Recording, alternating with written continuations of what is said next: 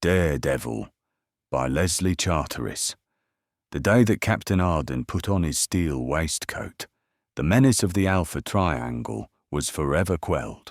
Chapter 1. Introduction to Storm. Probably Susan Hawthorne got a lot of her courage and independence from her father, old Smiler Hawthorne, who in his time had been nearly everything and nearly everywhere. A tall, grizzled man who was generally broke, but always unbeatable.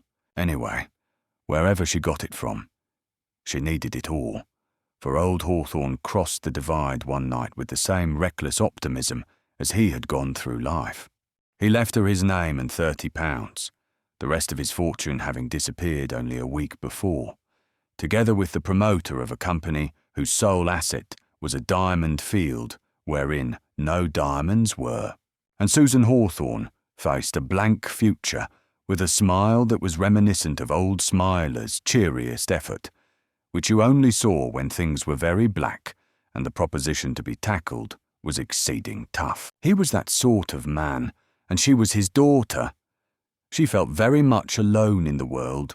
She had lost touch with her own friends in the accompanying of her father in his happy-go-lucky, aimless globe-trotting, and most of the friends he had picked up himself, and they were legion, were scattered in odd corners of the earth. In any case, she was not one to look for charity. Wherefore she went to Lord Hannessay, because he seemed to be the only friend of her father's who was in England. She went with some trepidation, and was not unpleasantly surprised, and more than a little nervous, when she found that he was not so inaccessible as his name and position seemed to indicate. I remember you. 16, weren't you? Queer kid. All eyes and legs. And your father? He had a curiously disjointed manner of speaking, conveying the impression that his thoughts moved faster than his mouth could frame them. My father died a month ago, she said. His grim face softened for a moment. I'm sorry, he said quietly. Your father was one of the few men I have ever really liked. After a while she broached the subject of her visit. It was not a task she relished, for she was desperately afraid he would misunderstand. His face remained inscrutable, but the blue eyes searched her face. The fingers of his right hand drummed on the table. She learnt afterwards that this was a trick of his when he was embarrassed. What can you do? He asked. Shorthand, bookkeeping, type, writing, anything. Nothing, I'm afraid. She had realised all along the hopeless inadequacy of her qualifications, and felt unnecessarily small and foolish. But I could learn. There are hundreds of girls who have learnt, still looking for jobs, he said. His fingertips played an intricate tattoo. Listen, you're afraid I'll offer you money. Feel insulted if I do. Probably walk out in a rage. Still, I wish you'd let me. I've got heaps. I like money. I'd like more. And I don't often give it away. But you're different. I'd have done it for your father any day. Why not for you? Strangely enough, she was not annoyed. His nervousness was so amusing. He was obviously as scared of making a faux pas as she was of his making one, and he didn't know how to do it without seeming to. I'm sorry, she said. I'm looking for work, not outdoor relief. I know all about that, he said peevishly. You wouldn't have minded taking it from your father. That's different, she said, and he was not foolish enough to attempt to argue the point further. He turned over some papers, picked up a pencil, and played with it. There was an unusual quality about these little mannerisms of his. They were never jerky and inconsequent, like the fidgeting of a different kind of man. He seemed to employ material objects to assist his thoughts. I want a typist, he said at length. You can get reasonably proficient in a fortnight if you work hard. No need for much speed anyhow, no dictation, copying letters, etc. You can have the job if you'll be my guest here while you're learning. That's not charity. You'd accept an invitation like that even if you weren't broke. Use the house how you like. I'm going to Geneva. League of Nations conferences. All rot. However, housekeeper's always here. Your reputation's all right. But while I'm away, no wild parties, mind. He issued the order with such a comical seriousness that she all but laughed aloud. I'll try to reform, she promised gravely. The time passed quickly for her. The work was easy and interesting, the hours short. Once or twice, it occurred to her that her job was simply a disguise for the charity she dreaded, but her hint of this suspicion was received with such pained surprise that, not unwillingly, she banished the idea. Hannah came and went, always courteous and correct. She grew to like him, for he thought she detected the sentimentalist masquerading in self-defense as the tyrant. After a month, she began to consider herself an authority on affairs of state, for Lord Hannah held a high post in the Home Office. It took her nearly 3 months more to realise that she knew practically nothing. She was returning from the Home Office one afternoon after delivering some papers, when she discovered that she was not as friendless as she had thought. And the discovery was a cheerful surprise. She was walking back along Piccadilly when she nearly collided with a tall young man in a grey flannel suit. He raised his hat absently, apologised, and was about to pass on when suddenly they stopped dead and stared at one another. "Jerusalem!" exclaimed the young man. He linked his arm in hers in the most natural way in the world and steered her out of the press towards the portals of the Leroy. "It's just 4, he remarked, "and therefore tea time. I've not seen you for years, Susan, millions of years." They found a table and sat down on either side of it, inspecting one another. Then they both smiled. "Christopher Arden," she said. "You'll do. And you, by Jeremy." "Susan, what do you mean by it?" "I've written you regularly for the last 3 years, and you haven't answered a line." "I might have," she answered demurely, "if you'd put your address on your letters." His jaw dropped. "Didn't I?" he demanded. "Oh, yes," she smiled. "You put Morocco and South Pacific and Nassau and that sort of thing. Only I didn't think you were notorious enough for that alone to find you." He grinned. "Sorry," he apologised. "Tell me all about this and that." She told him, and his brown hand went across the table and touched her fingers lightly. He said nothing. That wouldn't have been Kit Arden, known as Storm, wherever soldiers of fortune were gathered together. He hadn't altered. He had always had a manner which mocked the expression of words, and yet his unspoken sympathy meant more to the girl than any amount of fluent condolences. She found his old irresistible spell that had captured her imagination even when he was a dashing youngster of 24, and she a girl of 17, as potent as it had always been. Physically, he was the same as ever, save that his fair hair had oddly greyed a little at the temples, a curious contrast to the unlined boyishness of his face. But that was the keynote of his appearance, those contrasts, his slim yet broad-shouldered figure, the forceful mouth that could smile with such an infectious gaiety, the square jaw and the artist's hands, the Saxon hair and gunmetal grey eyes. Storm. Who was Storm? So perfectly did the name fit him that it was impossible to think of him as anything else. Storm, the reckless, daredevil trouble hunter with the heart of a crusader. "And where have you been?" "Oh, here and there," he said. "I put in a bit of time with the Riffy. They made me a Qaid or a Pasha or whatever a Riff makes you when he loves you like a brother. Then that blew over, so I beat it to the Pacific and went pearling. Had a merry scrap with a Jap patrol, fishing on forbidden ground. That was nearly the end of my career. Then that got dull, so I toddled over to the Bahamas and set up as a bootlegger. Respectability's tame. A short life and a beery one. That's me. And then you can bury me under the foundation stone of a brewery. Stevenson's verse will do for my epitaph. Fine, you know it? Here he lies where he longed to be. Home is the bootlegger, home from the sea, and the moonshiner, home from the still. You haven't changed a bit, she laughed. Nor you. You're just as lovely as ever, more so. Your eyes now. I love brown eyes. She stopped him with a solemnly upraised hand. What are you doing now? She asked. Divers things, and on the whole, nothing much, he said vaguely. London's paralytic.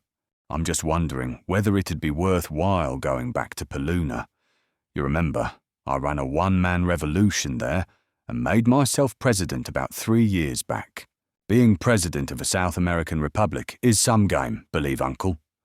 He was, as a matter of fact, doing rather more than divers things. When he left, he returned to Scotland Yard and made his way to the office of the Assistant Commissioner. You can take it from me, Bill, he informed that gentleman, that Hannah's new typist's all right. I've known her for years. Her father took me out of the workhouse and educated me. Incidentally, he started me on my adventurous career.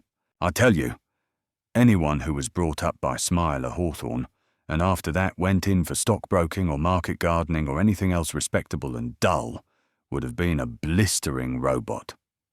I'm glad to hear it, said Bill Kennedy dryly. I'd already gathered that you weren't a robot, laddie, from the fact that you took an hour and a half to find out about her when you'd known her for years. Now you can push off, because I work sometimes. See you later. Storm went to his own room, and shortly after Inspector Teal arrived to make his report. Well, Teal? He prompted briskly. Nothing, said Mr. Teal sleepily.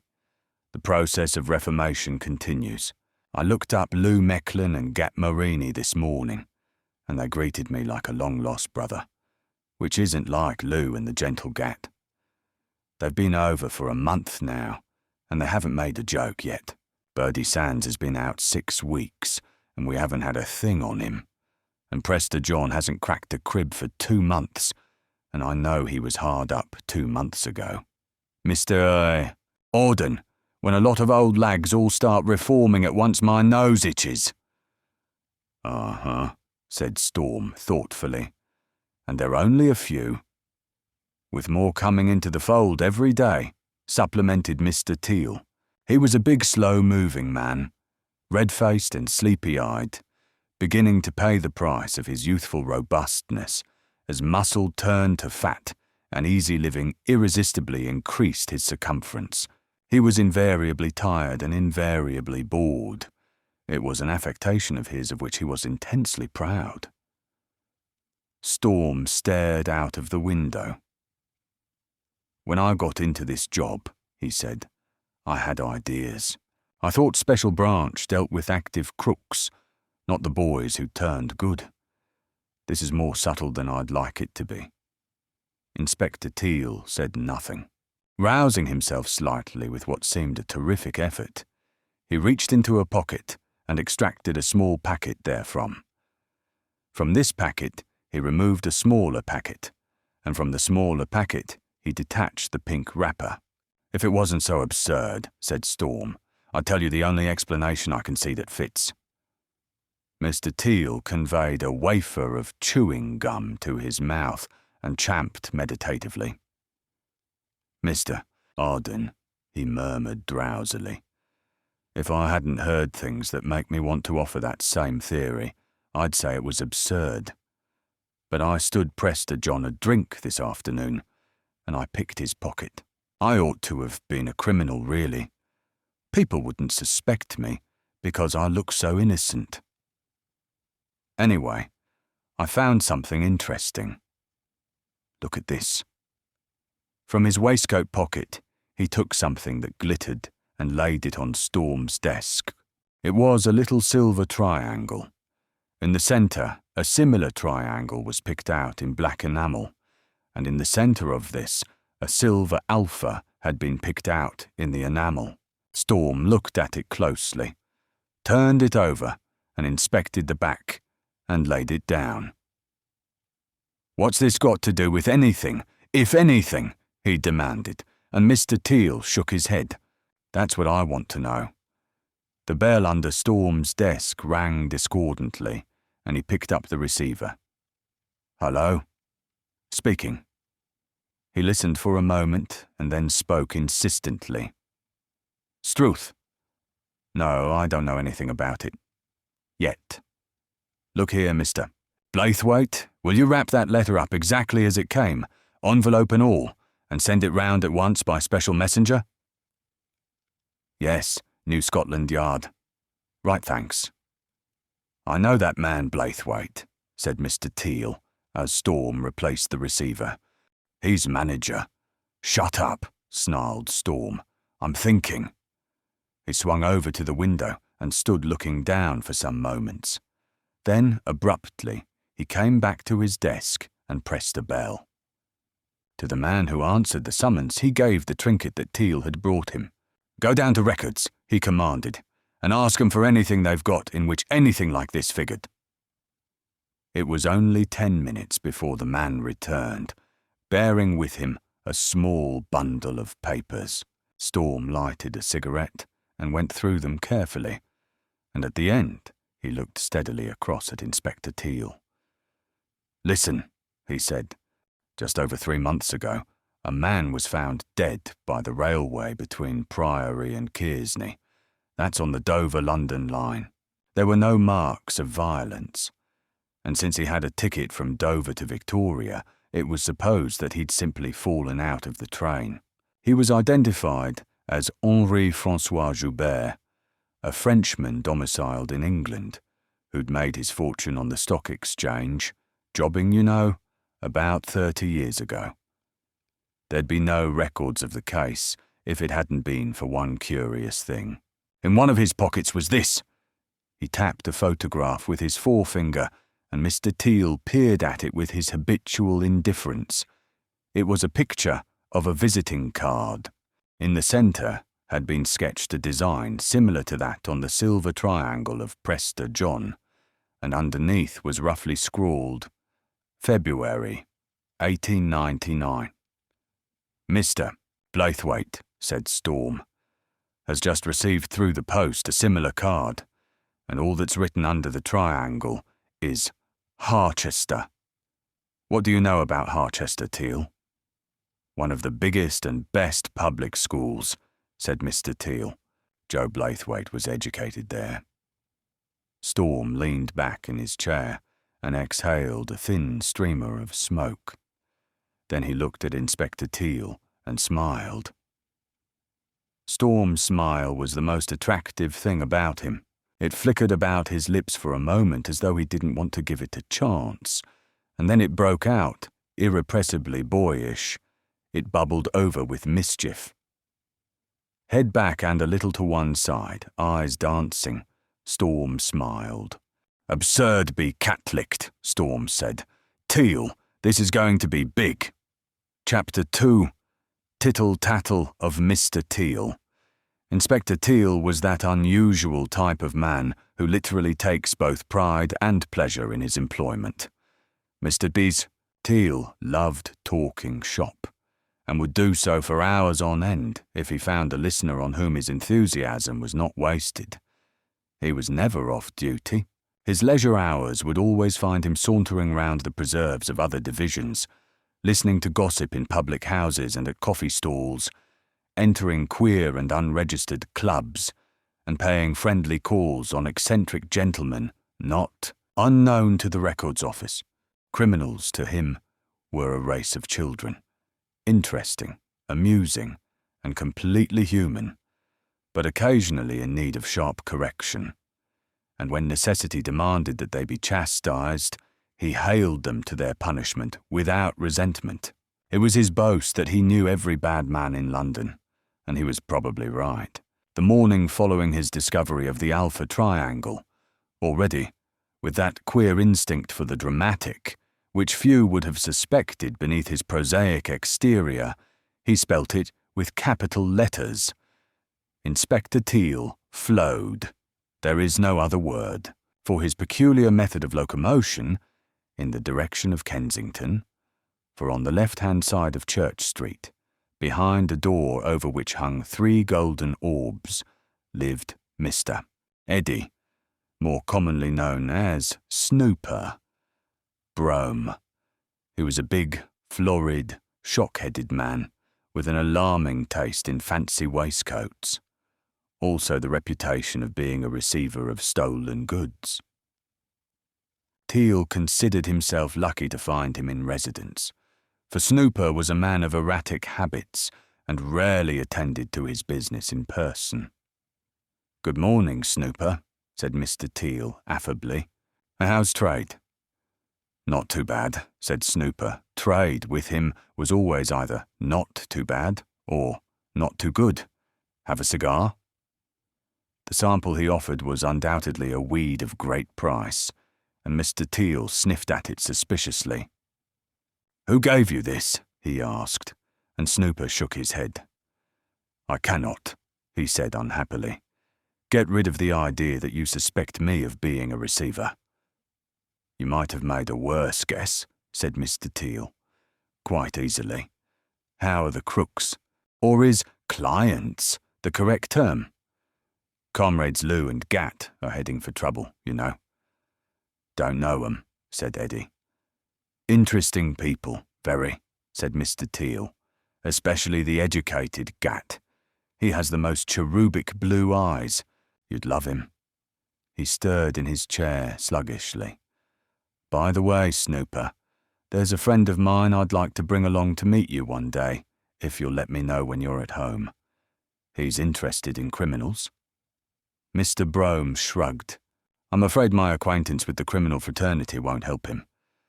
"Still," he admitted, "like all financial agents, I have had stolen property offered to me. Naturally, I immediately notified the police." "On 2 occasions," supplemented Mr. Teal, "and the total value of the stuff was exactly £2 5 and 10 pence. "I can't help that. I wish it had been more," said Eddie piously. "I believe you," said Mr. Teal. He glanced round the room, his heavy-lidded eyes taking in afresh every familiar detail of unostentatious comfort, even luxury. There was no suggestion of wealth, but more than a hint of solid well-being. Looking merely at Snooper's waistcoats, one would never have suspected their inhabitant of possessing so artistically furnished a room. "You do rather well out of financial agenting," remarked Teal absently, and went off at an abrupt angle. "Are you the philanthropist who's financing Birdie Sands?" "Birdie's hands?" inquired the puzzled Mr. Brome. "Birdie Sands," Mr. Teal enunciated clearly and distinctly. "Strange as it may seem, I was once educated." "I have met a Mr. Sands. Who's this Birdie Sands?" "A gentleman," said Mr. Teal, "who used to be on the whiz." "On what?" demanded the startled Snooper. "A pickpocket," explained Mr. Teal patiently. "Do you know him?" If Mr. Brome did not squawk derisively, his elevated archidiaconal eyebrows rendered such a lamentable exhibition unnecessary. "A low criminal?" he protested. "Now I ask you, Mr. Teal, is it likely?" "Taking things all round, I should say it is." "Birdie Sands," went on the detective, apparently for his own benefit, "is, or was, the best whizzer operating in London. He was inside up, to about 6 weeks ago. That's about twice the time you've been financial agenting, isn't it, by the way? Since then, we've had nothing on him, and he seems to have all the money in the world." "He may be going straight," suggested Eddie. "Go straight," jeered Teal drowsily. "It's a physical impossibility. That man's a human corkscrew with all the twists case-hardened. He's a born crook. His mother was a crook and all his fathers were crooks. And Birdie was brought up as a crook, Borstal trained. Why, if you shot him out of a gun, he'd tie knots in the barrel. What happened to the gun you were shot out of when you got that face? Inquired Mr. Brome vulgarly. But Inspector Teal failed to bite. He heaved himself laboriously from his chair. I'm interested, he said, because when a born and bred crook earns a lot of honest money, it just ain't natural. I've got a nose for dirty work, and that same nose is worrying me now. When shall I bring my friend along? Shall we say Sunday? Invited Mr. Brome. At 8? Suit you? Splendid. Goodbye. But he stopped Teal at the door. I hope you won't put any ideas into his head, he said anxiously. Mr. Teal regarded him thoughtfully. What I'm afraid of, he replied, is that he'll put ideas into yours. With that, his projected program was exhausted, but he was destined to have an interesting morning. On his way back to the yard, he dropped in at Walton Street Police Station near the Brompton Road for a chat with the divisional inspector. While he was there, a lank, saturnine man entered jauntily. James Mattock, convict on licence. I've come to report. Inspector Teal surged across. As I have said, one has to use extraordinary words to convey his ponderous mode of progression. Hello, Mattock, he said. When did you come out? A fortnight ago. Mattock's manner did not encourage further conversation, but it took a lot to put off Mr. Teal. What are you doing now? The man's thin lips twisted. Working. Do you want to get me the sack by telling them my past record? He sneered. Because if so, you're too late. I thought I'd get in with it before you busies got a chance. I suppose you picked up that word in Wandsworth, said Teal. Getting the slang already, a pity. Who are them? Reagansons. I'm head clerk and in practice semi-manager. They haven't got much of a staff. That's a pity too, murmured Mr. Teal. Temptation never did anybody any good, and you weren't built for a crook, Mattock. I'm glad of that, said Mattock, surveying Mr. Teal's girth pointedly. Teal fingered his chin, his eyes on the other man's face. It was a refined face, lined bitterly. The man was educated. Teal knew that, for he himself had arrested Mattock for his first and only crime. Teal also knew what the court that sentenced Mattock for forgery never knew. Why the crime was committed. Let's see, mused Teal. Hannah put you away. That's true. A cheque. You were his private secretary, weren't you? And he saw to it you got the full stretch, not even a first offender's chance. That's right, isn't it?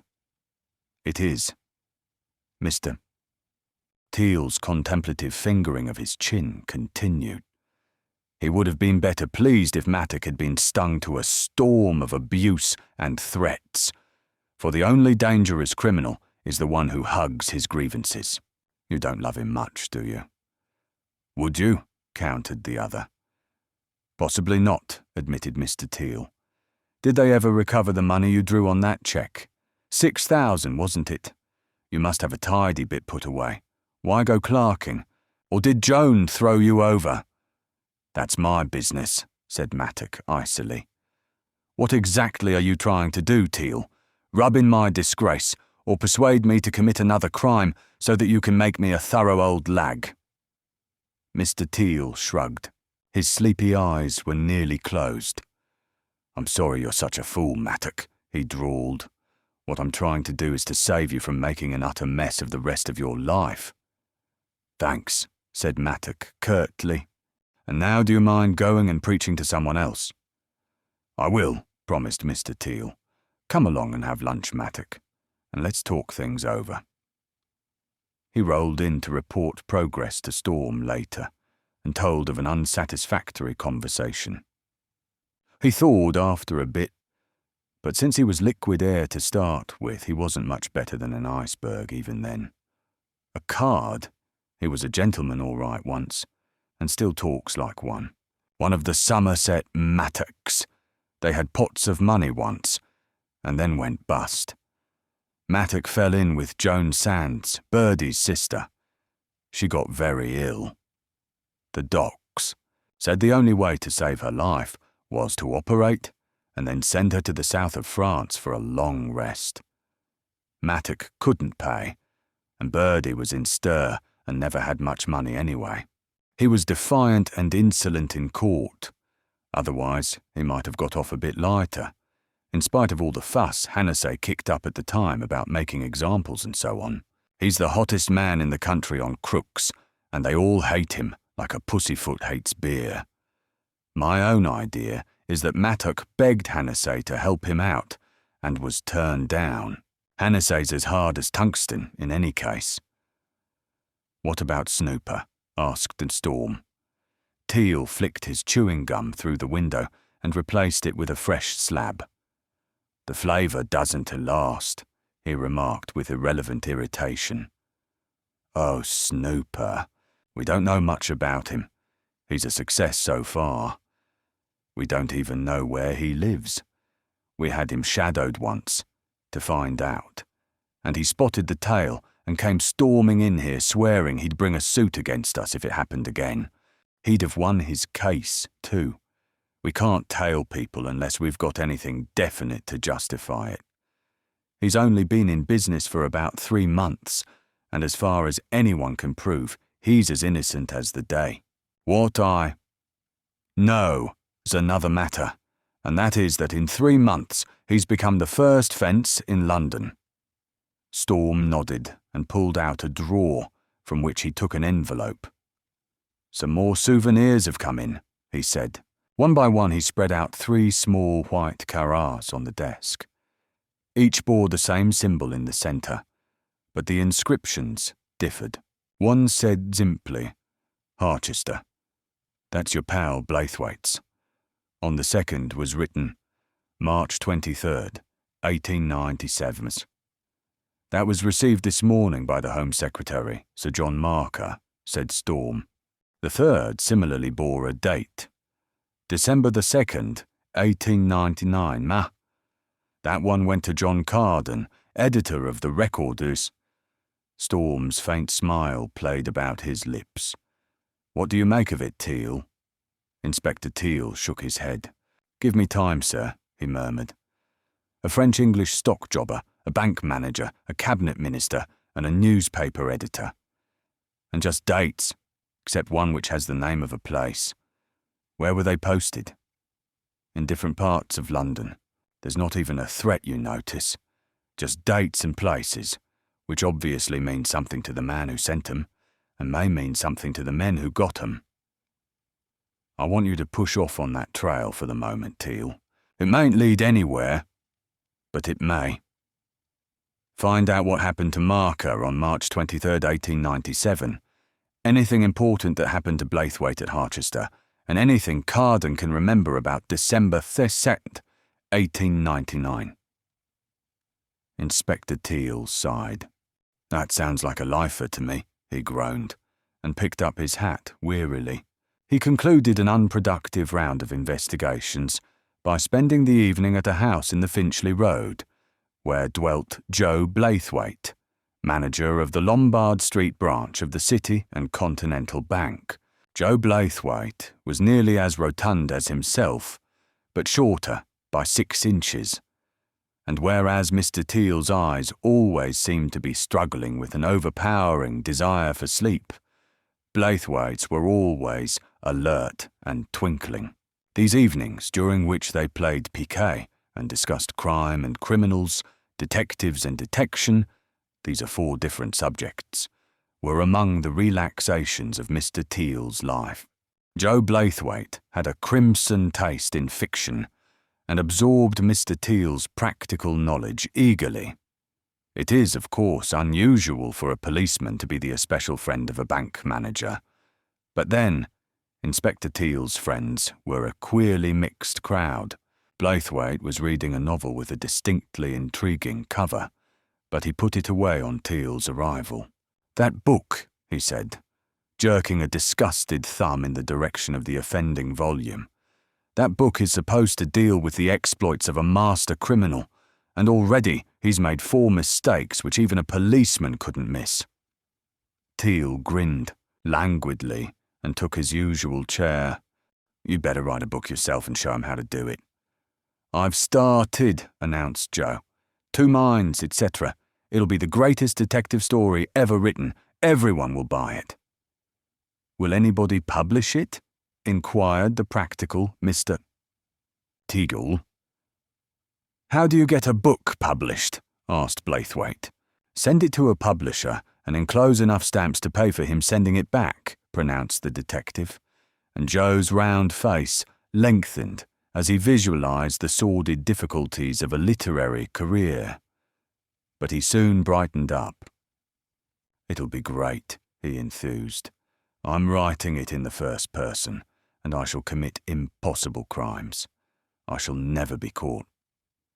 Let's hope not, grunted Teal. I'd hate having to arrest you. Besides, crooks are only romantic characters in fiction. It'll be in the form of a diary and— Where are the cards? Asked Mr. Teal slumberously. During the intervals of the game, he recounted his experiences of the day, for Blaithwaite was a great student of contemporary crime. Also, he delighted his friend by telling him that a real live criminal had consented to be at home when they called.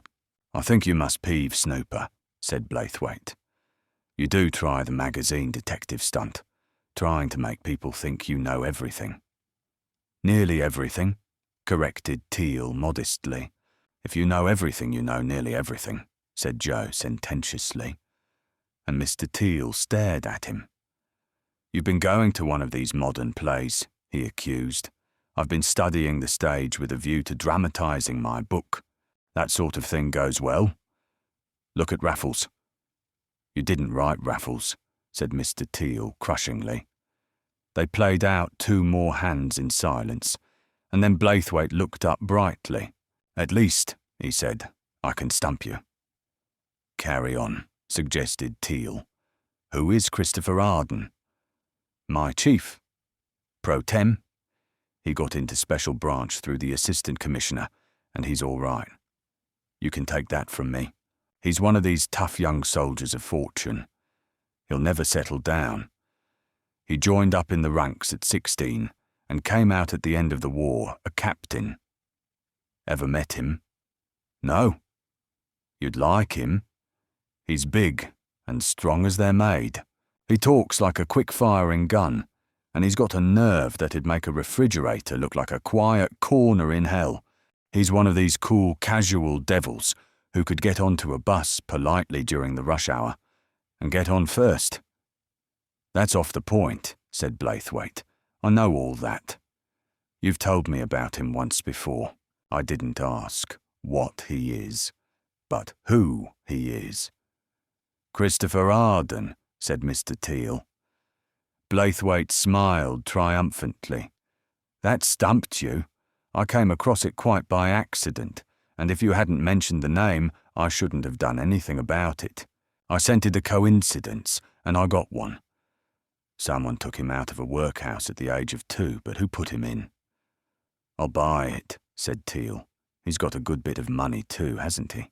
Well, he may have picked up a bit on his travels.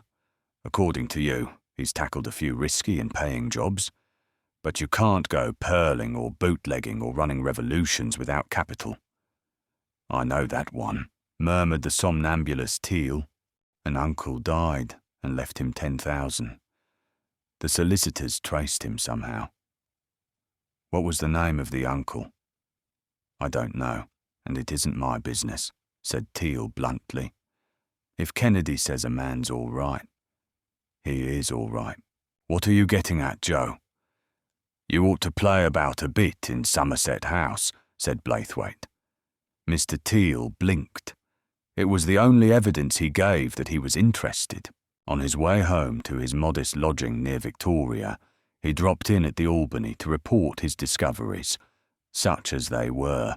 He found Storm arrayed in a suit of wonderfully jazzed silk pyjamas and a staggering silk dressing gown, seated in a comfortable armchair in front of the open window, his bare feet propped up on the sill and a slim volume of Kipling on his knees. "What news, Teal?" Mr. Teal pulled up a chair and accepted the proffered cigarette. "Very little," he confessed. "Joe Blaithwaite says he never made an enemy at Harchester. In fact, he was very popular. Harchester's a great rugger school, and Joe used to be a star 3/4 before he put on weight. Carden can't remember a thing. Marker's the only man who could remember anything at all, and all he knew was that in March 1897, he can't swear to the exact date, he got into Parliament at the Clayston by-election and got married a week later on the strength of it."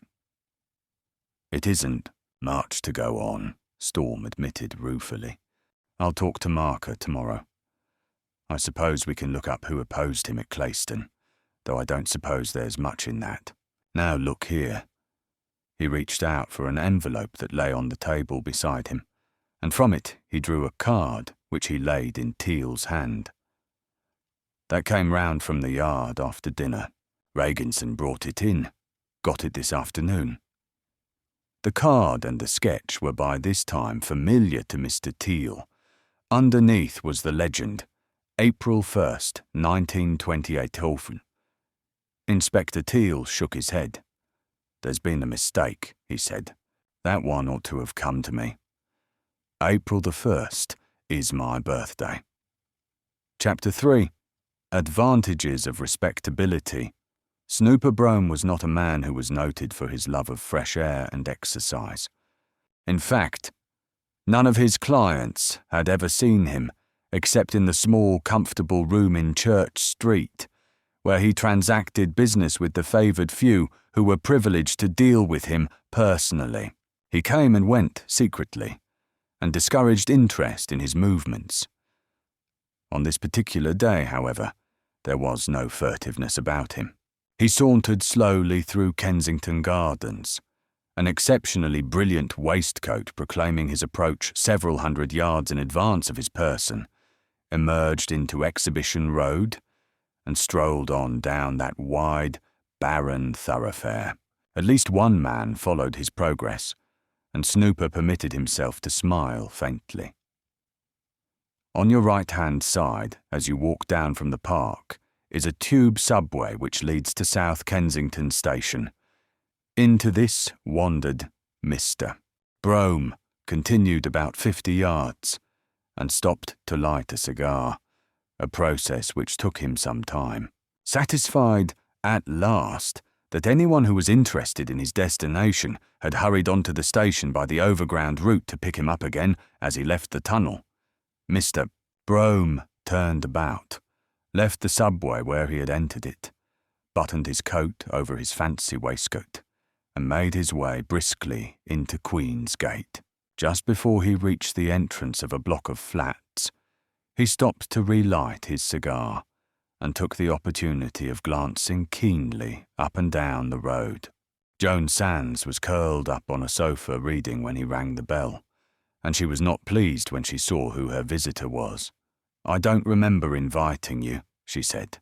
"I happen to be alone, so you'd better go." He pushed her aside without offence and led the way into the sitting room. "This isn't much of a place," he remarked, glancing around him disparagingly.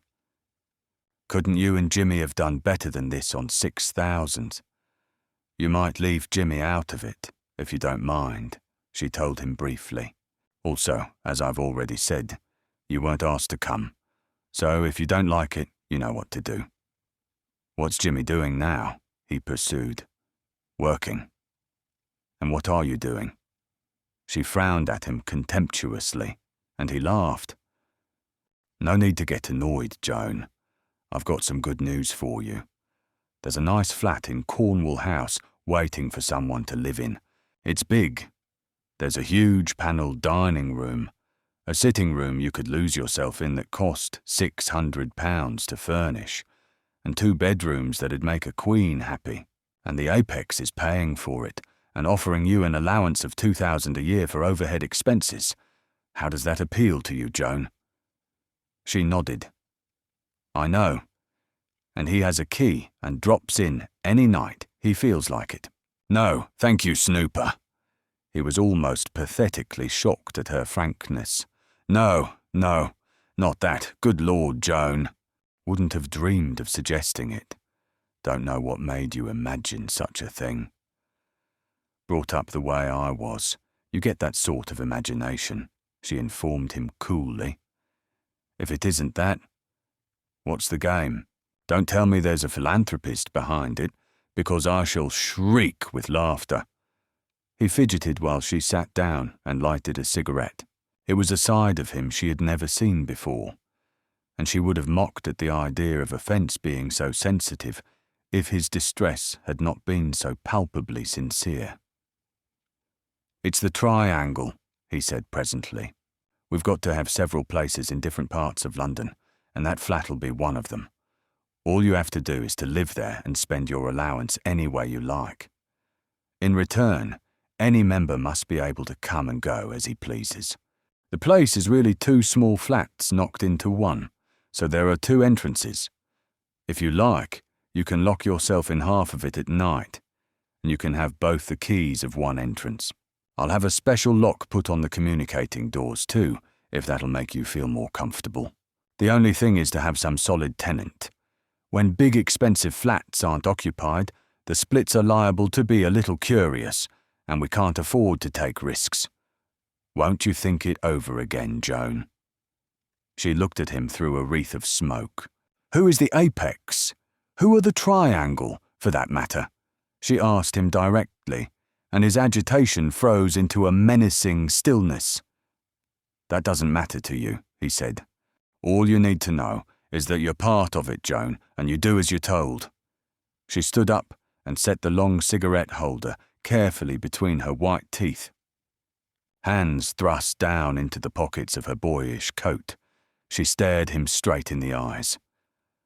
My name happens to be Sands, with a miss in front of it, she said steadily. All this joning is getting on my nerves, and as for the triangle, I don't suppose I shall ever go to heaven, but I certainly don't intend to go to Aylesbury. I'll do my gold digging where I don't have to trust a lot of other crooks with my safety. I'll take on your job, Snooper, but listen to this. I came into this triangle of yours on the understanding that the crooked side of it didn't touch me, and I meant it. If you'll have those locks fixed, you can billet your crooks on me, because I want big money and I want it bad. I'll take a chance of the busies getting on to me, but they'll never get me inside, even as an accessory. When do I move? This afternoon, said Snooper shortly. And you can drop the high and mighty tone, Miss Sands. It cuts no ice. You're a crook, even if they don't know you on the embankment. Your brother's hardly ever out of stir, and the pair of you come straight from a family of crooks. She opened the door and waved her hand towards the tiny hall. I don't intend to breed a family of triangles anyway, she remarked, and closed the door in his face. James Mattock, returning that evening, was informed that Mrs. Mattock had left, and read the note that was waiting for him uneasily. He found her already installed in the flat in Cornwall House, and looked around at the palatial furnishing perplexedly. "What's this, Joan?" he asked. "Oh, a matchbox on stilts," she said sarcastically. "What did you think it was? A tram?" She was stretched out in a deep-cushioned chair, her kimono lightly sashed about her, her little bare feet pillowed in the deep pile of the carpet. Her fluffy golden hair was elaborately untidy. She was arrestingly pretty and attractive. "Who are you waiting for?" Mattock demanded roughly, but she shook her head and held out a silk-sheathed arm. "Only you, Jimmy. I'm sorry I was snappy just now. I've had rather a trying day." Poor kid. He knelt down beside her and laid an arm about her shoulders. "But Joan, who's paying for this? We can't afford anything like this. It must cost thousands." "No, it's bringing us thousands," she said. 2,000 a year, and we need it. And all it means is letting a few men come in and out. I'll tell you." He stood up suddenly and clutched her wrists fiercely. "Joan! Joan!" His voice was tense with agony. "Oh, my darling, what have you done this for? I've got a job." Good God, Joan. No. Listen, Jimmy, you've got it all wrong." "Yes, it is crooked in a way," she went on desperately. "Some silly gang. I don't know what they're after. But I'm not in it. Only they want a place to come to sometimes, and there must be somebody always living there. And as I'm one of them, they got me. But, oh yes, I know. I said I'd given it up, but I couldn't. They've got a hold on me that I can't break, that you can't break. The only way to break it is expensive, and I've got to have that money. Look, doesn't that mean anything to you?" She drew back the sleeve and showed him her forearm, holding it up close to his eyes. It showed the faint marks of several small punctures, but Mattock only shook his head. "I don't know what it is," he said dully. "But of course, I'm a fool anyway."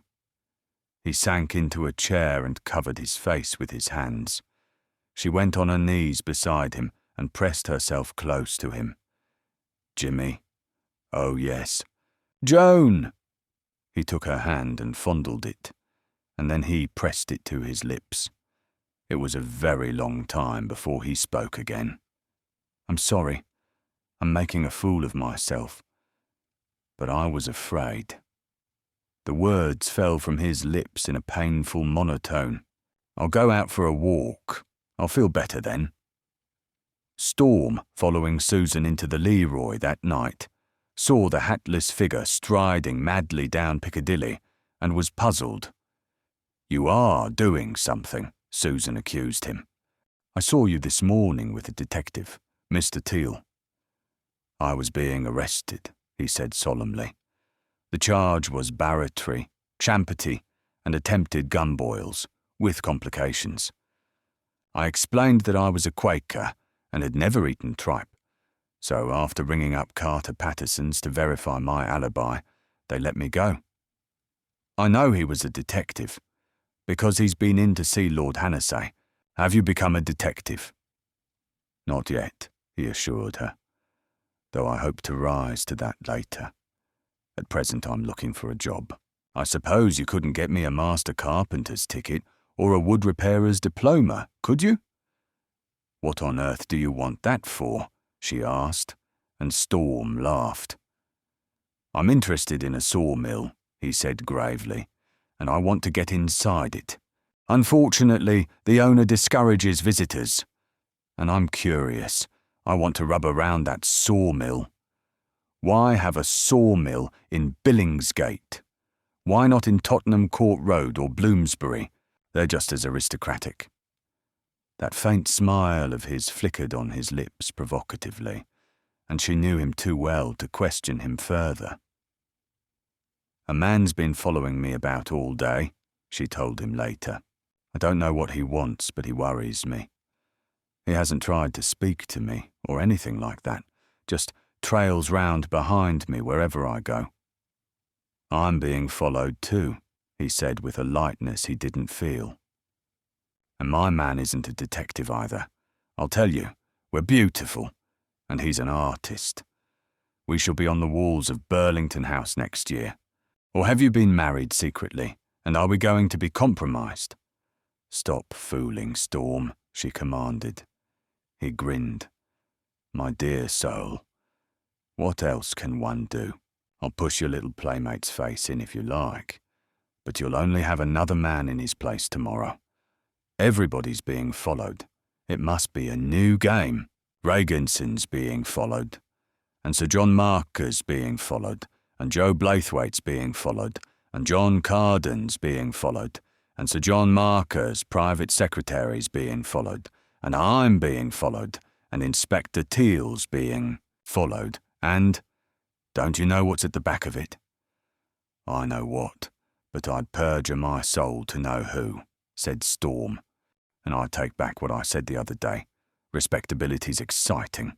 It's the fiercest sport in the whole wide world bar haggis shooting.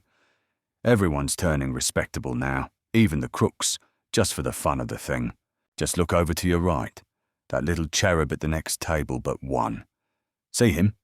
He's my little pet. My name's Mary, and he's a scorching lamb. We're inseparable, like Castor and Pollux, or Swan and Edgar. He waved a friendly hand to the small, neatly dressed man at the adjoining table, and grinned when his salutation was coldly ignored. The girl was mystified. "Who's that?" she asked. "He looks the most respectable man in the place."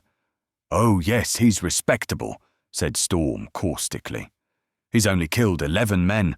That old thing is Comrade Gat Morini. And for exactly 4 years, all the policemen in New York and Chicago have been aching to put him in a hard chair and run 2,000 volts through his spine. He's a professional gun artist, and I'll say he guns well. I ran into him in Chicago about 2 years back, and we exchanged compliments.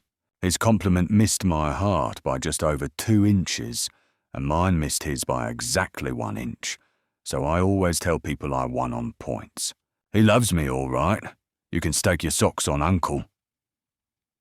The gaiety of his smile was entirely unforced, and in spite of herself, Susan shivered, although the steel showed behind his careless self-confidence.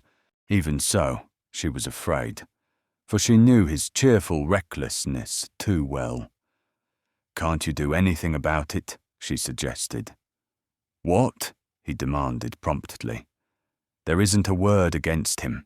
If I printed what I've just told you, there'd be a libel action within the week, and young Storm wouldn't win it. He's committed 11 murders, he's been arrested 11 times, and he's been released just that number. It isn't a crime to follow anyone about." Morini rose a moment after they did, and Storm was amused to see him greet a loiterer outside with every appearance of astonishment. As Storm handed Susan into a taxi, the 2 reunited friends also decided to charter a taxi, and Storm grinned again. Lord Hannessay's house was in Hamilton Place, and Storm felt that his luck was in when he caught sight of the massive figure of Oscar Regenson coming down the steps, for Regenson was a man he particularly wanted to see. As they alighted, another taxi crawled past and stopped in Park Lane. He watched Susan let herself in, and then hurried after the Swede. "Excuse me," he said. "I'm Captain Arden, attached to the special branch at Scotland Yard." "Well, please be brief. I have an appointment for supper." He was in evening dress, with a foreign-looking cloak over his shoulders, and his Viking beard overflowed the white expanse of his shirt front. "That card you received, does the date mean anything to you? Did anything important happen to you on April the 1st, or did you do anything important?" "I know nothing," said Regenson curtly. "It is my pusiness. I hope entrusted to Bolishmans with research. April 1st is Day of all the Fools. Thought is all I know." There was nothing to be done. Storm shrugged, raised his hat, said good night, and strolled on. In his flat, he found the patient, Mr. Teal, consoling himself for a long wait with one of his host's best cigars.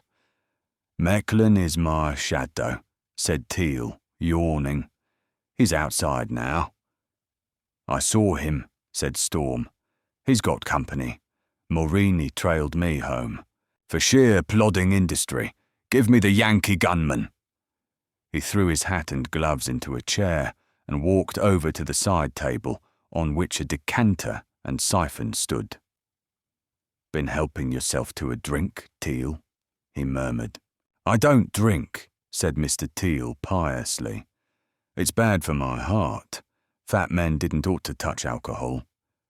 Storm carried the decanter to the light, held it up, and inspected the level of the liquid carefully. Then he called to Teal, and that stout abstainer came lethargically. "See that little scratch in the glass?" said Storm. "That's the level I always keep the whiskey up to. And now there's about 1/4 of an inch more than there was when I went out. Some little pal of mine's been kind by stealth. I love these subterranean charioteers." He moistened the tip of one finger with the spirit and dabbed it on his tongue. Then he went hastily to the bathroom and rinsed his mouth out thoroughly. "Aconite, I think," he remarked pleasantly when he returned. "Still, we'll send a peg round to the Home Office analyst in the morning to make sure." He sat down on the table, forearms resting on his knees, the cigarette that he was never without pointed optimistically skywards between his compressed lips. He grinned at Mr. Teal, and Mr. Teal's mouth widened 1/2 inch momentarily, which was about the nearest Mr. Teal ever came to smiling. "They seem to think you're important," drawled the detective callously, and Storm nodded. "I was about due for it. I saw Regenson tonight coming out of Hannasay's. Didn't know they were friends.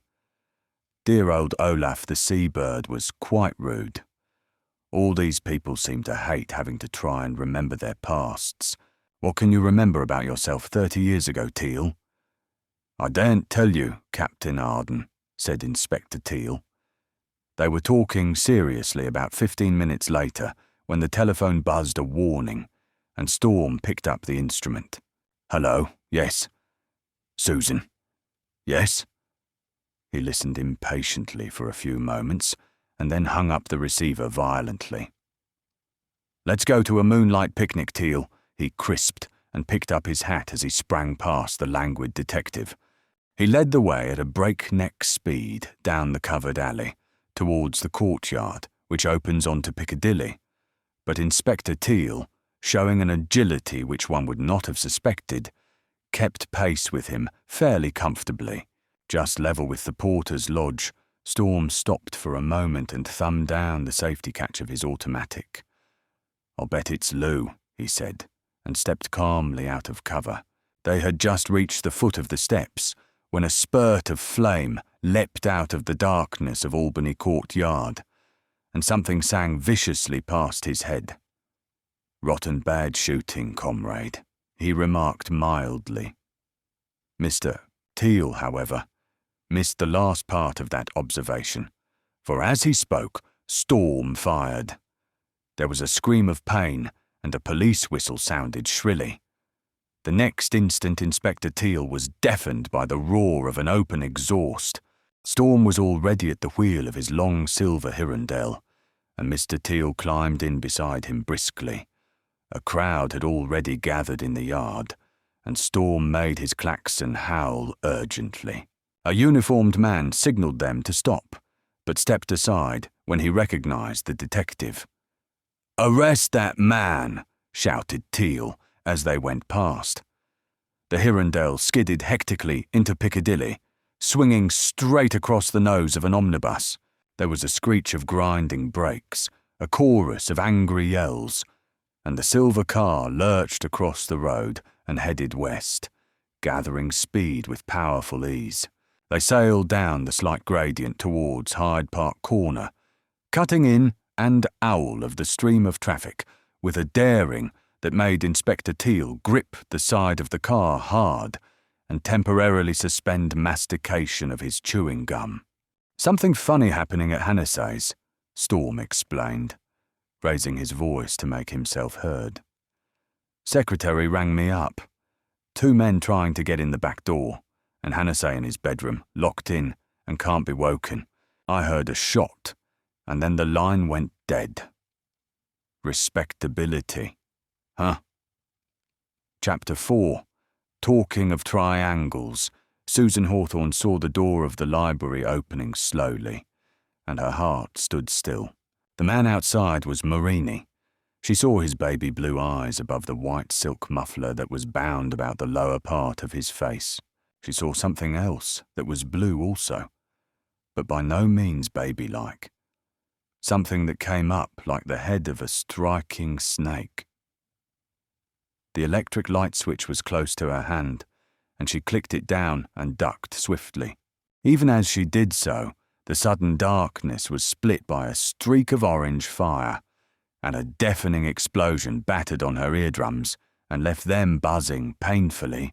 The next instant, she had smashed the heavy telephone twice against the delicate lever of the switch and efficiently mangled the mechanism. She moved silently away along the wall, and the terrible hunt began. The girl was helped by her knowledge of the room, but Morini crept after her with an uncanny accuracy in spite of the impenetrable blackness. Her chest was heaving so that it seemed as if every breath she took must betray her whereabouts as surely as a siren. The door was a little ajar, and the lights in the hall were on. There was no escape that way, for he would see her as she was silhouetted against the glare, and she had already had enough evidence of the grimness of his purpose. Once she saw him step cat-wise across the pencil of light that the hall bulbs smudged across the room, and with difficulty choked back the cry that would have been fatal. Once he fired again, at random, and she only just had time to drop behind a couch out of the way of the more accurate shot that followed instantly on the echo of the first, when the brief flash had given him his bearings. From outside came a swelling drone that grew in volume with startling speed, and then died into a breathless purr coincident with the muffled squeal of rubber tearing on asphalt. Hardly 2 seconds later, the bell at the back of the house rang stridently, and someone pounded on the front door. Through the half-open window came Storm's voice. "Stand clear of the lift gates, please. This is where I damage architecture." She saw Morini slip through the door and out into the corridor, and then with a dreadful premonition, she rushed to the window and flung up the lower sash. Storm and Inspector Teal were on the step, and Storm already had his automatic crammed against the Yale lock, and his finger was on the trigger. "Storm, stop!" she cried, and he looked round. "Morini's in the hall, and the back door's broken in. He'll get you as you come in and escape easily." He only hesitated for a second. Then, "That be bull raced for a yarn," he sang out recklessly. "All aboard for hell!" She heard the explosion as she dashed across the room and opened the door wide. The two men crashed into the hall, but she did not look at them. She was straining her eyes into the shadows at the end of the passage, which led to the servants' quarters, and used as she was to the darkness, she saw Morini a space of time before they did. Saw his gun leap up, and hurled the priceless vase she carried. 3 automatics detonated almost as one. Morini was hit by the vase as he pressed the trigger, and his shot went high, splintering the transom above the front door. As Storm fired back, he raced towards the servants' entrance. Mr. Teal laid an unexpectedly gentle arm about the girl's shoulders and led her into the library. "There's another light," she said, trying to keep her voice level. "I smashed the big switch, a reading lamp on the table. It's lucky Morini didn't find it." Teal, groping around, located the lamp and turned it on. A moment later, Storm returned. He had rolled back his sleeve and was endeavouring to tie his handkerchief round his wrist, and to her surprise and disgust, she said the conventional thing. "You're hurt." "Not a bit of it," he assured her. "Only a graze. Dear old Gat's going off, and I think I must be too. It's time some of us old soldiers retired. Gat and I wouldn't have missed each other in Chicago." "He got away?" said Teal. Storm nodded. "That's the day's safety bet. Clean. He got through into Park Lane, and there was a fast car waiting for him, all lights out, so I missed the number. It was Morini, of course, but we couldn't get a conviction. The defence had produced 6 small men with washed-out blue eyes that you couldn't distinguish from Morini if they were all dressed alike and had scarves spliced on their dials. He looked at Teal, and his gunmetal grey eyes were alight with challenge. And this is only the opening chorus. You wait till the balloon goes up. Inspector Teal stroked his bowler. Where's Hannah? He asked prosaically. Jerusalem. I'd forgotten him. The fireworks ought to have woken him if nothing else will. Upstairs, after an unavailing assault on the door of Hannah's bedroom, Storm went around to the adjoining bathroom, climbed out of the window, and edged his way perilously along a 2-inch ledge with the assistance of a rickety drain pipe. He came back to report that the room was empty. He must be out, Susan said. It never occurred to me, though. He generally tells me where and when he's going, so that any important messages can be sent on. Did he always lock his bedroom? Asked Storm, and she nodded. He had a safe there with all his private papers. The room's always locked as soon as his valet has swept it out to make the bed. Let's hope it wasn't burgled, said Teal. Didn't you say there were 2 men at the back door? They went round to the back, and the detective made an inspection with the aid of his pocket torch. The door had been burst open with a jemmy of a peculiar pattern, and Inspector Teal examined the marks with a professional eye. That's Prester John's work, he declared. I know that jemmy of his. He invented it himself, and it's guaranteed to make a safe look like a sardine tin. Get back to the yard and send an all-station call for Marini and John, instructed Storm. Send Henderson up here for the rest of the night, and tell Rankin to be ready to relieve him at 8 tomorrow. Find out where they took Mecklin, and ring me here. I'll wait till Henderson arrives. There mayn't be another attempt tonight, but if there are any strategists on the staff of the Triangle, there may be. Oh, and tell Henderson to bring some burglarious gadgets along with him. I want to see if that safe's all right. I can't get in through the window. There's a patent fastening inside and not enough handhold outside for an athletic fly. When the detective had gone, he made a careful round of the room, but found nothing. Then he turned to the girl. I don't know what it is you're supposed to have discovered, he said, but there's a bad hombre in the background who seems to think you spoil the view. Can you remember anything unusual you've come across in Hannah's papers? She thought for a moment. No. Well, yes, a few days ago he made me search his files for something about a man named Mattock, somebody who forged a cheque with Lord Hannah's signature and was caught and sent to prison.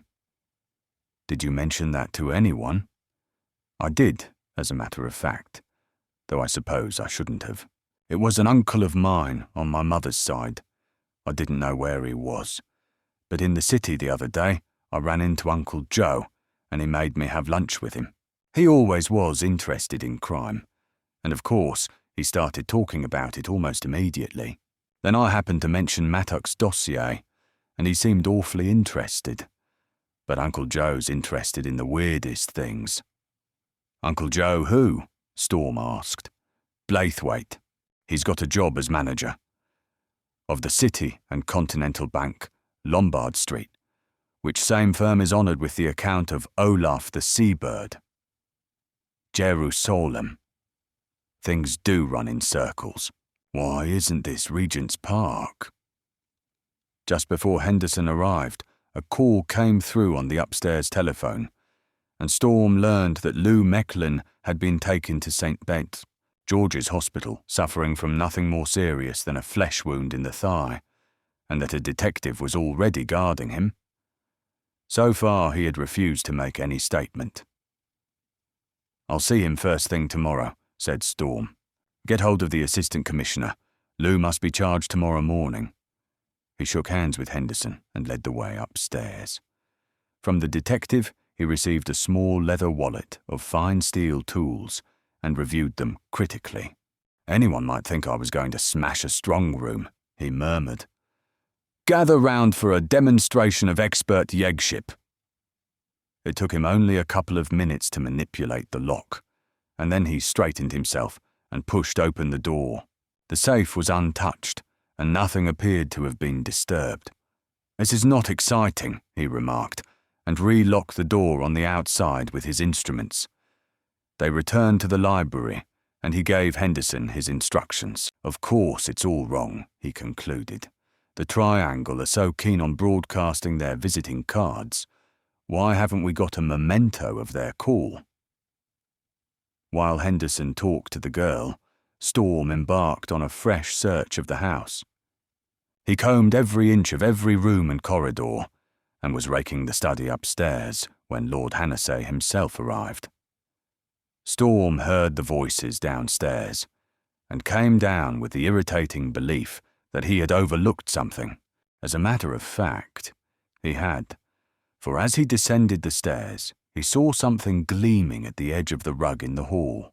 It was a silver triangle, similar to the one Inspector Teal had showed him, and had obviously been kicked out of sight when they charged in. It was barely visible, except when it caught the light in a certain way. Susan was just telling Lord Hannessay her story when Storm stroked in. "Look for the trademark on every genuine article," he said. "I hate these anonymous presents." He held out the token in one triumphant palm as he spoke, and the peer turned to greet him with a smile. "Oh, Captain Arden." His voice trailed away, and they saw him suddenly go white. Henderson was just in time to catch him as he fell. Inspector Teal stood on the threshold, a burly figure, hat in hand. "I just dropped in." He was starting to explain, and then he caught sight of the limp form in Henderson's arms, and his jaw dropped. Storm put an arm around Hannessay and brushed Henderson aside. Then he jerked the unconscious man from the floor and, heavy as he was, carried him without any apparent effort to the Chesterfield. He left the two detectives to apply restoratives and led the girl over to the window. Storm was the last man on earth she would ever have associated with nerves. He was too essentially virile, dynamic, and there was too much grim strength in every line of his lean, tanned face. His eyes were as cold and steady as chilled granite, and his every least movement showed the supple grace of the born fighting man. And yet the hand he laid on her arm trembled, and when he spoke, she was amazed to detect the faintest unevenness in his voice. "Hannessay fainted as though he'd seen a ghost, didn't he?" he said. "And I know the ghost. My God, life's queer." "Was it the triangle you showed him?" she asked. He shook his head, and his white teeth gleamed in a mirthless smile. "The triangle brought it, but the ghost's name was Mattock," said Storm. Chapter 5. Blaithwaite on Clues. In spite of the hour, the nucleus of a crowd had already gathered outside, with that peculiar instinct for the morbid, which is the gift of crowds, and Storm had to fight his way to a taxi through the first batch of eager reporters. He found the vanguard of another contingent sitting patiently on his doorstep when he got back to the Albany, and was instantly deluged with questions. "I can give you no information at present," he repeated for the umpteenth time. "Also, I want to get a couple of hours' rest before breakfast. Try your luck later." 15 minutes afterwards he rolled into bed and fell at once into a calm, untroubled sleep. He breakfasted at 7:30 in his dressing gown, already bathed and shaved, and he was looking as cool and fresh as if he had had 9 hours healthy slumber instead of 2. The table was littered with newspapers, and folded sheets were propped up against every available support in front of him. He read while he ate. In spite of his own reticence, someone at the Yard had evidently talked unguardedly, for the stop-press columns were full of sensational hints in small, closely set type. "This will be all over the world in 3 hours," he said resignedly, and Inspector Teal, who had dropped in for a cup of coffee, nodded. "I don't know that it matters much. The real point of advertising a crime is to call up the noses, and I doubt if there'll be much nosing the triangle. Do you know, when they searched Lou, He had £500 on him. You can't nose a gang who can pay that well. Storm drove down to the hospital after breakfast to see the injured gunman and found him confidently defiant. If you think you're going to get a squeak out of me, you sure gotten another guess coming, Cap. Storm sat down by the side of the bed and lighted a cigarette. He had already surmised that it would be difficult to make Lou Mecklin talk, and he had the disadvantage of being on the right side of the law, which put the more obvious methods of securing information out of the question. I don't know what the law is in the States, he said, and I don't know if you know what it is over here. Anyway, in England, we have a thing called King's Evidence, and it's saved 1 or 2 people's necks before now. Lou shook his head. Quit kidding, son, he advised. You can't hang me for doing a bit of fancy shooting around your hide. You weren't injured any. All you bulls can do is to lock me up for a time, and then I've gotten you all skinned a mile. The thought seemed to amuse him, for his big chest heaved with silent guffaws. You can get your sentence reduced by helping us to round up the rest of the gang, Storm pointed out, and I can get you a longer stretch if you're obstinate. You can go to hell any time, said Mecklin, and chuckled again. Or, mother, take him outside and tie a halo around his baby brow. Tell me goodbye, buddy, and go home, or you'll make me die laughing. Put old Lou in jail, he scoffed. I'm an American citizen, Bo, and don't you forget it. Since when has America been using the slums of Leipzig as a breeding ground? Inquired Storm mildly. Mecklin, you synthetic Americans make me tired. In case you're interested, I'll say you're nothing more than a fourth-rate Hun thug, and your pal Marini's about as American as you are, which means he's a plain ornery dago. He held a consultation with the house surgeon and was, unaccountably, annoyed at the report he received. Of course, if you insist, Captain Arden, I can do nothing, but I strongly advise against moving him. How long is it likely to be before we can take him away? Storm asked, and the doctor spread out his hands. It may be any time, was his unsatisfactory answer. I'll do my best to get him patched up as soon as possible. You can be sure of that. But if you move him now, you may be sued for damages later, and that wouldn't do you any good.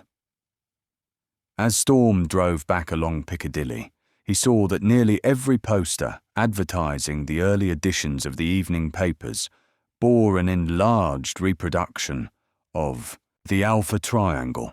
He bought a copy of the Evening Record and found the latest Fleet Street conjectures stunted across 4 columns and crowned with blood-curdling headlines. He rang up Susan from Scotland Yard and had the disappointment of hearing that she was already engaged for lunch. Lord Hannasay leaves for a holiday the day after tomorrow, she added. He's going down through Spain, then to Tenerife, and finishing up with a tour down the West African coast. This was news to Storm, and, incidentally, an unexpected blessing, for with Lord Hannasay out of the way, a responsibility would be off his hands. Who are you lunching with? He demanded jealously. Uncle Joe. Damn Uncle Joe, snarled Storm, and her soft, amused laughter reached his ears before he hung up the receiver. Joe Blaithwaite had come into his own. Few of the callers he interviewed that morning failed to make some remarks about the triangle, and Joe made the best of the second-hand scraps of out-of-the-way knowledge he had acquired from Inspector Teal. I know criminals, he would say to the scoffers, with morbid satisfaction. Nevertheless, the Joe Blaithwaite, who discussed evildoers and evil deeds with a central detective inspector in his leisure moments, was a very different man from the Joe Blaithwaite who conducted the business of the Lombard Street branch of the City and Continental Bank, still alert, eyes still ready to twinkle, frequent of laughter. Yes, but eminently practical and businesslike.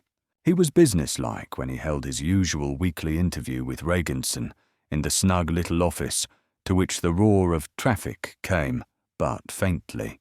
It was a highly businesslike occasion, one of those colossal moments during which the most unassuming man is justified in donning horn-rimmed spectacles and a cigar, sticking his thumbs in the armholes of his waistcoat, and generally adopting the accent and demeanour of the man of big business. For Regenson was augmenting his account by a sum which exceeded even his ordinary weekly contributions, and they would have represented Blaithwaite's income for a year. He dropped a wad of £100 notes on the table as carelessly as a merely rich man might have paid in a handful of fivers. The manager counted them with a similar dispassionate air, and passed them over to the cashier as if they were so much waste paper. For Joe Blaithwaite was a stickler for the etiquette of his profession, but, business over, he degenerated into a human being. "Of course, you've seen the papers," he remarked. The Swede nodded. "It is to pig bluff," he said.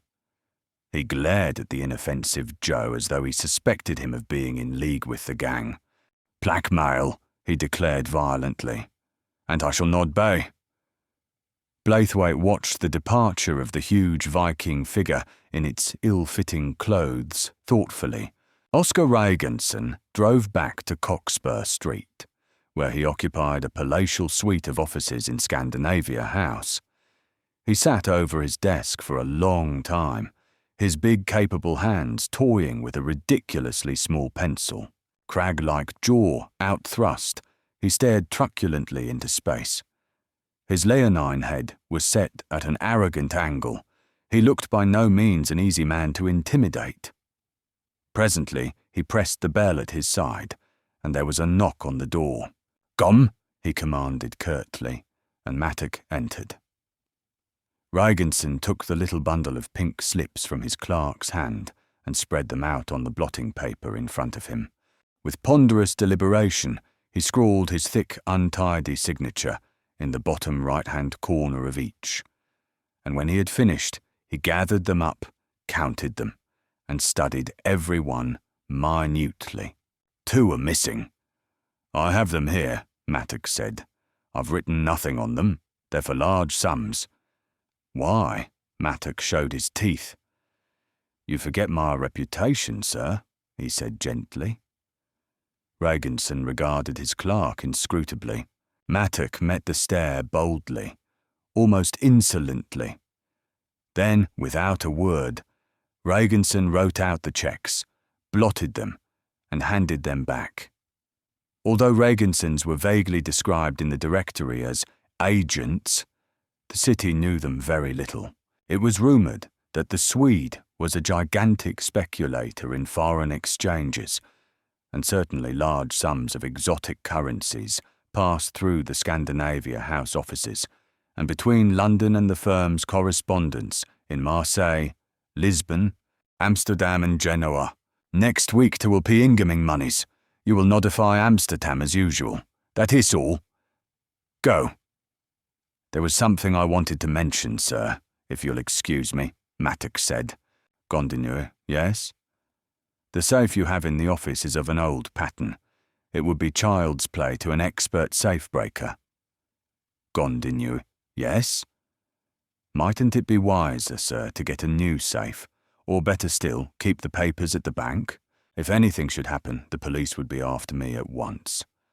Once a man's made a break, they never let him go."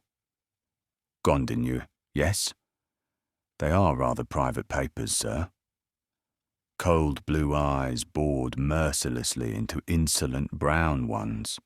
"Have you seen the barbers?" "No, sir, but what majors you think we hoff anydings to conceal?" "Nothing, sir, but the private correspondence of any business." "Gondineux, yes?" "That's all, sir," Mattock concluded lamely. "Thank you. Go." Towards 3 o'clock, Regenson rose, tidied his desk, picked up his battered felt hat. The safe to which Mattock had taken exception stood in one corner of the room, a great massive affair that seemed to occupy half the office.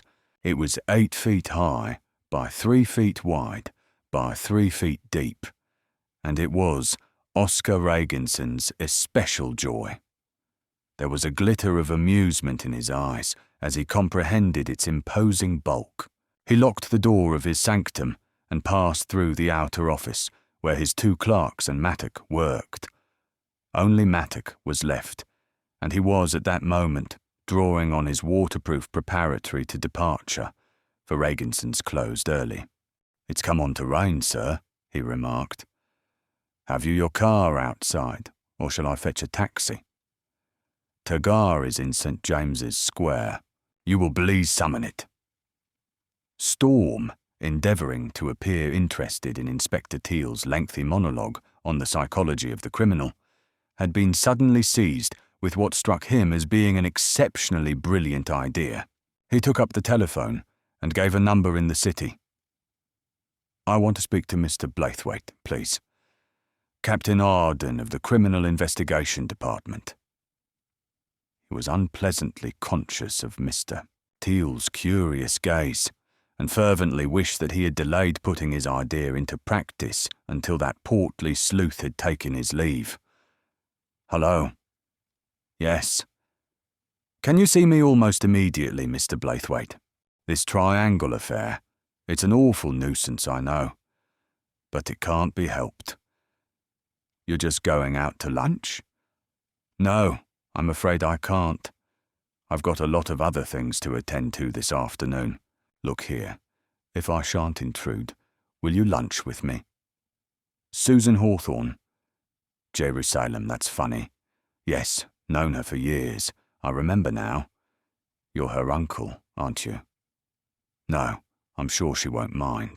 I'd tell you over the phone, but I hate invisible backchatters. I'll pick you up at the record office in under 10 minutes. So long."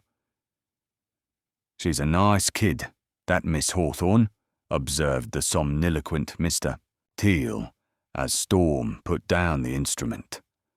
Storm was not inclined to be conversational on the subject. You know, sir, I always say a young man ought to get married. It kind of puts a kick into his work. And if there's kids, it gives him something to work for." "Now, I was married when I was a youngster of 22, walking my beat like any cub copper. Well, believe me, sir, it made a new man of me. And when we had our first, that was 4 months after." "Teal," said Storm awfully, "you're shocking me. Go away and blow froth." He collected Blaithwaite at the bank, and they parked the car in Salisbury Square and proceeded on foot to the Fleet Street restaurant, where Joe had arranged to meet his niece. She was surprised to see Storm, and in his state of exaggerated self-consciousness, he thought she was a trifle displeased. Thinking things over, he realized the painful transparency of his ruse. "I'm sorry to butt in on you like this," he said. "Fact is, it's important for me to see your uncle, and I shan't have 10 consecutive free seconds this afternoon." Joe Blaithwaite tucked his napkin into his waistcoat and beamed at them both impartially. "Anything I can do for you, Captain Arden?" This placed Storm in a quandary, for he hadn't the foggiest notion of an excuse for his presence. The timely arrival of an overworked waiter gave him a few minutes' respite, during which time his brain seethed frantically, and at the end of it, he was prepared to be fluently plausible. "Teal is always talking about you, Mr. Blaithwaite. He says you're a great criminologist." "Well, I've read a bit about it," admitted Joe modestly. "It's difficult, of course, to do much as an amateur. Now, this triangle, Captain Arden, is the very first time I've ever been mixed up in anything of the sort personally. I shall put it in my book. I'm writing a book, you know." "Did Teal tell you that?" Storm nodded. He glanced at Susan and then exerted himself not to meet her eye, for her initial annoyance had given place to quiet amusement. He felt her eyes upon him and went hot and cold. "And you absolutely can't remember a thing about Harchester that you could associate with the triangle?" he asked. "Not a thing," said Blaithwaite with a vigorous shake of his head. Of course, some people must have been jealous. I was jolly good at rugger in my time, and Harchester thinks more of brawn than of brains, so I became captain of the school rather out of my turn. But that's all so long ago I can't remember details. Certainly nobody disliked me to my face, whatever they may have thought. Who was the bird you cut out? Blaithwaite wrinkled his brow. I can remember him a bit. A big fellow, no good at games. He was so gawky everyone used to rag him about it. Bull something. Bull. Bull said, that's it. He was brilliantly clever, I remember that. I often wonder what happened to him. He ought to have become a great scientist. But bless you, Bull said never kicked. He was too quiet. One of the most easygoing fellows I've ever met. Susan turned to Storm with a smile. Is Uncle's school life so terrifically important? She asked sweetly. Fearfully, Storm assured her gravely. She shook her head, and all mischief was in her eyes. You're forgiven, she said, and the simple Joe blinked uncomprehendingly at the laughter that followed. The rest of the meal was delightful, and Storm listened soberly to the account of Blaithwaite's literary aspirations, interspersing the recital at intervals with the most innocent expressions of admiration. About this triangle, though, seriously, he said later. There's going to be trouble, and it's going to be tough. You've heard what they've done already. Tried to poison me, shot me up, and sent the gentle gat-gunning for Susan. And that's before they've committed a single crime against the men they've threatened. I say threatened, although no threats have been put on paper in so many words. But I guess if I got one of those little valentines, I'd look under my bed before I got into it. Whether they said, this is where you get yours, or not. What do you make of it? Crime on a big scale, said Blaithwaite impressively. It's a solid possibility, as a commercial investment, to a man with capital and genius. Joe's simplicity was his great charm. As I see it, Captain Arden, criminals would never be caught if they didn't leave clues. Consequently, in order to be a successful criminal, all you have to do is to master the art of not leaving clues.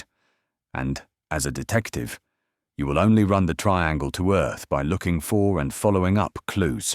The ordinary police methods of searching for clues are inadequate. There are too many hindrances. You should be able to enter houses without search warrants, take people into custody and interrogate them on the slightest provocation, and adopt any means you choose in order to accumulate evidence. The detective should be above the law. Storm shook his head. I'm not a pooker detective, he said, and Teal owes me 10 bob. Are you being funny? Demanded Susan. Or is there likely to be more trouble? He looked at her steadily, eyes half closed, his cigarette between his lips. You're scared, he said. Well, I'm not absolutely praying to be killed. There was a short silence, for he had no wish to alarm her unduly. And yet, to minimize the danger would not be the thought of anyone but a born fool. He turned his eyes on Blaithwaite. Are you scared? I can't say I've thought about it seriously, confessed Joe. I really don't see that I have much to fear. Far less, anyway, than I have to fear from bank robbers and kiters. That's an American word for bank swindlers, he explained unnecessarily. Inspector Teal, my very good friend, always says that violent crime is foreign to this country.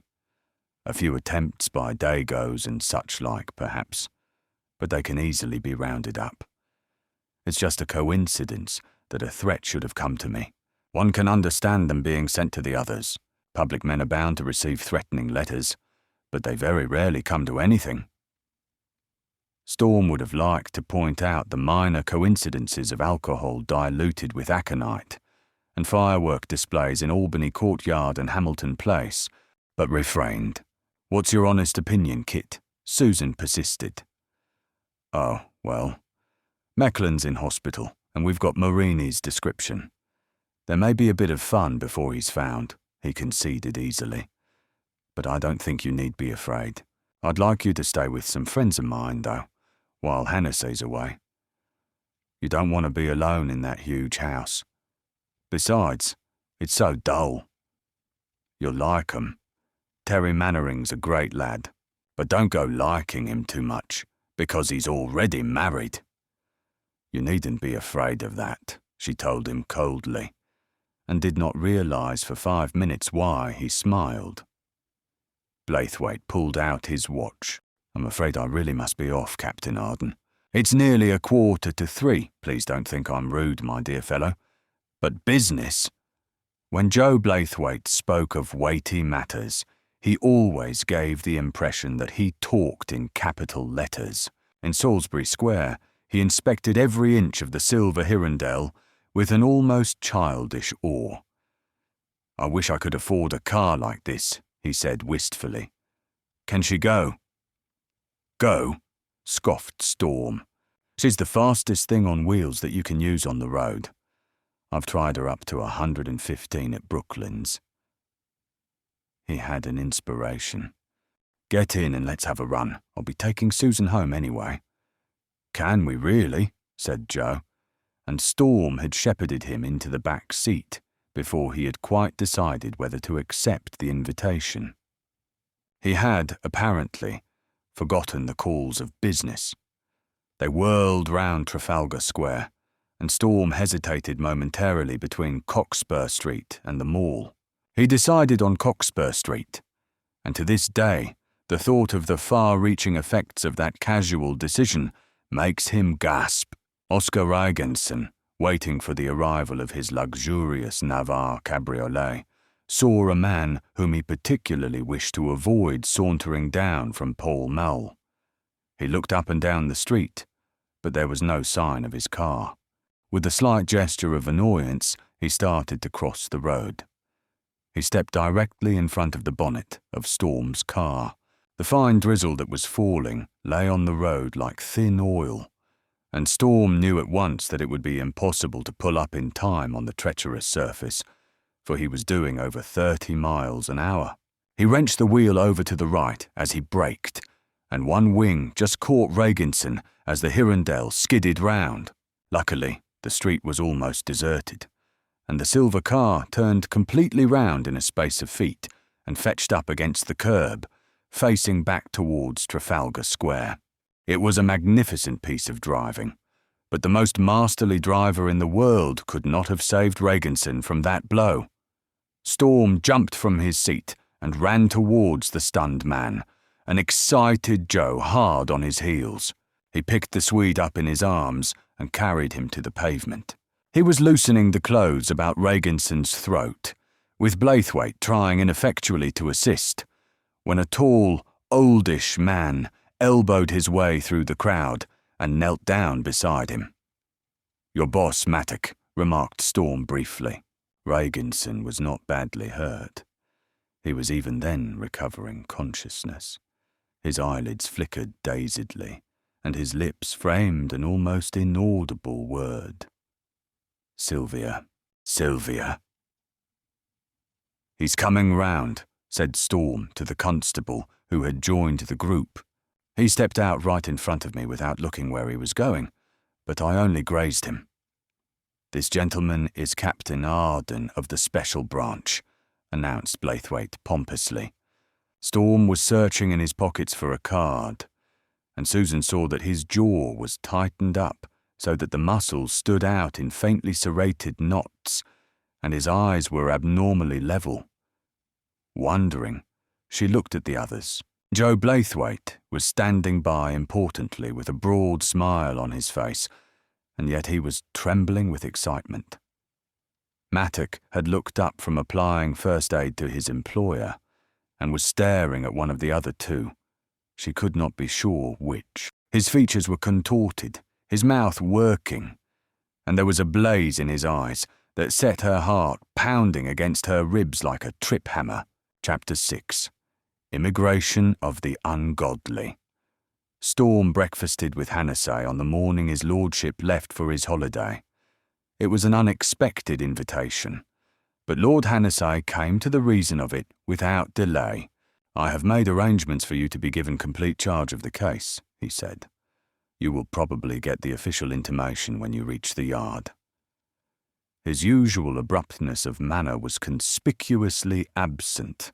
He spoke restrainedly and rather artificially, like a man who has planned out his speech in advance and intends to adhere rigidly to a premeditated sequence of words. "You will have all carte blanche, and you may use any means you think fit within, and, by special arrangement, without, the law to round up the Alpha Triangle. I am convinced that the menace with which we are faced is the greatest in the history of crime." "I'm glad to have your support," said Storm. "I'm more than sent rodents myself, but I thought I was in for some job persuading the authorities I wasn't an alarmist." The peer nodded absently and stirred his coffee. He seemed hardly to have heard Kit's remark, and when he spoke again, it was in the same mechanical way as before, as though he neither anticipated nor required interruption. "Strictly between ourselves, Captain Arden, I know the secret of the Alpha Triangle." He pushed away his plate and lighted a cigar. "That, I think, should surprise you. You will ask, also, why I do not place my information at the service of the police. There is a reason for that, a reason which I cannot explain to you now, but which will be clear to you when, and if, you run the gang to earth. The Alpha Triangle is an organization which came into existence originally for the purposes of revenge, the purpose for which it was organized by a genius who, I sometimes think, is mad. You have, of course, been interested in the murder, it was murder, by the way, of Joubert a few months ago. That was the first crime of the Triangle, and yet I offer for your contemplation the paradox that until 5 minutes before the murder, there was no Alpha Triangle." Storm sat without comment, although he was literally amazed at the confession he had just heard. Lord Hannessy, whose eyes throughout had been fixed vacantly on the opposite wall after the fashion of a child repeating a lesson, looked at him suddenly and surprised that look of consternation. "Exactly. I am deliberately admitting that I am, in a sense, an accessory," he said with a smile. "I must ask you to accept the extraordinary situation, the cause of which will be apparent to you at the successful conclusion of your labours. The Alpha Triangle, then," he went on, "from being a purely revengeful society, became an acquisitively criminal one. I ask you to take my word on that score, for although the Triangle has committed no acquisitive crimes up to date, I have every reason to believe that it will make up for the deficiency in the future. This transition, already an accomplished fact, in the spirit, if not in the deed, must have already occurred to you as a probability. What, indeed, could be more natural than that such an organization, having established a powerful and unscrupulous society for taking its vengeances, should visualize the possibilities for material gain latent in such a society?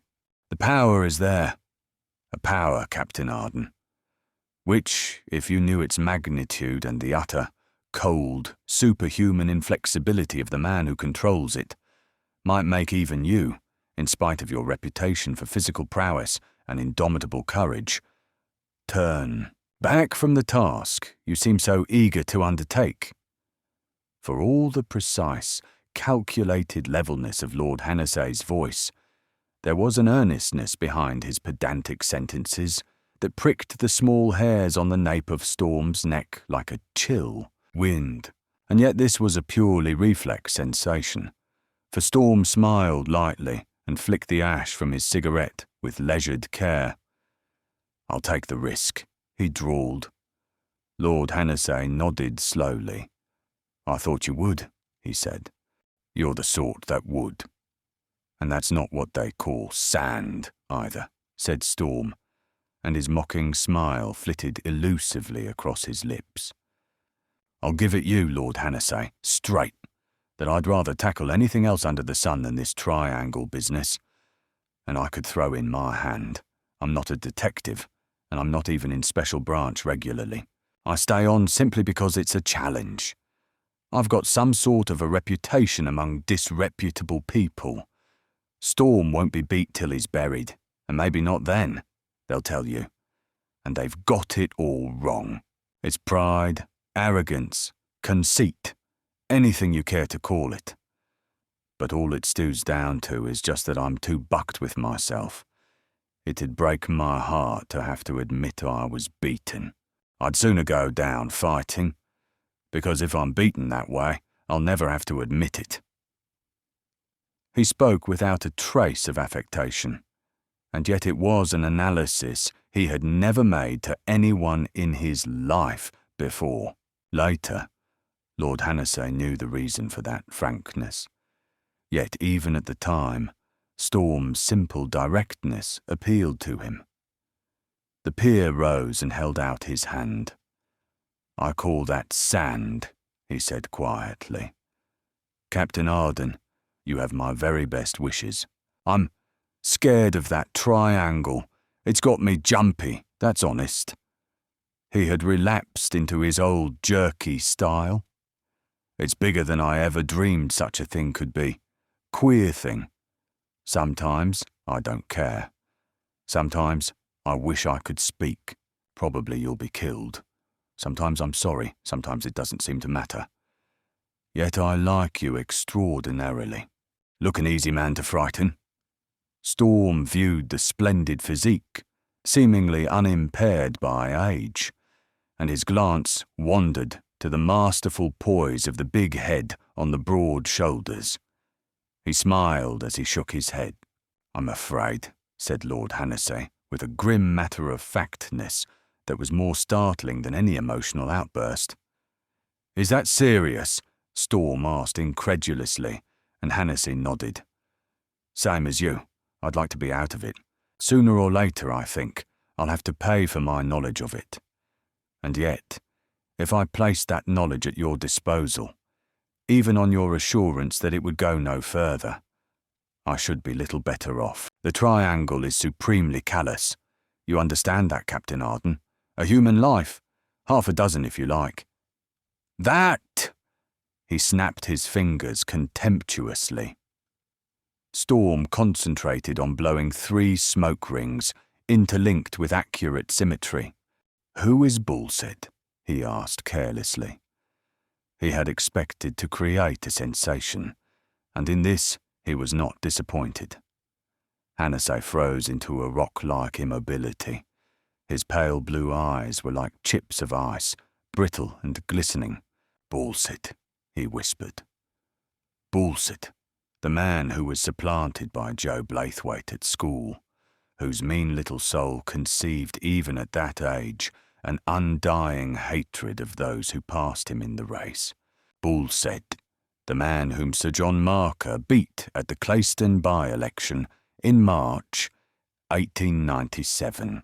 Bullset, the scientist whose seriousness and anarchical views caused him to be ragged rather unmercifully at Oxford, particularly by a man named James Mattock, a man of good family, but with too much money.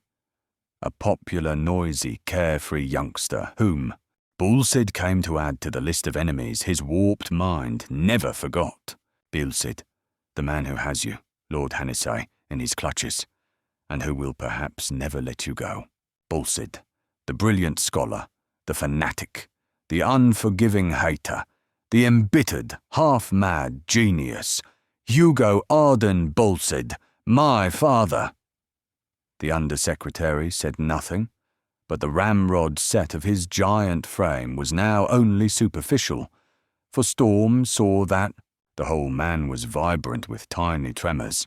Every line on that stern, dominant face was graven deeper and sterner, and little chips of hot steel glinted behind the icy blue eyes. "Hugo Arden Bullset," said Storm slowly, "the man who made Oscar Regenson, and who will break him. The man who'll kill me one day, if I don't kill him." "So you know," breathed Hannessey, "and I needn't have been so secretive about my knowledge." He placed his thin cigar between his white teeth and walked across to the window, whence he could look out on the green beauty of Hyde Park dappled with the golden glory of the morning sun. "Yes, I know," said Storm after a silence, and the peer turned. "Captain Arden," he said, "do you hate your father?" Storm shook his head. "No, it's just the luck of the game." He paused. "But you hate him." "I hate him, I think, more than I had ever believed it was possible to hate a man," said Hannasay, with a cold gentleness that was like the caress of vitriol. "I hate him from the ultimate depths of my soul.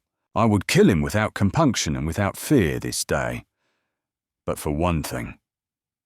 Storm pitched the stump of his cigarette into a flower pot and buttoned his coat. In those trivial actions, he dispelled the tense gloom of the atmosphere as the dawning sunshine breaks up the miasma of a swamp. It was a quality born of his clean, fresh wholesomeness. "I must be going," he said cheerily. "I hope you have a good holiday." Lord Hannasay did not ring for the butler, but himself escorted his guest to the door and opened it. He held out his hand and took Kit Arden's in a firm grip. "Au revoir," said Storm, but Hannasay's head made a slight, half-amused, negative movement. "Adieu," he said. "A premonition, Captain Arden. We shall never meet again. Goodbye." Storm drove back to New Scotland Yard and found the indefatigable Teal waiting for him. That stout detective was working his jaws rhythmically, and a folded copy of the morning paper was propped up on Storm's table before him, while a litter of papers and printed forms of all colours were spread across the blotter. "There's a few notes you asked for," he remarked. "I've been looking through them." He rose ponderously, and Storm took his place at the desk. "I can see somebody's been at them," said Storm gently, and proceeded to attempt to restore order. "Those files of the record arrived yet?" "They're at the bottom." Storm swept the chaos to one side and opened the package which lay beneath. Then he smoothed out the 2 newspapers he found and began to skim methodically through the pages. It was some minutes before he found the passage he had expected to find, and then the form of it was entirely unsuspected. It consisted of the book reviews, and most of the space was occupied by criticisms of a certain work. "You read this, Teal," he observed after a while, "and then tell Uncle Joe to give up literature as a career. He's no idea what budding authors have to put up with." The commentary was one of the most scathing Storm had ever read. At the head of it was the title, "Devolution," by Hugo Bullsaid, and a little lower down appeared the name of the reviewer, signed, as he had anticipated, John Carden. There was one paragraph. "We are, frankly, amazed that a firm of such standing as Messrs. Barry and Stokes should have suffered such a fit of judicial aberration as to place on the market a work of such incredible worthlessness. We are equally astounded that a man of such scientific prestige as Mr. Bullsaid should have wasted his time in preparing it." The article went on to discuss the worthlessness of the book in detail, and, judging by the quotations from it with which the remarks were interlarded, it seemed that there was some excuse for the reviewer's violence. "Anyone but Bullsaid would have started a libel action," Storm murmured. The tirade concluded with these words: "There is, we know, a great freedom allowed to the printed word, but this freedom was originated that social problems might be clearly and adequately discussed, and that reforms, where necessary, might be suggested without fear. It was not granted in order that such works as Devolution might be published. Devolution is not only a degrading book, it is a revolting book. The subject is unclean. The theme might have been adopted from the ravings of a lunatic. The treatment is of a coarseness unrelieved by the faintest sparkle of wit or logic, and to the mentality of the author can only be applied the adjective septic. The only way in which one can regard this work is as a joke, and then the joke is in such poisonous taste that one hopes it would scarcely be tolerated in a whopping tap room. Storm passed the sheet over to Teal, and the stolid detective read it dispassionately. "I hope you never read Devolution," Kit said when Teal had finished. "I was a respectably married man by that time," said Mr. Teal virtuously. "And anyway, what sort of jokes don't they tolerate in whopping tap rooms? I've never been into one. Fat men didn't ought to drink." "I seem to have heard that homily before," remarked Storm. "Anyway, not many people did read it. It was withdrawn shortly after that review. Here's the record." He glanced through the second paper and finally folded it down at a certain paragraph and passed it across the desk. "And yet it was all hot air," he said. "I've made inquiries, and as far as anyone can ascertain, Bullside led an impeccably moral life both before and after he married. I think that book marks the beginning of his definite insanity. Later, his madness turned into another channel, and consequently became far less obvious." He collected the scattered documents which he had pushed aside, and began to run through them, classifying them as he did so, and discarding those which did not bear directly on his investigation. Then he drew a clean sheet of paper towards him and made some notes, and when he had finished, he called Teal over to study the result. "I know all about Bullside," he said, speaking slowly and quietly, as was his fashion when he was outlining his thoughts aloud. "But Bullside isn't the triangle by any means. There are men in the triangle who've been brought in to serve the ends of the triangle, but who've become its masters. Not openly, that's not what I mean, but work's got to be found for them, and money's got to be found for them, or else they'll turn on their leader. Bullside started the triangle, and now Bullside's the unconfessed slave of the men he leads." It was a curious thing that, although it was Teal, acting on the suggestion of Joe Blaithwaite, who had revealed to Storm the identity of his father, the relationship had never since then been mentioned between them. "Here's the list," said Storm, indicating the notes he had made, "of the crook emigrants into this country, as supplied to us by the American, French, and German police. I'll bracket them off. Con men." He ticked one group with his pencil. "Yeggs, whizzers, knockers off, blackmailers, dope merchants, jewel thieves, and so forth and so on. All the usual bunch who come over in the season, and the numbers are about average. But look at these, who generally stay at home. 11 killers from Germany, 16 ditto from Paris, Toulon and Marseille, 27 synthetic American gunmen. That makes 54 criminals who value the life of a man at approximately 2 cents, all in, or believed to be in, London. Tell me why, Teal. Here's the report of the chief of the Sûreté. Sans doute, quelqu'un a causé. Sorry, you don't talk the lingo, do you? Undoubtedly, someone has been talking of the opportunities which presents violent crime in England. We have been able to trace some of the movements of this unknown, and we are convinced that his words have induced numbers of our criminals to quit our shores. That's a literal translation. In England, old Lafleur means that some coot's been touting for thugs. He turned over other papers. Much the same from Germany. New York says, knowing the rarity of violent crime in England and the efficiency of the police in suppressing such as exists, we beg to suggest that you search for an organisation which contemplates an attack on London, which might easily have disastrous consequences by reason of its very unexpectedness.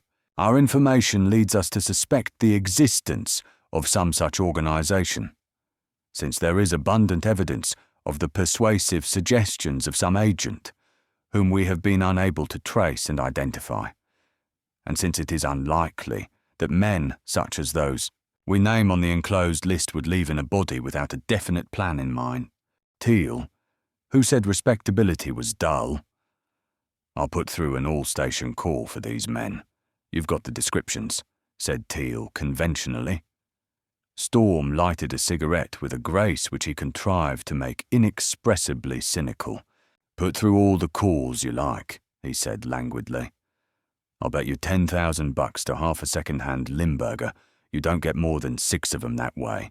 Personally, I'm going to commit 2 felonies in the course of the next 48 hours, and I'll guarantee to find out more about the triangle that way than you will in 48 years with the help of the police news and the weekly list, and the rest of the bunch, and the whole dog-strung CID. Into the bargain.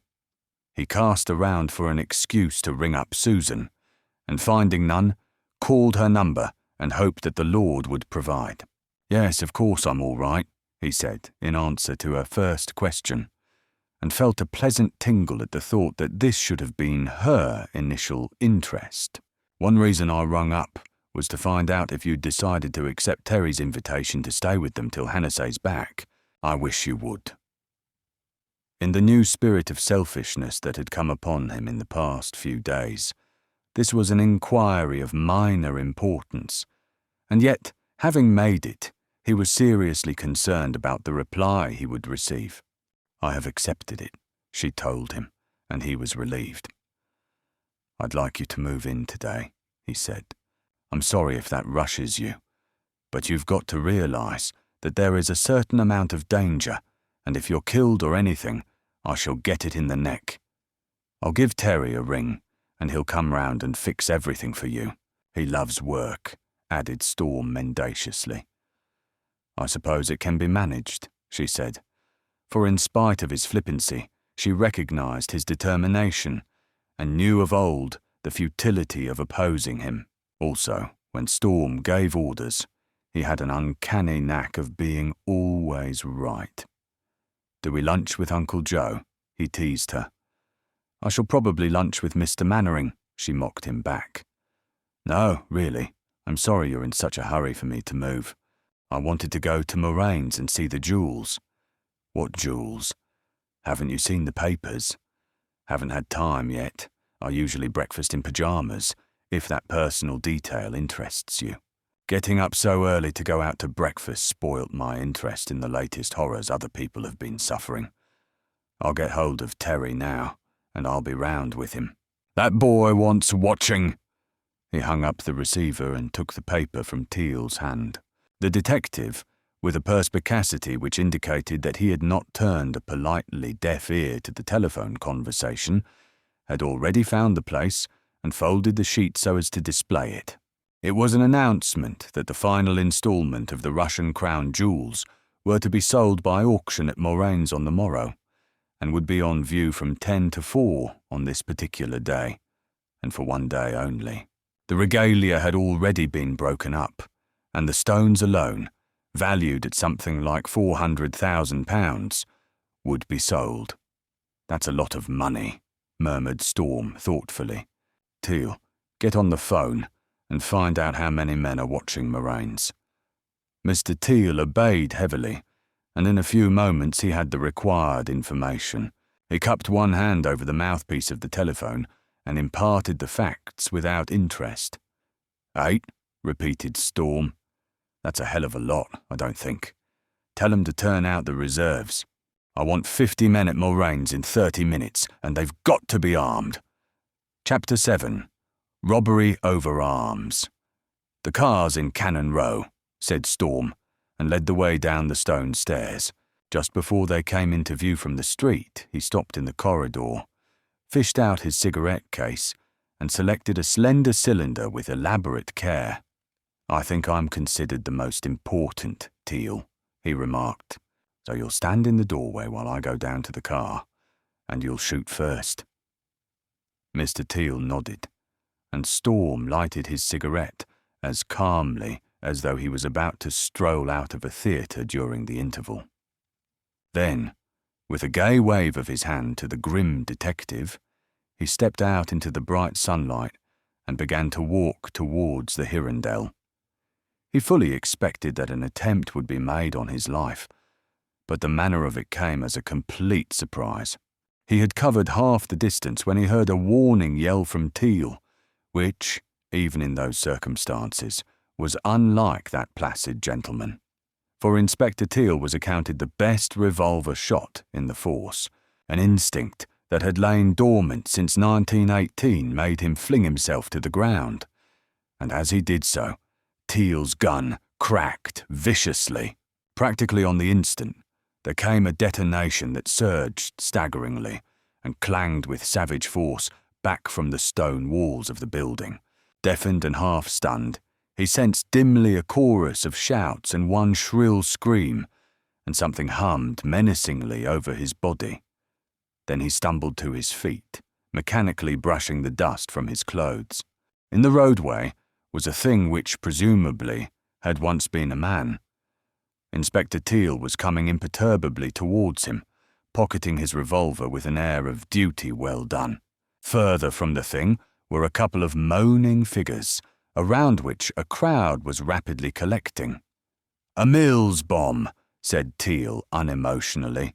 Two men who had been passing at the time were terribly injured, and an elderly lady was leaning against a convenient lamppost having hysterics.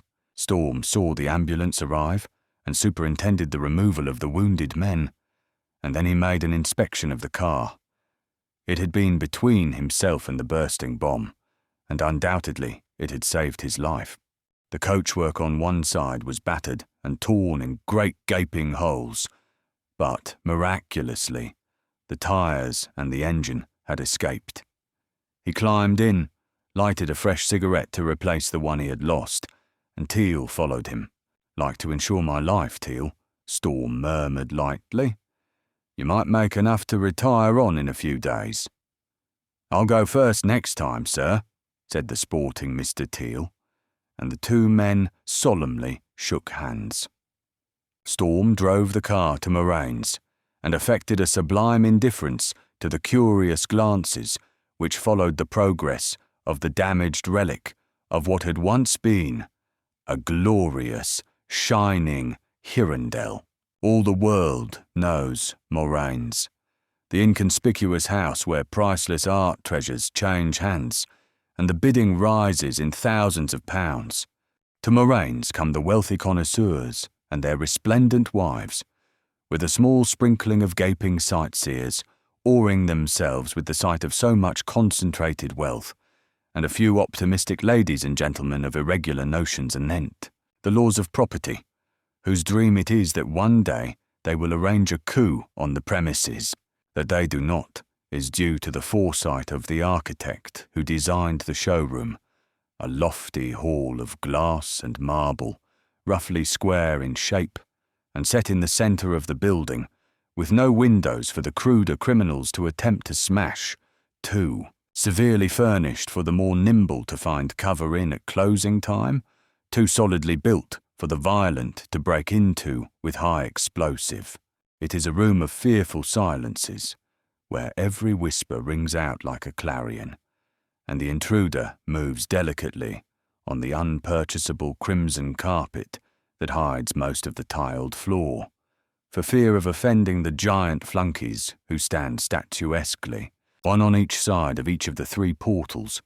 It would be sacrilege to describe these masterpieces as doors, in all the glory of their gold and scarlet livery. But Storm and Teal had small leisure to absorb all this vision of magnificence. Outside, they had seen little knots of variously dressed stalwart men standing chatting, men who scarcely spared them a glance, or, if they did, gave no sign of recognition. Inside, grouped about the doors, were similar men, and yet more moved unostentatiously about the room, peering idly at the glittering gems displayed in the long glass case that ran down the centre of the hall. £400,000, said Storm. Teal, wouldn't you sell your soul for the brains of the triangle? Among the crowd, Mr. Teal caught sight of an old friend and flowed irresistibly towards him. The friend so recognised suddenly remembered an urgent appointment elsewhere, but the vast form of the detective effectively barred his path. "Hello, Birdie," he drawled. "How's trade?" "You're making a mistake, Mr. Teal," said the little man with dignity. "I'm an honest man. Them jewels," he jerked a contemptuous thumb in the direction of the showcase, "them jewels are beautiful. But my interest is solely that of the connoisseur." Birdie Sands was playing his gentleman act, a device he adopted automatically when accused of anything. Mr. Teal, however, remained unimpressed. "Oh no, Birdie, you naughty, wicked man," he said genially. "I won't believe you've degenerated that much. Not when you see as much of Snooper as you do. What does the good book say? Snooper finds some mischief still for Birdie Sands to do. Birdie, go home. As a law-abiding citizen and a man of education," Birdie began haughtily. But Teal was in no mood for wasting time. He signed to one of the connoisseurs who was loafing nearby, and a protesting Birdie was taken gently but firmly by the arm and conducted towards the open air, following which Teal, with intent to continue his clean-up, looked around him for a fresh victim. He never accomplished his ambition. Startlingly loud above the hushed whispering of the crowd, a voice rang out in a curt command. "Everybody will now stand perfectly still and keep silence." Teal swung round, his hand moving instinctively to his hip. It stayed abruptly, for he saw the means there were for enforcing the order. At one end of the room stood 6 men, in line, their right hands held high above their heads. And in every one of those hands was something round and black and shining. "Shades of Mills," breathed Teal. The leader spoke again. "These are Mills bombs. The pins are out, and at the first sign of resistance they will be thrown. Also, if any one of us is shot, his bomb will, of course, explode when he falls. Please be sensible. We do not wish to shed blood unnecessarily." The detectives, uncertain, looked to Storm for their cue. He only hesitated for a second, and then he gave them their instructions in a clear voice. "You will all obey that order. Carry on, Gat." 3 of the men handed their bombs to their companions and moved towards the glass cases. The other 3, now holding a bomb in each hand, stood motionless. "Everybody will now move down to the far end of the room," said Gat Marini. "The officers of the law, except Mr. Teal and Captain Arden, will be at the back of the crowd. If a bomb has to be thrown, I should dislike having to hurt any policeman or any of my assistants." Storm, standing well to the front, was coolly lighting a cigarette. That amazing young man was smiling, and the hand that held the match was coldly steady as an iceberg. He looked at Teal and found that the detective was flushed and shaking with rage. Teal's vanity was an unsuspected tender spot, and there was no doubt that the barefaced effrontery of the gang, in so holding up a squad of detectives, was likely to strike him with apoplexy. "Can't anything be done, sir?" he pleaded unsteadily. "There's about 30 armed men behind us, and we're helpless." "And there's about 60 civilians, male and female," Storm told him, "who'll get where the bottle got the cork if we start any funny stuff and bombs go flying about. And they will throw 'em. You can invest your hosiery in that." Teal shook his head despondently. "This'll be the end of both of us," he said. "What in hell's happened to those dear friends outside?" He did not say, "dear friends." Storm shrugged. A bag had been produced, and the 3 men in the centre of the room were gathering up the jewels and packing them quickly and carefully away. One by one, they emptied the cases, and the bag grew heavy and bulging. They were working on the last case when an interruption occurred. One of the guards from the street came to the entrance. The whole thing was perfectly planned.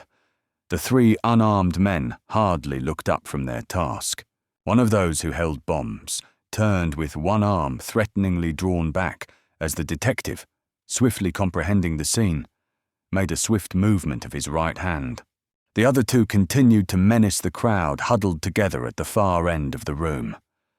"Don't shoot!" rapped Storm, and the man's hand fell to his side. He was passed back to his comrades behind the crowd of frightened men and women, and the despoiling of the last case went on without a break. The triangle had allowed for all contingencies, and every counter-move had been designed and rehearsed to perfection, so that the complete performance should move as cleanly and slickly as an exhibition by a perfectly trained haut corps de ballet. It was all carried out with incredible speed and efficiency. Barely 5 minutes elapsed between the first intimation of the attack and the collection of every gem in the place, in the bag the three operatives carried. In the forefront of the crowd, a keen-faced young man was writing swiftly in a notebook. His astounding unconcern stamped him immediately as a member of the only profession which would be detachedly interested in the end of the world. Snooper Brome replaced the pins in the bombs he held, and one of his assistants did the same. The third man still held up his hands with their load of concentrated death. The three who had rifled the cases left first, strolling out one by one and conversing casually of what they had seen. Morini, carrying the bag, paused to deliver a mocking farewell. "We shall meet again, Captain Arden," he said. "In the Old Bailey," brisked Storm cheerfully. "So long, Gat." He had no fear of being attacked then, for obviously the gang would be unwilling to alarm the people outside if it could be avoided. The whole thing was staked on the handicap of the crowd of people who would be involved in the fight if the police made a move. It was the most consummately daring bluff in the history of crime, and granted police officers who felt responsibility for the safety of the general public, it was a bluff that could not be called. Now only the last man was left, and he stood like a graven image while the hands of the big clock on the wall over his head moved slowly. A silence had fallen on the crowd, and the only sound was the restless movements of their feet. The reporter was still writing dispassionately. And then, without the quiver of a nerve, Storm performed an act of reckless heroism that drew a great gasp from the crowd. He threw away the butt of his cigarette and reached boredly to his pocket. Those who were near him saw something hard and blue-black leap out with his hand. He fired, and as he fired, he hurled himself forward. The man with the bombs sagged and crumpled with a little choking cry. Storm was upon him even before he fell, had wrenched the bombs from the spastic clutch of the dead hands, and was racing towards the door. Beyond that door was a long marble corridor which led to the vaults, wherein the treasures offered for sale at Moraine's were stored at night. With a grunt, he flung the two bombs far from him and jerked himself back into the room. They detonated in mid-air, and he was only just in time to avoid the fragments of metal that came whizzing back on the earth-shaking reverberation. The tense effort left him gasping weakly, and the screams of panicking men and women came to him through a red haze. But it was only for a moment. "Attaboy!" His cheery voice rose above the pandemonium. "3 shies a penny. After 'em, you hounds of hell." The detectives, led by Teal, poured out of the other door which led to the street, and were met by the inrush of the outside guards who had heard the explosion. Storm watched them go, and then went towards the fighting, stampeding mass of people who were striving to follow them. At a glance, he saw that the flying splinters of the bombs had done no physical damage, and he let his parade ground voice go like a whip crack. He cursed and insulted them into silence, and barked them back into the room. "You poor hen-ripped sheep," he snapped, when he had cowed them into some sort of order. "There'll be no more fireworks. Form single rank, all ladies to the right, and go out quietly, not like a lot of milling white rabbits." He marched them out like a string of beaten dogs. Only one protested at this assumption of command, and he was a man whom Storm had marked down in the stampede. A gross, expensively dressed bounder, white and shaking with terror, who had striven to claw his way to safety through a mob of frightened women. "I'll have the coat off your back, sir," he fumed, his voice shrill with the reaction from fear. You insolent young puppy, swearing at us as if we were the scum of the earth. I'll report you to your chief. I'll have you kicked out of the force. You're a disgrace to the police, sir, a disgrace. You endanger our lives, and then you have the impertinence. The impertinence! I demand to know your name, sir. I shall go straight to Scotland Yard." "I am Captain Arden," said Storm coldly, and his lip curled. "Ask for Mr. Kennedy, who is my chief, and put a cushion in the seat of your trousers before you go, because he will quite certainly kick you down the stairs." "I'll write to the papers about this outrage," stormed the man. "I'll have you pilloried in the press. I'll tie you in 3 knots and push you under an omnibus if you aren't outside in 5 seconds," said Storm quietly. And there was such concentrated scorn in his voice that the man shrank away as though he expected a blow. Storm was boiling with suppressed rage beneath his calm exterior, for the events of the past minutes had frayed his nerves more than he would ever have admitted. The reporter had watched the scramble with half-closed, amused eyes, and had gracefully taken his place at the end of the queue when peace was restored. He was the last to leave, and he held out his hand as he came to the door. "I won't ask for an interview," he said, "because I don't want my head bitten off before I've written up this scoop. Here's my card. I'll see you through if that cow in trousers makes a fuss." Storm's acid stare dissolved into a smile in response to the youngster's grin, and he shook hands heartily. They went out into the street together and shouldered their way through the mass of excited people who had assembled. A uniformed man answered Storm's query. "Your men are after them, sir, but I don't think they've much chance. I saw them all go, and they looked too innocent to be wrong. Besides, there'd been no alarm." Storm started up the Hirondelle, and the journalist, without invitation, joined him.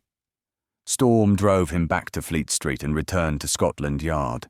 He was feeling annoyed, for he had risked everything to allow the detectives to give chase with the least possible delay, and yet he knew the futility of attempting to allow even 2 minutes of start in London to a fast car whose number was unknown, and he did not doubt for one moment that the gang had provided themselves with every possible means of ensuring a good getaway. Newsboys were rushing about with sensational posters in their hands, yelling indistinguishable captions, but he hardly noticed them. He had occasion to remember them, however, when he reached his room, for a letter was awaiting him, and it was marked urgent. He tore it open and found a sheet of thin foolscap covered with neat writing. At the head of it was drawn the symbol of the Alpha Triangle, and just below this was a note. A copy of this manifesto has been sent to all the London newspapers and all news agencies.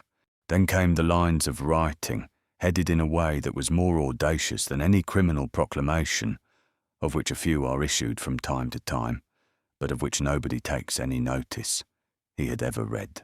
And the subject matter of the manifesto would only a week ago have excited his derision. First manifesto, by the Lord of the Alpha Triangle, in council, to the Parliament and people of the United Kingdom, whereby it is announced as follows: the society at present known as the Alpha Triangle is the most powerful and the most highly organized institution of its kind the world has ever known.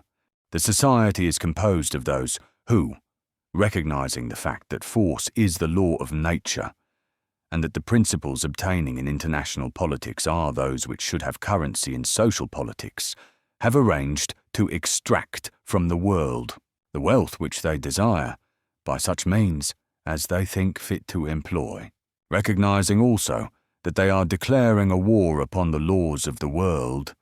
The Alpha Triangle wish it to be understood that no human life will be sacred to them during the duration of such a war. In order, therefore, that much needless sacrifice of life may be saved, the Alpha Triangle takes this opportunity of announcing that it will declare an end of this war on receiving official intimation of the acceptance by His Majesty's government of the following terms of peace. 1. That the government above cited shall, within 2 months of the date hereof, pay to the Alpha Triangle the sum of $15,000, 15 million pounds. 2. That the government above cited shall, upon making this payment, utter a proclamation freely pardoning the several members of the Alpha Triangle and fully indemnifying them from the results of any civil or criminal proceedings in connection with any felonies, misdemeanors, or torts committed by the said members of the Alpha Triangle, up to and including the day upon which this payment is made. 3. That the government above cited shall make this payment in gold ingots, in a manner to be described upon our receipt of the notification of the said government, that they accept these terms without any reservation or alteration whatsoever. And whereas it is expedient that these terms shall be complied with without delay, we further announce that until the aforesaid notification of acceptance shall be received by us through the medium of the daily press, we shall at intervals of 3 days inclusive assassinate the undermentioned members of the Cabinet: Sir John Marker, Home Secretary; Hugh Anderby Neilson, Chancellor of the Exchequer; Paul Hesketh, Foreign Secretary; Lester Hume Smith, Secretary for War; Lord Hannasay; John Bayridge Rand, and in addition, the criminal activities of the Alpha Triangle will continue with unabated energy. Of the efficiency of these activities, the public will be in possession of a striking example by the time this manifesto appears in print. Further, be it known that the lives of those who set themselves to track down the Alpha Triangle are forfeit, and this sentence will be first carried out upon the persons of Captain Christopher Arden and Inspector Claude Eustace Teal, given by our hand this day, signed. For signature, there was simply a small replica of the crest which commenced the sheet. Storm read the rambling, arrogant proclamation through again, taking in all its pseudo-legal jargon, unnecessary capitals, and peculiar paragraphing. It was an amazing announcement, and yet he absorbed every word of it eagerly, for even though it was undoubtedly the work of a madman, he had already had enough evidence that the madman had the brain of a genius and the organizing ability to carry through his extravagant threats. And the men were there to serve him, the half-human, brutal, remorseless dregs of 4 or 5 nations, who would kill for him readily. One thing only amused him, and he spoke of it to Inspector Teal when the plump detective arrived. "You've discovered my guilty secret," said Mr. Teal sadly. "If I was on the staff of the Triangle, I'd have put the name of the man who suggested those names to my father on the list." There was a silence. Then, "It's incredible," Storm said harshly. "Teal, if your pal Joe put this manifesto into his book, every critic would tear it to pieces. And yet it's true, it's possible. A bughouse genius with an army of cheap thugs who'll obey him. This," he tapped the paper, "this don't count a blue hoot. It only proves he's mad, and I knew that already. And God knows how to stop him. I know the Triangle, and I could arrest him in 30 minutes. But what court'd convict on all the evidence I've got?" Teal shook his head. "The Moraine's men got clean away. We hadn't an earthly." He fumbled in his pocket and drew out a pink slip. "This might interest you," he said casually, and strolled away to the window. Storm read the telegram and as he read, he went cold. Lord Hannessay found murdered online near Kearsney. Chapter 8. Annoyance of Oscar. Nothing but credit can attach to Captain Arden, who is in charge of the case. Immediately, he heard of the display of jewels. He ordered 50 officers in plain clothes to be armed and dispatched to Moraine's. The hold-up, however, was staged in a manner so unprecedented and so completely unforeseen that, hampered as they were by a considerable number of sightseers, Captain Arden and his men were helpless. As it was, his prompt action in attacking the member of the gang who was left behind to ensure the getaway of the others was as courageous a deed as that which won him the DSO at Mons during the Great War. It was not his fault that he failed to prevent the escape of the gang. Captain Arden also deserves special praise for the way in which he quelled the subsequent panic. A gentleman who was present has written us a strongly worded letter abusing the methods used by Captain Arden in doing this. Our correspondent apparently fails to realize that you cannot argue politely with a terrified mob, and that Captain Arden's vigorous measures probably saved several people from, at least, serious injury. So spoke the Daily Record after the first profitable crime of the Triangle. The trouble about sensational crime, from the journalist's point of view, is that once the public has ceased to be interested in its committal, the news value falls several degrees below par. The Triangle mystery, however, suffered from no such disadvantages. The definite threat of further crimes effectively maintained popular interest at fever heat. The Triangle was the topic of conversation wherever 2 or 3 were gathered together, and those who at the first announcement had dismissed it as a hoax prayed that their indiscretion might be forgotten. Joe Blaithwaite was confidently pessimistic. "I know criminals," he would say darkly to the few doubters that remained. Another man, personally concerned with the fate of the plot, was belligerently smug. "I shall nod bay," he repeated with liturgical monotony. He sat opposite Joe Blaithwaite in the Lombard Street office. It was not his usual day for calling, but his reason was costly enough to justify this departure from routine. "To day after tomorrow," he said, "I shall a check trove or 50,000 pounds. I shall require to be paid in £1 notes. Lead berberations per mate." "Certainly, sir," said Joe Blaithwaite briskly, and made a note on his pad. "The money will be ready for you." "In the morning?" "Yes," Reginson nodded violently. "That is all. Thank you." He rose. "If I might mention something, sir?" Blaithwaite stopped him. "That man Snooper, you want to be careful of him." Reginson wrinkled. "Snooper?" "That Brome fellow. Edward Brome, he calls himself. I saw him driving through the city in your car yesterday morning. Of course, it's really no business of mine if you give your acquaintance a lift, but Brome isn't, desirable. He's a well-known fence." "Fence?" "Fence," explained Mr. Blaithwaite with unction, "is the cant term among criminals for a man who buys stolen property. A receiver. Brome is a receiver." Reginson stroked his chin. "Dear me, that is most distressing. Yes, have you seen him before?" "How do you know?" "I know criminals," said Joe with an air. "When you again meet him," said Reginson seriously, "tell him not to gall on me again. I shall be gross. Yes, a criminal. I shall extinguish him. He shall have to fire out." Blaithwaite was surprised at the man's vehemence. "There's no actual evidence against him," he explained erroneously.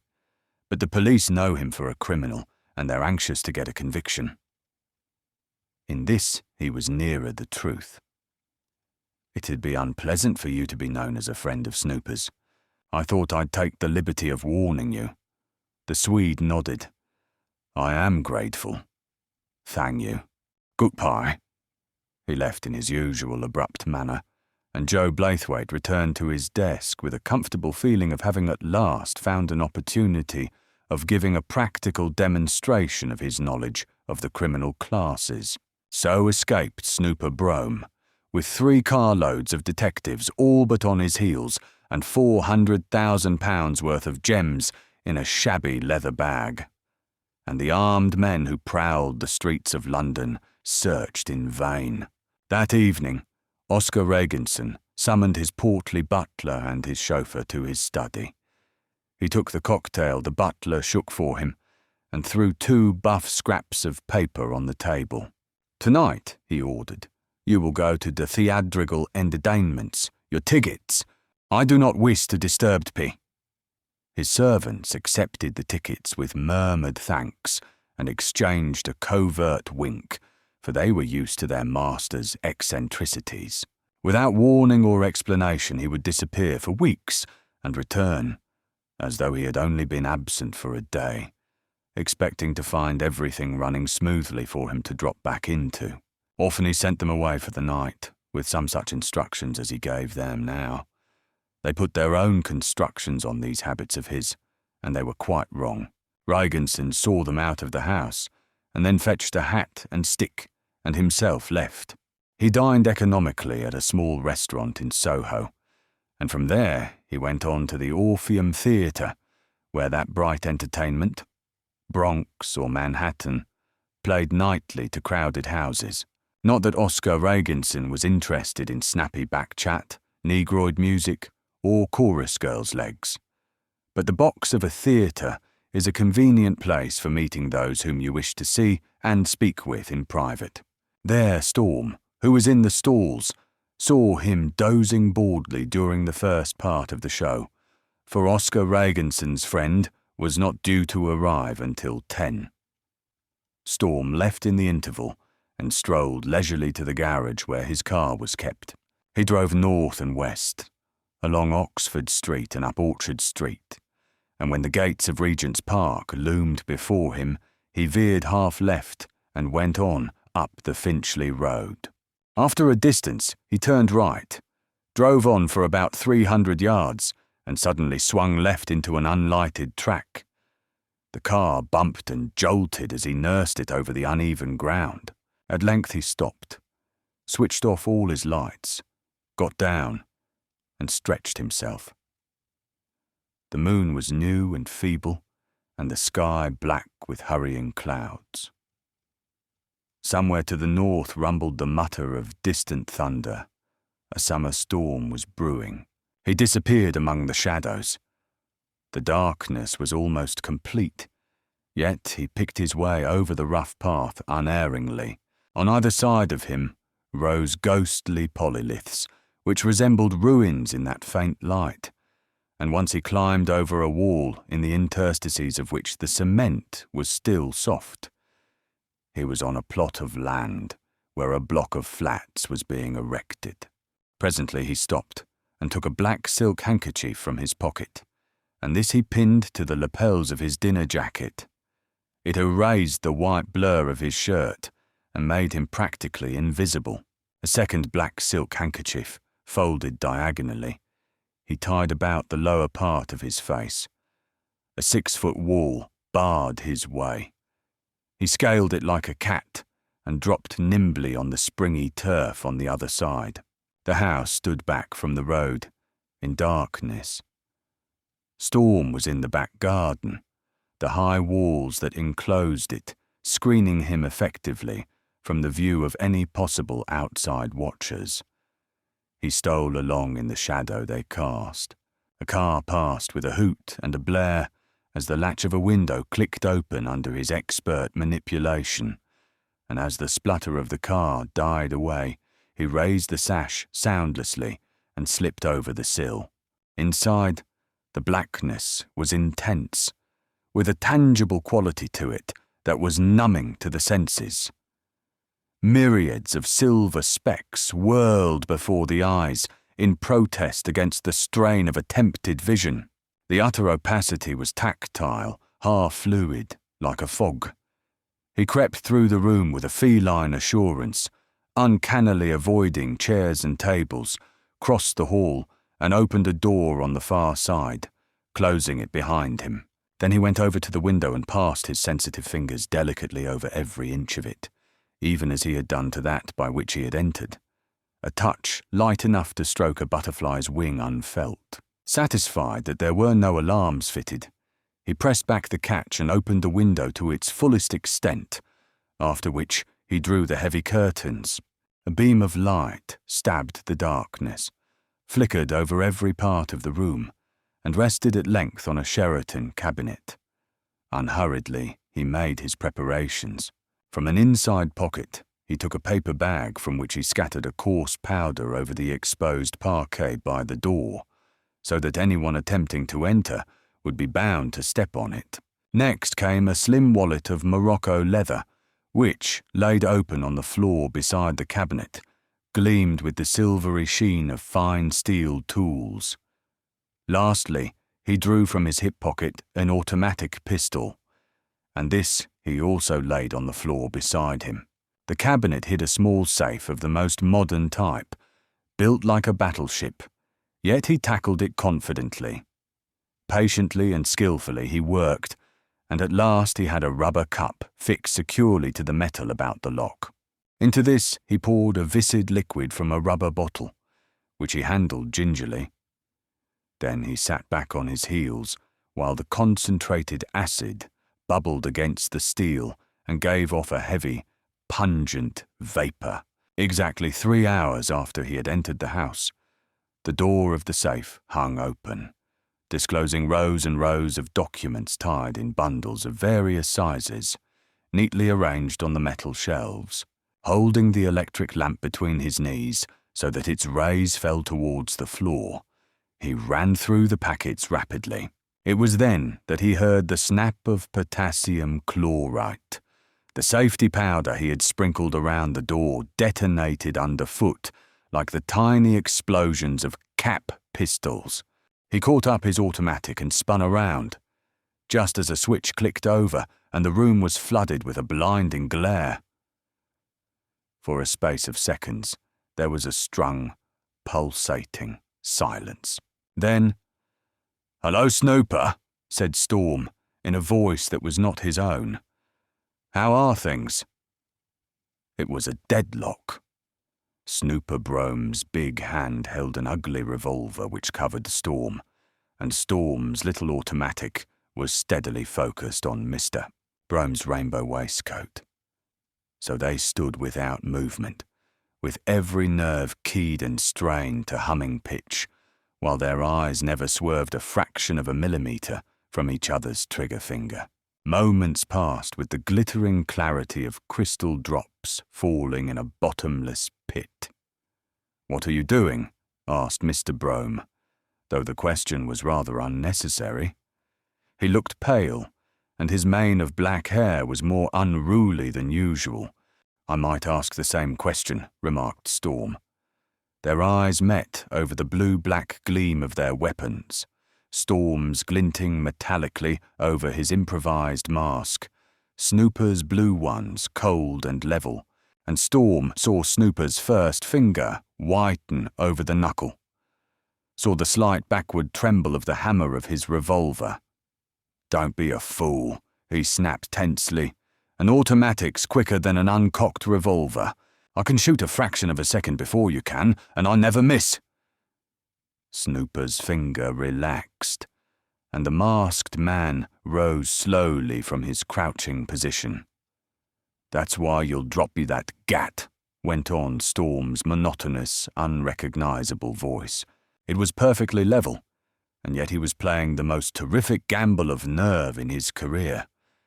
He was banking, betting, coldly and unruffledly, threatening on the infinitesimal margin of time's advantage the difference of weapons gave him.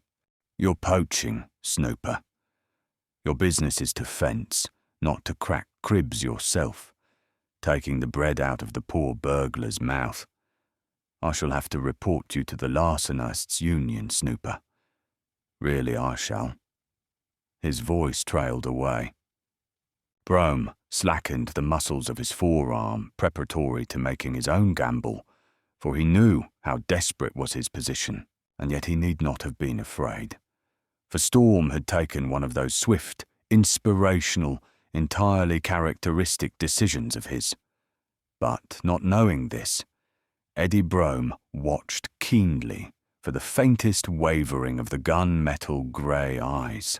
He stirred slightly, and the crack of another speck of potassium chlorate under his foot was like a gunshot in the stillness. For a decimal of a split second, it distracted his attention. A fine tongue of flame licked out from the muzzle of Storm's automatic, and the roar of the explosion was shattering. The bullet struck Brome's revolver from his hand, and it clattered to the floor while his arm fell limply to his side, suddenly paralyzed by the shock. Storm dropped his gun into his pocket and leapt. His fist crashed into Snooper's face, and the big man slid limply to the ground. Storm had his back to the drawn curtains, and behind him he heard, quite distinctly, a stifled gasp. In one lightning spring he was beside the window, his back flattened against the wall, watching and listening. No one entered, and he drew back the edge of the curtain a centimetre. There was nothing to be seen, but as he let the cloth fall back, he caught the gentle crunch of stealthy footsteps on gravel. He was across the room in a flash, had turned out the lights, and was back at the window. He slipped between the curtains and swung himself out, dropping to the path with hardly a sound. At the corner of the building, a dim grey shape moved suddenly and vanished. Storm jumped the path and raced along the turf to where he had seen the figure. There was no sign of it, but he could glimpse the small area in front of the house, and he saw the two black burly forms which pounded up the tiled approach, their lanterns dancing as they ran. "Damn these police, but it's no use getting rattled, Horace," he murmured. With which sound piece of philosophy, he doubled back to the window and returned to the room he had left. His one shot had already raised the alarm, and he had much to do, yet he moved without flurry. On the floor in front of the safe, he continued his interrupted task by the light of his torch. It was finished in a few moments, and then he closed the safe and replaced the wallet of tools in his pocket. As he crossed to the door, he saw that Snooper had vanished, and, on the strength of his decision, was glad that he had not hit the fence harder. There was, however, small time for these reflections, for the constables outside were already thundering on the front door.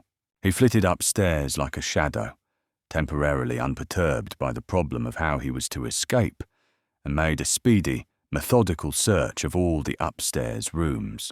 The door of one remained shut when he turned the handle noiselessly, and from within came a faint sound of cautious movement.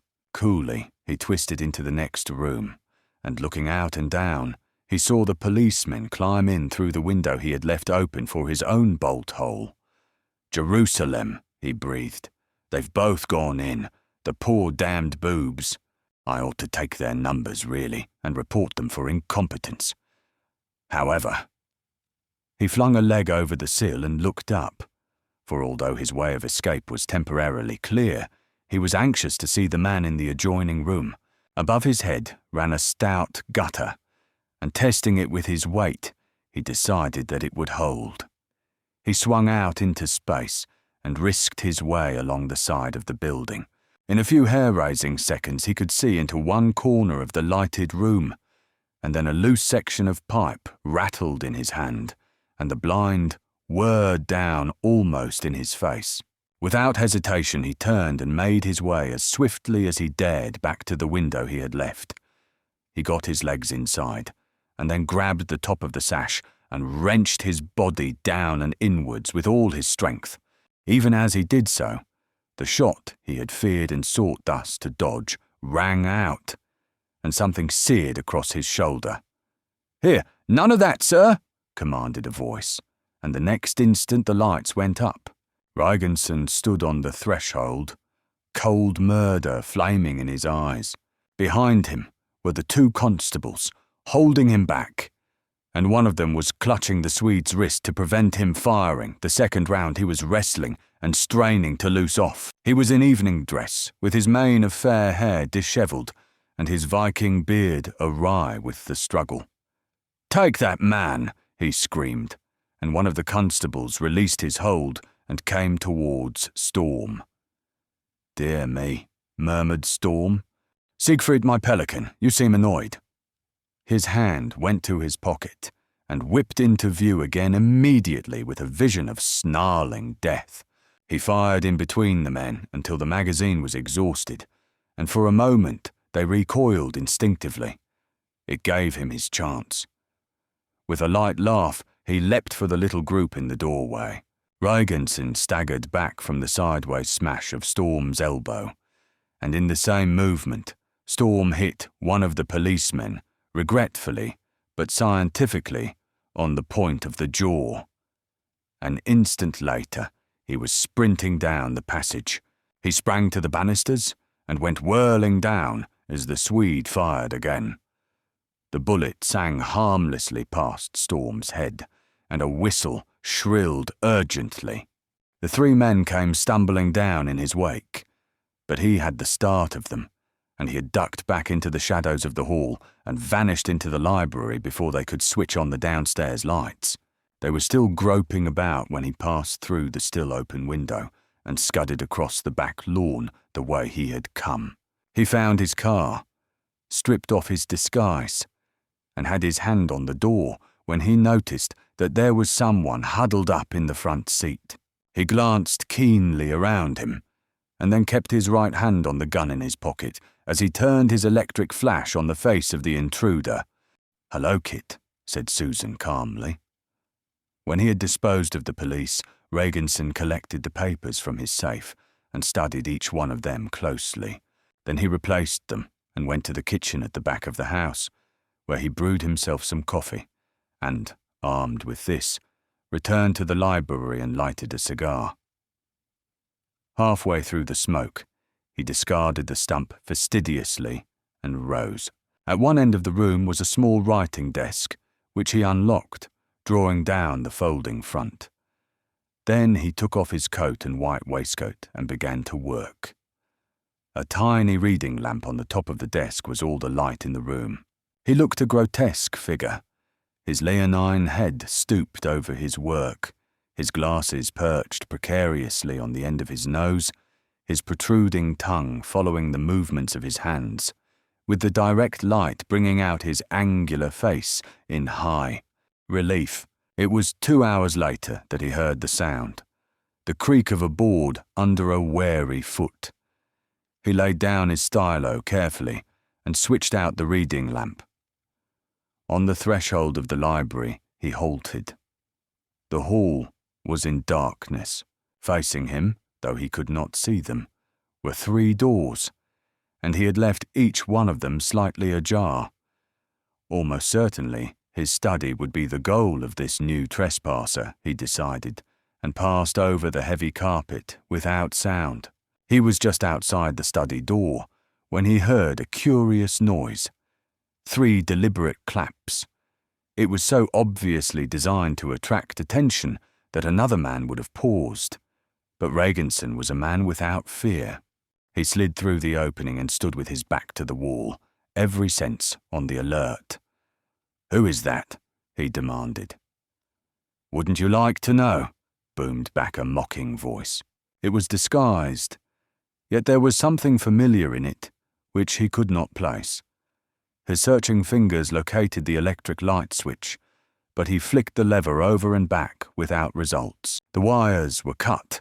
He found the loose ends hanging free a foot further down. "What is?" he said. And then came a rollicking chuckle that, unemotional as he was, seemed to set a fine thread of ice vibrating in his spine. "Maddock!" he roared uncertainly, and then he saw a shadow move and stumbled forward. He touched cloth, and with a deep-throated grunt, he closed. The unknown struck at him with something that whistled as it fell. But Regenson bowed his head, and the life-preserver thudded agonizingly into his shoulder instead of into his skull. He grabbed the striker's hand, and for a short while they swayed and panted in the darkness. His opponent was heavy and strong above the average, but he was no match for the giant Swede. Presently they fell together, and Regenson heaved himself astride the writhing man and sought to gather in the arms that struck viciously at him. "Now we shall see," he growled, and then a chance blow crashed into his solar plexus, and he rolled limply away, gasping in a torment of nausea.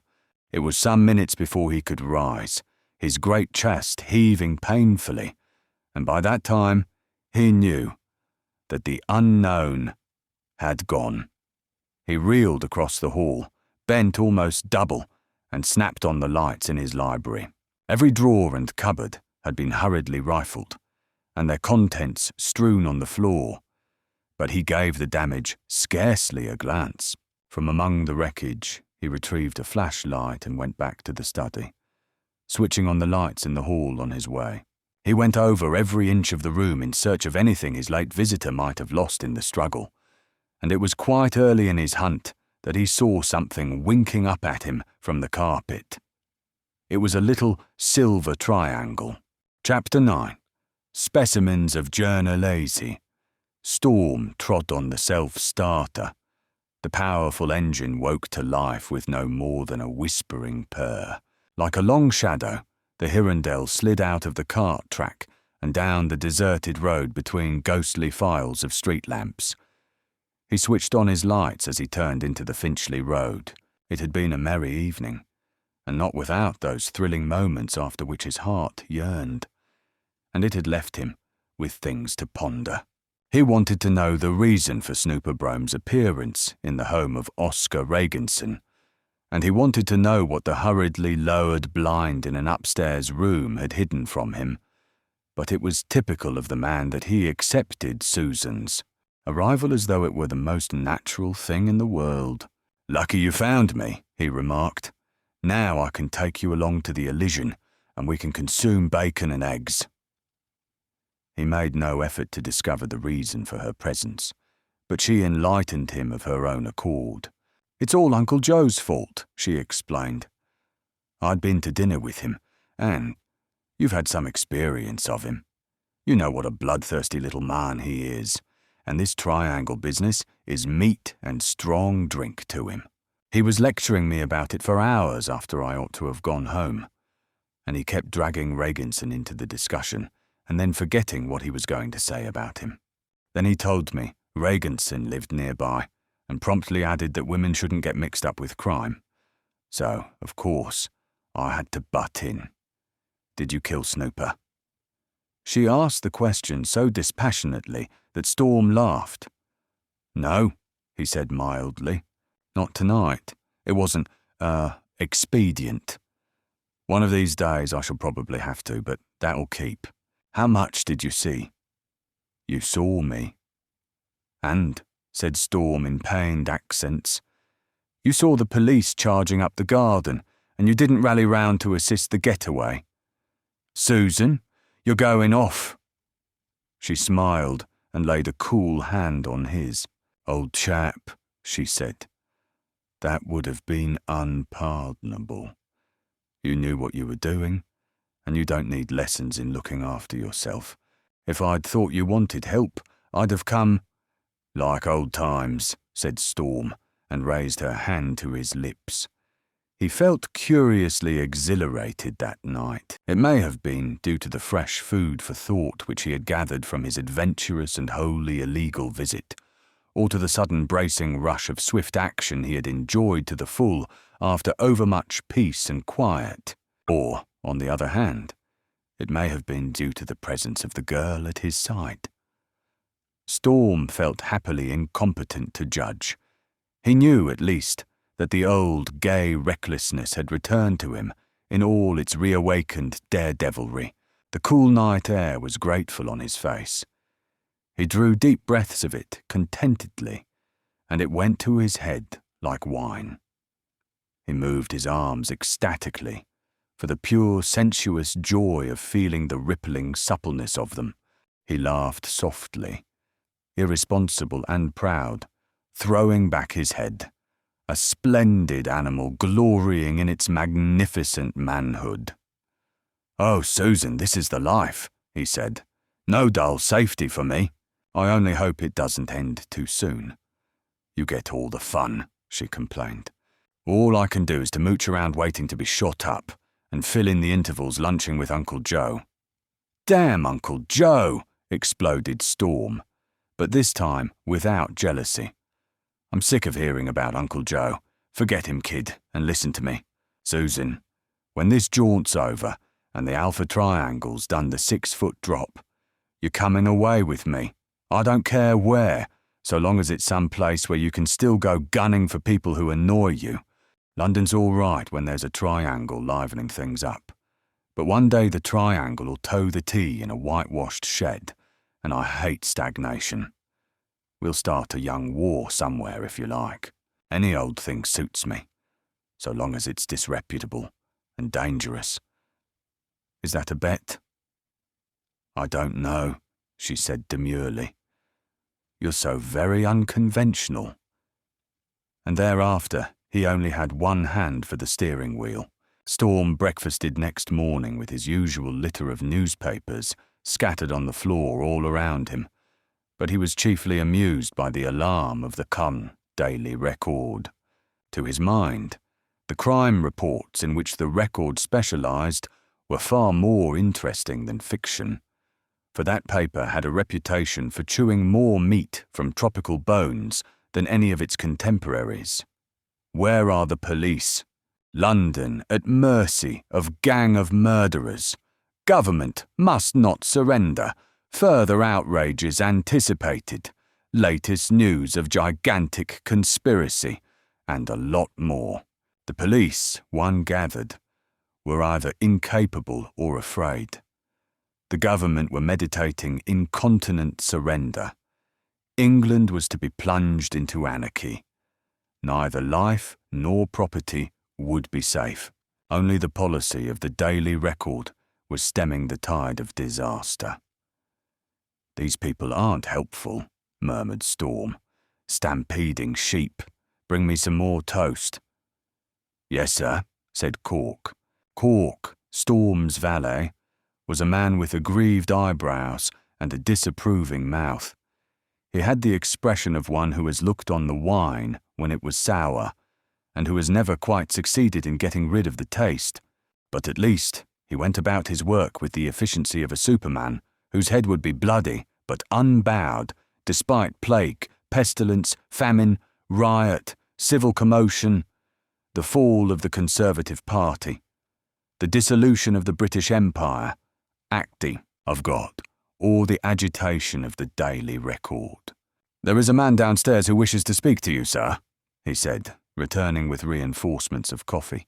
Sorrow was in every line of his pessimistic face, and he laid a faint emphasis on the word man. Storm had never quite induced his servant to accept Inspector Teal as a human being. "What's the matter with him, Cork?" asked Storm. "Leper?" "I'm afraid not, sir," replied Cork gloomily. "It's the policeman who calls sometimes." "Show him up," said Storm, and returned to his newspapers. Mr. Teal glutinated through the door. "Good morning, sir." "Morning," said Storm without looking up. "Sit down, Teal. English or colonial breakfast?" Inspector Teal frowned suspiciously. "What's a colonial breakfast?" he inquired. "Oh, a horse's neck, a mutton chop, and a small dog." "What's the small dog for?" queried Mr. Teal innocently. "And why a horse's neck?"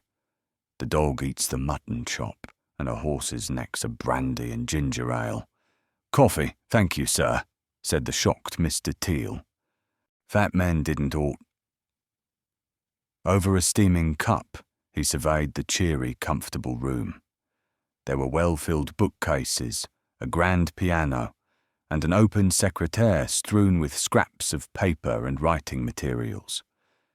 On the walls were fencing foils, boxing gloves, an oar, and over the mantelpiece hung a couple of sporting rifles. "Nice little place you've got here," he remarked. "I've always liked it." "Not so bad. Listen, Teal, the papers say the police are believed to have a clue, Reese. Why don't we contradict such wicked slanders?" "It's better than Finchley," pursued Mr. Teal without emotion. "And this, a sensational arrest is expected at every moment. Jerusalem. My dear soul, how can even a great man like yourself make a sensational arrest at every moment? There aren't enough sensational people in London to maintain the supply. Besides, blokes'd start getting peeved." "Reganson was peeved," said Mr. Teal sleepily. Storm slewed his chair round so that he faced the detective and searched for a cigarette. His gunmetal grey eyes were alight with mischief. "Teal," he protested, "why must you be inconsequent?" "Why must you burgle Reganson?" asked Mr. Teal. That quick, flickering smile played about Storm's lips. "How do you know?" he asked calmly. "Your tyre tracks were all over that bit of building ground, and I called at your garage on my way here and found dry mud caked all over your wheels. You don't collect that sort of mud in the streets." Mr. Teal blinked twice and yawned. He became almost awake. "Mr. Arden, why can't you and me work together?" "That accusative makes me go all goosey," complained Storm. "You and I," Mr. Teal corrected himself. "Why not? We'd get on much better." Storm exhaled a thin feather of smoke from the corner of his mouth. "You might," he said, "but then you're only a detective." Inspector Teal accepted the proffered cigar. His mouth widened half an inch momentarily. "I shouldn't compromise you," he pleaded. Storm walked over to the window. "How did you come to visit Reganson at all?" he asked. "I was called early this morning," said Teal. "I haven't been to bed yet, so I heard all about the masked man and the fancy shooting, and then I remembered you'd promised to commit a few felonies. Besides, you can recognise a Hirondell's tracks. They've got a very wide wheelbase, and you can only fit Valoris tyres. Bit off your beat, wasn't it?" "No." The detective rummaged in his pocket and produced something that was familiar to Storm without a closer inspection. "Anything to do with triangles is on my beat." Storm took the trinket and stared at it. Then he paced quickly up and down the room, his eyes half closed and his cigarette tightened up in his lips. He raised his shoulders and shoved his hands deep into his pockets, and then he stopped in his stride abruptly and turned. "Did you get that from Reganson?" Teal nodded. "The burglar came back, and the second time he left that. He and Reganson had a fight, but the Swede stopped one in the tummy." "Do you think I'm the triangle?" asked Storm directly. Inspector Teal jerked the ash from his cigar. "No, I don't. But you know too much about it, and I wish you'd come across. There's an inquiry about that Moraine stunt scheduled for this afternoon, and the Commissioner will be curious." "I want the whole yarn," Storm said after a short pause. "I's heard from Reganson." "I can do better," said Teal. "A reporter who lives out that way was there even before I was. It was just 10 when I came along Piccadilly, so I brought you in the midday edition of the Evening Record." Storm took the sheet and grinned. "You're an old cynic, Teal," he reproved. He lounged over to the table and rested on the edge of it, while he read with interest the brief account of the happenings in North London of the small hours of that morning. An air of mystery surrounds the two attempts to burgle the house of Mr. Oscar Reganson, the well-known Swedish merchant, which took place last night. How does a house take place, Teal? Mr. Reganson had been to a theatre, and had thence proceeded to a nightclub. How shocking, murmured Storm, from which he returned to his house in Marchmont Avenue at about 1 a.m. He went upstairs immediately and was undressing when he heard a suspicious sound in his study. A moment later, a shot rang out. Stopping only to pull on a dressing gown, Mr. Ragenson hastened downstairs and found the window wide open and his safe broken open. Finding that the telephone wires had been cut, Mr. Ragenson returned to his bedroom in order to don some clothes before summoning the police. Decency before duty, Storm drawled.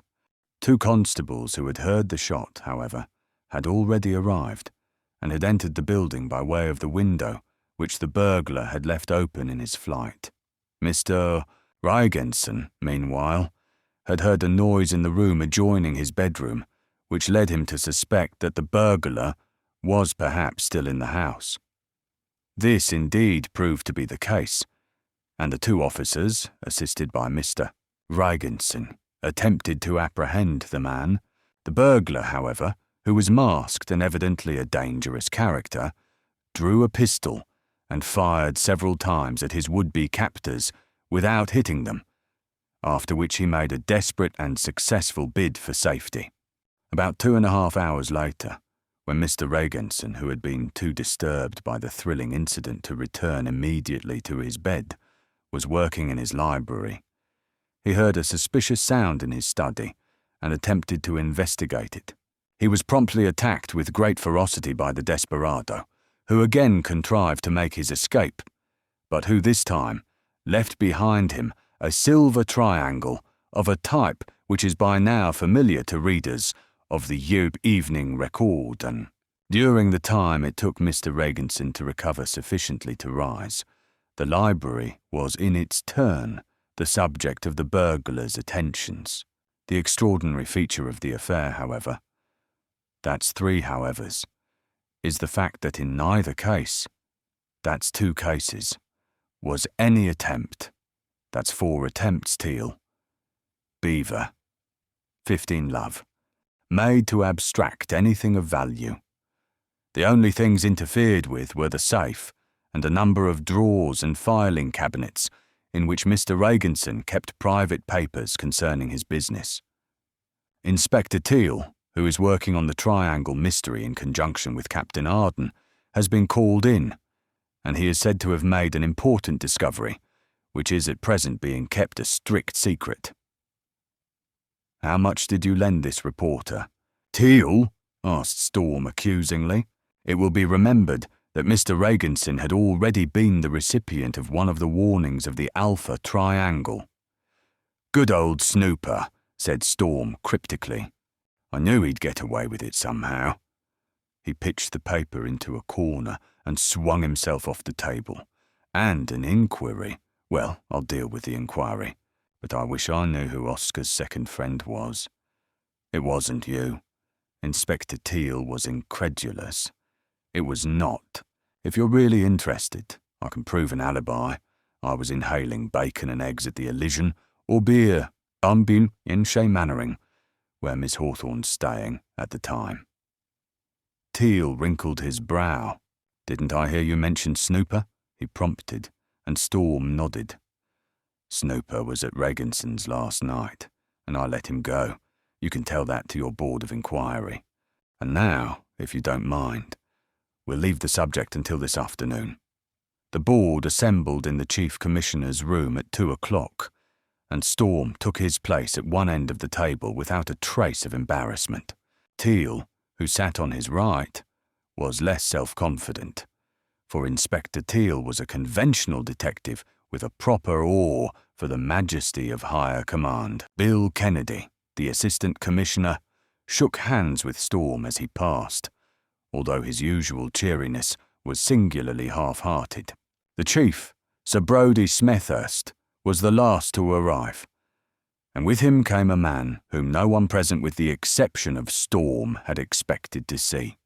"What's the Home Secretary doing in this picnic?" demanded Teal in a hoarse whisper, and Storm shrugged. "I asked him to come," he stated shortly. The preliminary business was soon over, for in theory, the board had assembled to make an inquiry into Storm's failure to prevent the robbery at Moraine's, and then Storm rose to give an account of his progress with the main problem. "I have no excuses to make for the Moraine's affair," he said. "On that score, you may take what action you like. The second point is the double burglary at Regenson's early this morning.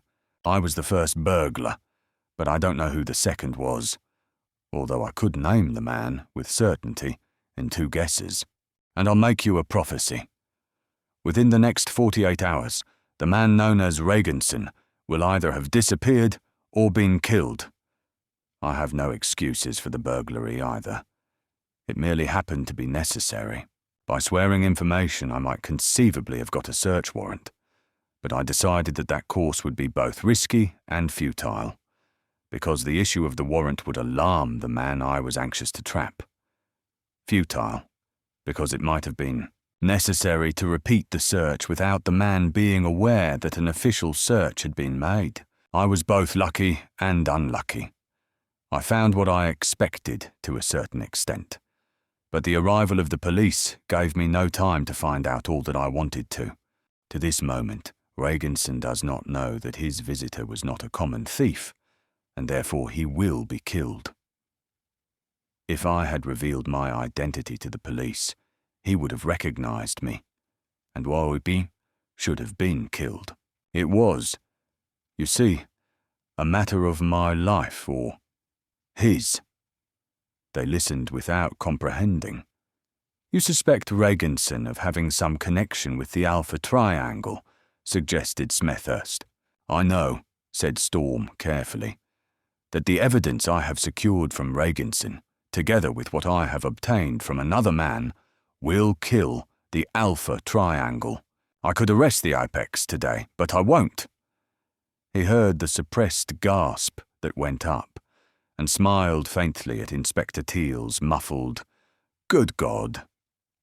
"No one but myself," he went on simply, "has anything like the evidence necessary to secure a conviction. I even doubt very much if I could get one myself. You can be satisfied that it is a moral certainty, even if it would fail to convince a grand jury. But, at the instance of the late Lord Hannessay, and with the consent of Sir John Marker, I was given carte blanche in this case, and you must continue that support." "Must is a strong word, Captain Arden," said the Home Secretary mildly. "I am a strong man," said Storm. He spoke quietly, not as a boaster, but as one who states a fact, and his cool assurance staggered the board, whereas before they had been scowling or incredulous, according to temperament. They were united in indignation. "But please make yourself plain," stammered Smethurst harshly. "It's rather obvious already," said Storm calmly. "The Alpha Triangle is my father. You needn't think I'm giving away my secret, because I'm not. If you took the trouble to trace my father, you'd come up against a dead end. You'd laugh at the idea, just as you'd laugh if I told you openly now. But anyway, I don't want you to try and trace him. I don't want this case messed up with a lot of flat-footed half-wits trying to take my place. You're at my mercy. Do what you like. Sack me. Keep me on, under, supervision. It won't help you, because in a few hours I shall be the only man who can hope to catch the Alpha Triangle. In time, I mean. Of course, I suppose there are plenty of other men who could mug along till they got him. But by that time, the Triangle will have cost the country hundreds of thousands of pounds and many lives. You can take your choice." He had them stymied. Their world was reeling about their ears. Never within living memory had a man dared to address a board of inquiry in such an arrogant manner. Storm set at naught their authority. He was coldly indifferent to the fact that he laid himself open to prosecution. He had given them an ultimatum, with all the casualness of a man to whom acceptance or rejection means nothing to speak of. And the chilled insolence of it dazed them, and Storm, while they strove to collect their wits, was leisurely lighting a cigarette and smiling as affably as if he had merely made some commonplace remark about the weather, instead of handing out to their augustnesses the starkest slice of sheer, frozen, case-hardened nerve in their experience. The atmosphere was electric. It seemed to have temporarily hypnotized all but two of them, Bill Kennedy, who was leaning back in his chair with a grin of pure delight on his ugly face, and Sir John Marker, who was tapping his teeth reflectively with a pencil and apparently considering Storm's proposition as seriously as he would have considered a question in the House. "It is an extraordinary situation, Captain Arden," he admitted. "I can see your point, up to a point. But if, as you say, your father is involved, hadn't you better pass the case over to someone else?" "No," said Storm steadily. "Can't you be a little more explicit then?" "I can tell you this. I first suspected my man on a day when I had a slight accident." Storm spoke slowly and evenly, ignoring the stunned faces of the board and addressing his remarks to the Home Secretary. He was standing erect, with the tips of his fingers resting on the table in front of him, completely at ease. "I was driving down Cockspur Street, and my car skidded and knocked Regenson down. There were present Mr. Blaithwaite, manager of the Lombard Street City and Continental, Mattock, a convict on licence employed by Regenson, and Miss Hawthorne, Lord Hannessey's secretary.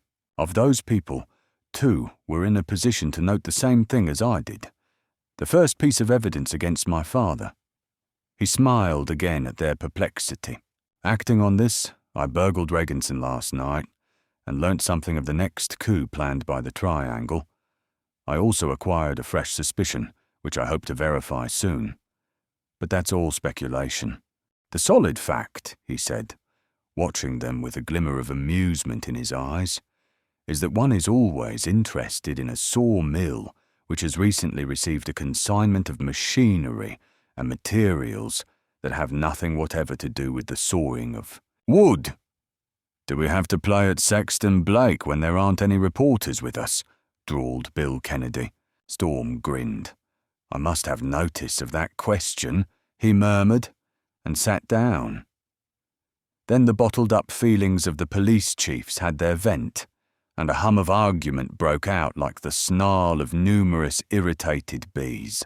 Marker remained aloof, taking no part in the discussion, but listening shrewdly to what his neighbours had to say. Bill Kennedy waved a hand to Storm and lighted a cigar, seemingly bored with the whole business. Inspector Teal was shaking his head. "Never," he muttered breathlessly. "Never. Never did I hope to see this day. Kent Road's nothing. He's knocked 'em on the old embankment and he's got away with it." His vast form vibrated with titanic ecstasy. "Flat-footed half-wits. You can take your choice. Oh boy. Oh boy." "Teal!" whispered Storm reprovingly. "This mirth is nearly indecent." He himself was sublimely unconcerned, for he knew exactly where he had the great ones of Scotland Yard. He had them right where he wanted them, gently but firmly, held down under his brogues, and he wasn't of the type to indulge in gloating on that account. It had simply been, in his opinion, necessary for him to stand on their necks, and he had done it. That was all. It never occurred to him to crow about it, any more than he gave a snide halfpenny for the consequences. He finished his cigarette and extinguished it, and selected a second. The drone of dispute died away.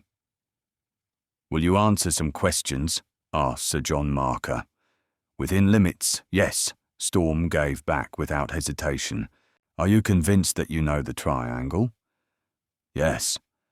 "You based your conclusion entirely on 2 scraps of evidence?" "Yes." "Solely?" "No." Only a born fool forms a theory on the basis of 2 scraps of evidence without applying the known facts to that theory and finding out how it wears. And you think your theory stands the test? Beautifully. What chance would you give your theory? In a court of law? About as much chance as a very small icicle in a burning, fiery furnace, said Storm carefully. Depending, of course, on the precise grade of imbeciles you chose your jury from. The Home Secretary conferred in an undertone with Smethurst. Then you think, he said, his lips twitching at the corners, that if you're allowed to go on in your own way, without question, you will be able to raise your theory to the standard of obviousness demanded by a jury of average imbeciles? It's possible. And what about the crimes which may be committed by the triangle while you are attempting to do this? They will be fewer than if you took the case out of my hands. Then what are your immediate plans? I'm going to confirm my theory to my own satisfaction and, by way of an impartial witness, to the satisfaction of Inspector Teal. And then I shall find the triangle and... He will die, said Storm simply, but it will not be on the gallows. His even, unemotional tone held them all rapt. In spite of themselves, his personality had gripped them. His slim, straight figure stood out above them. His level, confident voice commanded their unwilling attention. He dominated the scene as surely as if he had sat in the Chief Commissioner's chair, with all the authority of Parliament behind him. That, he said, is the only reason why I do not intend to conduct this case in the normal way. He looked around him searchingly, and then his eyes returned to the Home Secretary. I will now make my demands. They gasped again at that. His unassuming presumption was a paradox they needed time to digest. You will permit me to go on with the case, as I wish, with the assistance of Inspector Teal. You will ask for no information, nor will you follow up the hints I have given you this afternoon. You will keep secret my real name, which is now known to you, until I wish the fact to be published. You will allow me to take what countermeasures I think fit to meet the offensive of the triangle. That may seem arrogant, he continued after a short silence, as though the possibility had just occurred to him. As a matter of fact, it's only to emphasize my determination. Anyway, you wouldn't all mess about with the case, so my reticence won't hinder you. Mr. Kennedy and Inspector Teal will vouch for my competence. In a fortnight, the triangle will have ceased to be. I can guarantee that. He paused, while Bill Kennedy and the 4 once completely awake Mr. Teal nodded their answers to the unspoken question of the rest of the board. Finally, said Storm, if Sir John Marker would like to come into a private room with me, I will tell him the name of the apex of the triangle. The Home Secretary deliberated for a moment, and then led the way. They were absent for fully half an hour, during which time Bill Kennedy appeared to go to sleep, and Inspector Teal stolidly shook his head and refused to answer the questions that were showered upon him. When Sir John Marker returned, his face was white, and he seemed to be shivering. Captain Arden continues with the case, on his own terms, he instructed curtly. I may say that I agree with his attitude in every way, but keep it dark. I don't want trouble in the house. The other members of the board stared at him blankly, for they had anticipated nothing so decisive. There was an eerie chill in the air, born of Sir John Marker's ghostly pallor, that would have shaken less matter-of-fact men. The hint of something vast and menacing and incomprehensible loomed over them, something bigger than even the Daily Record had ever dreamed of. They broke up into little groups which converged on the placid Storm and the now weary Teal, while Sir Brodie Smethurst escorted the Home Secretary from the room. As the Minister was taking his leave, the Chief Commissioner stopped him. There's been a lot of talk about that man Reginson, he said. I've heard other things about him, which make him interesting in a general way, apart from the triangle. Can't I have that one question?" The Home Secretary moistened his dry lips as he shook his head and smiled crookedly. "Oscar Regenson must have been reincarnated," he said flatly. "He's been dead 2 days." Chapter 10. Return of an Exile. There was a thin yellow envelope which was familiar to the members of the Alpha Triangle, for it was in such envelopes that they received their weekly general orders, and in similar envelopes the lieutenants of the Apex communicated with their chief under one or another of his various aliases. It was one of these which caught the eye of Joan Sands on a certain morning when she entered the living room for her belated breakfast. It lay beside her husband's plate, unopened, for James Mattock was absorbed in the latest news about the Alpha Triangle, as purveyed by the Daily Mercury, and seemed to be unattached for the moment by the more intimate news which awaited his scrutiny. He glanced up as she came in, gave her a perfunctory smile, and went on with his reading. Joan took her seat and poured herself out some coffee. There were unbecoming shadows under her eyes, and not yet rouged and powdered, she was unhealthily pale. The girl had altered during the past week, and Mattock had noticed the change without understanding it. There had never been any love between them. The old, sophisticated Joan would have scoffed at the idea. But there had been Mattock's infatuation and the girl's readiness to accept anything that offered in the shape of easy money and a good time. He had done much for her, had served a term of imprisonment to save her life, and she was grateful. But love? No. She was a gold digger, and she was honest about it. She played the game by him because her own peculiar code commanded her to. She would have given him what he wanted without the formality of marriage, because she was fond of him in a cynical way, and he had been very good to her in his unworldly, altruistic manner. Not that she was in any sense promiscuous. That was about the only form of gold-digging she barred, and that fact, perhaps, constituted her only virtue in the eyes of her victims. It is difficult to analyze her mind. A child of the people, she had risen to the fringe of society by reason of her beauty, wit, vivacity, and a certain acquired refinement, while her less gifted brother remained in the ranks of the petty in and out of stir sneak thieves. She kept up her position because she was unscrupulous where money was concerned, and yet, incredible as it may seem, for all the wealth her foolish middle-aged admirers had offered her, she had come to James Mattock a virgin. So ill-assorted a couple were they. James Mattock, Oxford graduate and gentleman by birth, who had in his headlong course downhill tasted all but the ultimate dregs of dissipation, unselfishly in love with a woman of the criminal classes whose chastity had been her only claim to his consideration. He was at a loss now to interpret her changed attitude towards him. Ordinarily, she had been the ideal of a good comrade to him, not demonstratively affectionate, yet kindly sympathetic, loyal and trustworthy.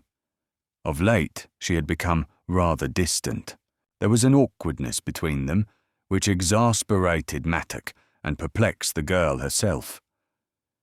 "You've forgotten your letter," she reminded him as he drained his cup and rose to go. "Oh, yes."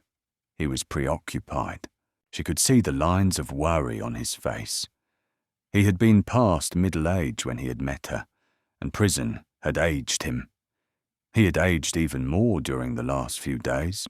His unspoken trouble awakened the old companionship, shook for a moment the strange barrier of reserve which had separated them so incomprehensibly. She fetched his hat and umbrella for him, and then put her hands on his shoulders.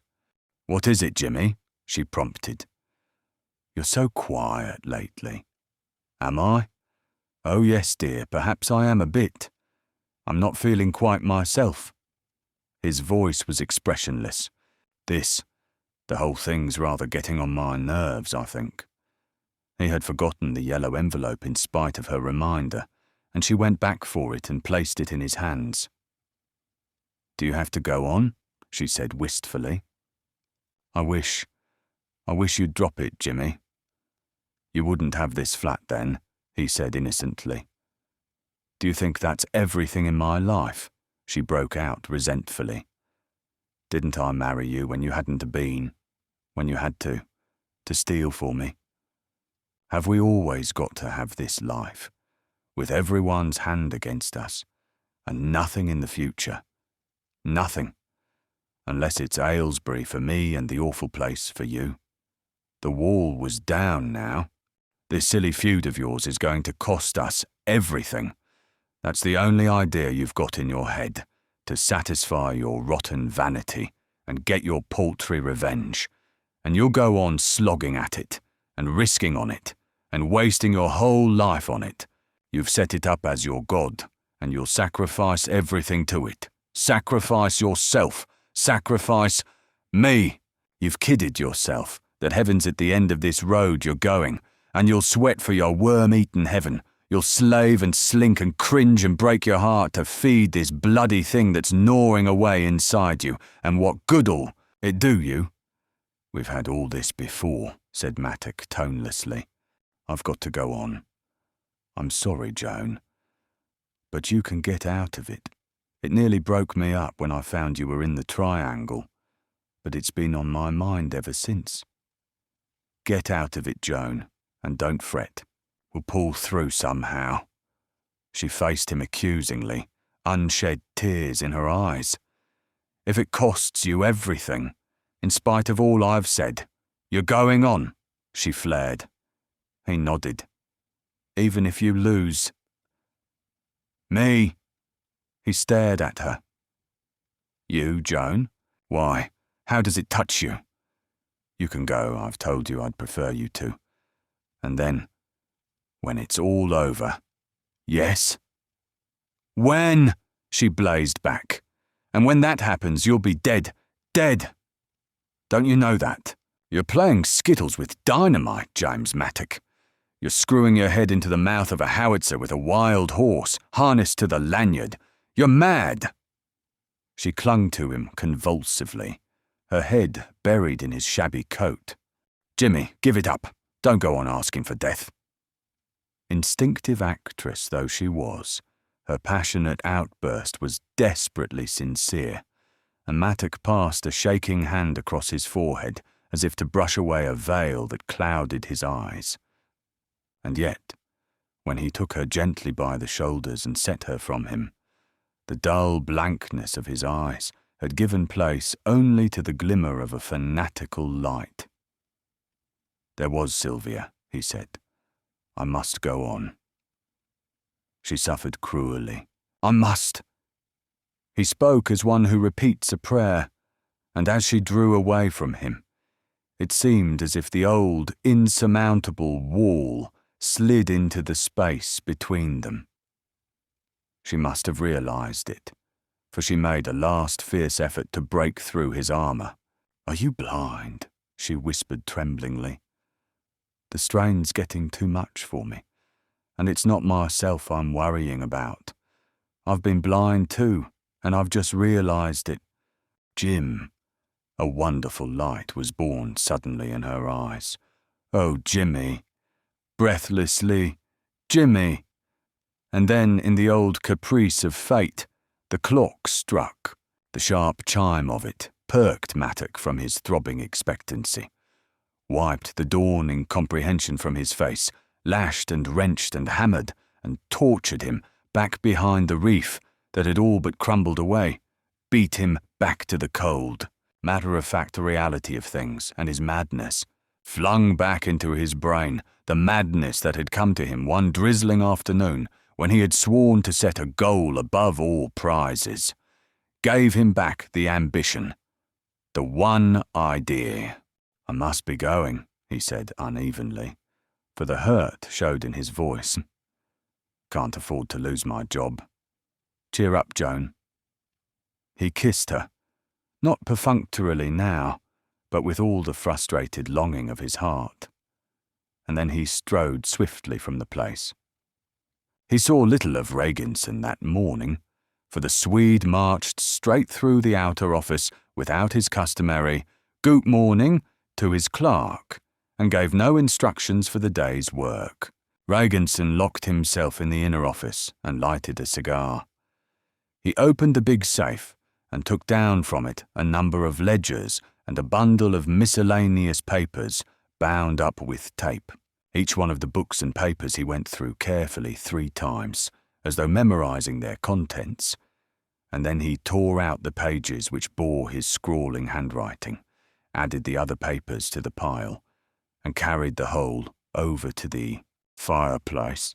He watched them burn until every least scrap was reduced to brittle black flakes, and then with the poker he stirred and powdered the ash to a fine dust. Even this, to make doubly sure, he swept up into the shovel and threw from the window. He was left with 3 photographs, and these he placed in the wallet he carried in an inside pocket.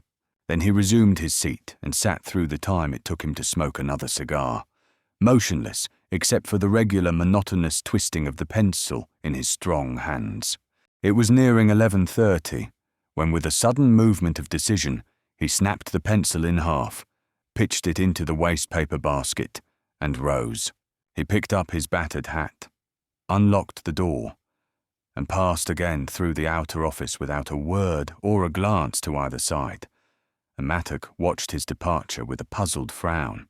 He went to the City and Continental, drew some money, and made certain arrangements.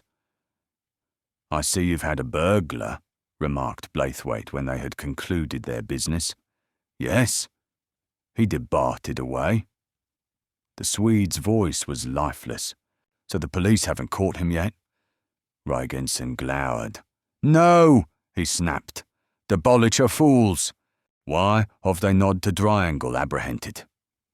He usually stayed for a short chat with his bank manager, but this morning he seemed curiously disinclined to be conversational. Joe Blaithwaite himself opened the door to his customer, and that simple soul was almost personally apologetic, for Reginson's comments on the force seemed a direct slight on the lethargic officer who was wont on occasion to brighten the Finchley night's entertainments. That same Teal, driving down Lombard Street in a taxi with a couple of unsuccessful jargoon sellers, saw the Swede leaving the bank and chuckled. "You boys want to aim high," he said. £15 million for a few murders is better than 100 for a white sapphire." Things happened to Mr. Teal in those days with the well-oiled precision of a detective story from a master pen. He was chatting downstairs in Scotland Yard that afternoon when a vast young man of incredible ugliness came hurtling down the steps 3 at a time. "I want you, Teal," he crisped. "Where's Captain Arden?" Teal came to attention. "I don't know, sir. He hasn't been in all day. He said he'd be here about dinner time." "Get him on the phone." Teal called the number and was answered by the voice of Cork. He snapped out a curt demand, listened, and then snicked back the receiver. "No good, sir," he said. "Captain Arden's been out since 11 this morning and his man doesn't know where he is." "Hell!" snarled the Assistant Commissioner. "You'd better come along then." Bill Kennedy led the way to the waiting taxi, Teal following obediently, and it was not until they were turning out into the embankment that the Commissioner explained. "The triangle's on the warpath again," he said. "Marker was shot this afternoon as he was leaving his house." "Dead?" drawled the callous Teal, and Kennedy shrugged. "The message didn't say. Did Captain Arden give you any idea what he was doing this afternoon?" "He said he was going to commit another felony today." "I wonder if he is the triangle," suggested Mr. Teal lusciously. His inspiration being received with scorn, he maintained a dignified silence until the taxi drew up in Queen's Gate, where the Home Secretary lived. The usual crowd was gaping about the entrance. only restrained from closer investigation by the presence of 2 burly constables. The 2 detectives pushed their way through the mob and were instantly admitted. The doctor who had been summoned was already preparing for an impromptu operation and was inclined to be brusque. "The bullet glanced off a rib and tore up his right lung," he said shortly. "I may be able to save his life, but it's very chancy." The most coherent narrative was supplied by the chauffeur, who had been actually holding the door for his master at the time of the shooting. There were 3 cars close together, a Noir limousine, a Carillon cabriolet, and a Hirondelle Sports. I couldn't be sure which it was, as I had my back to the street and didn't turn until I heard the report. "I should say it was either the Noir or the Hirondelle. They were nearest when I looked round." "Did you get any numbers?" asked Kennedy. "No. They all put on speed immediately the shot was fired, and I was too busy attending to my master to look at them closely." "Oh. I remember the Hirondelle was very battered. Looked as if it had been in an air raid. ZY something. There was a 2 in it anyway." "ZY 288222, murmured Teal, and the man nodded. "Something like that. It was the last car of the 3, and they all raced into Cromwell Road, so that's the only number I got a glimpse of." Kennedy dismissed the man and glanced at Teal. "Captain Arden on duty," he said. "That looks like a thin time for Marini." It was the gentle Gat, of course. "How are you going to prove it?" Teal wanted to know. "Your business." Bill Kennedy took his cigar case from his pocket and offered it. "This isn't my case at all, really, only markers so deuced important." "What about Hennessy?" The assistant commissioner carefully charred the end of his cigar and then placed it in his mouth and lighted it meticulously. "Hennessy's was his own fault," he said.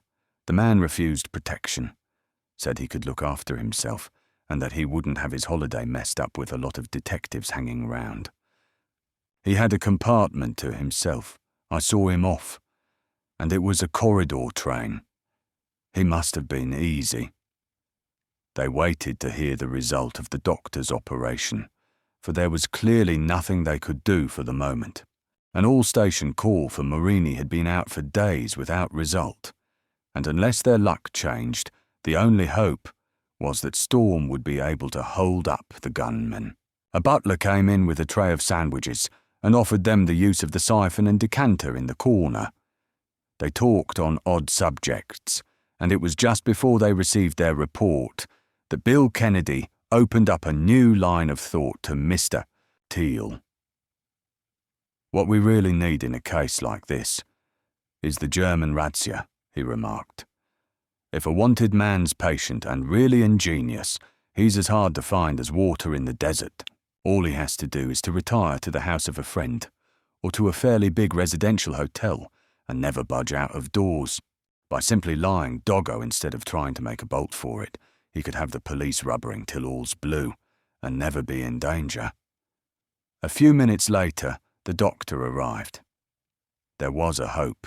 Yes, Marker was a healthy man in good condition, and stood as much chance of pulling round as anyone. It had been a nasty wound, and the illness would be a ticklish business, but it would not necessarily be fatal. "Well, that's a relief," Kennedy said as they returned to the street. "But it don't let us out, laddie. Marini must have been rattled. According to Captain Arden, that Dago's one of the slickest gunmen in the world." Towards 8 o'clock that evening, when Storm had failed to put in his promised appearance, Inspector Teal huddled into his Macintosh and set out to walk down the embankment towards the restaurant in New Bridge Street, where he occasionally fed. He was a man who never complained of the vilest weather, seeming even to revel in it, which was fortunate for him, for the rain was pouring down in stinging clouds, drumming on the macadam like a stage effect. The sky was black and thunderous, and from time to time a crackling reverberation omened the continuation of the downpour. Such few pedestrians as there were scurried along under umbrellas with stifled curses and a drowned rat-like aspect. But Teal plodded along with his shoulders squared and his face defiantly thrust out to meet the lash of the storm. He was within sight of Blackfriars Bridge when he first noticed the tail lamp of a stationary car, and wondered that anyone provided with such a luxury should dally by the way on such a night.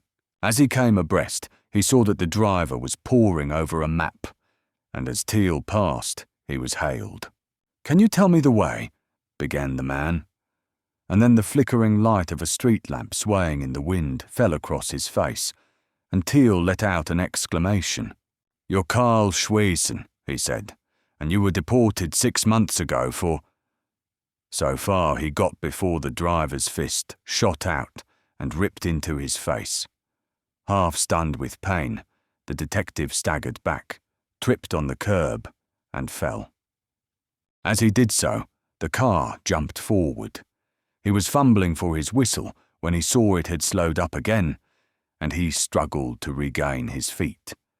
And then a heavy-caliber revolver thundered from the interior, and his hat went flying. He got out his whistle and blew a piercing blast. But the driver of the car accelerated and dashed up the empty road into the obscurity of the streaming rain. He saw the car speed over the bridge and knew that he had no hope of catching it, but the number was firmly imprinted on his memory. Inspector Teal continued towards his dinner with a furrowed brow, for he well knew the brilliance and unscrupulousness of the erstwhile deported Austrian chemist. Without being able to give any logical reason for his suspicion, he had more than an idea that Schweizen's return was not unconnected with the sudden inrush of other dangerous men into London, and he wondered what this fresh activity of the triangle might mean. Chapter 11. Ezra Sercon digs. There was a man named Ezra Sercon who owned much land in London. He did not court publicity. There were no paragraphs about him in the gossip columns of the newspapers, and as a matter of fact his name was never mentioned, even in whispers, among the real estate kings of the metropolis. He made his purchases quickly and without ostentation, and the fact remains that in the space of 3 days he acquired the freehold of no less than 7 properties. There was a gloomy house in Buckingham Gate, and another, equally gloomy, in College Street. For a large sum, he secured a vacant building in Great Windmill Street. The imposing mansion in Queen's Gate cost him less, and a modest erection in Orange Street was comparatively cheap. He paid reasonable prices for number 94, Carter Lane, and number 53, Montague Street. In all, he must have expended 5 considerable figures of hard cash, but since he transacted his business under 7 different aliases, no one was startled by the magnitude of his investments. He was a tall, loose-limbed man of rising 60, yet the elasticity of his gait as he walked down Constitution Hill that evening showed that the years had made only superficial inroads on his physique. The benevolence of his expression was emphasized by the large, horn-rimmed spectacles he wore, and contradicted by the tightness of his mouth and the angularity of his jaw. A studious stoop took some inches off his height, and the shabbiness of his clothes gave no indication of the wealth to which his lavish expenditures in other directions testified. He passed behind the Victoria Memorial and entered Buckingham Gate.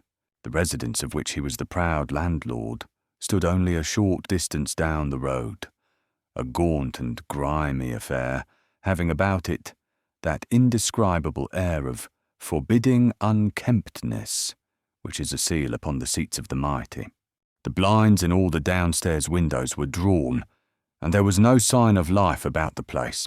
For a moment he stood at the foot of the steps, and if the suggestion had not been so palpably incongruous, one would have said he was listening intently for a sound he half expected to come from beneath his feet. Then he inserted his latchkey in the lock and passed inside. The panelled hall was in twilight, and his footsteps rang out hollowly on the uncarpeted parquet. The soles of his shoes gritted on strewn earth, and sporadic cakes of dirt disfigured the rest of the floor. Peering into one room, he found it filled almost to the ceiling with a great mound of soil and clay. A door at the back opened suddenly, and he was confronted by a burly man, stripped to the waist. "Getting on, Torino?" queried Mr. Zircon shortly, and the giant nodded. "Very well, Signor." From head to foot, the man was stippled and plastered with mud, and the streaming perspiration had cut eccentric patterns in the mess. He led the way through the kitchen and opened a second door. Before them yawned a flight of stairs which led down into the earth, shrouded in a half-light in which danced the beam of the Italian's flashlight as he guided his employer towards the cellars. The steps themselves were inches deep in trodden clay, and down one side ran two heavy insulated cables. From below them came a muffled thud and clatter. Presently they met another man, half naked like the guide, who bore on his shoulders a huge basket of earth, and almost on his heels came a second. Zircon passed them with a brief word of greeting. They reached the cellars and made their way with difficulty across the layer of soil which cloyed their feet. At the far end of the vault yawned a circular hole, and it was from this that the sounds they heard came. "We have done 80 yards," said Torino. "Another 20 will be sufficient. That engine is a marvel. Tonight we finish." "There's been no difficulty?" "None, Monsignor. We have many men, and they are relieved before they tire. There are no complaints, for the pay is good." They stumbled down the tunnel towards the bobbing light that showed in the distance. The roof was low, and they had to bow their heads.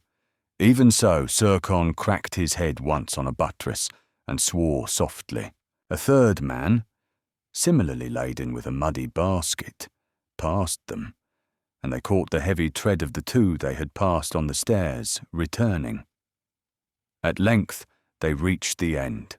A powerful electric bulb swung from a stake driven into the earthen roof, making the tunnel almost as light as day. Right up against the ultimate wall was a thing of shining metal on a wheeled truck. The power cables connected with two large terminals on its outer casing, and over it hovered a wizened man with a rag and an oil can. It thrummed and thudded with the quiet efficiency of its compressed strength, and from its stern a stream of earth poured down an iron channel into the waiting baskets. Other men, stripped to the waist and sweating, snatched away the baskets as they were filled and rushed them away. From time to time, the engineer slewed the truck round so that the machine attacked a fresh area, and once he adjusted a winch that raised it bodily on the truck to burrow at the height of the passage. Zircon tapped him on the shoulder, and he turned, drawing a greasy hand across his forehead. "It gives no trouble?" he asked in German, and the man shook his head. "Nein, Herr. The dynamo runs well." "Recht wohl, Herr. Sehr gut." Accompanied by Torino, he retraced his steps laboriously, for the tunnel had a distinct upward gradient from the point where the engine was working. He was glad to return to the comparative freshness of the hall, for the atmosphere below was close and almost insufferable.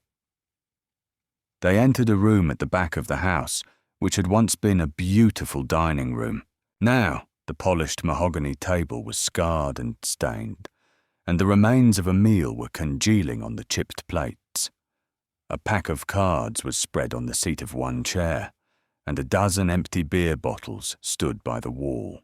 With a gesture of distaste, Zircon swept the debris from one end of the table, dusted a chair with his handkerchief, and sat down delicately.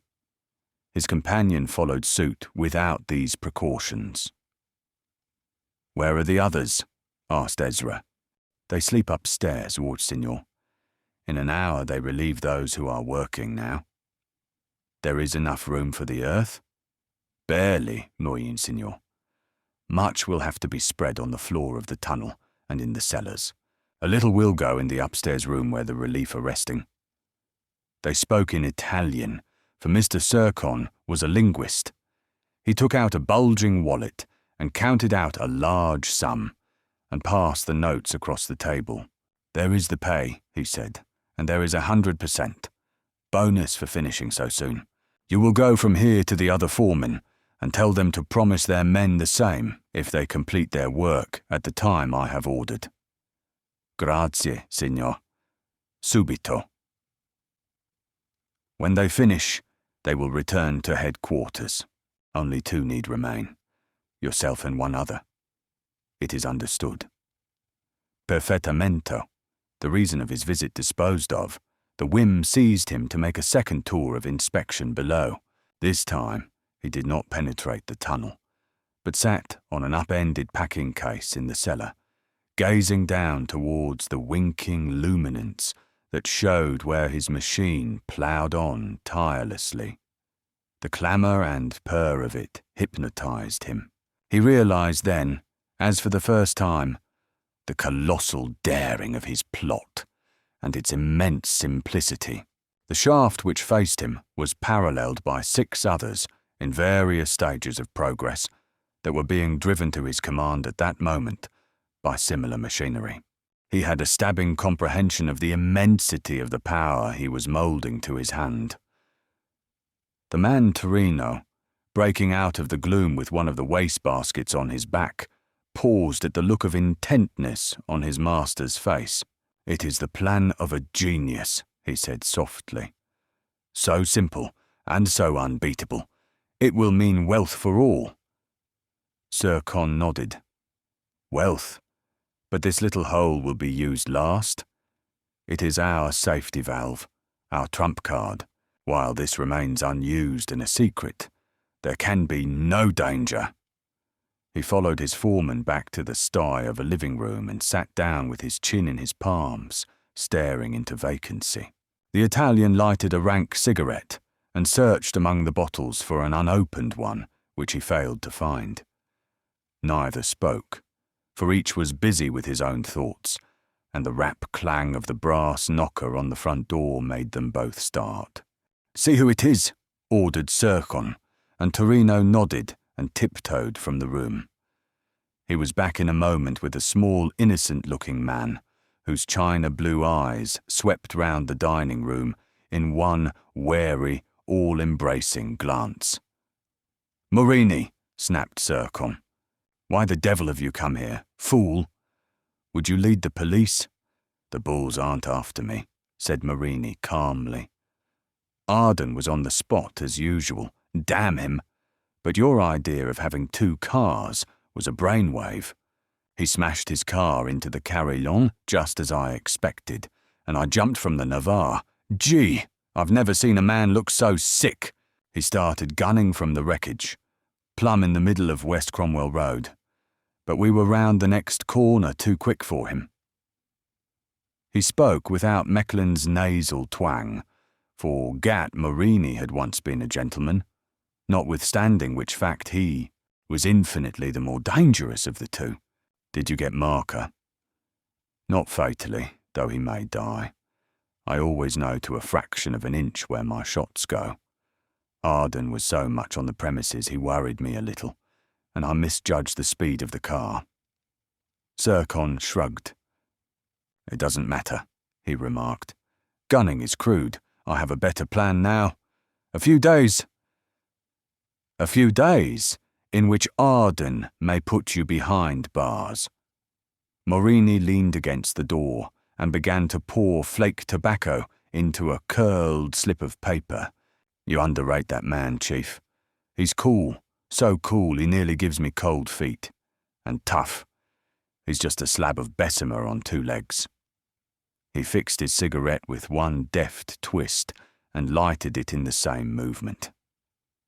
"I've met him before, and it was too even a chance between us to make me feel comfortable." "Are you scared?" demanded Zircon malignantly. "Because if so—" "Scared," said Morini equably, "is a word folks who know old Gat just don't use when I'm around.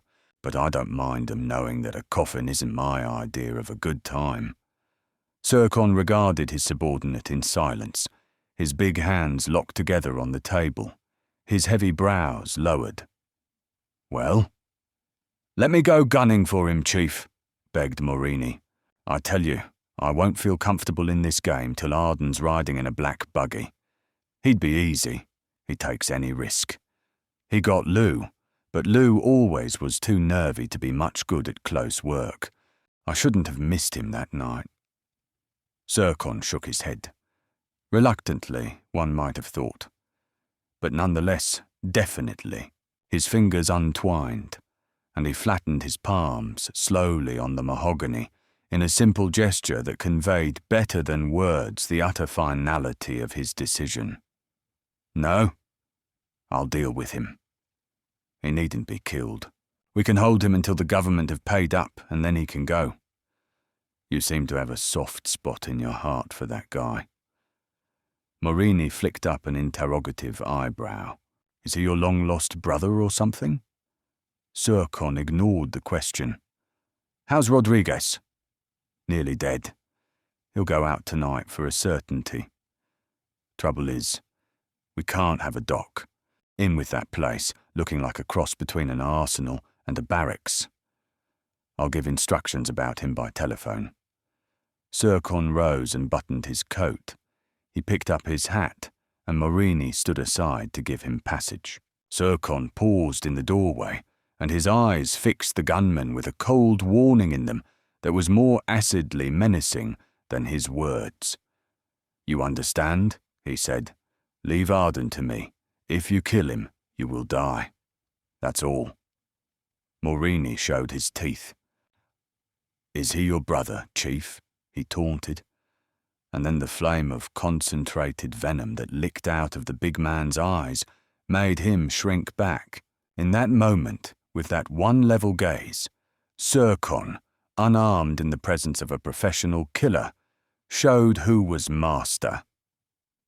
"No, he is my son," he said simply, and was gone.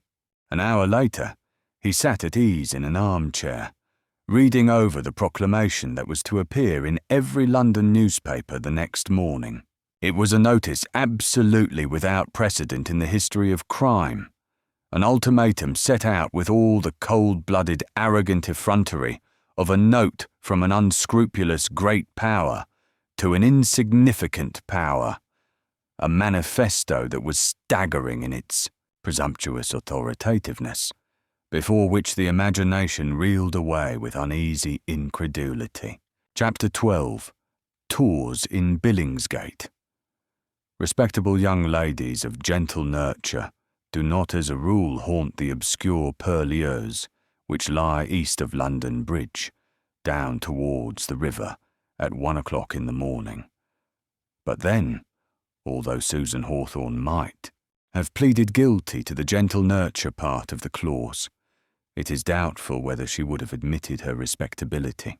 Respectability and old Smiler, her beloved father, tutor, friend, and companion in the all-important years between 14 and 20, were two factors which in the eyes of the initiated were about as likely to merge successfully as oil and water. Certainly, when adventure loomed ahead, the teaching of old Smiler took no stock of convention. "If there's trouble with a big T at the end of anything," was his oft-inculcated maxim, "life isn't worth living unless you're making a beeline for it, and if on the way you come up against something you know you can't do, and it's in the way, well, do it, and hell to the consequences."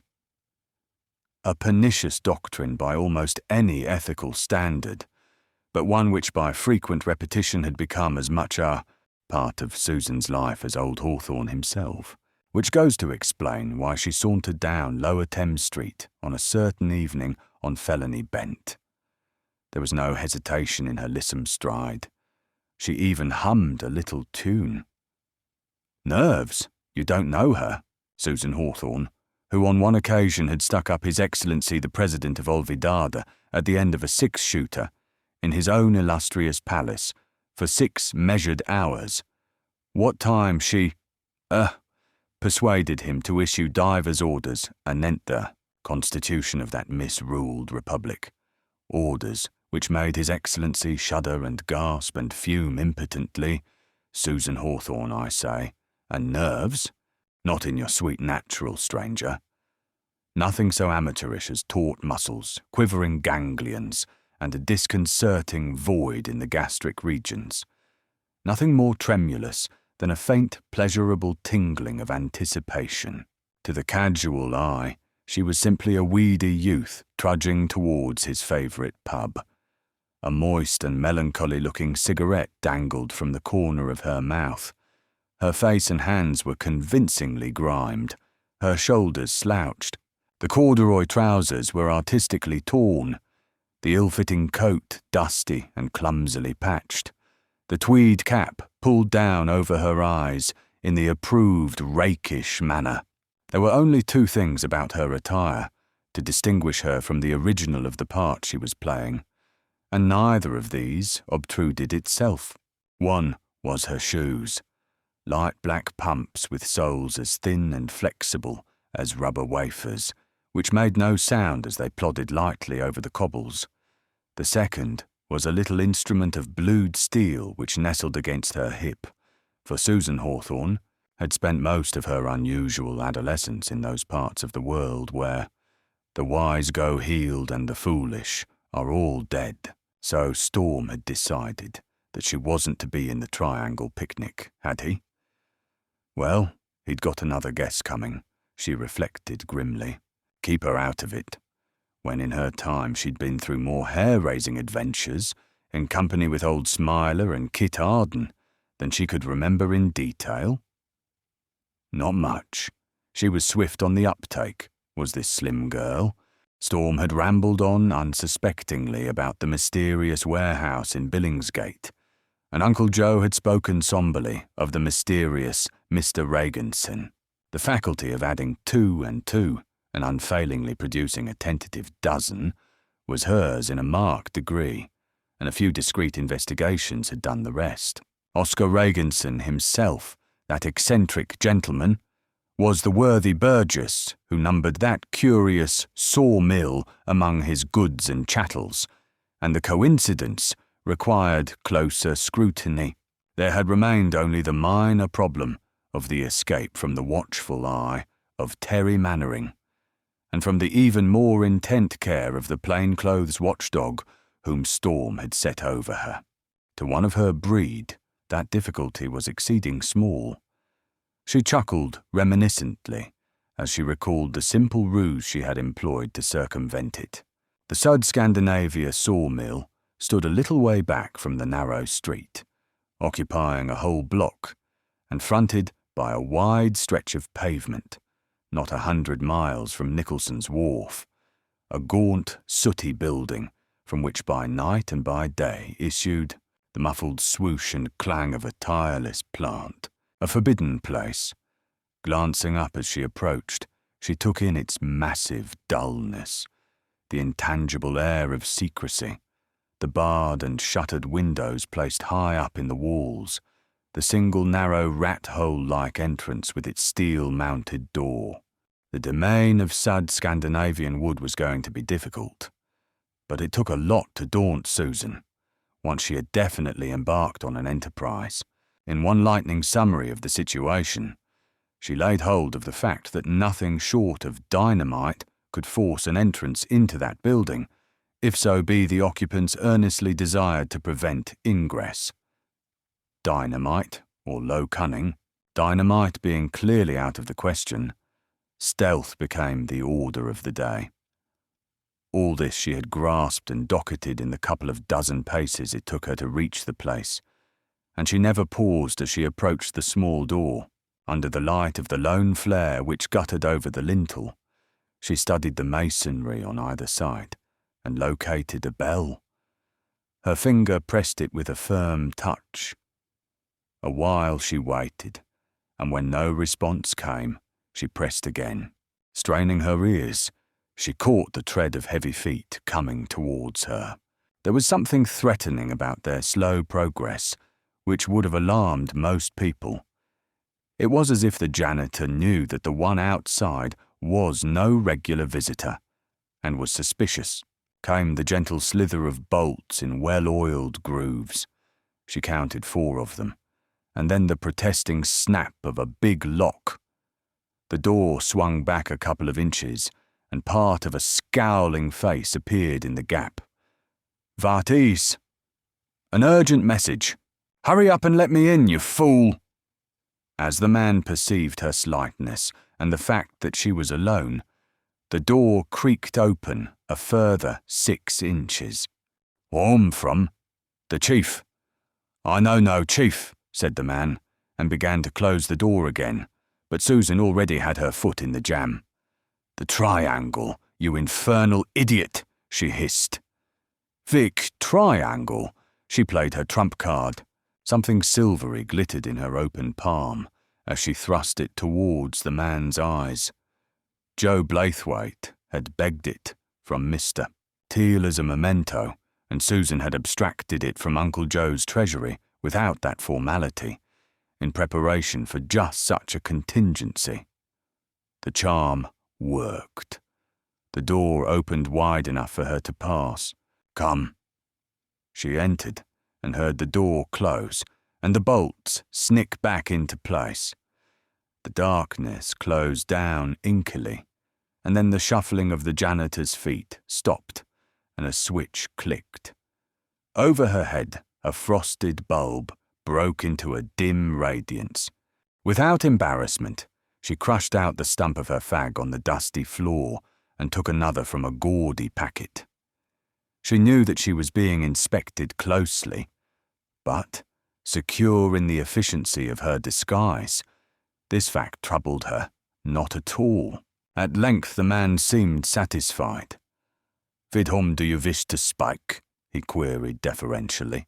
This was a development which she had not had time to reckon with, but her brain moved fast, and she covered up her slight hesitation by striking a match and lighting her cigarette before replying. "Is Prester John here?" she asked. She was bluffing desperately on the fragmentary and second-hand knowledge of Joe Blaithwaite, and prayed that Prester John might be absent. Even if he was there, however, she had her plan mapped out by this time, and she knew her escape was certain, which it assuredly was not if Prester John were away, and she went on with her attempt as she had planned. "I will see," said the man, and she braced herself up to the knowledge that it was now a case of no retreat. No retreat. "You have not been here before?" "No, I'm always with the chief." "The chief, aye? A great man, but he has not enough time for the ladies." "None?" He leered at her, and for a moment she dreaded that he might have penetrated her makeup. And then she realized that he took her for a lad of his own type and leanings, and she smiled. What was more, she entered her part so thoroughly, and she permitted herself a coarse reply which would have sent the simple Joe, had he been there to hear, purple to the ears. "In that room," he jerked his thumb, "you will find friends. I will present you." "Right you are," she agreed gruffly. "Oh, listen. If John isn't here, you needn't bother to tell me. Just send him along as soon as he arrives. The chief wants him in a hurry. If he doesn't turn up in half an hour, I'll have to leave a message and go along and try to find him somewhere else." He nodded and turned to her as though an idea had struck him. "There is something big and secret, how you say, in the air tonight, n'est-ce pas? You wears a second urgent messenger we have had. Not 10 minutes ago, there come a big man with a recall for Morini, but Morini has not yet arrived, so he attend him." "There is something in the wind," Susan said easily, "but the chief doesn't like questions." The man shook his head. "Sometimes I have fear of his secrets, even we do not know quite how big are his plans. There is this tunnel now. Even those who work do not know why for it is mark. There is a new ingenious down there now umak inspection, The chief send him, without warning, a clever Espagnol. He has recruit. Make affaire. Ya du pace. Nous sommes ses esclaves. The Latin's halting speech broke into a torrent of grumbling French, accompanied by much head-shaking and gesticulation. He was still babbling on volubly as he opened the door he had indicated and waved her in.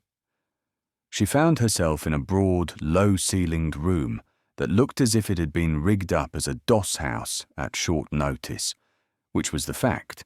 Around the walls ran a double tier of bunks on which men slept or smoked or read according to temperament, while others carried on a low conversation. In the centre of the room, under the hanging oil lamp, stood a greasy table about which sat a dozen toughs gambling. The air was thick with smoke and heavy with the nauseating reek of stale beer. It seemed as if no window had ever been opened upon it. Few of the men spared her a second glance. The alert silence which had succeeded her entry dissolved into a murmur of talk. She crossed the room to a row of barrels, which seemed to do duty for chairs, and sat down, blinking through the smoke which wreathed before her eyes from the dangling fag end in her mouth. Her hand came in contact with a bottle. She picked it up by the neck and drained the small quantity of bitter fluid there was left in the bottom, and set it down again with a clatter, wiping her lips on the back of her hand. After a while she strolled over to the table. She recognized the game they were playing, and was amazed that they should know it, for thugs of that class do not as a rule patronize Monte Carlo, and yet they were undoubtedly on familiar terms with chemin de fer. While she watched, a burly ruffian in blue jeans swung round and caught her arm. "Coming in on this your game, Cuddy?" he asked. "Don't know it," she answered, playing her part smoothly. "Come on," he insisted boisterously. "You can learn, same as I had to. It ain't much of a game, but there's damn few Britishers here, and it suits these bloomin' foreigners."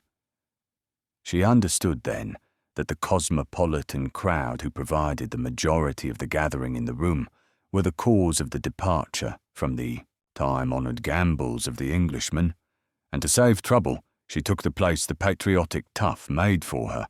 It was getting her no farther in her quest, however, except that it gave her time to deduce that the French janitor had not found Prester John. In a few minutes, the gamblers were deep in a hated wrangle about the destination of certain stakes, and taking advantage of the diversion, she slipped from the bench and sidled unostentatiously to the door. The passage outside was in darkness, but in a moment a thin pencil of light flicked out from her hand, roving across the walls. The man who had admitted her had not entered the doss room, so she gathered that other rooms were similarly equipped. It would be necessary to proceed warily. Directly across the corridor, her torch revealed a door like the one through which she had just passed, and stealing forward, she heard through it a subdued hum of talk. That, at least, was a spot to avoid. Turning to her right, the beam showed that the far end of the passage twisted abruptly to the left, and she crept towards the bend, using the flashlight sparingly. Round the corner the corridor widened out into a spacious hall. To one side, a flight of stone stairs ran upwards. Opposite these, another flight ran down into blackness. On each side were two doors, and a fifth door faced her, an incongruously elegant portal of polished oak, adorned with grotesque carvings and half masked by rich velvet hangings. The soles of her supple shoes made no more than a soft slithering sound on the concrete floor as she moved forward. At the end, she paused undecidedly. That fifth door was intriguing. Intriguing also, after the janitor's vague references to a tunnel, was the flight of stairs that disappeared in the direction of the vaults. Susan solved the problem in a reckless way that would have earned the admiration of Smiler. She took a coin from her pocket and held it between her palms. Heads the stairs, tails the door, she murmured and opened her eyes. Heads. A whiff of dank, clammy air met her as she felt her way over the first step. Luckily, the stairs were concrete, as was the upward flight, and there was no danger of creaking boards or a rotten tread. Her light showed her a small landing where the direction reversed. She took the corner and continued downwards.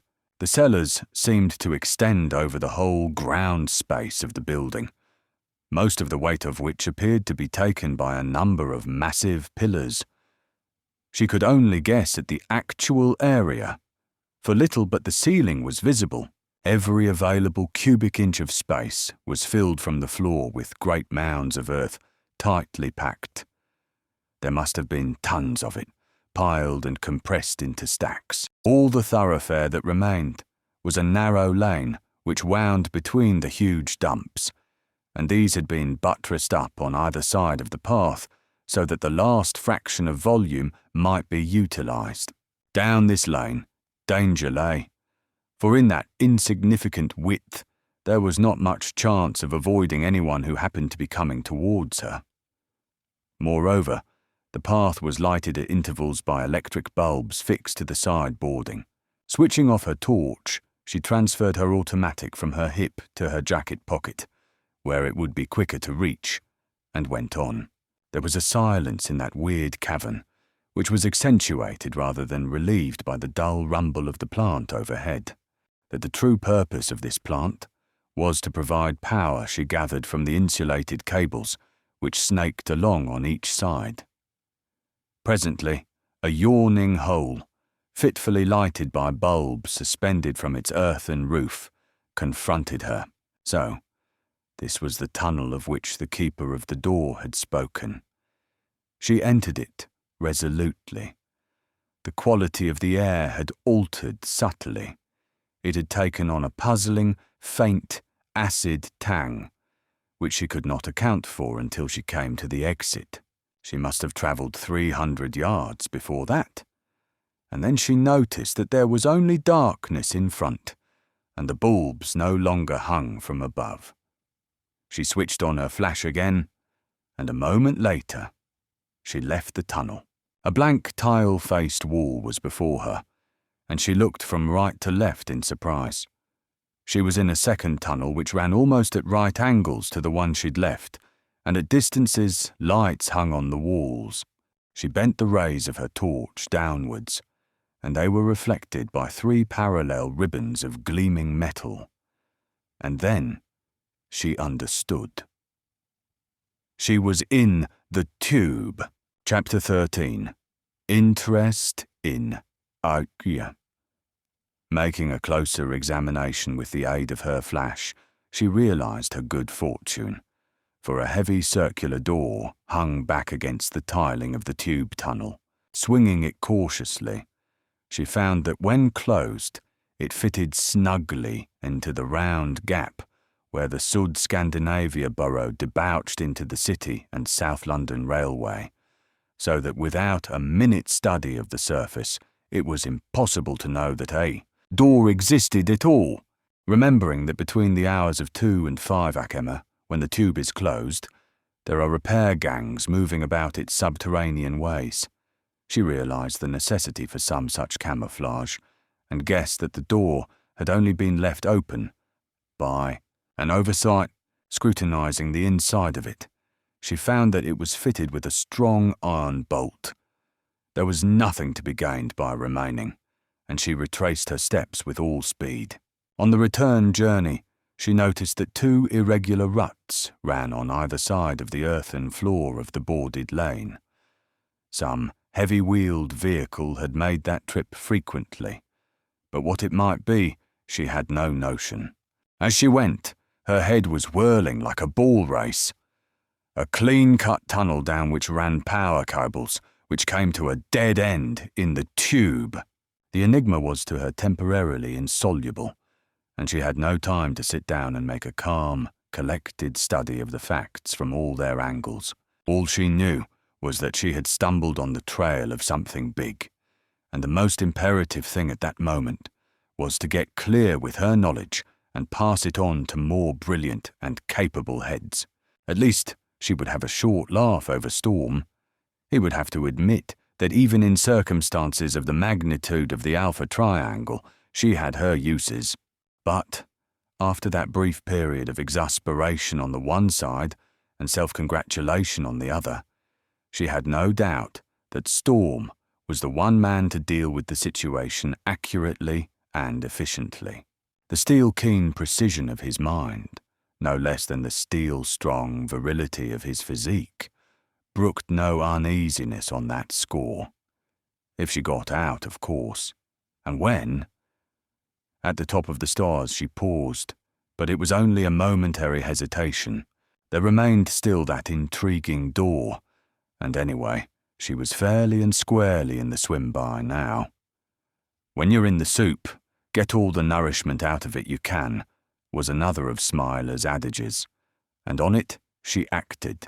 Having commenced the reconnaissance in such style, one might as well conclude it thoroughly. The door opened so lightly to her touch that for a second she was suspicious. An instant later, she was reproving herself in no uncertain terms for this tentative sign of waning determination, and taking a grip on the butt of her little automatic, she pushed the door wide and entered. And then she had her work cut out to suppress an exclamation. The room in which she stood was spacious and roughly square. The walls were hung from ceiling to floor with luxurious curtains of royal purple velvet embroidered with golden arabesques. The orange carpet underfoot had a wealth of soft pile that was indescribably pleasant to tread upon. A double rank of cushioned chairs ran the length of the room, and a broad gangway paved with costly furs led between them towards the far end. The restful half-light which showed her all these things was supplied by 3 magnificent chandeliers ranged overhead. It was a room like nothing she had ever seen or even imagined, something that in its splendour suggested a mingling of the essentials of a temple and of an oriental palace. It was an outrage at the same time, an outrage against all preconceived standards, against all logic and all norms. It was a concrete paradox that mocked comprehension and yet was fascinating by sheer, daring originality. Its gorgeous simplicity, its ascetic voluptuousness, its Philistine reverence. These were contradictions which numbed understanding and defied criticism. Dumb with wonder, she simply stared. Her awed gaze travelled again and again over every detail, and then she looked at the opposite wall, the one facing the door, towards which she had not yet looked. And there she saw something which harmonized so perfectly with the atmosphere that it was evident that the room had been designed and decorated to house it, and which at the same time explained the perplexing counter-impressions. At that end of the room, facing the banks of seats, was a dais hung with black, and in the centre of it stood a huge gilded throne, and to the right of this throne was the keystone which held the whole architectural monstrosity together and gave its reason and its justification. It was a gigantic equilateral triangle of silver, which seemed to be suspended in vacancy without material support, being probably braced by brackets concealed behind the hangings.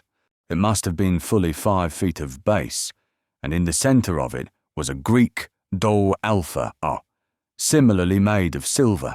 She was in the council chamber of the triangle, that exotic room which nothing but the brain of a madman could have visualized and brought to substance, the cathedral of a megalomaniac. And then she saw something else, which up to then had not caught her eye, for the shadows at that end of the room were deeper, and the interior of the throne itself was shrouded in gloom. But he moved, and she saw him, the man who lounged on the throne. And then he spoke. "Hello, Susan, what do you want?"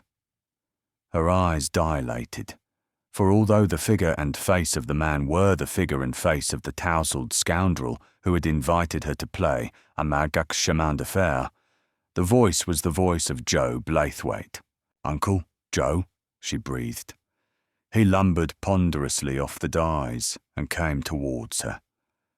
"I recognised you in that other room," he said, "and I've been looking for you. What on earth did you want to come here for?" "What did you want to come for?" she parried. He waved a hand. "Men are different," he said grandly. "How did you get in?" "Oh, I suppose you were the little devil who pinched my badge." He wagged a fat forefinger at her. "Naughty. I had no end of a job getting in without it." "Have you seen the tunnel?" she asked. "Only a bit of it. I was exploring down there when I heard someone padding towards me and beat it back. It must have been you." "Tunnel? That's interesting. Where does it go to?" "I haven't the foggiest." Her amazement abated. She took command of the situation automatically. "What we've got to do is to get out of here quick and talk afterwards." "Russell," Storm's got to hear of this at once. "And Teal," put in Blaithwaite loyally. "And Teal, if you like. Come along, behind me," she directed impatiently, and the docile Joe followed her. They were nearing the door when there came heavy footsteps behind them, and the light of a hand lamp swept the corridor just behind them. There were men talking, also, in a language she did not understand. Blaithwaite stopped in his tracks, apparently frozen with terror, and she gripped his arm. "Into that room," she whispered. "They know us there." She was opening the door when the approaching rays veered upwards and fell full on herself and the trembling Joe. A hoarse challenge echoed down the passage. Unconcernedly, the girl took her yellow packet of gaspers from her pocket and began to light one as she waited for the men to come up with them. And then, as they arrived and grouped themselves about the door, she returned the box of matches to her right-hand jacket pocket and kept her hand there. The bright light searched their faces. "Who are you?" demanded a cultured voice with only a slight accent. "I don't know you." "I know 'em," said another, and added a few words she could not interpret. The frosted bulb overhead woke to life, and they were relieved of the merciless glare of the interrogator's spotlight.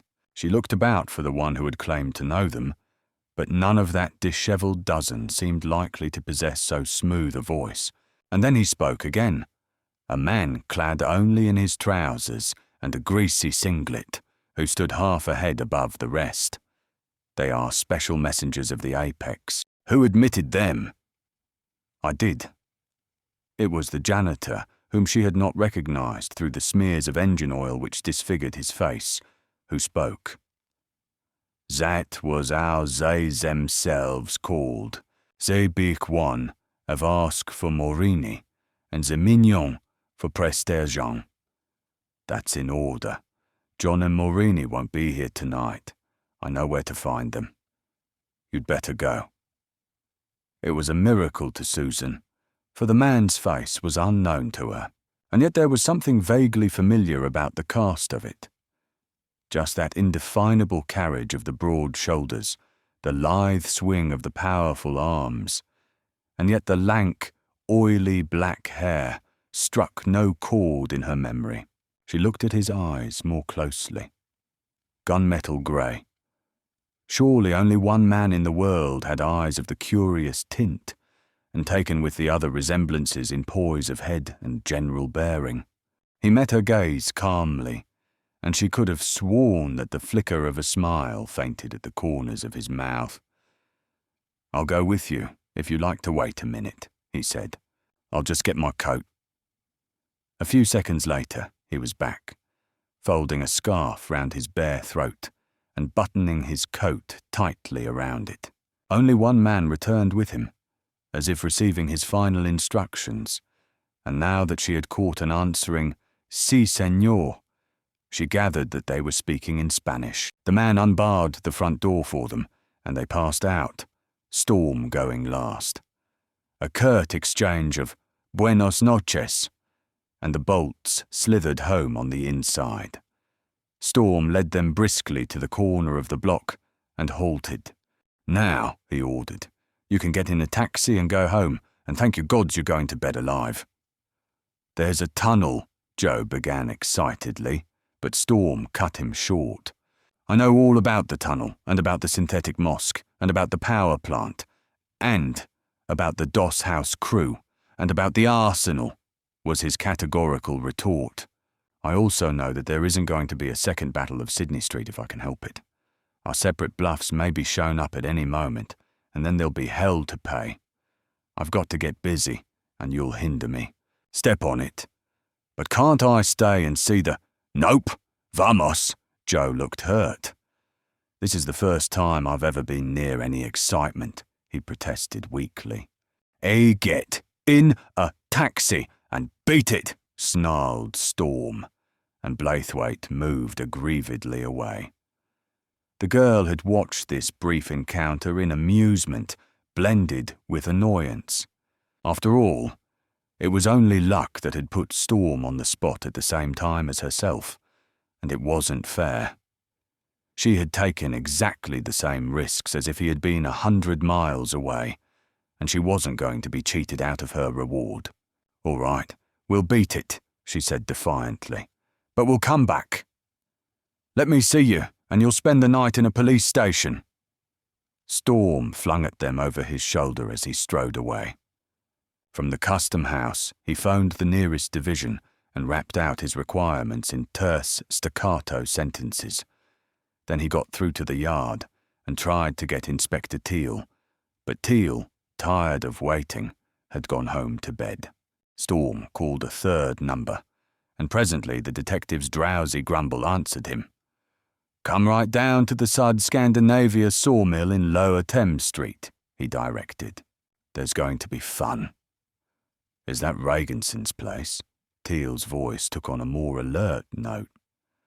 Yeah, I've sent a man round to take him, though I doubt if Olaf's still rooted in Finchley. Flying squad and all divisional reserves are on their way. Bring a gun. The mill's like a fort, and there's over 100 roughnecks inside. Now burn the roads. In less than half an hour, the first detachment of urgently summoned men had arrived, and thereafter reinforcements kept coming in batches. Broad-shouldered, phlegmatic men who took the unusual circumstances with great philosophy, as though it were merely a slight deviation from routine. Some were in uniform.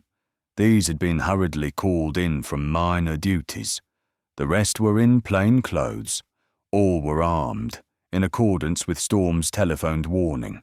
Knowing that precipitancy might be fatal, he waited until he had mustered 100 men. 70 of these he told off to draw an inconspicuous cordon round the whole block, and 30 he sent down to cover the tube bolt hole at London Bridge Station. A batch of 20 of the flying squad arriving in a van at that moment, he sent them on to occupy a similar position at Bank Station. The mention of the word flashed a blaze of inspiration across his mind. Bank, he repeated to himself. Jerusalem, what a man. It would be some time before the men could take up their stations, and he filled in the period of inaction by smoking a cigarette with calm enjoyment and discussing the probable result of a local by-election with a night watchman. On the stroke of 3:45 he trod out his cigarette end, bade the watchman a cheery good night, and made a supplementary disposition of the men who had reached the custom house in the meanwhile. He was just leaving when Inspector Teal dashed up in a taxi, the disarray of his attire testifying to the haste of his start. In time? Queried that officer swiftly, and Storm nodded. To the tick. We are now going into action. They walked together to Reaganson's block. It was just getting light. Storm paused before the door and lighted another cigarette. Then he jerked back the jacket of his automatic, slipped the safety catch, and pushed Teal to one side. No use both of us being shot up, he said, and pressed the bell. This time, there was little delay. The muffled footsteps of the French janitor came down the passage. The 3-inch bars swished back in their steel grooves. The lock clicked. As before, The door swung back a bare, suspicious 2 inches. Storm moved so that the light from the gas jet overhead fell across his face, and the door opened wider as the man recognized him. Storm pushed into the gap, blocking the door open with his foot. The surprised janitor felt a sinewy hand grasp his windpipe caressingly, and a menace he understood equally well glinted before his eyes. "Sois sage, avis," hissed Storm in his ear, and the man signified his acceptance of this advice. He was handed back to Mr. Teal, who in turn passed him on to a bulky shadow which rose from the ground. Storm, with Teal hard on his heels, led the way into the building, and a number of dim shapes materialized from the adjoining alley and followed them. So far, all had been admirably plain sailing, but luck was not with them that night. Storm was groping round for the switch which controlled the corridor light, when an overeager constable tripped over the doorstep and crashed down among his fellows. The thud sounded like a detonation in the silence, and Teal turned and cursed the offender in pregnant whispers. Storm found the lever he sought and pulled it down. "Teal, left-hand door," he called. "This way, some of you boys." He himself turned to the handle of the right-hand door and kicked it open. The men were pouring into the passage behind him. He saw how much that fall had cost them and sprang into the room. There was another door to it, and most of the roughnecks had already passed through it. Scarcely half a dozen were left, scrambling to get through. Storm caught the hindmost and tripped him. A couple of burly forms promptly sat on the prostrate one. The next instant, something banged close to Storm's head, and he felt the wind of the bullet and jumped back, drawing as he did so. The panic had stopped suddenly. The half-dozen who had been fighting to get through the second door were now filing out in an orderly manner, and every one of them was armed. The men behind Storm hesitated for a second, for the London bobby is not anxious to use firearms, and it seemed to be the only course left open. They were waiting for orders, and Storm, having none of their scruples, roared them on. "Feet, first round, don't hit 'em," he snapped, and a volley rang out. The retreating men retaliated on the echo, shooting in deadly earnest, and Storm heard the cries of the stricken men behind him. He fired back himself, gunning now to wound, and saw a man drop with a scream. But the retaliatory salvo had done its work, and in the momentary consternation, before the officers could return the fire, those who were left of the half-dozen won through the door. Storm reached it a second late, and it slammed in his face. On the other side, a bar thudded home. "The table, smash it in," he ordered. While they battered at the thick wood, he left the room and crossed the passage to see how Inspector Teal was faring. Teal had been more, and at the same time less, fortunate. He had no casualties, but the reason was that those who had occupied the room had escaped too swiftly for him, and the way of pursuit was barred by a door on which his men were already working. "Heaven knows where these led out," said Storm. "It may be the tunnel, of course. Here, bring 3 of your men and we'll go and see."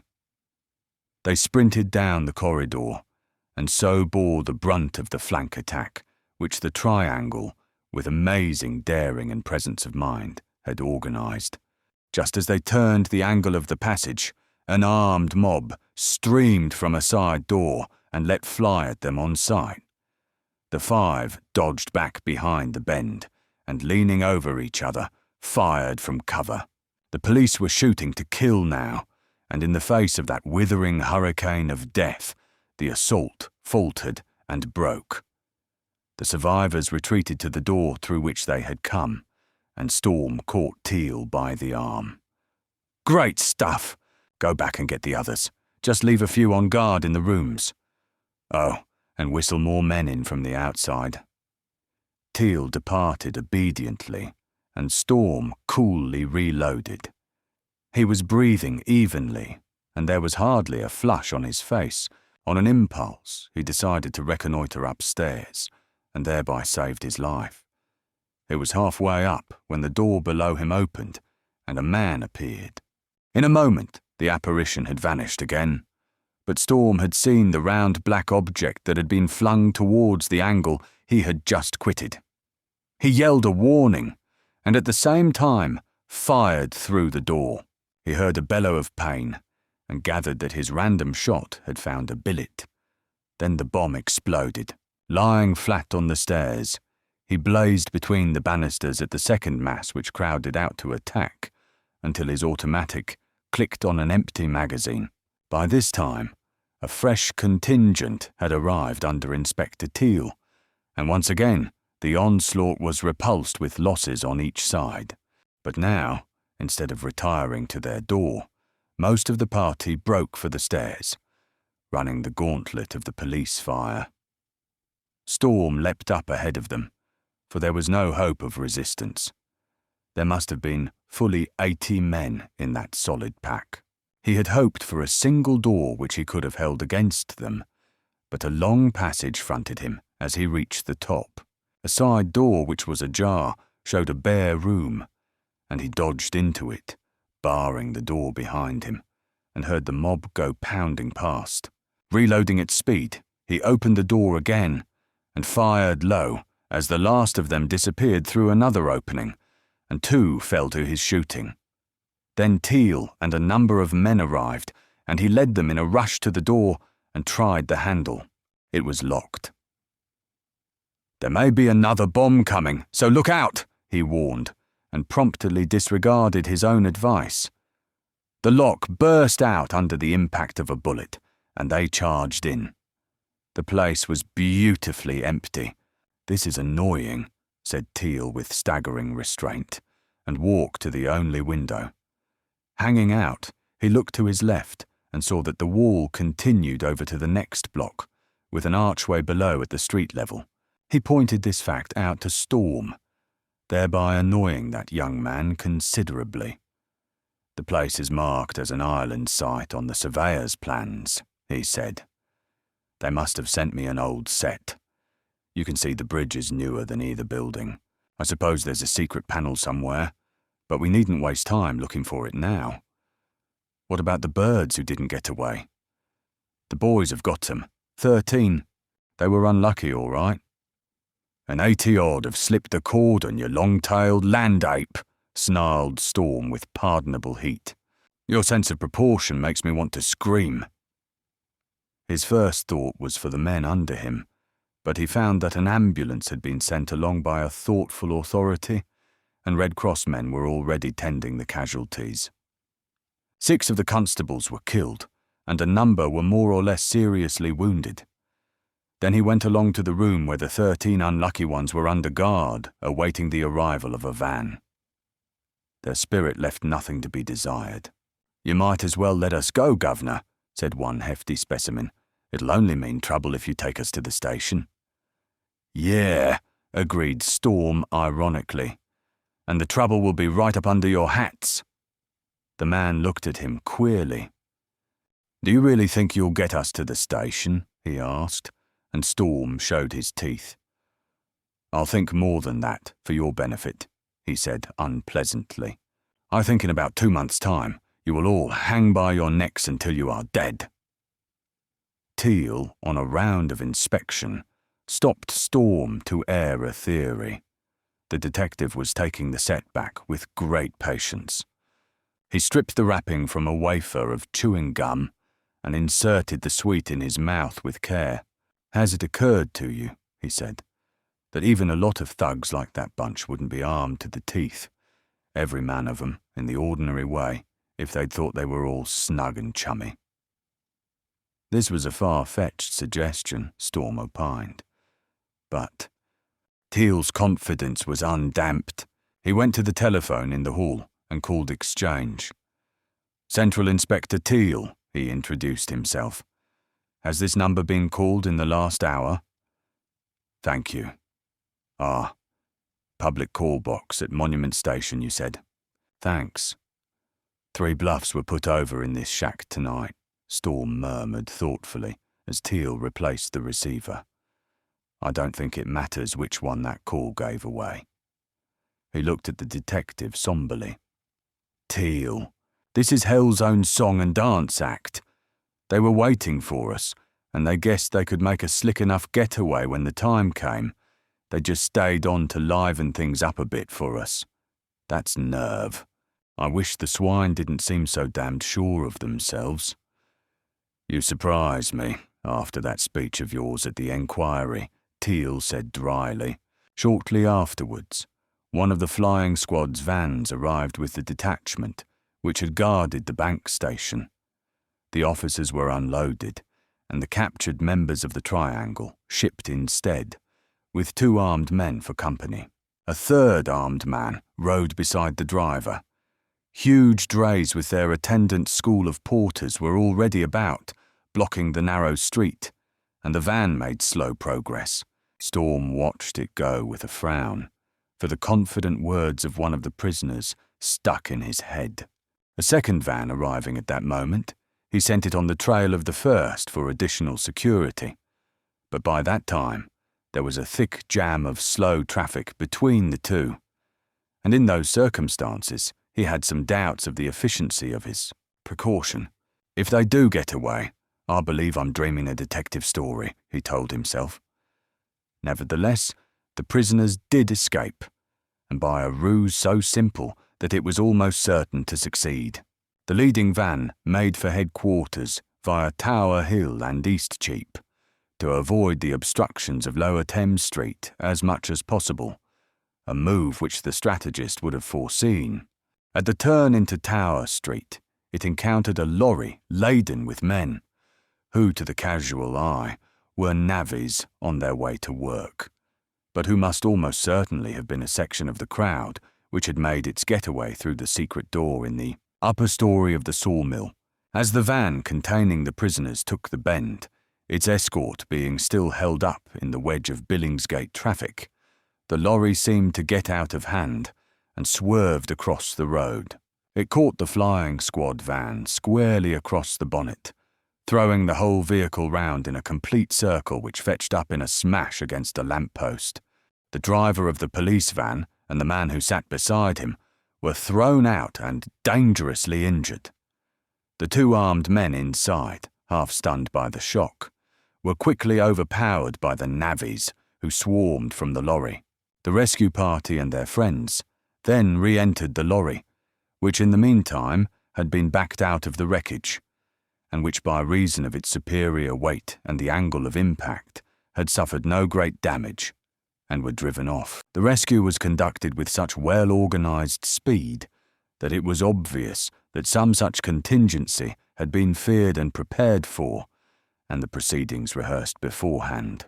From start to finish, the incident took no longer than 3 minutes, and the lorry was rushing away through the deserted streets before any of the few spectators could recover from their astonishment. The lorry was driven round the tower and across Tower Bridge, and later in the day was found abandoned outside a builder's yard in Bermondsey. All this, of course, neither Storm nor Inspector Teal heard until some time afterwards. "There's 2 more bits of news for you," Teal said in his homeward taxi. "One is that Miss Hawthorne slipped her man and disappeared." "I knew that," said Storm, although for the first time since the opening of that brief, hectic battle, he remembered Susan's threat to return. "What else?" "This." Teal fished in his pocket and brought out a grubby scrap of paper on which a message was typewritten. "Birdie tried to get this put in the Any Era Agony column. The clerk smelt rats and phoned us." Storm read, "Allay contemptible inanity. Groan in it ping, correct. Ping, Attaboy consuming, brass band ping, loving wine. Cry alas, glory me, ping. Alone. Weeping, days are long. 2. Try again. A ping? Presumably futility. A ping. It is hope frustrated. Pong sadly. Ping. drying tears. Inside, to see Pong Ping air. Come and be blessed. Has Birdie taken to free verse? He asked mildly, when he had perused the amazing document a second time. Or are we both mad? Teal shook his head. Nor is Birdie in love, as far as I can make out, he said. At the Albany, Storm invited the detective upstairs, for he felt like anything but endeavouring to put in a few hours' sleep before commencing the next day's work. You may as well wait a bit and have breakfast with me, he said as they went in. Has anyone else been getting busy on this little puzzle? It's a code, of course, said Teal unnecessarily, and Storm stopped in the hall to wring his hand in mute admiration. You're a genius, he declared brokenly when he had found his voice. Comfortably ensconced in a deep armchair, with one of Storm's cigars between his teeth, the somnambulous Mr. Teal became less trite. Our tame expert's on the job, but he's nowhere near it yet. Said it was like nothing in his experience. It's something absolutely new. I suppose it's simple enough, really. But these experts have such conventionally eccentric minds that the obvious always gets by them. Thank God I'm not an expert, said Storm fervently. He mixed himself a drink, carried the cigarette box over to the centre table, lighted a smoke, and began to work. He was silent for a long time, and then he leaned back, staring at the ceiling. The pencil in his hand drummed against his teeth, began to beat out a meditative tattoo. The sound interested him apparently, to the exclusion of everything else, and then suddenly he brought his chair back to the vertical and permitted himself a soft Jerusalem of satisfaction. He wrote swiftly for a few moments, and then turned to the expectant Teal. Who are the H's we know in this case? He asked. Teal pondered. There's Harry the Toff. I think he's in. And Haring, the hold-up man. He's reformed lately, which always makes me think of triangles these days. Oh, and Hannasay. But Hannasay's dead and buried. That's all I can remember offhand. I can add one to that list, said Storm, and crossed to the telephone. There was a short silence, and then he was speaking into the instrument. Hello, Terry? What on earth are you up for at this hour? Oh, I see. Yes, I'll bet there was some vertical breeze. Got home all right, though. Alone? Not even Uncle Joe? Lazy piker. Look here. Can I speak to her? Is she up still? Right. He covered the transmitter with his hand while he waited, and addressed Teal. This is the H you couldn't remember offhand, he remarked. I want another man to watch her, and I'll have the coats off their backs if she slips 'em again. Miss Hawthorne? Queried Teal, mildly interested. That same... Hello? Yes? Splendid. But listen, Susan, I'm coming round right after breakfast and I'm going to get your goat. No, but you've got to play the game. Now look here. Where did Joe leave you? Tower Hill? So you didn't keep your promise. Jerusalem? Who? Damn it. Oh, all right. So long. He hung up the receiver. Saw the getaway and recognised someone, he explained as he came back. This code now, it's Morse. Short and long syllables equal dots and dashes, but some of the signals are too long to get into one word. So, ping or I4 equals dot, and pong equals dash. When more than one word or letter goes to make up a signal, the phrase is enclosed in commas. Groan in it ping, for instance, is dash dot dot dot. The words are easy. Allez, dot dash. Contemptibly, dot dash, dot dot. And so forth. Here's the whole shoot, in case you can't read Morse. He tossed over a slip of paper, and Teal read the scribbled words with interest. All bases, urgent, take A, number 2, kill H, urgent, apex. Clever, was Teal's grudging comment. What do we do about it, Chief? Give it back to Birdie and try to kid him. You've decided it was innocent. That'll be a job, but it'll have to be done. If the orders don't go out through the era, they'll go out somewhere else, and knowing their code'll be useful if they try it on again. I'm A, of course, and I'm to be taken. But who is 2, or is it a place? Most likely another nest of theirs. There are probably several. The triangle wouldn't risk everything on one being unsuspected. Probably, Storm agreed. And H is to die, being apparently more dangerous than me. There's a bouquet. It was nearing 7, and he went up the outside stairs to call his manservant and order breakfast. Cork was already astir, and in an astonishingly short time, steaming coffee and delicate slices of golden brown toast were on the table, and a great dish of fried eggs and bacon was set before them, still sizzling seductively from the pan. This will about save my life, Teal said appreciatively, and heaved himself from his chair. Across the food Storm regarded him. If Miss Hawthorne is the H referred to, he said, there are going to be a whole lot of three-cornered funerals in the near future, and the big triangle will be among those present. From now on, I'm going gunning for triangles. The detective stared, for if he had seen the words in cold print, he would have refused to believe that they could be invested with such a crisp, arctic, incisive malevolence. Storm's voice was very quiet, very suave, but the quietness was like that which comes between the flash of lightning and the answering crackle of its destruction, and the suaveness was not of velvet, but of polished metal. The law, began the respectable Mr. Teal feebly, and then stopped, having met the frosty gaze of those level grey eyes. Skunk rot the law, said Storm very gently. Chapter 15. Exasperation of Mr. Teal. James Mattock read the second proclamation of the Alpha Triangle in his morning paper. It was headed in the flamboyant fashion of the first, but it was much less circumlocutory.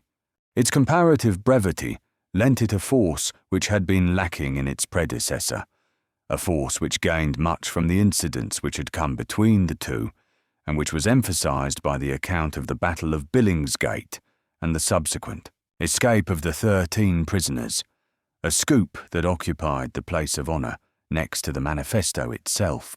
Second manifesto, by the Lord of the Alpha Triangle, in council, to the Parliament and people of the United Kingdom.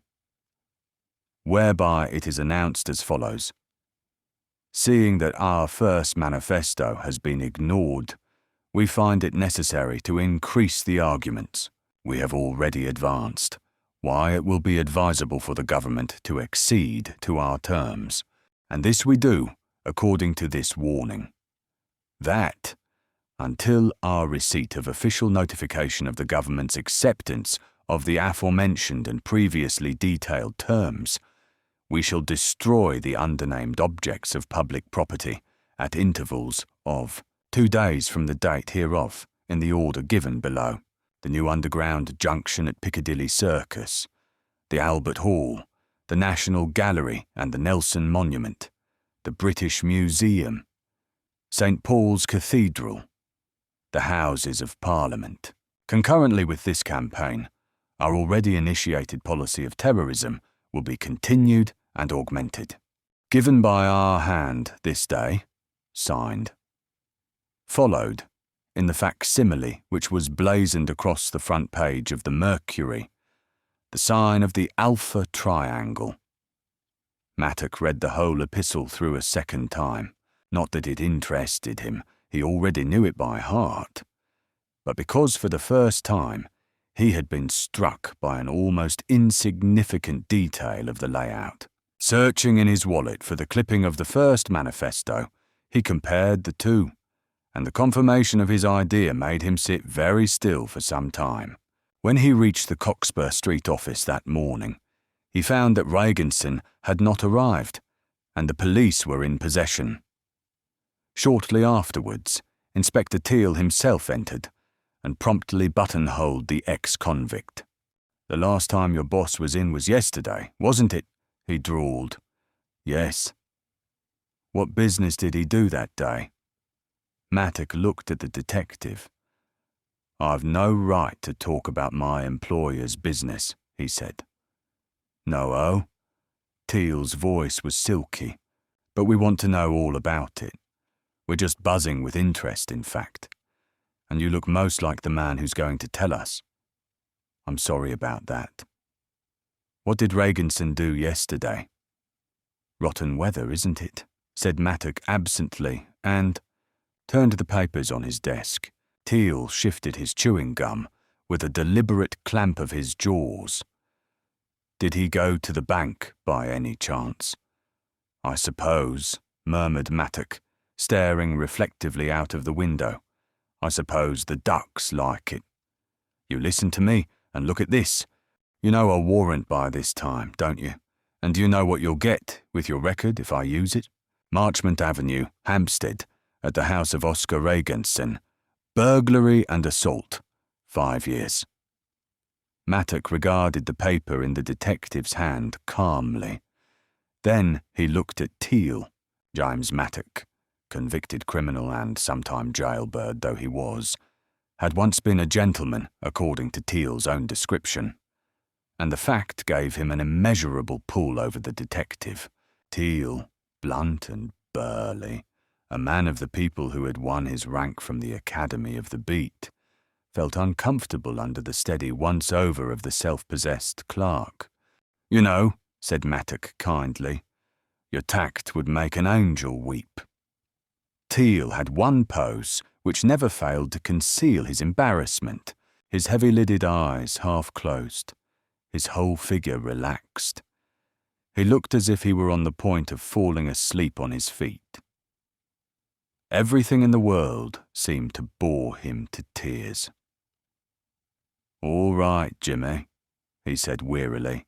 "We can't make you squeal if you don't want to. The only thing that struck me was that giving us a bit of help now would cut a lot of ice. I mean, we could give you a hand in return. Maybe go blind a trifle the next time you skated near trouble." "There won't be a next time," was Mattock's uncompromising retort. "All clear then, Jimmy. But don't forget what I said. The offer's always open."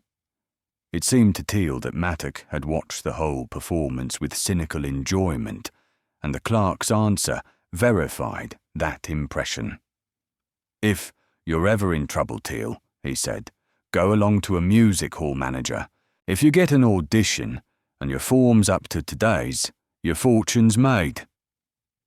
Feeling that he had not had the best of the encounter, Teal stalked into the inner office, where detectives were already at work examining the filing cabinets and the drawers of the roll-top desk. Mr. Teal's attention, however, was attracted by the massive safe, and he stood for a time before it, hands in the pockets of his waterproof, his lower jaw functioning monotonously. Then he turned to one of the men. "Has this been touched, Topham?" "No, sir." "Not a hand been laid on it?" Topham appealed to his colleagues, and the reply was a fairly confident negative. Of course, it's difficult to swear that nobody's touched it without thinking. Teal nodded. From his waistcoat pocket, he produced a powerful lens in a chamois bag, polished it on his handkerchief, and subjected the surface of the door to a prolonged scrutiny. Secondly, he studied the lock, and then he called one of the men over. "Take a look at it," he advised. "Now, you see the faint scratches by the keyhole. Do you notice any new ones?" 2 or 3 was the result after a short examination. There's also some marks inside the edges of the keyhole itself. They're all very new. In this weather, the brass would tarnish quickly, and these marks are perfectly bright. Would a key be likely to leave those inside scratches? The man shook his head. I'm not an expert, sir, but I should say not, unless the original key had been lost and a carelessly made substitute used. Thank you, said Teal, and sank upon his knees, as if in a prayer. He made a number of deep obeisances before the huge steel box, and then regained his feet with a sigh. Keep off this bit of carpet, he ordered. We shall want an expert on this. The expert was on the spot within 15 minutes of Teal's telephone summons, and he came to a decision in a very short time. This is either Prester John's or Granter's work, he pronounced, and Teal was too hardened to the daily miracles of the police records department to show any surprise at the definiteness of his Holmesian piece of deduction.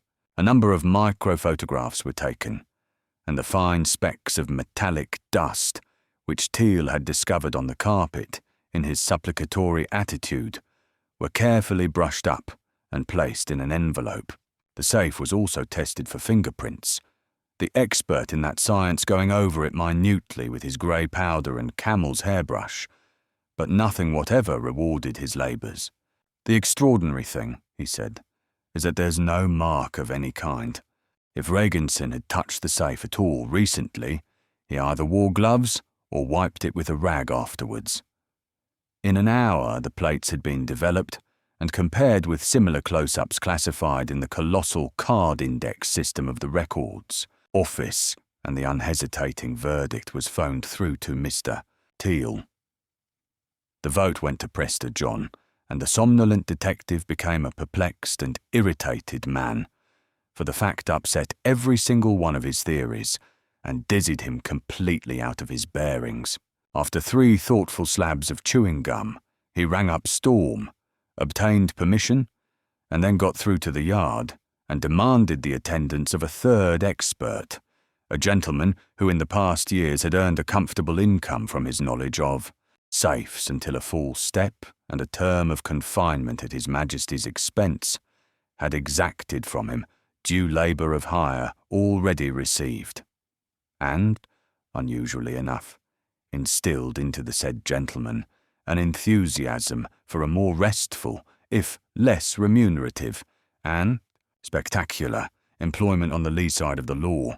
On occasion, however, the ex-Yeg had opportunities for the exercise of his craft without fear of retribution, and this was one of those occasions. "Open that money box," commanded Teal without preface, and the expert, after a practised survey, grinned superciliously. "This is degrading an honourable profession," he complained. A blind ellipeptic palaritic could open this tin with an airpin and a corkscrew. "I suppose," went on the uncertain vocabularian, warming to his topic, "it ain't to be damaged, because, if you ain't particulant, and there appends to be a sardine opener on the presums—" "Get on with it," said the detective testily, for he was not feeling humorous at the moment.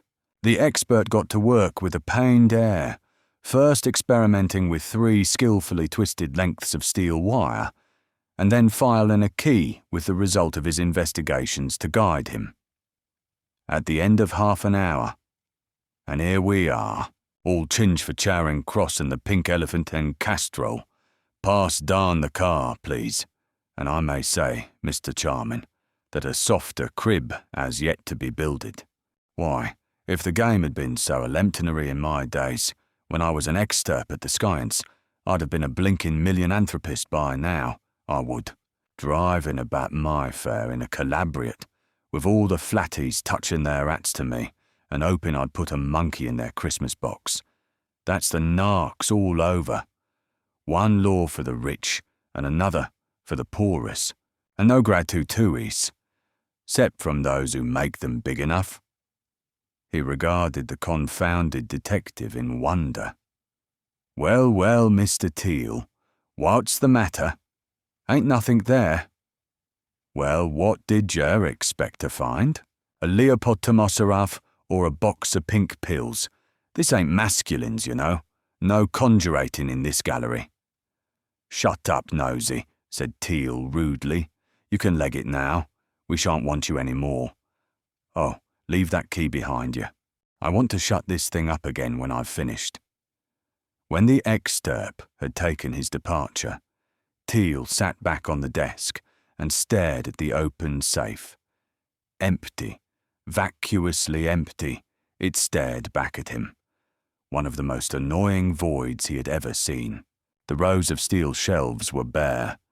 The only souvenir that Prester John had left behind him was the cardboard replica of the triangle badge, which Teal had managed to conceal from the roving eye of the ex-Yeg. Teal went back to the outer office and interrupted Mattock from the work of balancing a bulky ledger. "When were you last here?" demanded the detective. "Yesterday," said Mattock, without looking up. "Did you go into that inner office?" "Yes." "What time was this?" "About 11:30. "PM?" asked Teal sleepily. Mattock raised his eyes with a tired expression. "Oh, are you still here?" he sighed. "Pip Emma," repeated Teal. Mattock closed the ledger and pushed back his chair. His face was a picture of long-suffering tolerance. "Is this a new kind of round game?" he inquired politely. "Because if so, can't you get a detective or some other imbecile to play with you?" "No, you'll do. Is Prester John a friend of yours?" "I seem to have read about him. Did he write a book or something?" Teal played his penultimate card. He leaned over the desk and addressed Mattock in a confidential undertone. "Listen here," he said. "Joan's in the triangle. You know that, don't you? And you're fond of a Joan. So am I. A nice kid. It's only circumstances make a crook of her. I'd hate to see her follow the rest of the triangle into stir. And she will in time, if one of you hasn't a pull somewhere. You're independent now, but I guess there's a day coming when you'll be glad of a friend or two on the embankment." Mattock studied his fingernails. "When we sink as low as that," he said carefully, "I'll let you know." Inspector Teal straightened himself and shrugged. He walked over to the door of the inner office and called one of his men, and together they returned to the clerk. "Arrest that man," said Teal, and Mattock rose to his feet with a charming smile. "The charge?" he asked pleasantly. "Burglary and assault at the house of Oscar Regenson on the 14th instant. Accessory before and after the fact in the burglary committed in this office last night. Suspected of concealing knowledge of the whereabouts of Oscar Regenson, who is wanted on a warrant issued last night. I warn you that anything you say may be taken down and used as evidence against you." Mattock bowed. "Thanks for being so lucid, but you've got the last part of it wrong, you know. The correct formula is, used as evidence at your trial." "As evidence at your trial," Teal corrected himself testily. "Take him away." "One moment." Mattock stopped him. "The third charge falls to the ground, naturally. You've only asked me about Regenson's past movements, not about his present whereabouts." "That'll keep," said Teal viciously. "Try it on the jury." He was feeling rather fed up with Mattock's imperturbable assurance. They took Mattock to headquarters, and the formal charge was made. The same mocking tolerance permeated the man's demeanour when the usual questions were asked. "Name?" "James Norman Mattock." "Age?" 57 years, 8 months, 1 week, 4 days. He looked at his watch. 11 hours and about 40 minutes. "Address?" I declined to answer that question. His tone encouraged no insistence on the inquiry, and they let it go at that. They were taking him to his cell when he called Inspector Teal. "I suppose I'll have to stop behind bars for a bit to satisfy your vanity," he said. "But I don't want it to be too long, so you might get hold of Captain Arden when you have the chance, and ask him if he'll see me. I'll find out how his temper is this morning," Teal promised him. and Mattock passed on with a courteous word of thanks. In Storm's room, however, the detective found something else to occupy his mind, and it temporarily eclipsed his concern as to the fate of James Norman Mattock. "I've got hold of a copy of the deed of sale of that sawmill," Kit said. "It's signed by Reaganson, more or less, but there's something wrong with the signature.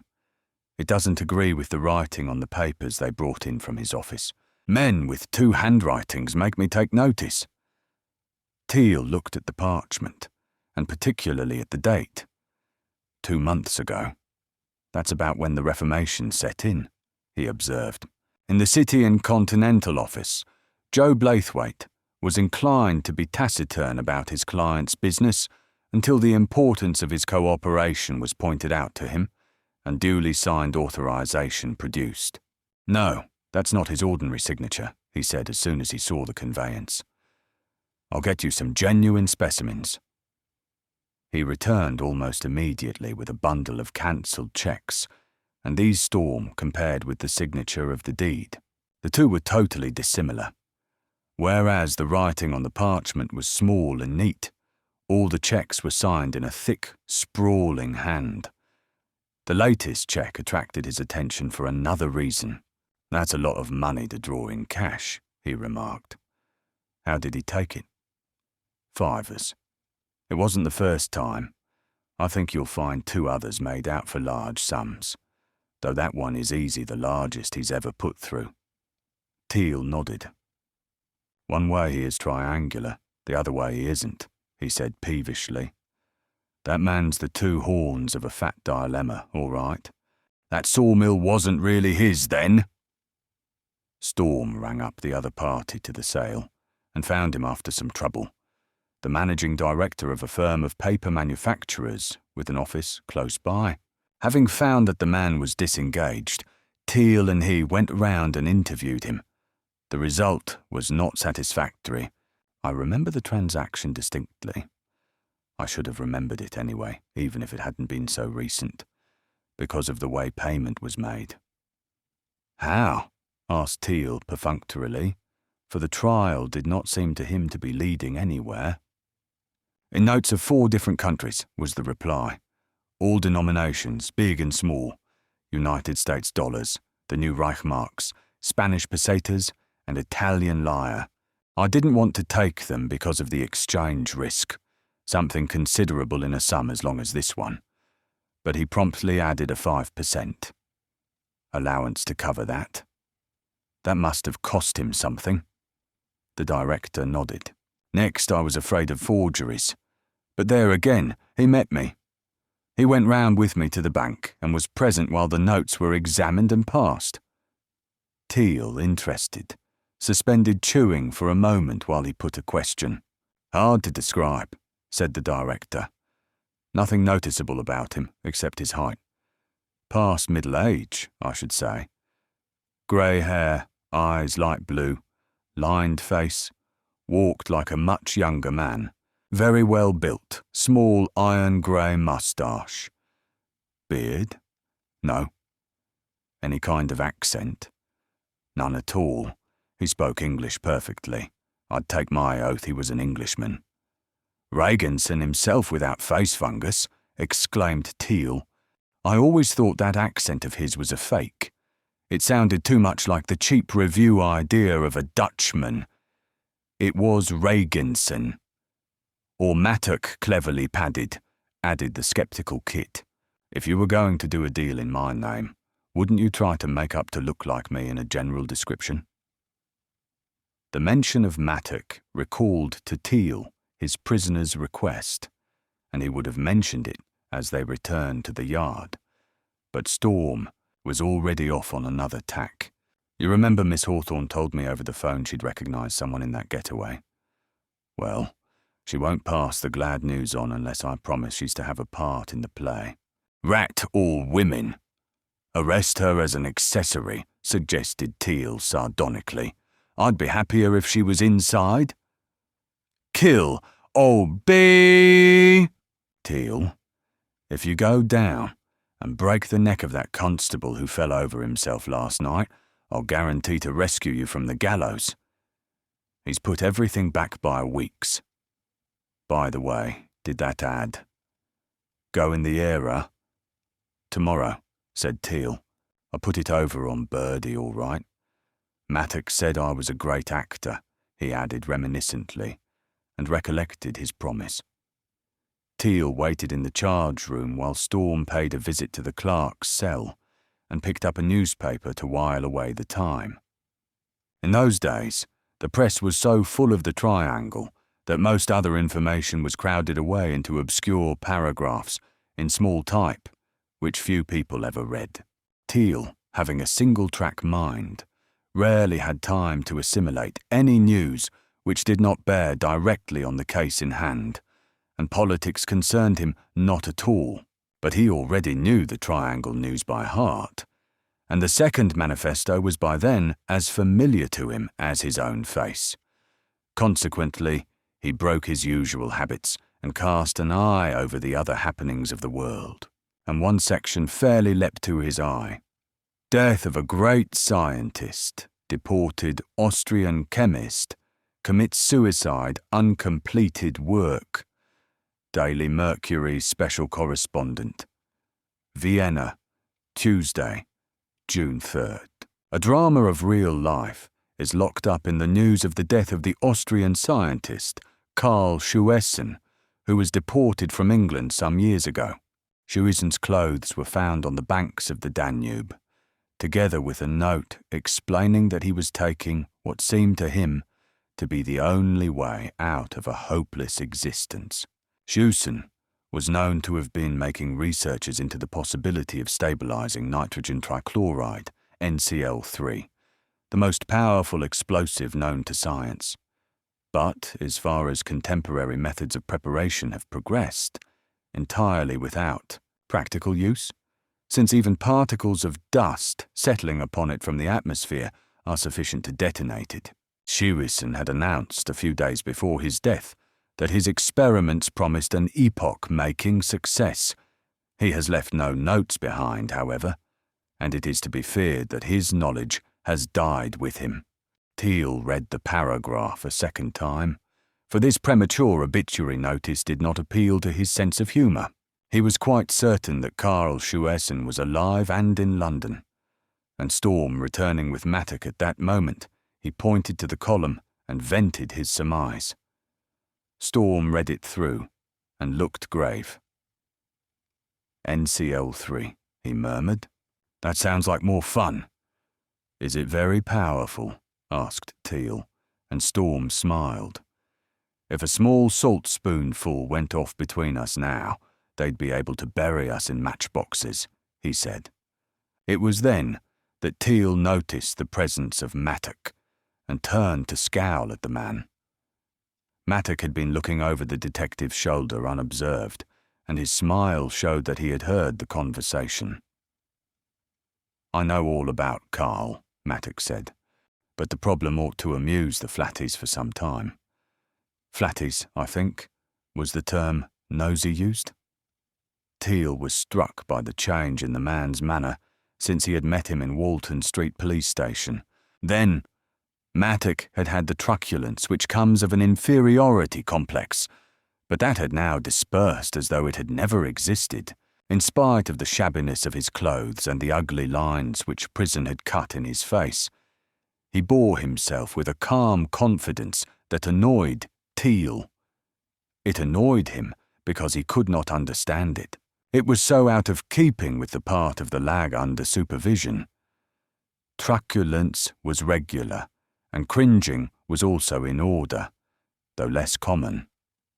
So, too, was friendliness. But superiority? No. You look pleased with yourself, said Teal glutinously, falling back into his role of ennui personified. So I feel, agreed Mattock. Captain Arden has very kindly permitted me to be released. He glanced at his wrist. It's just lunchtime. Thank the Lord I'm spared the culinary abortions you serve to persons in custody. Teal's jaw dropped. Is that true? he asked, and Storm nodded. "I'm sorry, Inspector," he said officially. "I don't think any of the charges against this man will stand. You will, however, keep him under observation." "I will," asserted Teal grimly. Mattock raised his hat and sauntered to the door with a smile. There, he paused. "I should keep an eye on Uncle Joe too," was his parting shot. Teal stared somberly at the door through which the man had passed. He shook his head sorrowfully. "And there, by the grace of the devil," he muttered, "goes a man who knows far, far more about the triangle than I shall ever find out." "I've also cancelled the warrant that's out against Reaganson," Storm said. "I don't think any charge will stand against him either yet. It's easy to prove that the signature to that deed isn't his, and there's no chance of tracing those foreign bills. You won't even get him by identification, nor will you get Mattock, for the matter of that. Neither of them fit exactly." He was tapping a cigarette on his case when the telephone rang, and he was told that the call was for him. When he came back, the light of war was in his eyes. "Now we shall see some more battle, murder, and sudden death," he said. "That was to say, Mecklen's better. I'm going to get him to court tomorrow, if there's a whole army of triangles in the way, and then we'll see if he'll squeak." "He isn't a triangle, anyway," said Teal gloomily. "Is it Mattock?" Storm did not answer. "Or is it Uncle Joe?" Storm was intent upon the feat of throwing his cigarette high in the air and catching it between his lips, a piece of amateur juggling which he performed with skill. "Then it must be Reaganson," Teal said dreamily. "Keep on guessing," Storm encouraged. Mr. Teal shook his head and nipped the end from a rank cigar. "You're so close. You'd make an oyster look like a yawning whale," he protested in despair. "Now, why let Mattock out? I'll bet that man knows all the things we want to know about alphas and apexes." "Speak for yourself," murmured Storm, concluding his exhibition of sleight of hand by throwing his cigarette over his shoulder from the back and trapping it faultlessly. Teal did not applaud. "He must have had something exciting to tell you," he pondered aloud. "Was it absolutely necessary to release him?"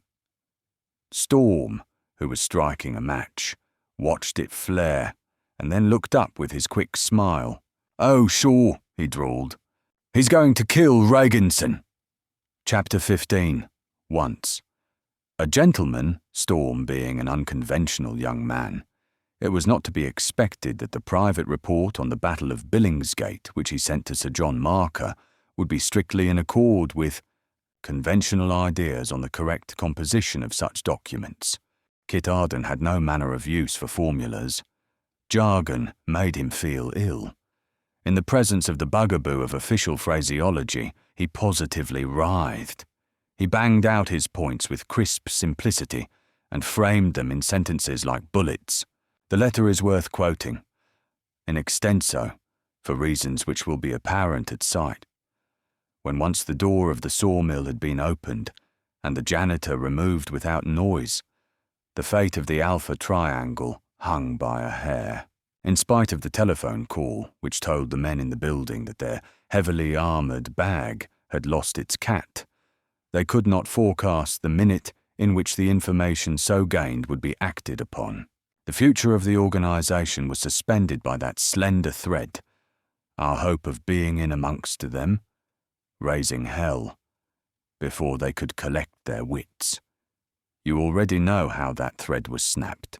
Whatever a man's genius, he cannot dream of terrorising a city, as the Apex intends to do, without a large number of assistants. With his young army of helpers locked away, he would have been crippled, perhaps irretrievably. However, we failed. So that's that.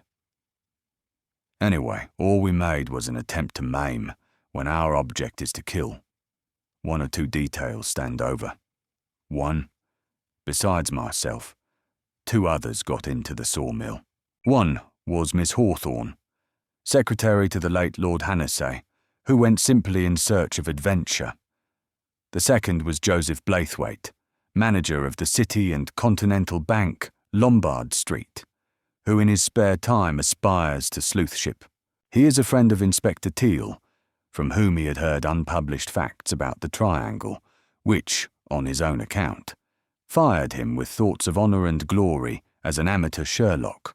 He is also one of the lives threatened by the triangle, which fact does not perturb him unduly. 2. In my opinion, the telephone call which followed our departure came by chance and was not based on knowledge of any of our plans. 3.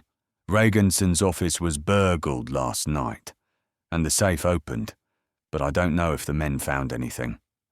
A lot of attention is centred round Regenson lately, so I expect his obituary notice is only a matter of days. The Billingsgate raid having failed, I am basing my next move on the Era advertisement. It will, of course, be risky, but if anything goes wrong, you will know what to do. I can only guess how the triangle will continue its campaign. I probably have a better appreciation of that colossal mind than anybody else. But if I gave you a logical prophecy, even you might begin to regard me as an imaginative alarmist. The solid fact, which you and everyone else has got to get hold of, is that for the time being, all the odds are on the triangle. They have all the advantage of surprise. Just now, the police aren't prepared. Violent crime isn't familiar to them yet. They can't quite adjust themselves to it. It'll catch them napping, and they'll take time to get busy. There's a genius at the top of the triangle, or a lunatic, whichever you care to call him, and the police are neither geniuses nor lunatics. They're just plain ornery men dealing with plain ornery crooks, with all the odds on the crook. Crooks catch themselves and each other, but there'll be no nosing the triangle. It can pay too well, and the little twisters follow the big money. Gangs in the past have gone just because discontented members shopped them. There will be no discontented members of the triangle. Why, their chief can even pull them out of the hands of the police. The rescue of the Billingsgate prisoners will add tremendously to the prestige of the Apex. I promised you the head of the Apex on a triangle in a fortnight, and that fortnight still has some time to run. The brain of the Apex moves in such great leaps that nothing less than genius could anticipate it from pinnacle to pinnacle. Against that there is only one card to play: fear. Even genius has nerves. Even genius can be made to worry about its neck. I shall win. The removal of Lou Mecklin from St. George's Hospital to Marlborough Street, Police Court, was not advertised, but Storm did not doubt that the Intelligence Bureau of the Triangle had its own sources of information.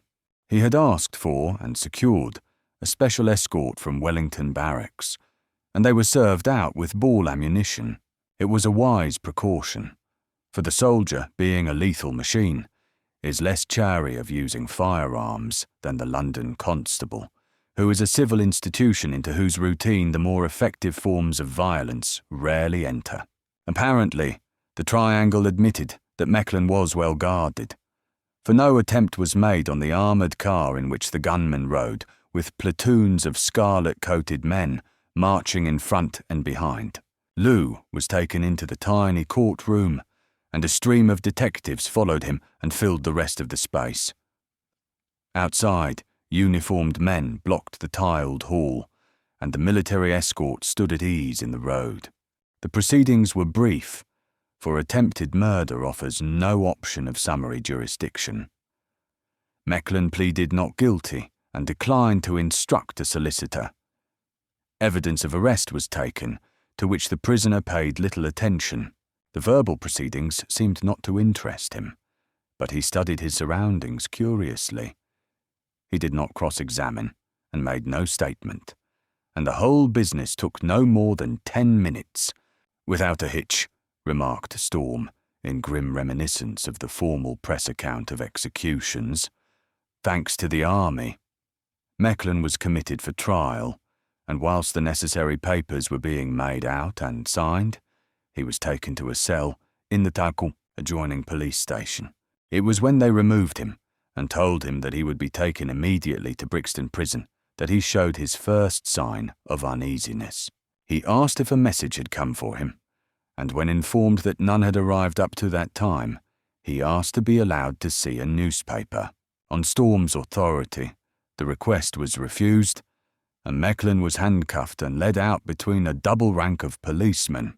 Teal went in front, and Storm brought up the rear, and as the cortege came into view of the street, Teal halted so suddenly that Storm trod on the prisoner's heels. Pushing his way to the front, Arden found the detective staring up and down the street with a ludicrously blank expression on his sanguine countenance. Storm looked also, and his lean face hardened. There was a cab rank in the road, and he went over at once and asked a question of one of the drivers. "About half an hour ago," said the man, just after the man had been taken in. "A cop comes out and hands a note to the officer and walks away, and then the officer shouts, 'Shun,' and off they goes." "Did you see the constable's face?" asked Storm, and the chauffeur scratched his head. "Suppose I must have, but I didn't take much stock of it. You don't inspect every copper's dial what you sees. You'd get hurt failure. Just looked an ordinary policeman to me. Hulking great fella, oldish. Walked as if he owned the earth, like they all do." "Thank you," said Storm bitterly, and returned to the waiting group on the station steps. By that time, the escort would be back in barracks. In the first instance, there had been more than enough red tape, and no little grumbling in high places about troops being called upon to do the work of the police. A fresh escort would not be procured without considerable delay, and perhaps not even then. And yet a military guard, Storm, was determined to have. As it turned out later, he had made a grave mistake in jumping to the conclusion that the dismissal of the soldiery by means of a forged message was simply a ruse to make him send Mecklin to the prison in the ordinary van and under police escort. Only, bearing in mind the Tower Hill affair, this was the explanation he had reached, and it made him doubly set on attempting no such hazard. He had Mecklin taken back to his cell and ordered a special watch to be mounted over him. Then he rang up the CO at the barracks and found that the 2 platoons had just returned. "You might find out if the officer kept my note," he said, and waited until the requisite information was forthcoming. "He has. I'm sending a constable round for it now. He'll give his number, which is C2447. Oh no, nothing whatever, except that the note happens to be a fake." "That's so. Well, you're not half so sorry as I am." He listened for a moment, and then replaced the receiver with great care. "Started to quote me. If you want a thing done well," he explained. "On the whole, the observation's appropriate, but not the way he meant." Teal was looking glum. "I don't like it," he confessed, "and yet, on the face of it, Lou's almost as safe here as he'd have been in Brixton. But this triangle's a shade too snappy for Claude Eustace. They think of things the ordinary crook'd laugh at, and they do 'em, and so far they've got away with them every darn time by sheer nerve." "There's a special guard," Storm said, "and you can spend the night here yourself if you like. I'll see if I can see Marker and get a special order for another parade tomorrow. We can't do any more.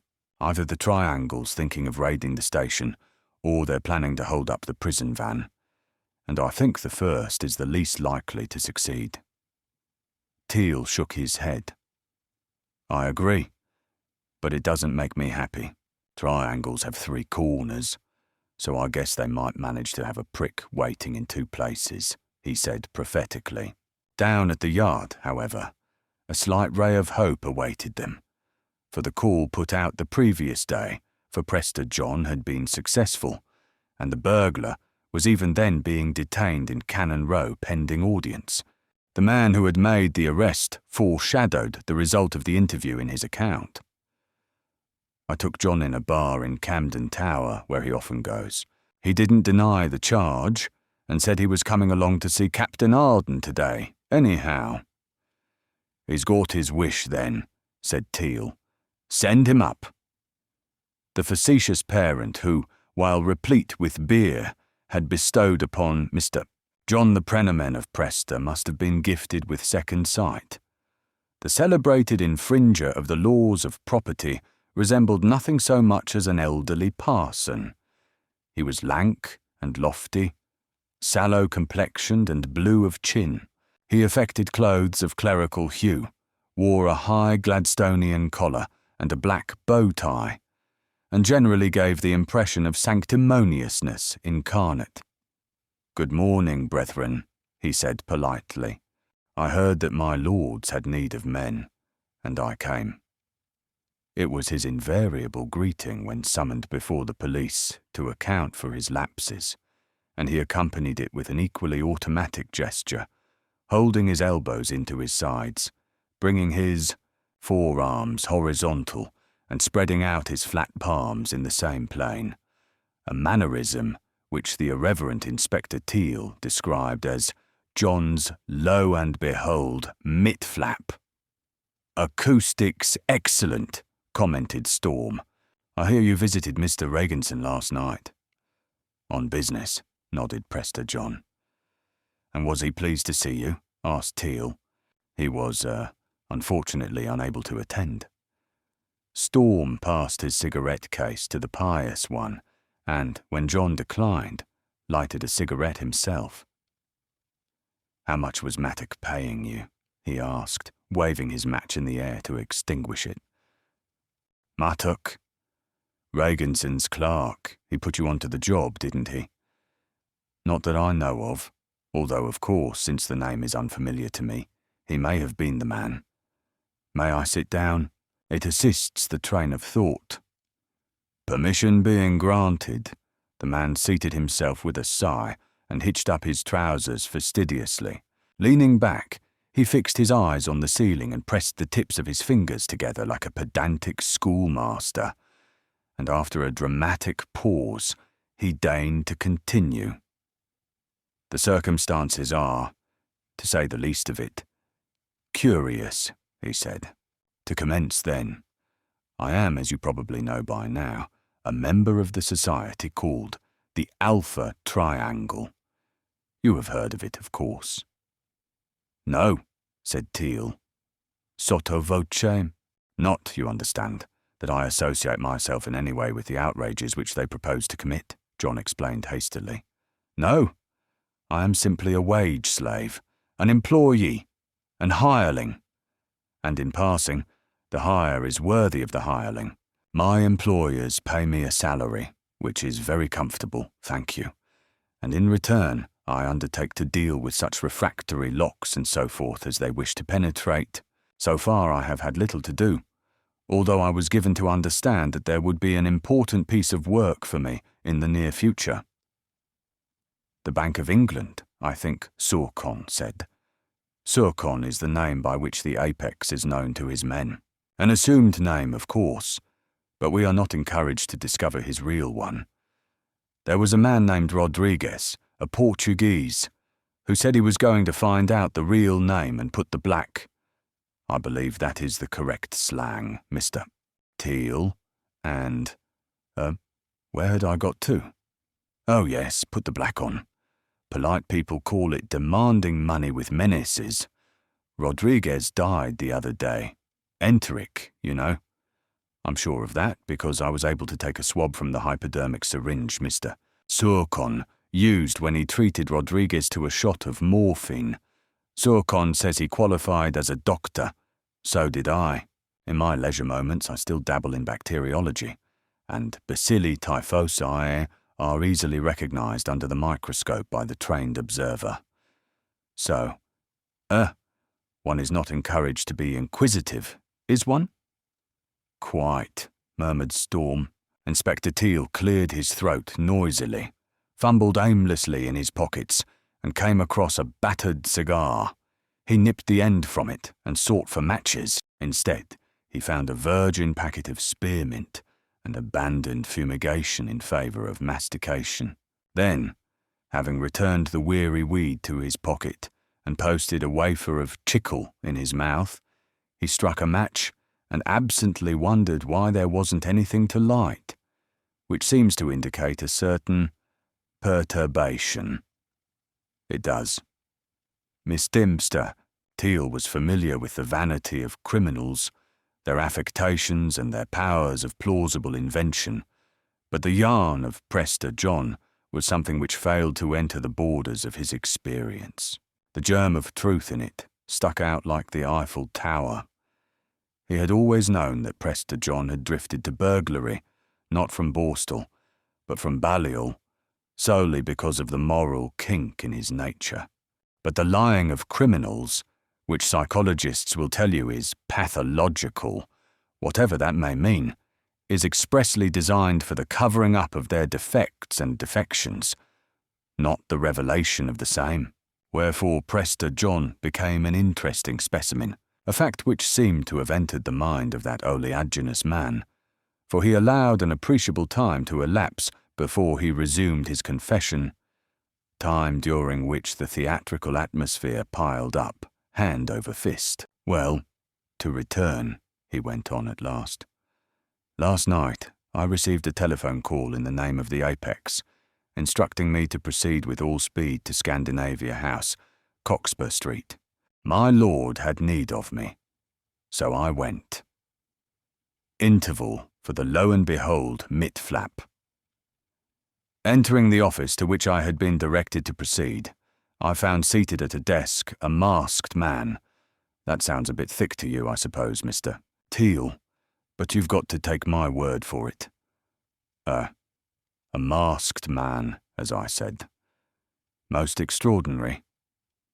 He had a trick of affecting to have lost the thread of his discourse and finding his place with an exaggerated effort of concentration. This man, masked, as I told you, where was I? Oh yes, this man explained to me that in his role of Ezra Sercon. Did I tell you that the Apex called himself Ezra Sercon? You did, assented Teal patiently. He explained that he was, of course, disguised when he appeared before us, and he had not had time to assume his disguise that night. Therefore, with a solicitude for my own safety which, I may say, touched me to the heart, therefore, he had donned a mask, and that was that. He indicated a safe and invited me to open it, which, reasonably enough, you understand, I did. And when I got in, lo and behold, the cupboard was bare. Storm tapped the ash from his cigarette.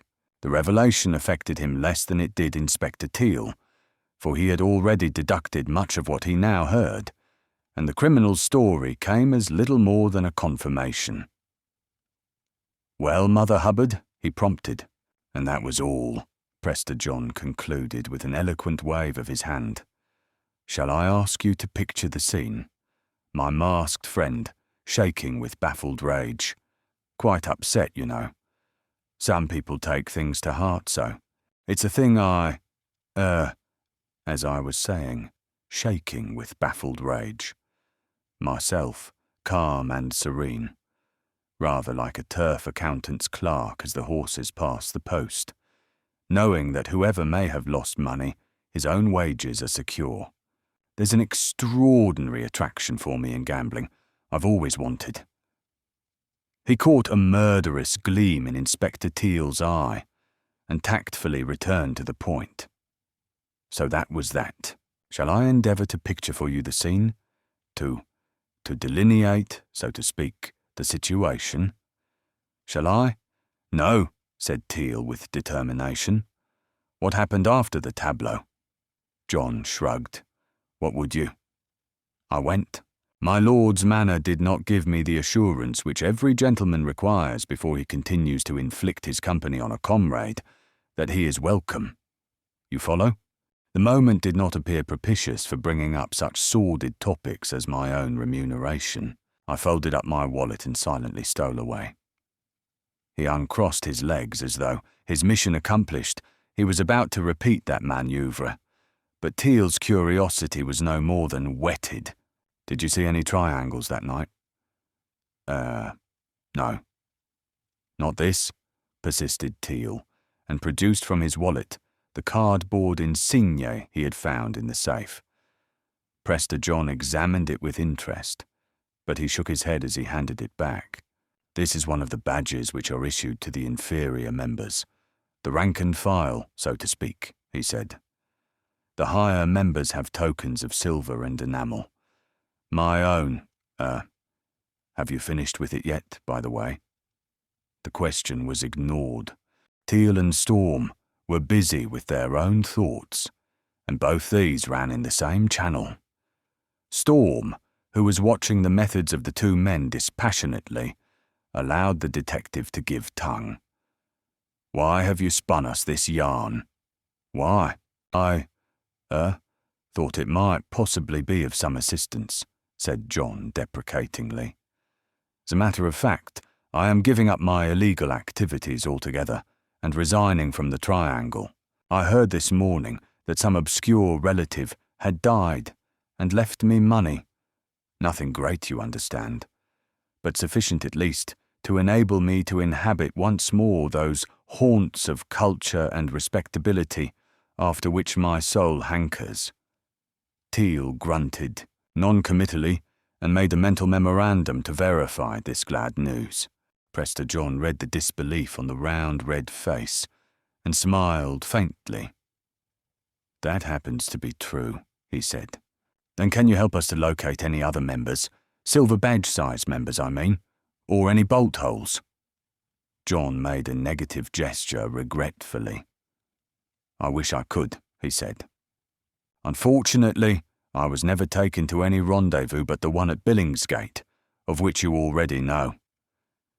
As for members, I have never, been in the habit of associating with gentlemen in the same, line of business as myself. Now that I am meditating a return to the straight and narrow path, my chief ambition is to, rehabilitate myself with the police, bearing no malice for the many tussles we have had in the past. But my acquaintances are unhappily so useless for your purpose. Teal knew that this was the truth, for one of Prester John's many peculiarities was that he never mixed with other criminals, planned and executed all his coups single-handed, and disposed of the proceeds through channels unknown to the underworld. There's no clue you could give us about the masked man, said Storm. Nothing. In fiction, a scar, a limp, a missing button. In real life, nothing. Tall, and I should think well-built. But since he wore an overcoat, I shall not take the risk of, perjuring myself on that point. Storm himself opened the door to the reforming burglar, and receiving an almost imperceptible signal, followed the man out into the passage. All I've told you is blowed in the glass, said Prester John in a rapid undertone, his pose having dropped from him like a cloak. I am really going straight, and I know no more than I've told you. Except this, I know how it is between you and Miss Hawthorne. Why, if a split sneezes, it's known all over the underworld in half an hour. The order went out that she's got to go, and Lou's been told off to do it. He's going to escape tonight, I suppose you knew that. But that isn't Lou's way. He looked at Storm steadily. The difference between Lou and me is that I was once a gentleman, whatever that may mean. But I was. Lou never will be. His mind is so vulgar. Take a stable tip. He held out his hand a little hesitatingly and smiled when Storm took it. Thanks, said Storm. But why couldn't you say that in front of Teal? Dear sir, one must make good exits, intriguing curtains. He swung his stick, and once more his face was sanctimonious and his voice treacly. The worthy Inspector Teal has, in his blundering fashion, crossed swords with me on many memorable occasions. Once, he even succeeded in obtaining my, incarceration for a period of 3 years, the only time I have ever been inside. Painstaking, slow and sure, but not brilliant. I have taken a number of years convincing him that the church was my proper métier. His mind is not elastic. I feared that if I, removed the mask of the musical comedy parson, the shock, terrible, terrible, terrible, all one's ideas dislocated, and so forth. You appreciate my point, he pleaded, and there was a peep of laughter in Storm's grey eyes as he watched the lank figure pass mincingly down the stone corridor. Chapter 16. Sensation. Out of court, Storm returned to meet the lazily inquiring gaze of Inspector Teal. Teal was far too ponderous a man to be swayed by the emotions of the thin-flanked herd, but it was obvious that puzzlement was seething within his placid bulk. The symptom was the exaggerated precision with which his jaws chewed from side to side. The plastic sweetmeat of Mr. Wrigley, and Storm was privately amused. What was his secret? Demanded the detective with assumed languor, when after some time the information had not been volunteered. Oh, Prester John sent you his love, Storm replied, truthfully, but uncertainly. He didn't dare give it you in person. Mr. Teal's recumbent mountainousness heaved with an explosive grunt, which registered unbelief. They parted, for Storm had a luncheon engagement for which he did not wish to be unpunctual. He met Susan at the portals of the Regal, and thought that he had rarely seen her looking so beautiful. Being gloriously ignorant of the niceties of feminine apparel, he received from her dress no other impression than that it suited her to perfection. In her smart costume of plain bisque, relieved only by the daring splash of green where a flowing kerchief was knotted loosely at the throat of her white silk undertunic, she was piquantly beautiful. The bright sunshine lit up her smiling face, and its searching brilliance at once absorbed her red lips and the faint flush of health on her cheeks from all accusation of artifice. They made a striking couple. Her loveliness was none of that pink and white fragility to which a certain type of Frenchwoman aspires. Prettiness which is at one and the same glance irresistibly attractive, and yet so obviously unfitted for any locale. But the drawing-room and the poire gown, she was essentially a girl of the open spaces, with the lithe, free grace of carriage and the delicate browning of a clear skin which come only with a perfectly functioning body bred of, and two, the love of plenty of exercise in the eye of the sun and in the breath of the wind, and Storm fitted her perfectly, being a man good to look upon and finely built, and having a boyish love of laughter always lurking in his steady eyes to counteract the first impression of hardness you got from the squareness of his jaw and the vigorous set of his mouth, outstanding at once by the lissom poise of his athletic figure, with just that indefinable air of restraint about him which is the infallible sign of a tremendously dynamic vitality controlled and directed by a dominant will. He had meant to talk to her gravely, warning her of the dangers she was running and pointing out the foolhardiness of her last night's adventure. She, for her part, had made up her mind to laugh at his fears and complain of his selfishness in keeping all the thrills for himself. He had meant to be firm. She had meant to be defiant.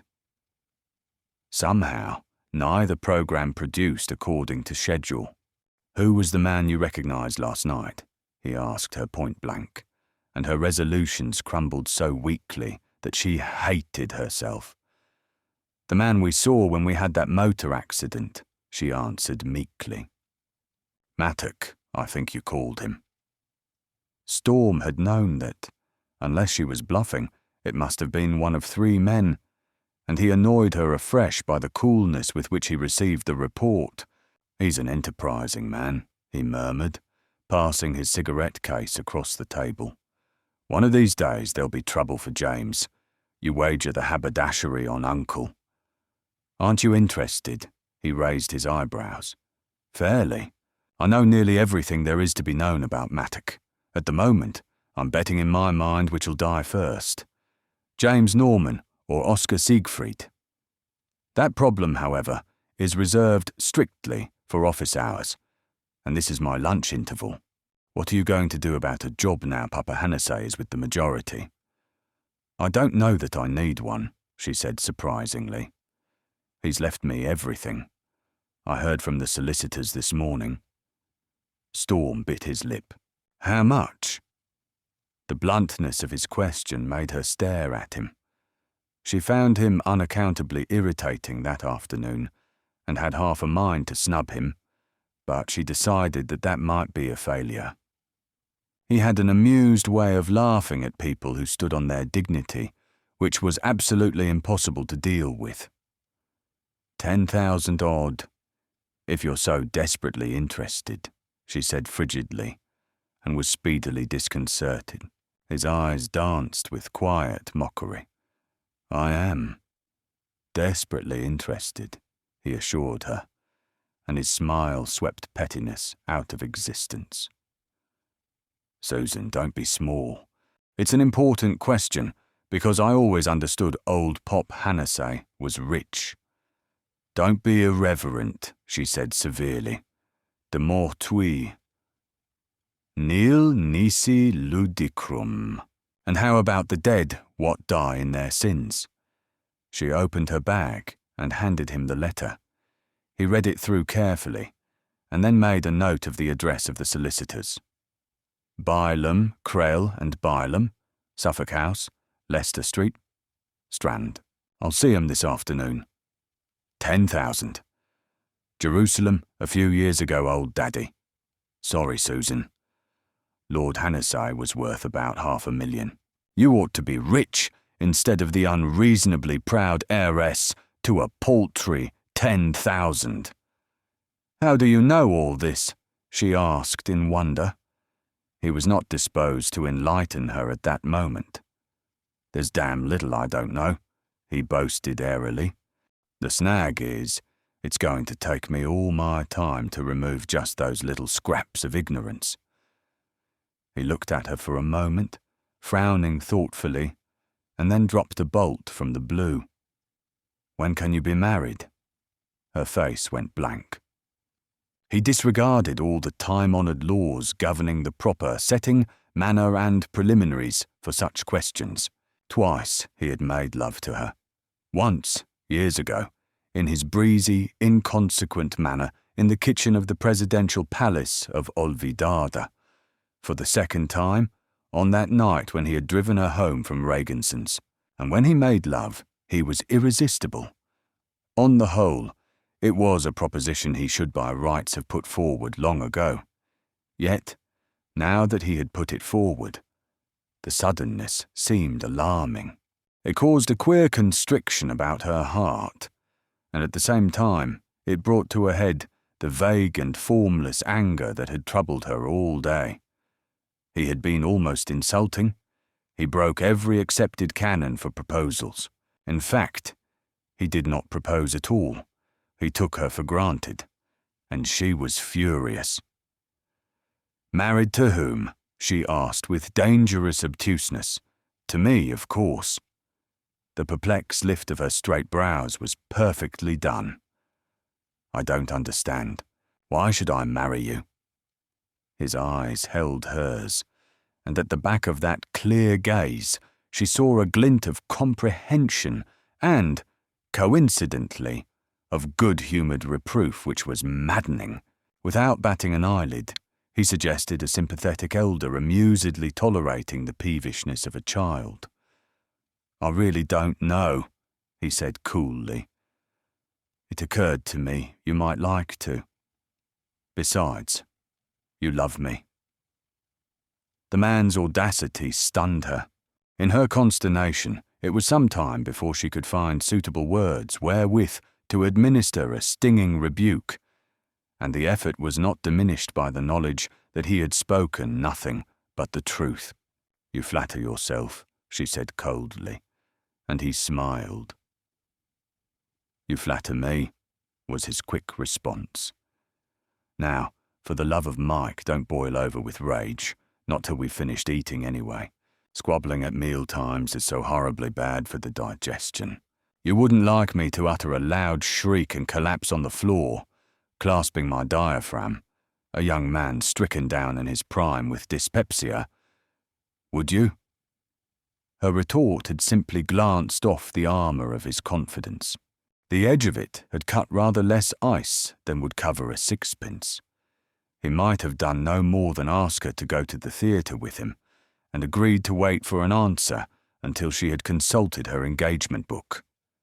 He was, good Lord, he was actually humouring her. "You're mistaken. You won't refuse ever to see me again," he said, and looking up, she saw that his eyes were still upon her, and knew that he had read her thoughts, and then he switched from the subject with the abruptness of the turning off of a tap. "How's Terry these days? Do you remember the ex-Esquire case?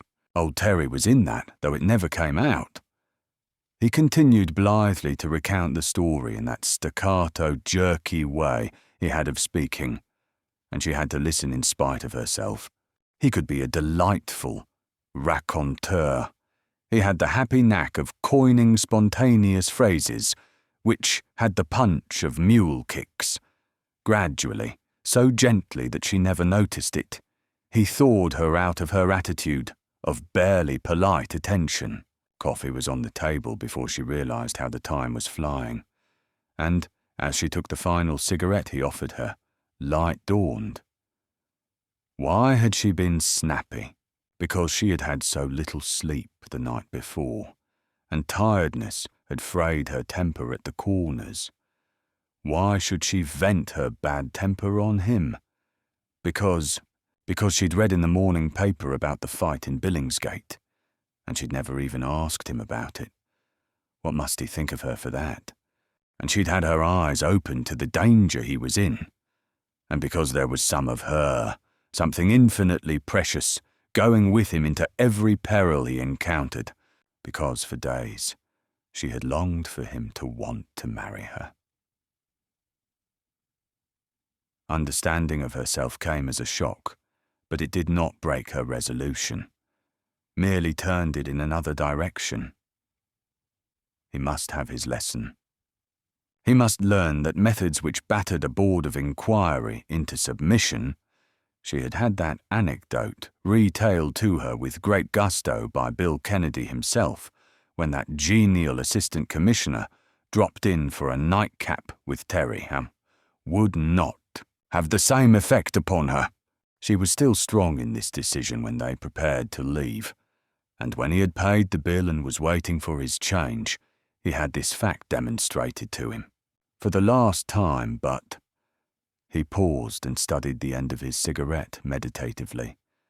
"But two, for the last time. But two, Susan. When will you marry me?" "Never," she said, and hoped she sounded inflexible. His eyes danced. His optimistic egotism was unshakable. "Sure." "I've given you my answer," she said, straining to be haughty in the face of that sunny smile. "So please don't ask me the other 2 times." "I shan't forget," he promised ambiguously. "But hear me, Susan. Unless you come and ask me to marry you before midnight, you'll sleep in a Vine Street cell, probably." She stared. "What for?" "Safety," he said soberly. "It all depends on whether a certain gentleman now in custody gets clear as he's promised. Now think." That evening, before he went to dinner, he made his last arrangements for the guarding of Lou Mecklin. He made a personal inspection of the cell, fanned the gunman himself for additional assurance in case he should have succeeded in concealing a weapon, and appointed 3 men with over 10 years' service to watch the man. With 3 others, 2 relieved them at 2 a.m. He left a last warning. If Lou gets away, somebody's hopes of promotion will be gone forever. Anything that's sent into him is to be kept from him until after I've seen it tomorrow morning. He's not to have the privilege of ordering anything whatever from outside. You can tell him all his money's gone to pay his hospital bill. Nobody is to be allowed to enter the cell. Don't even go in yourselves, unless he looks like dying. That's all. If the triangle scores again, I should say the Chief Commissioner will crucify every man in C Division with his own hands. It was perhaps lucky for several people that Storm had exaggerated the brutality of Sir Brodie Smethurst. The circumstances, as far as one can collate the depositions of those concerned, were as follows. About 9 p.m. that night, Police Constable C.8 Monweven, who was standing at the corner of Marshall Street and Broad Street, was approached by a bulky ruffian whose dissonant caterwauling was clearly a public nuisance. On being requested to desist, the large one smote C.8 Monweven with some strength and his boot, even upon the shins, and was promptly taken into custody. Leading his captive up Marshall Street, C.8 Monweven met 3 other musicians who, linked arm in arm, were making the night air hideous with their attempts to harmonise Rose in the Bud and Annie Laurie. C.8 told them to shut up, whereupon the 3 ranged themselves in line before him, chorused a hearty "Tu quoquese," plus a vulgar expletive, and switched over to a pathetic rendering, in comparative unison, of Toasty's Goodbye. They also were added to the bag, and the 4 were shot into the charge room of Marlborough Street Police Station, certified drunk and accused of being disorderly withal, and locked up to await judgment in the morning. They had scarcely been removed to the cells when Police Constable C796 arrived, having in tow 2 troubadours looking distinctly the worse for wear, whom he charged with conducting a free fight in Regent Street, in the course of which they smashed a shop window. They also were placed in durance vile. Meantime, 4 husky specimens, who looked like farm hands in London for the day, had drawn up in line before the station entrance, teetering somewhat unstably on their heels, and had commenced to regale the man on duty at the door with, "Pack up your troubles in your old kit bag," a subtle jest which was not appreciated until later.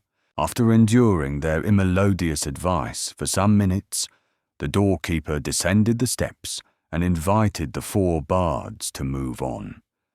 The man who seemed to be the leader of the troupe failed to understand. "Move on," he hiccuped, swaying slightly. "Nora bivit, hic. Tish, tish, ovka, tish." He tapped the law solemnly on the thorax. "Hic. Tish community singing, finest hinging, hic. England, go way, don't spoil gaty nations." He turned to his waiting choir. "Nothing, boys. Show this of to watching hic. Do. Now. Algether." Whereon the welkin of Marlborough Street rang with a cacophonous interpretation of 3 o'clock in the morning, the chronological inaccuracy of which ancient ditty they appeared to perceive, for they made of it an apologetically discordant dirge, after 3 more unavailing efforts to make them cease their serenade, or to inflict it on another thoroughfare. The doorkeeper arrested them, and they were marched into the station, still wailing the refrain of that touching ballad. Bye-bye, Blackbird. And now a problem arose. No police station has more than 7 cells, and by then all those at Marlborough Street were occupied. Appealed to for instructions, the divisional inspector scratched his head. For more than 1 prisoner cannot be placed in the same cell except during riots. The 4 songsters, having been roughly searched and charged, were now lined up at one end of the charge room, abiding the inspector's decision on this knotty point, and their persistent warbling was not helpful. When somebody waits for me, sugar sweet, so is she. Bye, bye, blackbird. No one used to leave or understand me. No one knows. Shut up, bellowed the frantic inspector, whom this ghastly vocalism was rapidly driving to the verge of insanity, and added a virulent commination. He telephoned to Vine Street, only to learn that the more aristocratic police station was already full. Unwisely, he chose to exercise his own authority without appealing to headquarters. Make my bed and light the light. You'll be home late tonight. Blackbird, bye-bye. The lullaby howled on to an appallingly strident conclusion, and the Chanticleers, without tarrying for applause, swept on to an ear-splitting prayer that they might be permitted to join their lost loves upon the bonny, bonny banks of Loch Lomond. If this doesn't constitute a riot, God knows what does, squealed the inspector in anguish. Take 'em away. The four were sent to join their fellow choristers in the bonny, bonny cells of Marlborough Street. Even that did not end the torment of C Division, for within the next half hour they accumulated 3 more psalmists and 2 men who had endeavoured to capture a policeman's helmet. Towards 10 o'clock, a man in a small 2-seater car drove down Marlborough Street, turned his car at right angles across the road, and shouted to the constable at the station entrance to stand clear, explaining that he was going to drive right in. He even tried to carry out his threat, and when they went out to him, they found that he was very drunk.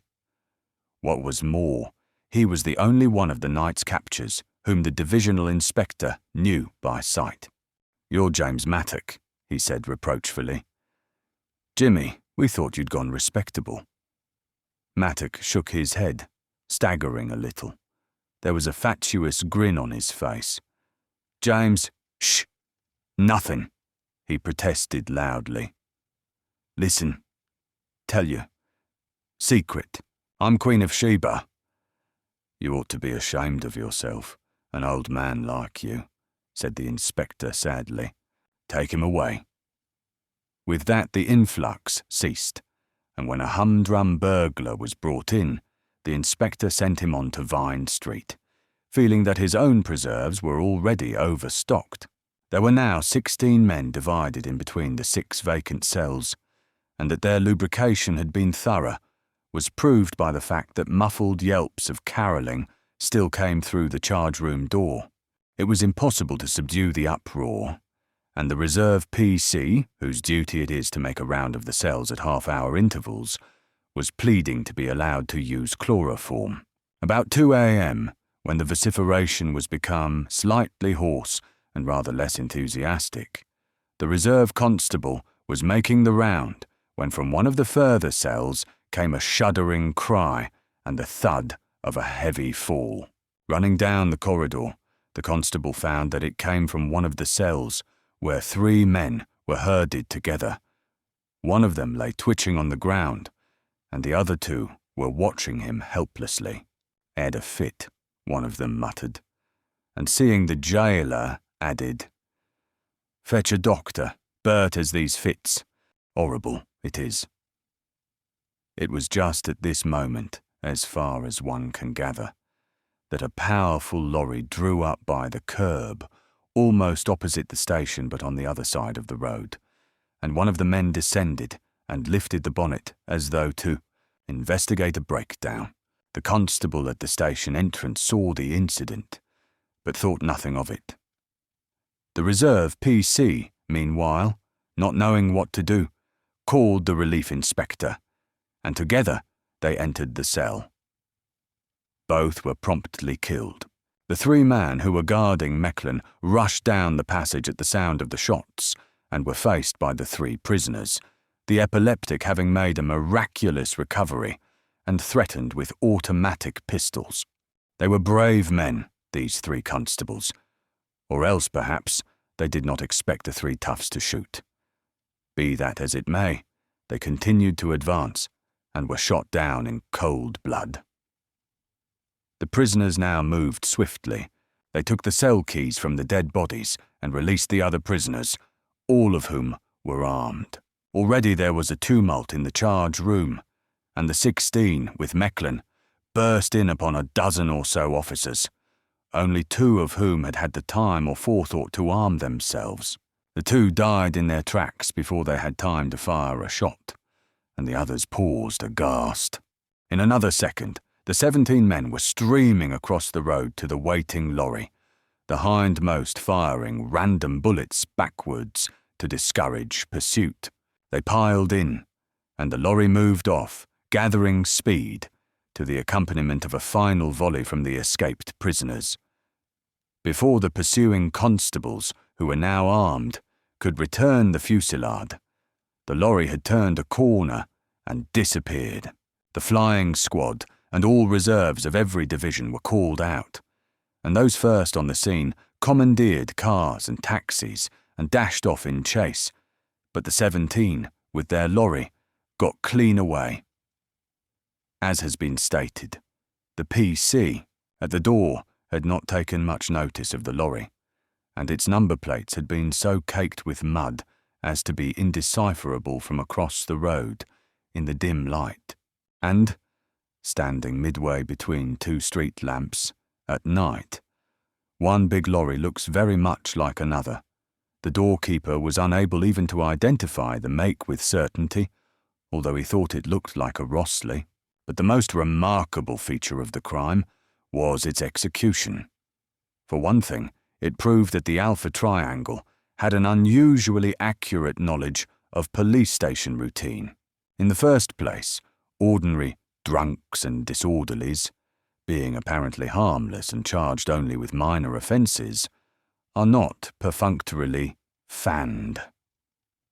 As was demonstrated at the subsequent inquiry, it would have been possible for a man not suspected of carrying arms to have concealed a small automatic pistol in a holster strapped to the small of his back, with little risk of it being discovered in a more or less formal search.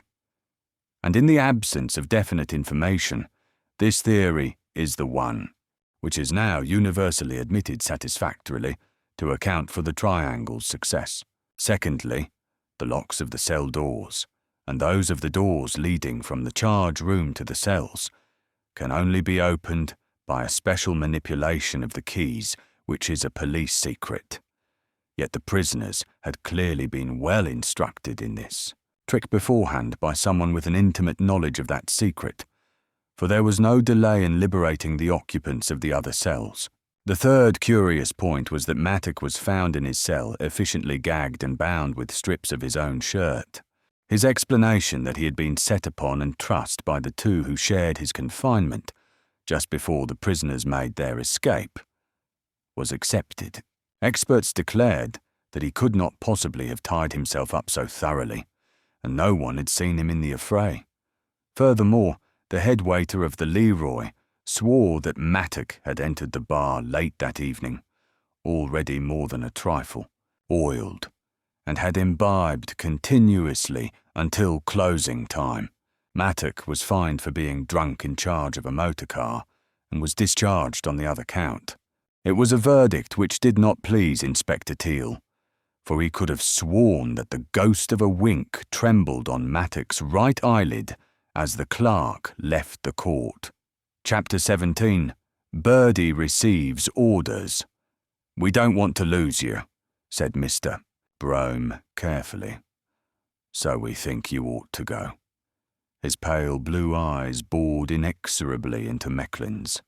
Before that stony stare the gunman's gaze fell, and his truculent protest, that had framed itself instinctively, died unvoiced. "Oh, guess you're right, Chief," he muttered sheepishly. "But now I'm higher. What is it?" "That's that skirt. Chief, how can I look after that lil one-way Swede when every gold-earned bull in this higher burg is out gunning for mine? I'll say it ain't no cinch. Arden's too fly, and he's a loving sugar daddy.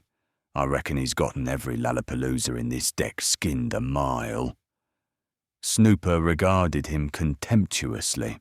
They were in the gorgeous sitting room of Joan Sands's Cornwall house flat, and the magnificent furnishings were in strange contrast to the group of men who sat around the table. Snooper Brome was the only one of that down-at-heel and flashy convocation who could by any stretch of imagination be said to fit. Despite his vulgarian notions of waistcoat design, he had a certain dignity which carried them off rather well. For all his bulk, he had not much superfluous flesh, and he was anything but gross.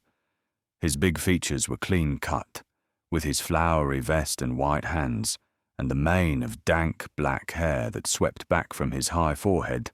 He resembled a prosperous exponent of Impressionism. The others were less favoured. Mecklin, standing by the door, twisting a greasy tweed cap in his grimy hands, unshaven and coarse of face, was a repulsive sight. The rest of the men, who sat at the long board over which Brome presided, were divided between the extremes of shabbiness and overdressedness. "Are you getting panic too?" demanded Snooper, grittily speculative. "You said a canful," agreed Mecklin complacently. "Let me give Arden his fair a start, and then I'll tackle that Jane. But while that perambulating hunk of sudden death still milling round, this chilly's gonna stick close home. Tell you what, Chief, if you'll give the word, I'll glum the first freight for Ardensville, and when I get home, they'll be lifting him into his kingdom come box with a derrick. He'll be that leaded up, and after that, I'll go chase your Jane." "What is the answer to that?" asked Snooper, turning to Morini. Gat looked at his friend. "The answer, Lou, is," he said, "when hell snows over. Big Chief Triangle wants to save that little baby boy, and what Big Chief Triangle says goes." Mr. Brome extracted a cigar from a pocket of his flamboyant waistcoat and cut the tip from it with a gold penknife. Then he looked up at Mecklin. "You heard?" "I heard, Chief, but what I want to say is, what you're going to do is—" "Go home, Lou," remarked Eddie sharply. "Go home and stick close home like you said you were going to. When I want you, I'll send for you. Go to Buckingham Gate, and if I hear of you showing your nose outside again unless I give the word, it won't be only the bulls who'll be out gunning for yours. Beat it." Mecklin glared. He was not a man of equable temper, and the wintry scorn of Snooper's tone, no less than the consciousness of mastery that literally crackled about the words, got right up under Mecklin's pachydermis and rasped on his vanity. He started forward with a torrid word on his lips and brazen defiance in his mien. "You see higher." Brome did nothing, said nothing. He was lighting his cigar, and he never even looked up. His superiority wrapped him round like a sheet of defensive fire. It was a way of meeting rebellion which Mecklin had never encountered before, and before the unknown the fear of the brute killer roused. If Snooper had met ferocity with ferocity, if his right hand had dropped the match it held and slid down towards his hip, the Alpha Triangle might have been smithereened at that instant. It was a peril the leaders of the Triangle faced daily, hourly, from minute to minute. Under them were killers, ruthless and inhuman tigers, with the ungovernable passions of the wild beasts, and these a mere handful of men essayed to rule and direct. They did it by setting themselves aloof, enveloping themselves in an aura of superiority, and before their caustic hauteur, their hired butchers shrank back in perplexity.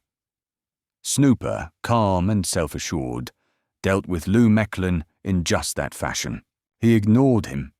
He appeared to have forgotten his existence, and certainly he gave no sign of considering him seriously. The gunman's words trailed away. He was up against something he couldn't understand, and the ingrained instinct of self-preservation flared a red danger signal before his eyes.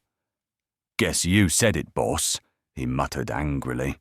Snooper did not look up until the door had closed behind the baffled Lou, and when he spoke, he made no mention of the incident. But its effect was not lost on his audience. Only Morini was not awed.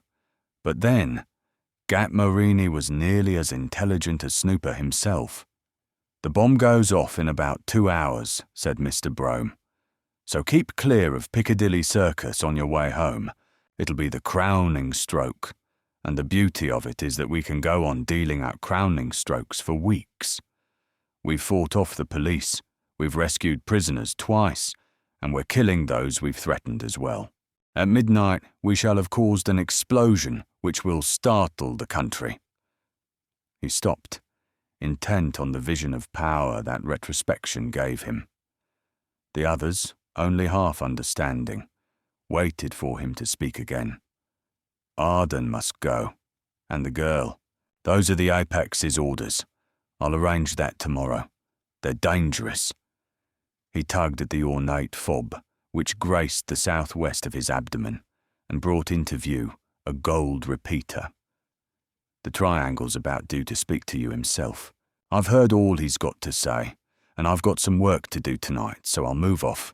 I'll be back later. Morini can fix the telephone." He departed, and Morini rose to obey. The telephone stood on a small corner table. Morini took up the instrument and pulled out the flax from the wall plug into which it fitted. He carried it over to a side shelf and brought back instead a polished box lidded with ebonite, on the surface of which was an engraved dial and 2 frosted bulbs. From the centre protruded the curved horn of a loudspeaker. He plugged the terminals of a piece of flex, which ran from the rear of the box, into the slots at the end of the permanent telephone wiring, and connected 2 other wires between the amplifier and an accumulator which he fetched from a cupboard. The ordinary installation had now been converted into a loud-speaking telephone, and the flat nickeled button of a small but supersensitive microphone let into the front of the amplifier case acted as the receptive part of the instrument. Then the men sat round the table, conversing desultorily, to await the voice of their leader. It is a good example of the cautious foresight of the Apex that orders which, if they were definitely traced to him, would be of great assistance to the public prosecutor, were invariably given by a palpably disguised voice speaking to his subordinates from none knew where.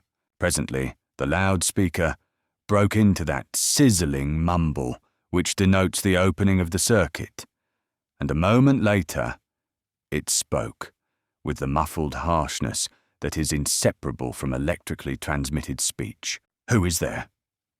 They gave their names, one by one, and the numbers they held in the organisation. There followed a pause, as though the speaker was checking the list. Then, "To the 16 men who accomplished the rescue of Mechlin," here followed their names, read twice over, "a bonus of £100 per man. It will be paid in a few days by Brome. I add my congratulations on the efficiency with which the manoeuvre was carried out." A second interval, while the loudspeaker hissed quietly. "Arden must be taken tomorrow. Brome has all instructions. The following will report to him at Church Street, Kensington, at 8 a.m. tomorrow, to receive their orders. Lanzani, Sacco, Coles, Horing, Manuelo, Lieberson." I'll repeat that. "Church Street, Kensington, 8 tomorrow morning. Lanzani, Sacco, Coles, Horing, Manuelo, Lieberson. Arden will be taken to number 2. As soon as that has been done, the same men will be instructed how to proceed with the removal of Hawthorne. Is that perfectly clear? Lanzani, Sacco, Coles." One by one the 6 answered in the affirmative, and then there was another silence. "Sands." Birdie looked up with a start. "Yes, sir." "Go to the cupboard between the windows. Are you there? Right, open it. Inside you will find a small copper vessel. Take it out and handle it carefully, because if you dropped it, Cornwall House would be seriously damaged. Got it?" Birdie, after a moment's hesitation, had gingerly removed a little calorimeter and was holding it as far away from his body as possible. He passed his tongue across his lips nervously. "Yes, sir," he croaked. "You have nothing to be afraid of as long as you're careful," the voice went on. "I have chosen you specially on account of your delicate fingers. I shouldn't trust any of the others to move that stuff with safety. Don't be scared. If you tremble, it may slip out of your hand. Now look at it. There's a tiny bottle inside, isn't there? And the space between the bottle and the calorimeter is filled with chipped ice? Good. I'll tell you why that is. That phial contains the highest explosive known to science, but by a special process, it has been made less dangerous than it is in the ordinary way. The only things that will detonate it now are heat. That is the reason for the ice, or a severe shock, such as you might give it if you let it fall. Is that clear?" "Yes, sir." "Very well. You know the daily record offices?" "Yes, sir." "You have made yourself familiar with the appearance of John Carden, the editor, as you were told, too. You are sure you can recognize him?" "Yes, sir." "Excellent. Then you will go at once to Ludgate Circus, taking a 96 bus, and wait outside the office. Take the calorimeter with you. He leaves the office between 11:30 and midnight. When he comes out, take the little bottle out of the ice and slip it into his pocket. Then walk quietly away. The explosive will take a little time to warm, and that'll give you as long as you need to get out of range without attracting attention. Have you got hold of all that?" "Yes, sir." "You can keep the stuff in your pocket. The ice will make it perfectly safe unless you should happen to fall down. Now please tell me exactly what you are going to do." Birdie licked his lips again, and then recited his orders haltingly. Once or twice he was pulled up, and he was not allowed to go until he had mastered every detail. At last the rehearsal seemed to satisfy the voice, and he was dismissed. He put the calorimeter with its deadly burden into his jacket pocket, keeping his fingers round it to prevent the ice spilling, and shuffled to the door, white-faced and shaking. "So long, mates," he chattered with a rickety attempt at jauntiness. "See you all later." Then he was gone. "Martinez will drive Marini down to the embankment immediately," continued the voice. "You will try to remove Inspector Teal. Marini will shoot, and Martinez will then drive back to Buckingham Gate via Blackfriars Bridge and Road, Lambeth Road, Lambeth High Street, Broad Street, Prince's Road, Kennington Street, Upper Kennington Lane, Vauxhall Bridge, Grosvenor Road, Chelsea Bridge Road, go through Hammersmith, circle back via Chiswick, go north through Hampstead, and get to Buckingham Gate by way of Tottenham Court Road, Charing Cross Road, and the Mall. I'll repeat that. Take down the important points on a scrap of paper. Ready? Blackfriars Bridge, Lambeth, Vauxhall Bridge, Chelsea, Hammersmith, Chiswick, Hampstead, Tottenham Court Road. Right. One other thing. Wait till you get Teal alone. If he comes out with Arden, follow and watch your chance. The usual bonuses will be, "Teal, isn't radio wonderful?" murmured a flippant voice. Every man in the room spun round. With their backs to the door, they had been so absorbed in the words of their chief that they had never noticed the faint creak of the opening door, nor the 2 soft paces that had brought Storm and Teal into their presence. They jerked round as though hot needles had been run into them, half rising from their seats, with groping amazement in their faces. The microphone had proved its utility, and the loudspeaker had suddenly gone dead. The men who had been listening to it stood rooted to the ground, petrified, while they strove to whip their minds into grasping the situation. Storm watched them, smiling, a cigarette between his lips, his hands deep in his pockets. Beside him, the torpid avoirdupois of Mr. Teal leaned against the door, expressionless of face, motionless except for the intermittent oscillation of his inferior maxilla, Storm's lazy grey eyes swept their blank faces. "I hope we don't intrude," he drawled politely. Chapter 18. Pessimism of Mr. Teal. Morini was the first to recover his equilibrium. He swept a deep bow. "You're welcome," he said. "Come right in. How did you get in, by the way?" "The door was open," said Storm. "So, as we meant to pay you a call, we thought we wouldn't put you to the trouble of locking and bolting it." Teal was inspecting with interest the playing cards and markers that lay on the table. "What's the game?" he asked inquisitorially, addressing the redoubtable Horring. But that hold-up expert was less suave than his confrere. "I'd like to know the meaning of this intrusion," he broke out heatedly. "I don't know what sort of a country you call this, if a few friends can't get together for a round of cribbage without policemen." Teal cut short his protest with one raised reproving hand. "I shan't argue," he stated mildly. "I suppose wage does enter into it." He could be subtle on occasions, could Mr. Teal. Storm wandered over to the loud-speaking telephone and examined it curiously. Eventually, he traced the flex which contacted with the telephone plug and disconnected it. He looked round for the telephone proper and, locating it, fetched it over and connected it up. 2LO seems to have closed down," he remarked. "A pity. I love listening in." He looked at Morini with a quizzical smile, as though expecting the obvious rejoinder to come from that quarter. But if this was his hope, he was disappointed. Then he lifted the receiver and waited with it held to his ear. "Exchange. I've just been called, and I think we've been cut off. Can you tell me where the ring came from?" "What's that?" "Are you stone cold certain?"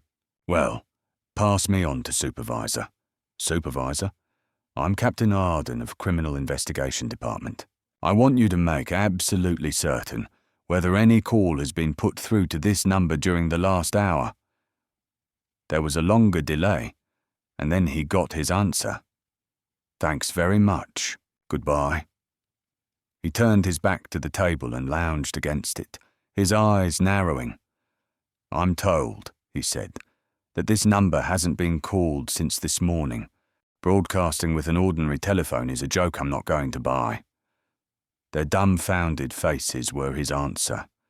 It was as clear as anything ever has been that they were no more able to account for the facts than he was. Even Morini's composure suffered a jar, and the pucker that appeared between his eyebrows indicated that he was endeavouring to reach an explanation. Storm examined the wall plug and found 2 insulated wires running down the wainscot and stretching along the floor in the groove between the seal and the carpet.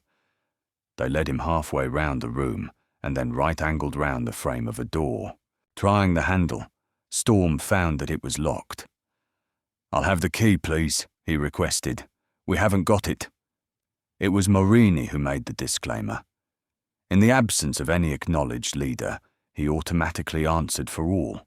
"Explain," Storm rapped back. Morini shrugged. "You want a whole lot of help, Captain," he jibed. "I thought you were Mother's infant prodigy. If you don't know, I'll tell you that door opens into a flat that's really part of this one. But the dame who lives there's gotten very proper notions about ladyhood, and we poor common folks aren't allowed to go in. She's just the obliging owner who lets us use this room to talk in. There's 2 entrances, and she keeps her own one private." "What name?" "Ask me again, Doc. We've never seen her." Storm reached to his hip and took out a compact wallet from which he selected a skeleton key of a type appropriate to the make of lock. He was successful at the first attempt, and the door creaked open on unoiled hinges. "Look after these gay birds, Teal," he ordered, and passed into the other flat. He found himself in a tastefully furnished sitting room in the decoration of which the work of a woman's hand was evident. He only stopped to glance behind and under the Chesterfield. and then went through the door which faced him. He arrived in a light, airy double bedroom, and here again the signs of feminine habitation were not lacking. But this, too, was empty.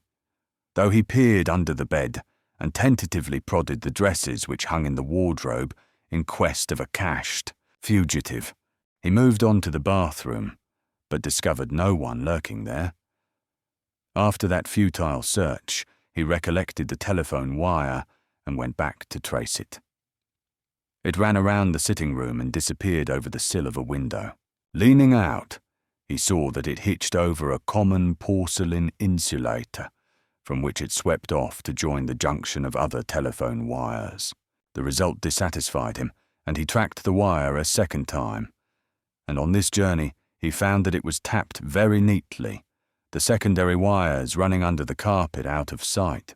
Without compunction, he shifted all the furniture which stood in the way and rolled back the rugs, disclosing twin threads that crossed the floor. Following them up, he trailed them to a bookcase and saw that they vanished into a hole trimly bored in the base. He stood up and scrutinized the shelves. One row of leather-bound volumes struck him as being rather too good to be true, and he essayed to open the glass-fronted door in order to make a closer study, but found that it was fastened. Once again, he had recourse to his wallet, and after a few minutes' work with a small steel instrument, he had the case open. He now found that the row of books was simply a range of dummy backs, which he could pull wide like a second door, revealing a small cupboard. Within, he brought to light what he had more or less expected: a phone transmitter mounted on a bracket and a pair of radio headphones.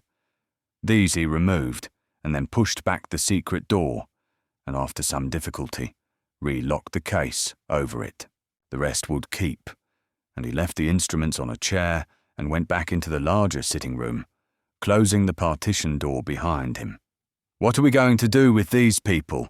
he interrogated the detective, and Teal spread out his hands. "Suspected of conspiracy, Vine Street, Gelation Pro to me." We didn't hear much of that broadcast sermon, but we did hear somebody telling him to express me to a better world, he added, with grim amusement. Morini's hand went to his hip, and in answer to that movement, Teal shifted something in his hand so that the light caught it. He did not seem to have stirred a fraction. His jaw still vacillated mechanically, and his tired eyes showed little sign of animation. But the fact remained that a wicked-looking Webley had flown into his right hand, and was even then focused upon the gunman. To his concealed surprise, Morini smiled, and brought up his hand with nothing in it more lethal than a cigarette case. "You're too suspicious, officer," Gatt observed. "Shooting you with Captain Arden for a witness would be foolish. No, I was just about to point out that police stations and flying squad vans haven't exactly proved to be the real original cat's pajamas so far, have they?" Storm conferred aside with the detective. "Would conspiracy to murder be a sound charge?" "Granted, it only gets 2 of them. You've got special powers, haven't you?" "I doubt if my special powers would be superior to a writ of habeas corpus," Storm objected. Teal shrugged. "It's worth trying," he said. "The only thing is, we'd have to send them to Pentonville right away. Stations don't seem to hold them. Even if we put them in stir straight off, I shouldn't bet on their staying put. The Triangle might turn up with an amateur army corps and besiege the jail," he added morosely, and Storm laughed. "Pollyanna, you little ray of sunshine, shut up!" The Triangle menace was festering to a head, and for all the lightness of his tone, he knew it. It was the season for striking swift blows, here, there, and everywhere. From then onwards, the gang must be attacked and raided wherever and whenever the dimmest spook of half an opportunity showed its tail. The risk of lowering police prestige still further by giving the Triangle the chance to make yet another daring coup must be taken. The Triangle must be set on the run and kept there, hazed, harassed and bulldozed into confusion, till they didn't know whether they were coming or going. Storm telephoned the prison and ordered a van with double escort to be sent immediately. It would take some time to arrive, and he followed the order with a call to Vine Street, asking for 12 men to guard the prisoners meantime. He had seen the microphone attached to the loudspeaker. Already the big triangle knew of his presence, and he did not put it above the capabilities of that stupendous brain to organize a lightning sortie to rescue their captives before a conveyance could reach Cornwall House. "Put your hands high over your heads and face along that wall," he commanded the prisoners, and they obeyed without demur. Their position did not seem to trouble them at all, and this earnest of their confidence in the apex was somewhat disquieting. Storm and the detective watched them, cat-eyed, until the men from Vine Street arrived. Then the captives were searched, and Storm sat down to smoke a cigarette while he waited for the prison van. It came surprisingly quickly. The prisoners were rushed down the stairs into the street, loaded into the Maria, and 3 of the Vine Street plainclothes men crammed in on top of them to reinforce the warders. All the captives were handcuffed together in a string, and the end handcuffs were locked over staples on the inside of the van. "They'll be blistering miracles if they get out of that mess," said Storm, watching the red tail lights speed down Piccadilly. After that, the other detectives were dismissed, and Storm and Teal returned to make a more thorough search of the inner flat. They stopped en route to look over the assembly room, and it was while they were there that Storm distinctly heard the sound of a door closing in the next flat. Teal's ears intercepted the dull click at the same time, and the two jumped for the partition door. The sitting room was empty, but in that cursory glance round, Storm saw that the headpieces and transmitter he had left on a chair had vanished. He jerked open the bedroom door and ran through into the bathroom, but there was no one to be seen. And then a second door slammed, and he whipped round with a frown. Almost at once he grasped his mistake. "Jerusalem, the hall," he snapped, and led the way back through the sitting room. Besides the door into the bedroom, there was another which he had missed, masked behind a heavy curtain.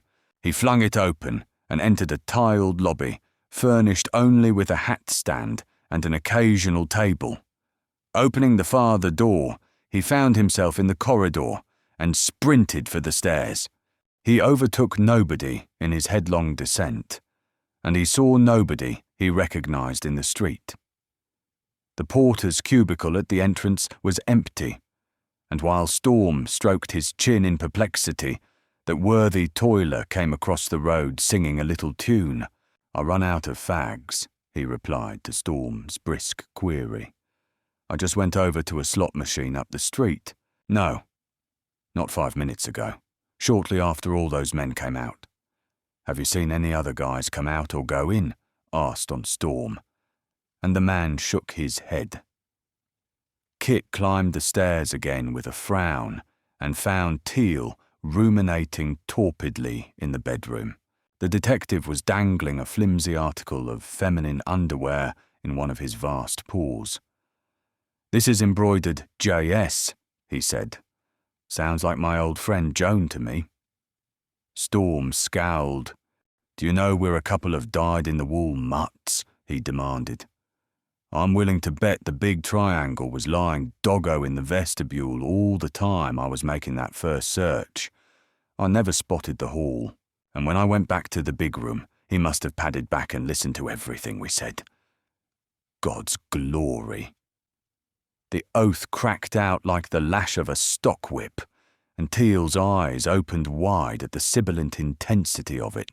Storm had picked up a brass candlestick, and he smashed it into the glass front of one of the compartments of the bookcase. He wrenched open the dummy line of books, and then stepped back with his lips lifting from his white teeth. The headphones and mouthpiece were back in their places, connected up. "Great Thor in hell," he breathed. In an instant, he was back to the outer sitting room. He grabbed up the telephone and gave a number even as Teal, moving with astonishing speed, arrived behind him. "Hello?" snapped Arden. "Hello, it's he. Pentonville. How long have you been on duty?" "Right. Then what time did you get my order for the prison van?" "I see." Storm's voice suddenly became gentle. "You're absolutely certain no call could have come through and been taken by someone else?" "Oh, about half an hour ago. Arden, Central Office, 577. You poor fish. Why not think of asking before? Well, get me the governor. My dear good soul, I don't care if he's asleep. I don't care if he'll be furious. I don't care if he's dying. Get me the governor." "Thank you." A lengthy pause, and then a querulous growl. "Yes? Colonel Dane?" The affirmative was unprintable. "I called you up about half an hour ago and ordered your van to Cornwall House. A van came, but apparently it was a fake. I want you to send a man down to your garage and find out if your van is there." Storm got his answer in about 10 minutes, and then he set down the receiver and whistled musically, strolling up and down the room. The expression on his face made it unnecessary for Mr. Teal to ask any questions. The triangle had scored again, right under their noses. The fake van must have been waiting for just such an emergency, and the Apex had had all the odds in his favour. He had heard Storm and Teal come, heard their plans, and was already tapped in on the telephone to waylay their message and send a totally different one along to his confederates. The luck of the game had been his down to the last milligram. "The only consolation is that the press won't hear about our wiped eyes," said Teal gloomily, and Storm stopped whistling to grin. "Don't bet on it," he recommended.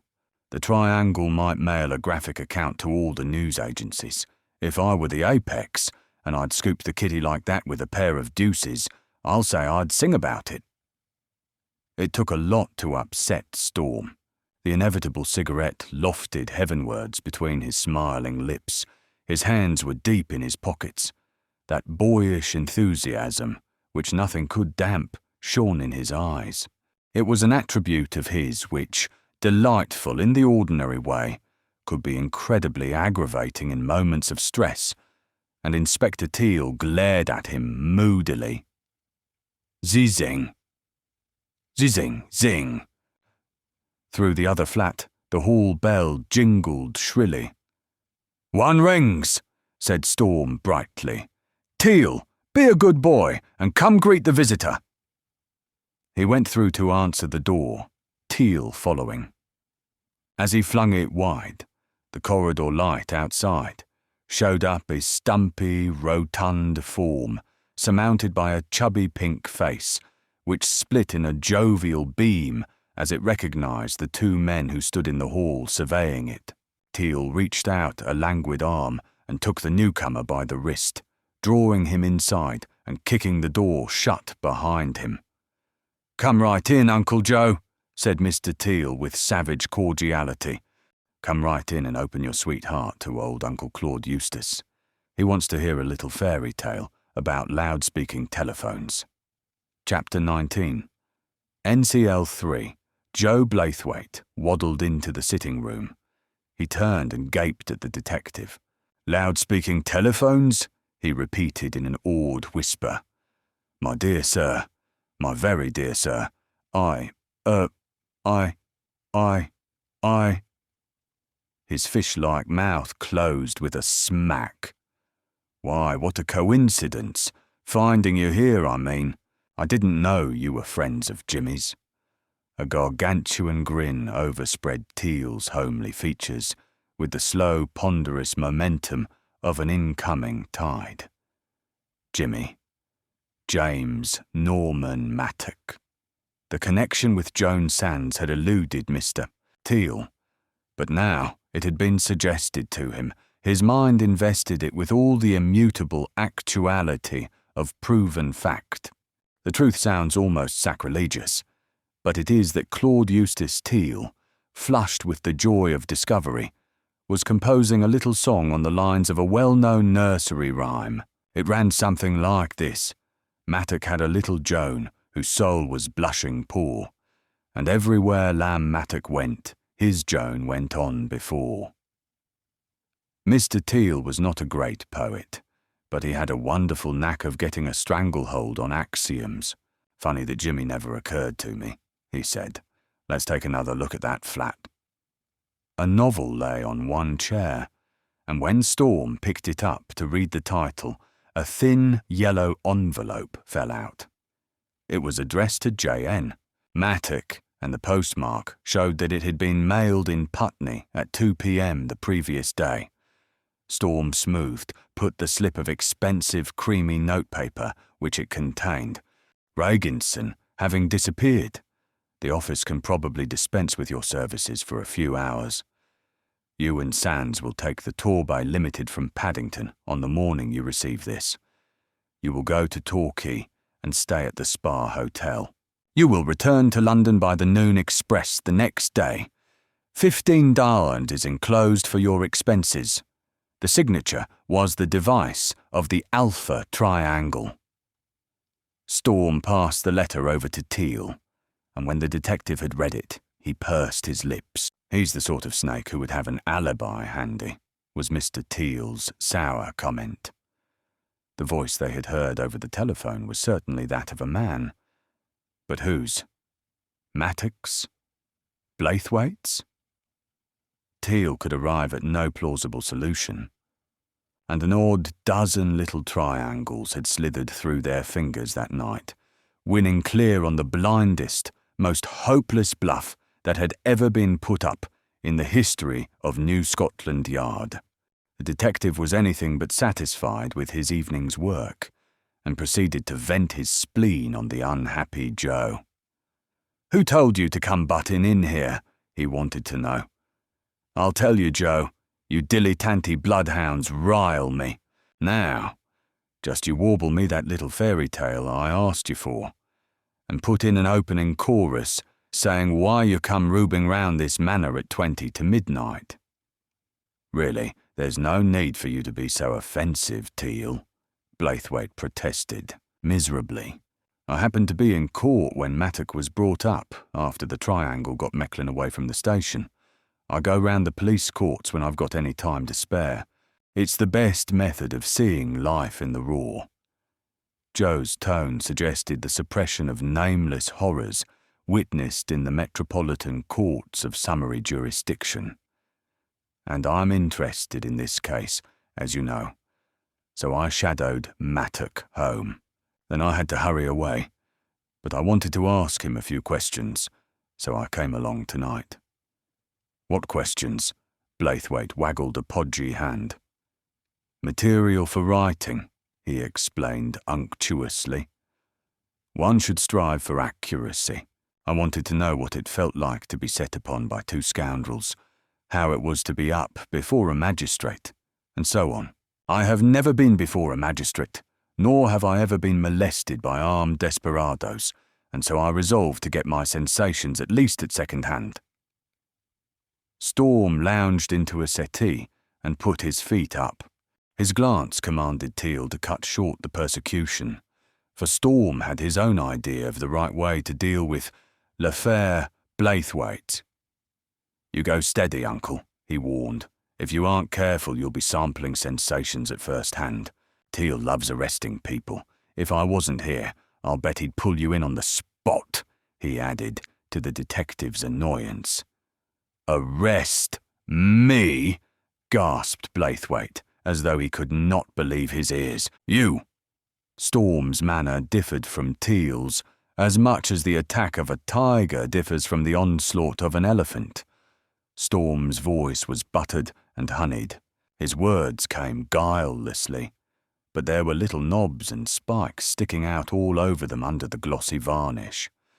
"You, Blaithwaite, you're playing around with matches in a gunpowder factory. I'll speak to you plainly, because you're the uncle of a very great friend of mine, and my advice to you is, slide. Light out over the horizon and stay lit until this triangle cyclone has gone past. You'll be safer. Mess about with yeggs and kiters if you like. Even plain ordinary murderers are fairly safe. But steer wide of triangles. Triangles have got death dope on every point. They've got edges like crops, and there's a big bomb packed up in the alpha. I don't want any dead uncles in law. It kind of pancakes the marriage festivities to go off on your honeymoon hung round with black crepe. I'll tell you something. You're next on the list. You know too much. Now, be a sensible fellow and pass on what you know, and then vamoose for the duration. Why did you go to Billingsgate? Blaithwaite twiddled his fingers round his umbrella uneasily. Once or twice his mouth opened, and then gold-fisted shut again. Storm's tone had been very gentle, disarmingly so, but even the innocent Joe had felt the tang of one or two of those tiny needle points that prickled through the velvet. Well, I'll tell you. Teal told me that Regenson was under suspicion. At least, he was mixed up in the business somehow. And even if that somehow was only being one of the men the Triangle was out to kill, finding out more about him might have given me a line on the Apex himself. And how did you hear of Billingsgate? Joe hesitated, sucking the crook of his umbrella. One podgy hand went up and tilted his pot hat back from his forehead. Can I speak without prejudice? He compromised. More or less. Blaithwaite scratched his head. He caught Teal's dissecting eye upon him, and dithered. To tell you the truth, I was the second burglar at Regenson's, he blurted. Storm was tapping a cigarette on his thumbnail. Teal was probing for a piece of gum which had lodged in one of his molars. The effect of the revelation was that Teal bit his finger. And did you recognize anyone at Billingsgate? Asked Storm calmly, and Joe shook his head. Only Susan, he confessed. And you didn't get your line on the big triangle? No, but I learnt something else, and you know what it was. Susan saw it. I only heard of it from her. Blaithwaite dropped his voice impressively. The tunnel! Storm looked up. Oh yes, into the tube. Did either of you find out where it left the tube again? No, just by the Bank of England, said Storm coolly, and the Teal and Blaithwaite jaws sagged limply. The Alpha Triangle was going to smash the Bank of England. They got it all mapped out to a hair. But there was just one place where they got snookered. Tell me that one, Joe. Blaithwaite nodded sagely. The vaults are flooded at night. Storm struck a match and applied it to his cigarette. He looked at the other two through a long wisp of blue smoke. Yeah, he murmured. They ought to have tried an easier crib. It must have been peeving to have a bloomer like that in your calculations, even if it does compensate for having the whole balloon burst by a police raid. He climbed off the settee and stretched himself. His face was reserve itself. Just one other thing, he remembered. How did you find out that Regenson was Sod Scandinavia Wood? Blaithwaite smiled. That was easy. I mean to say, I couldn't be sure. But I had my ideas. Susan told me that you had been talking about a mysterious sawmill, and, as Regenson's banker, I knew that he had frequently passed checks made payable to the Sud Scandinavia. So I knew he had some connection. I found the address in the street directory. Thanks very much, said Storm casually. I think that's all. Are you going to take my tip? Joe looked mournful. Storm flicked a short cylinder of ash into a flower pot. His cigarette twirled skywards. His shoulders squared. His hands went deep into his trouser pockets. He looked down at Blaithwaite with a metallic hardness in his eyes, and the other shuffled his feet uncertainly. That's my last word. Skid! Drawled Storm in a friendly tone. under which only an ear attuned to his mood would have detected the cast-iron core. Give her the gun, prospective uncle-in-law, and hit her up on all six. Chase yourself, and touch the ground in spots. Go rubbering round Canada, or hunt butterflies in Peru. Go any place where they never see triangles except in geometry books, or on beer labels, or the rear wings of autos. Don't forget that warning. I'm serious.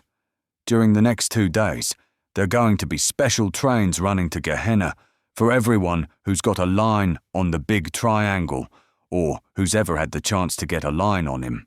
The big triangle himself included. That's my contribution.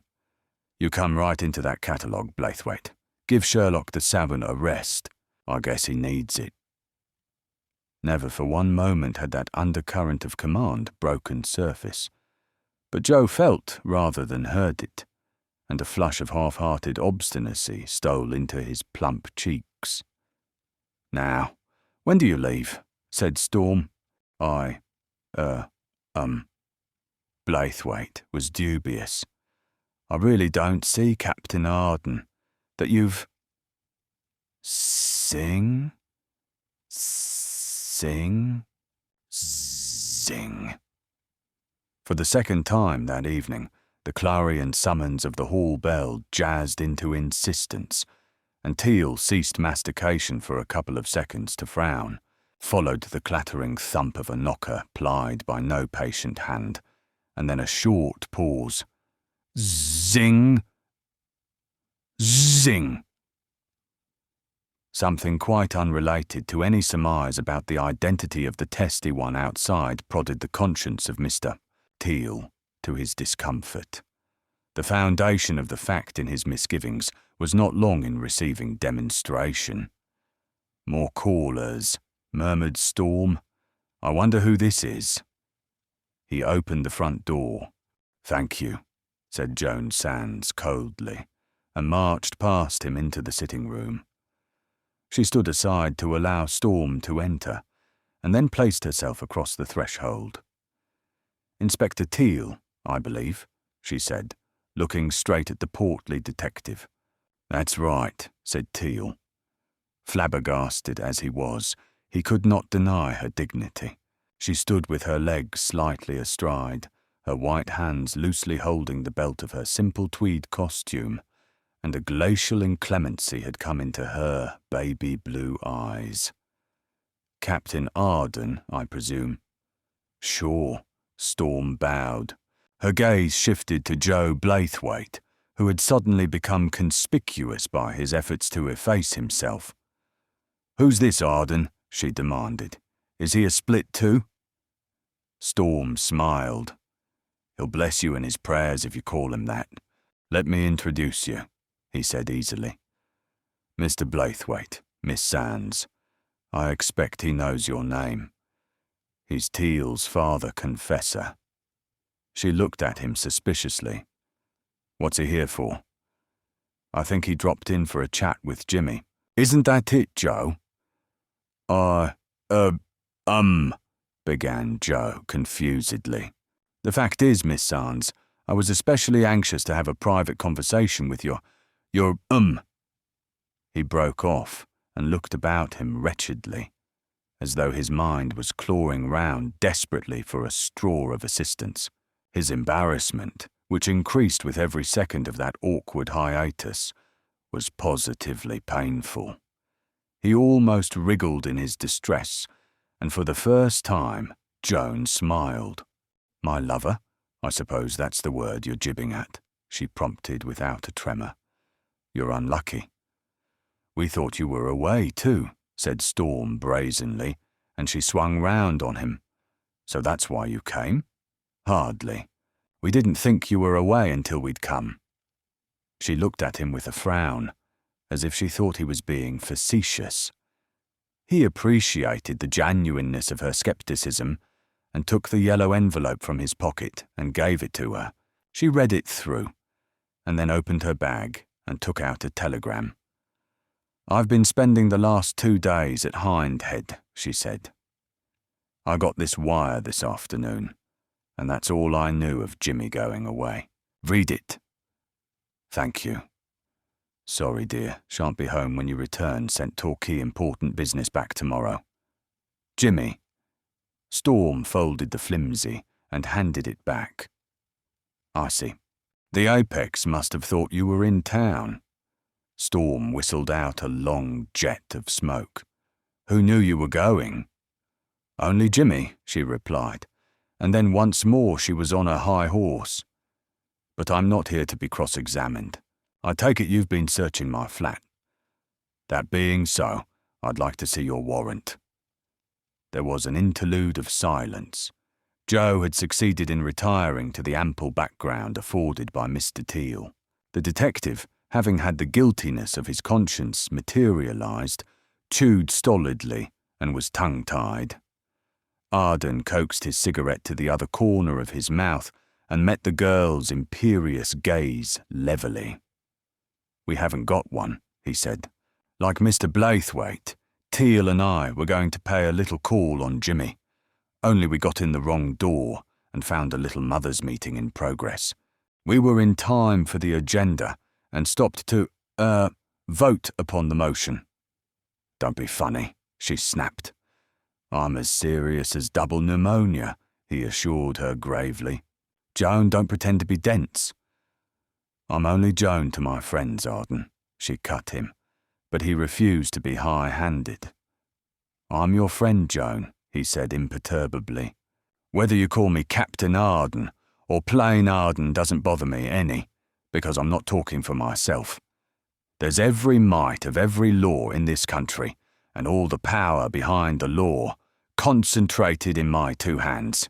You may or may not be as innocent as you seem. We'll argue that later. But come a little tour of inspection and learn things. He led her into the outer sitting room, and she followed impatiently.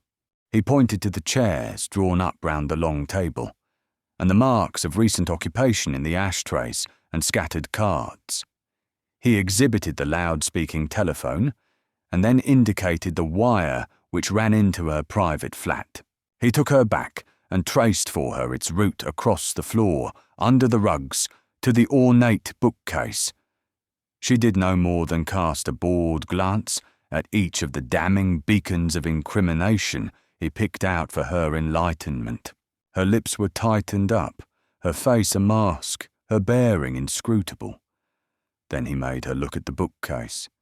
She obeyed pettishly and turned to him again with a mutinous tilt to her small chin. Well, she said, is that all? Not quite. You've seen the loud-speaking telephone, and you've seen the tapped wires. You've seen how anyone knowing the secret of that bookcase could speak through to the other room. Teal and I arrived in that other room in time to hear two men detailed to murder our one and only Inspector Teal. We think those orders were given from your flat.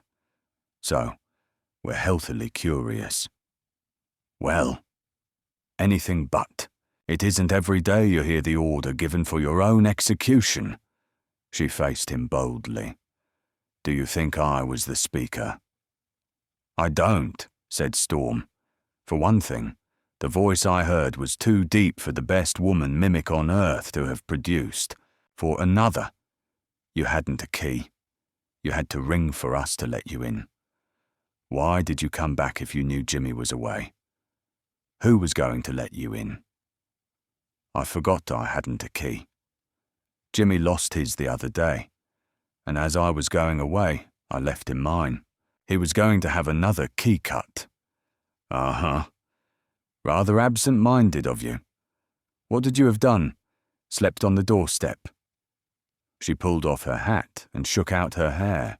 Walking over to a side table, she helped herself to a cigarette from a silver box. She turned round with the lighted match in her hand. My God, are you still here?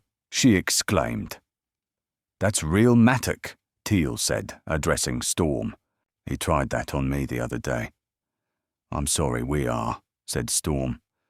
Now hear me, Joan. Who else had keys besides you and Jimmy? No one that I know of. Storm took a promenade up and down the room.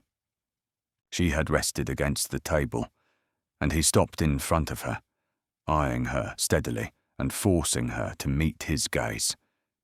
He said nothing, simply riveted her with that thoughtful stare, and he saw that tense silence rasp her nerves, saw her go a little paler under the paint and powder, and saw the quick, straining heave of her bosom, saw her mouth twitch ever so slightly, and saw the reflex, spasmodic jerk of her upper hand.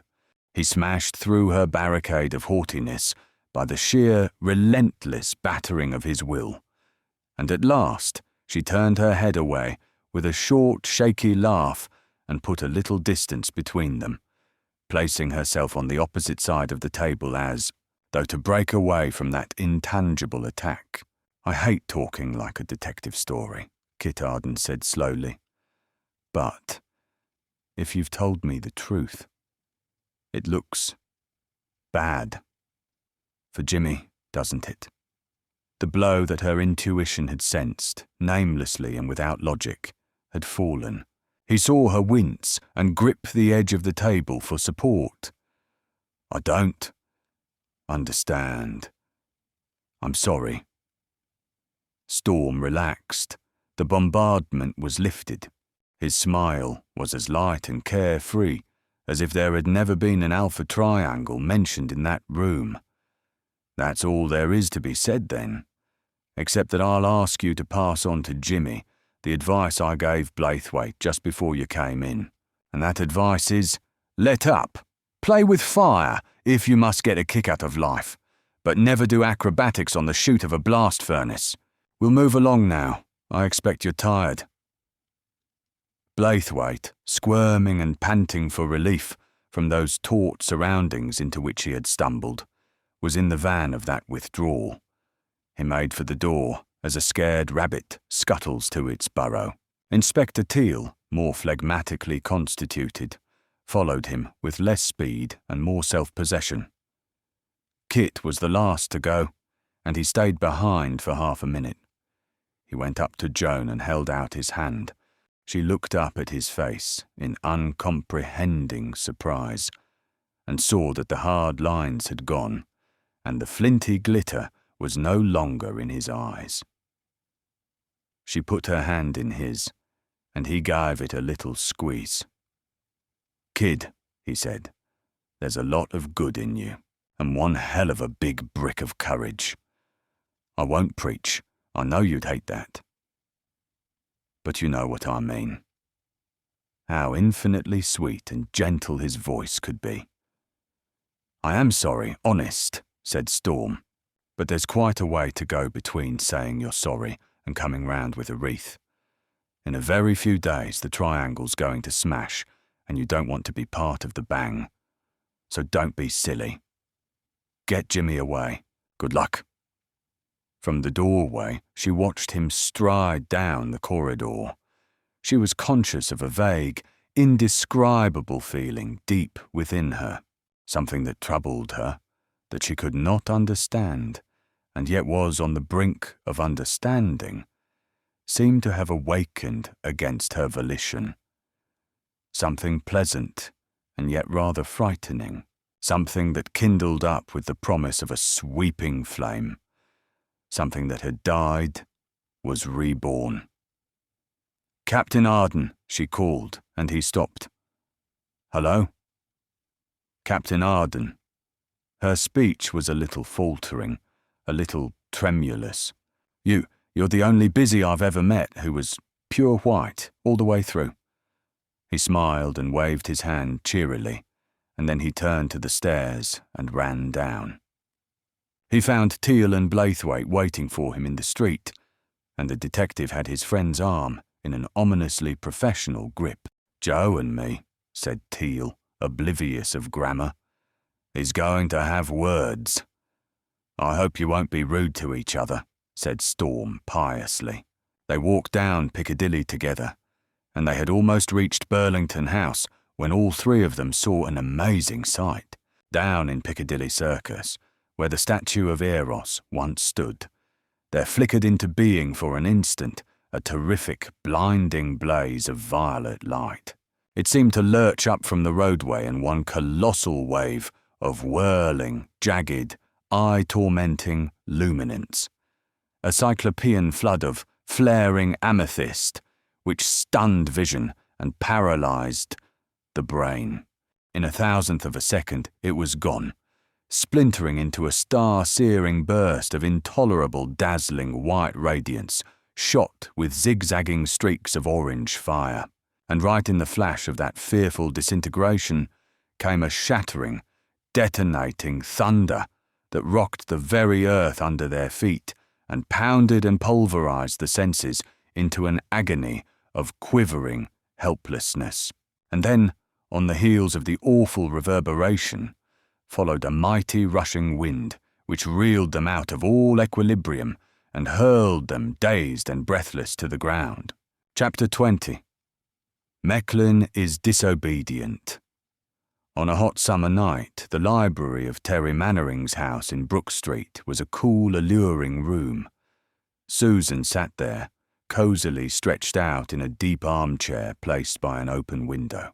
At the big centre table, Terry was engaged in the arduous task of selecting the probable winner of the sound, Lego, and a litter of sporting journals, both pink and white, a much-thumbed copy of Racing Up to Date, an open volume of Ruff's Guide to the Turf, and sheets upon sheets of notepaper covered with abstruse calculations involving such weird factors as weights, lengths, and seconds, testified to his earnestness. His wife was sewing in the chair opposite Susan. At times, Terry would sit up abruptly and explode into a concentrated, malignant malediction upon every congenital imbecile who ever had, ever did, or ever intended to essay the unravelling of equine form. At other moments he would lean back with a resigned look of martyrdom on his face, heave a long sigh, and offer a fervent prayer to be caught up to heaven in a fiery chariot before he reached the stage of dementia where it would be necessary for him to be haled to a lunatic asylum, which anguished vociferations only served to convulse his audience with unsympathetic hilarity. Susan had been trying to read, but her mind refused to converge on the printed word. It kept straggling off into other channels, and she would recall herself with a start to find she had skimmed through half a dozen pages without taking in the meaning of a single line. At length, this continual absent-mindedness forced her to admit that the effort of literary assimilation was, for that evening at least, a hopeless failure. She looked at her watch. It was nearing midnight. In spite of her abstraction, the time had flown past unnoticed, yet she felt in no mood for sleep. Following another outbreak of blood-curdling fulmination from Terry, she laid her book down on her knees, clasped her hands behind her head, and decided to give her imagination the rein it was straining for. Her thoughts sped instantly to Storm. She strove to picture him in her mind's eye, and discovered to her surprise that she could form only the vaguest possible image. Little mannerisms of his swinging gait, snatches of his staccato conversation, vivid expressions he had invented. These were all the material she found to her hand. The complete design eluded her. Even the attempt to visualize his face resulted only in a mental blur. Being no psychologist, this disability irritated and puzzled her, but at least she could remember nearly every word of their exchange that afternoon, and a soft smile curved her lips. Yes, she loved him. Loved him with all her heart and every atom of her being. But her smile was not of motherly affection. God help the man who inspires that watery form of love. It was a smile of pride, of clean, wholesome, exuberant joy that he was hers and she his. He was so fine, so sunny, so eminently sane and vital, so masterful. and yet without any artificial, self-conscious, diluted, drawing-room, flapper-thrilling, synthetic cavemannishness about him. So dynamic, so fresh and savoury, both intellectually and physically, and she was going to marry him. That pride she felt whenever she was with him was to be hers always. And so, after moments of delicious daydreaming, her fantasy carried her reluctantly to his immediate work, the Alpha Triangle. When would the menace of that dread organisation be lifted from the city? What was the secret of the apex? That secret which, if broadcast, would mean the lightening of the shadow which loomed over London. The secret to preserve which the apex was prepared for murder. The thought recalled to her his threat to have her arrested unless she married him that day. She had believed at first that he was joking.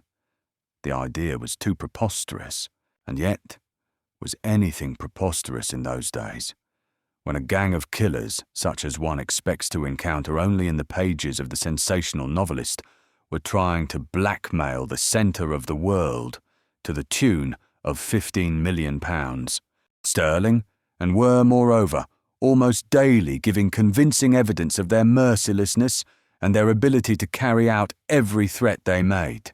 But why arrest her?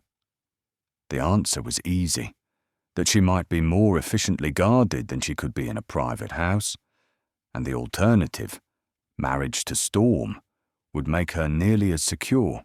But the day he had given her for making up her mind had gone by, and she had not married him.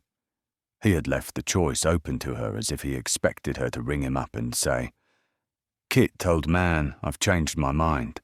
Do you think you could spare the time to drop into a registry office with me this afternoon?" Everything that was romantic in her revolted from the cold-bloodedness of the idea.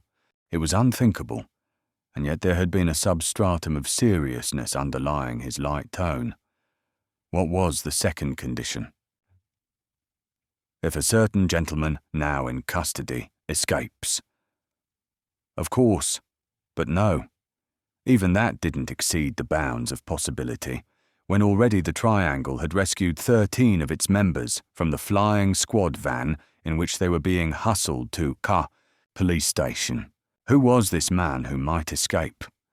And what was his particular importance? She had no data for the solution of that problem, and branched from it on to another tack. Why should she be in danger at all from any member of the Triangle? What did she know, or what had she had the chance of deducing, which might imperil the secret of the apex? Here, at least, she had a little knowledge to train on the question. She knew some people who were connected with the mystery. Lord Hannessey, Mattock, Regenson, and Uncle Joe. The inclusion of her uncle amused her, but she left him in the list because he had received one of the Triangle cards. Now, what did she know about each? She took them one by one. Lord Hannessey. The Triangle had murdered him. She knew little about him, except that he held a minor position in the Home Office. Was he connected with any of the other three? The recollection of his interest in Mattock, to which Storm had attached some import, came to her in a flash. She wrestled with the circumstances of that case. Mattock had been Hannessey's secretary and had forged his employer's name to a cheque. Hannessey had prosecuted him without mercy, and Mattock had gone to prison. Therefore Mattock had a grudge against Hannessey. Then how did the others fit in? She was certain that Regenson belonged somewhere in that complicated jigsaw. She had a distinct recollection of the afternoon when the Hirondelle had skidded into him. Regenson had been knocked half unconscious, and she had heard him speak as he was coming round. If he had been partially stunned, his brain would have functioned without the restraint which his caution imposed upon it in ordinary life, and he might have let fall a hint of something, and that something had had an astounding effect on Storm, Mattock, and Uncle Joe. She could even picture their different expressions: Storm's tense inscrutability, Mattock's passion, and Uncle Joe's excitement. What was it Reginson had mumbled? Some girl's name. Sylvia. That was it. Then where did Sylvia come in? And who was Sylvia? Why should she have such an incredible influence upon three men brought together practically by a fluke? Another idea came tapping at Susan's brain. She could not quite place it. It was something which hammered at the doors of her conscious mind, and yet just missed gaining ingress. A cold wind seemed suddenly to lap her spine, sending a shiver up her back to the nape of her neck. She had a numbing sensation of being on the verge of a bottomless precipice, of being on the threshold of some terrible realization. There was something enormously significant attached to that name, and yet it was only a superficial association. It wasn't the name itself, but the way it was said. Reginson's voice.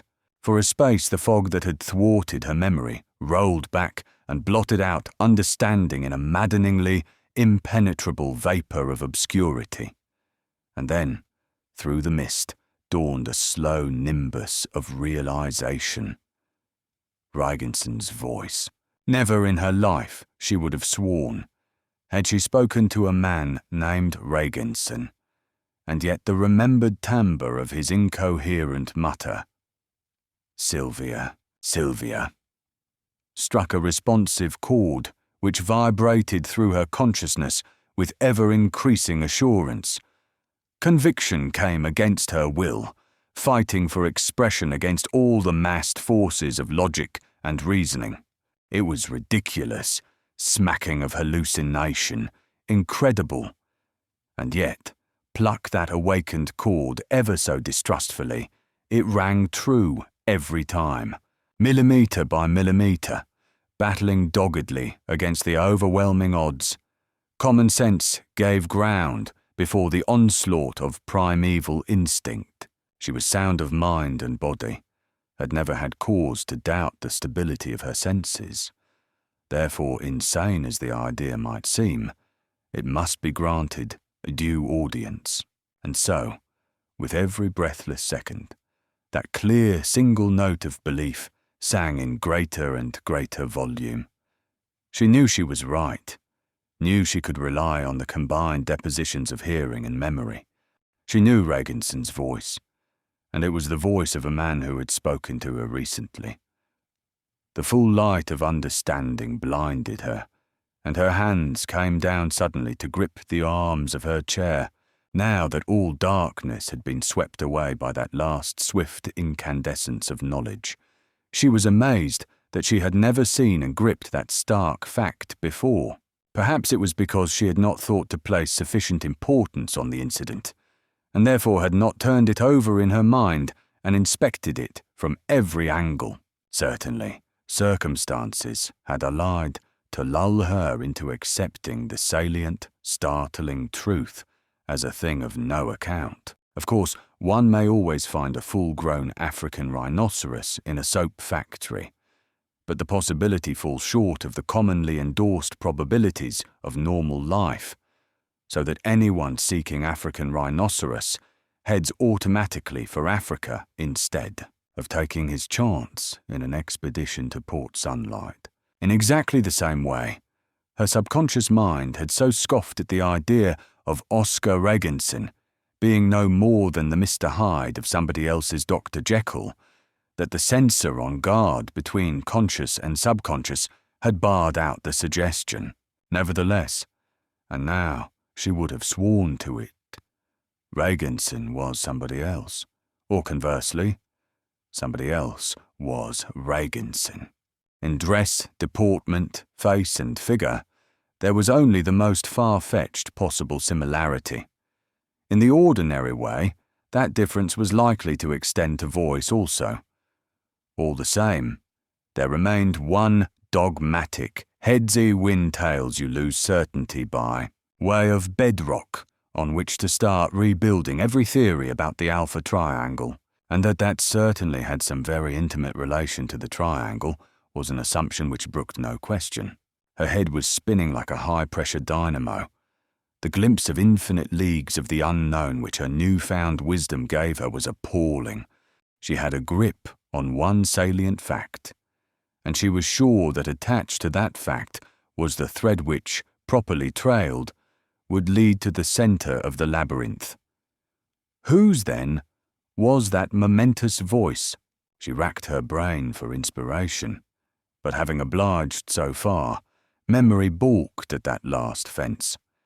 She realised the difficulty of divorcing voice from all association of appearance and demeanour. Storm might have the various compartments of his reminiscence more efficiently docketed and cross-indexed than hers were. But how could one describe a voice? It seemed hopeless unless one happened to be an expert imitator, and that ability was not among her talents. Still, she thought she should get in touch with him. Even while he was on his way, she might succeed in remembering the owner of the voice. She had a ludicrous vision of herself seated in the Chief Commissioner's room at New Scotland Yard, her head swathed in ice compresses. What time the heads of the Criminal Investigation Department hovered and tiptoed around her, waiting in anxious silence for a clue to fall from her lips. She smiled to herself, but the impulse to ring up Storm persisted. Where would he be at that hour? Most probably at his flat, she decided promptly. She was on the point of getting up from her chair to fetch the telephone when... boom! The muffled thunder of a distant explosion came echoing and re-echoing through the ether. And not so very distant either, for the thud of it was louder than anything she had ever heard. It shook the earth and rattled the windows in their frames. She sat up with a jump and saw that Anne had dropped her work and was staring about in amazement. Even Terry looked up with a surprised expression, and then he leaned heavily on the table. Concentration, he breathed reverently. What absorption! What industry! I hope you're all taking a lesson from me. I'm going to register a deed poll changing my name to Rip Van Winkle. When I started this pestilential job it was June, and now they're already letting off fireworks and burning the image of Mr. Fawkes. Still, I suppose to anyone of my vast intelligence... Shut up, commanded his wife rudely. Susan, whatever was it? Fireworks, I tell you, said Terry. This is the 5th. And they're celebrating Brock's benefit. And then, stealing through the open windows from the east, came the dull roar of a hubbub which swelled with every minute, came, ever so thin and faint, a horrible, sobbing cry. The racket grew. Not so very far away they heard shouts, a screaming babble of police whistles, and the patter of running feet. Terry moved over to the window and peered out over their shoulders, but they could see nothing. Not an air raid, surely. Don't say I've slept all through the Great War, Daddy, he murmured, but there was not much jesting in his manner. They listened. Windows were being flung open and people were coming out into the streets. The shouting had come nearer. Men were spreading the news to everyone within range of voices. But as yet it was impossible to make out what was being yelled, until, gradually, to the 3 of them, came a glimmer of comprehension. The Triangle. That ruthless organisation had been abroad again that night, spreading death and disaster in some terrific fashion, at which for the nonce they could only guess. On the pavement outside, the 2 detectives who guarded the house were staring into the darkness, speculating about the cause of the disturbance. What was it?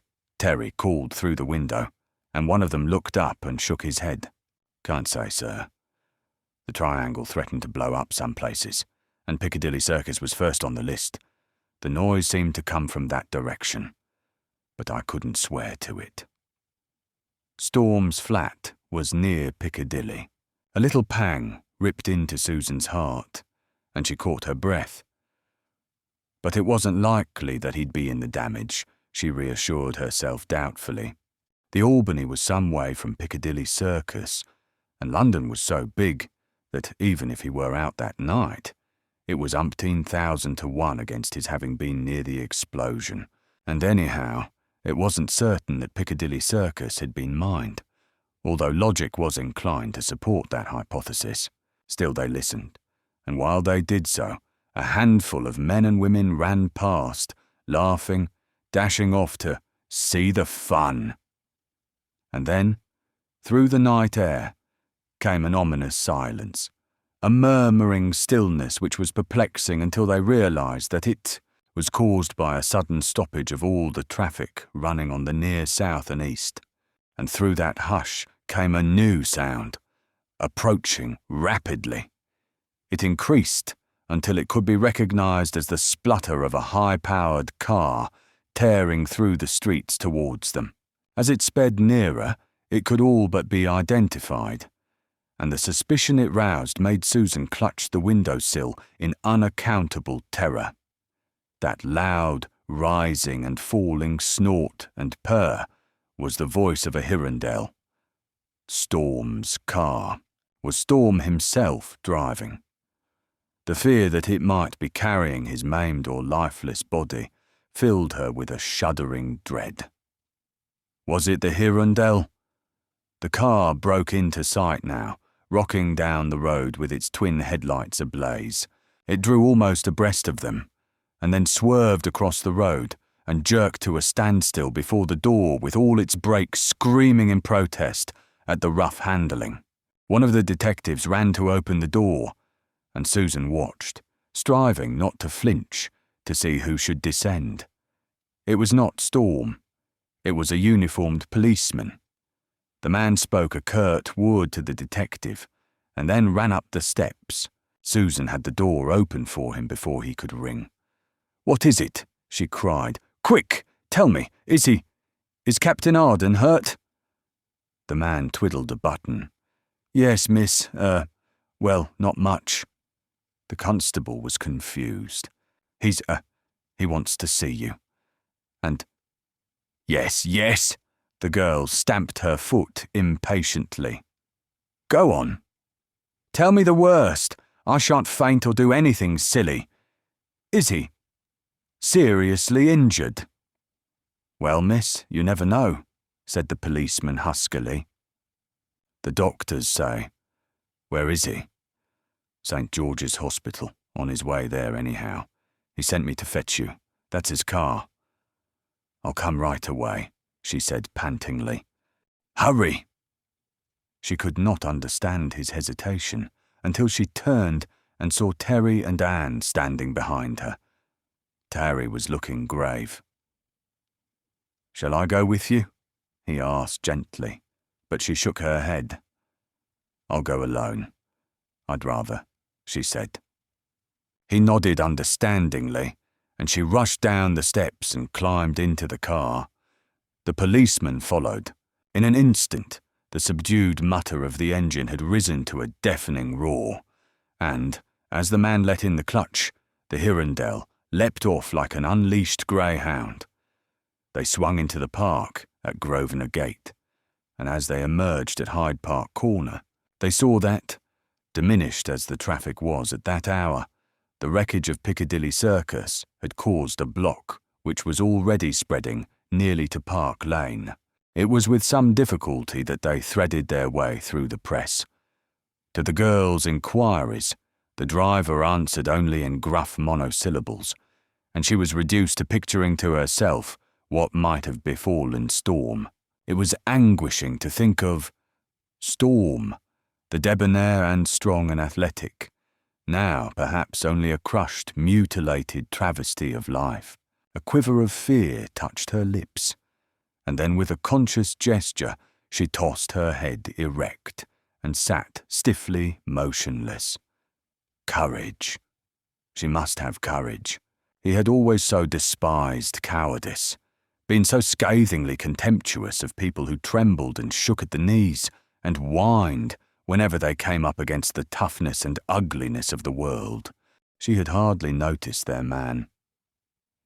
Hoovering through the giratory system at the triangular junction of Piccadilly, Knightsbridge and Grosvenor Place, but the lurch of the car turning suddenly recalled her to her surroundings, and with a shock she realized that they had diverged to the left and were racing down Constitution Hill with the Hirondell's cutout closed down until the engine made no more than a whispering drone, which attracted no attention. She caught at the arm of the uniformed man beside her. "What's the idea?" she demanded sharply. "You said St. George's Hospital." For answer, his left hand came off the steering wheel and his arm whipped behind her shoulders. His hand came under her chin, and she felt his thick fingers close upon her throat. "Never you worry what I said," hissed Lou Mecklin in her ear. And now that he made no attempt to disguise his voice, his nasal twang shrieked a heart-stopping menace at her. "You're coming where I want you, and if you scream I'll throttle you." Chapter 21. Found dead. Storm got to his feet somehow, shaking his head like a dog that has been for a swim.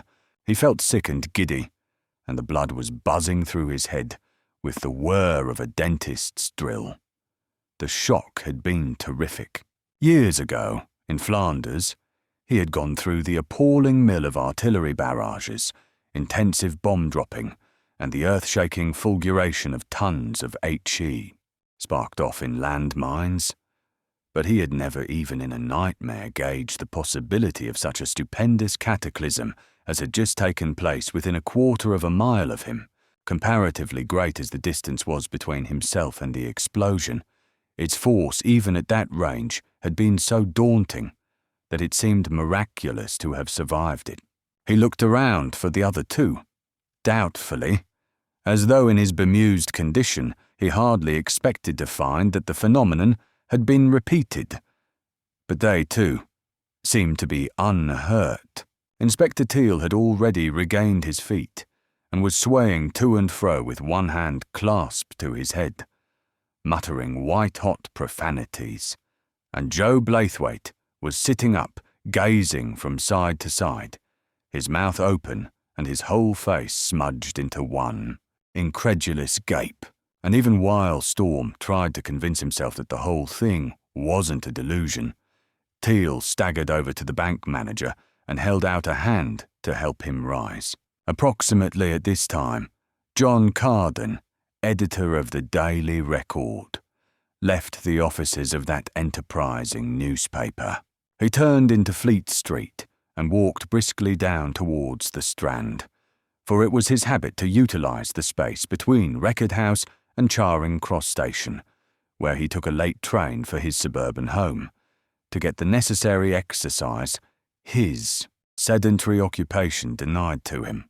And, as he walked, humming a little song, he was blissfully unaware of the skulking figure that slunk along behind him. Birdie was more than a trifle scared. He did not fully understand what he was about to do. He could not possibly have had the foggiest inkling of the volcanic power that had been compressed into the few drachms of viscous yellow liquid which swilled about in the tiny phial on which his fingers rested. He had about as much chance of appreciating anything so vast as he had of comprehending the metaphysical conception of infinity. All he knew was that he was carrying a very small quantity of the most powerful explosive known to science, whatever that might mean. Thanks to his weedy frame, he had not had the experience of high explosives, which was presented au gratis to some millions of men between the years of 1914 and 1918. All he knew about explosives was that they went off with a bang, and that they couldn't be so very terrible. Thinking things over, he was at a loss to account for the fear he had when his hand first touched that precautionary calorimeter. No, what scared Birdie now was the knowledge that he was about to commit a bigger crime than any in his petty, sneaking career. What he thought was that his boss had a grudge against Carden, and that the mucid amber in the file would simply injure the editor enough to make him sorry for whatever he had done to the Apex. Birdie hadn't any idea what size crime that might be, or how long a stretch he would get for it if he was caught, but he was sure that it would be something pretty nasty. Like a furtive shadow, he began to quicken his steps so as to catch up with Carden. One hand, resting in his pocket, held the copper ice box steady, while his finger and thumb grasped the slim neck of the file. It must be a quick job, and a quick getaway to follow. Be the explosion ever so small, he was too well known to the splits to risk being seen loafing anywhere around when the bang happened. His fingers shook a little, and he strove to hold them still. It would be fatal to bungle during the couple of seconds the bottle would take to flash from the calorimeter to John Carden's waistcoat pocket. By an effort of will, he got his hand back to rock-like firmness and throttled down the twitching of his nerves. But he could not control the chilly perspiration which broke out on his palms. Nearer and nearer he drew, his shifty eyes on the alert for exactly the right combination of circumstances for the fatal movement. It came when they had nearly reached the law courts, in the shape of 3 men who were approaching abreast. Birdie came level with Carden at precisely the right moment, so that for a moment the 5 of them were in line, so close together that their shoulders brushed. It was all over in the twinkling of an eye, with just one lightning flicker of Birdie's slim, trained fingers. And then Birdie had ducked down a dark side street and was running for dear life, gasping painfully with the reaction from tension. The copper vessel in his pocket held nothing more dangerous than some clinking chips of ice. With a cry that was rather like a strangled sob, he dragged it out and flung it far from him, and ran on. And the tiny tube of death reposed in John Carden's pocket, the warmth of his body slowly thawing out the oily fluid to the temperature at which it would detonate. Birdie found himself abruptly faced by a solid brick wall. He stopped in horror and looked around him. He had taken the wrong turning. Fear had deadened his judgment.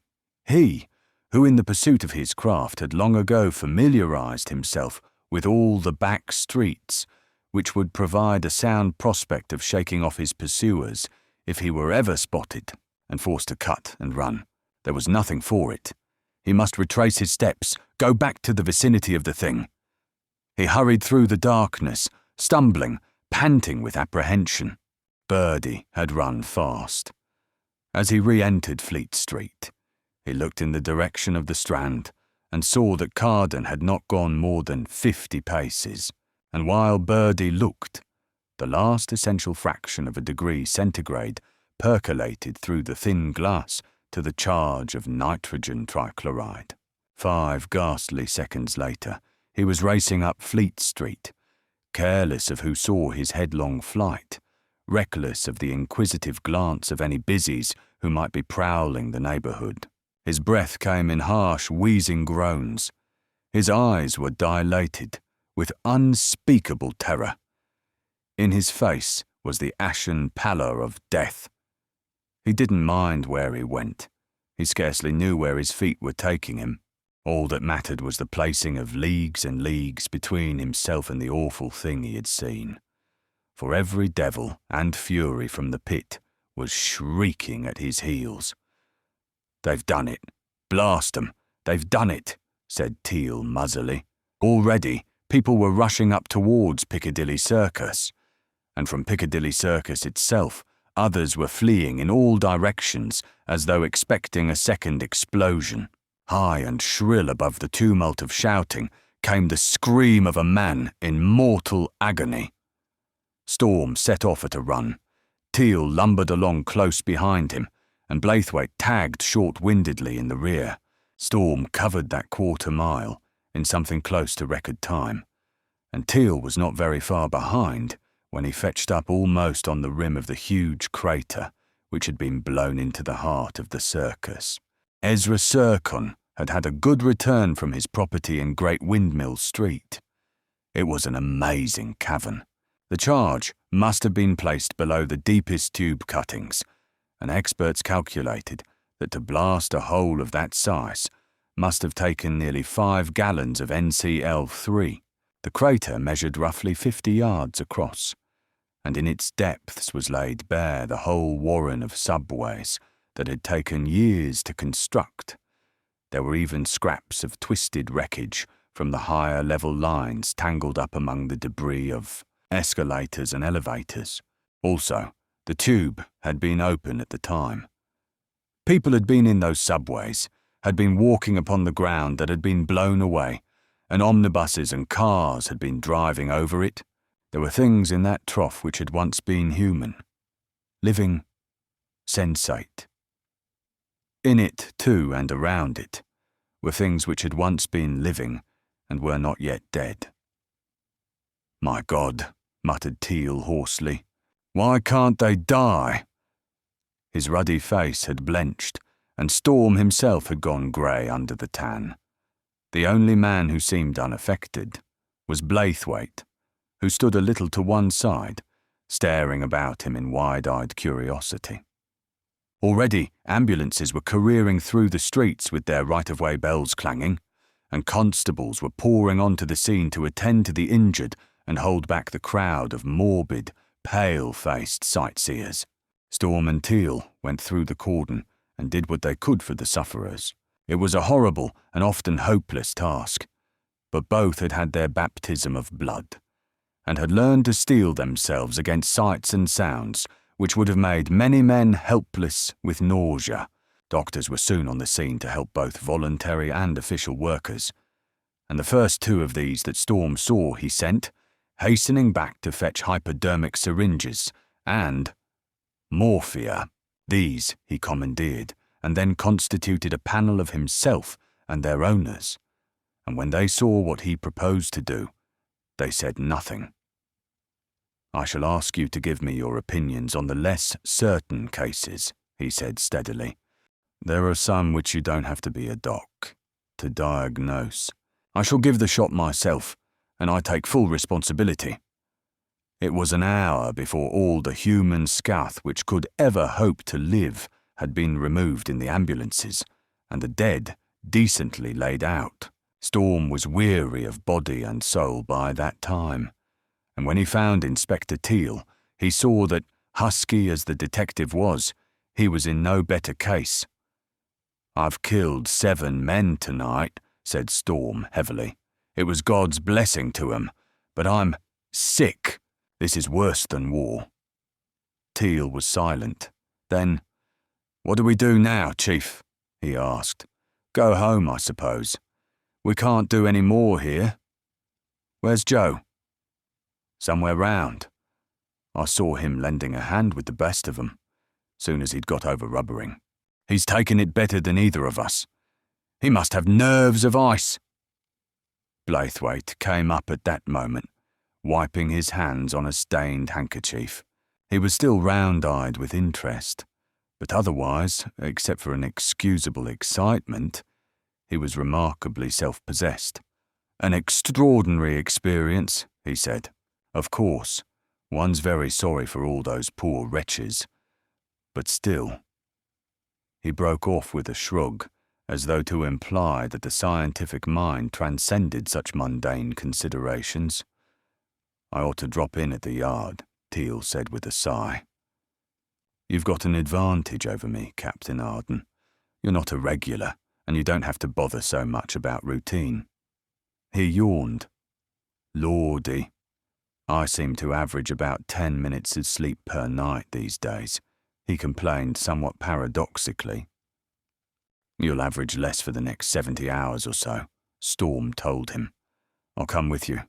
I might find the Commissioner in." Joe Blaithwaite was skipping eagerly in front of them. "Do you think I could come too?" he pleaded wistfully.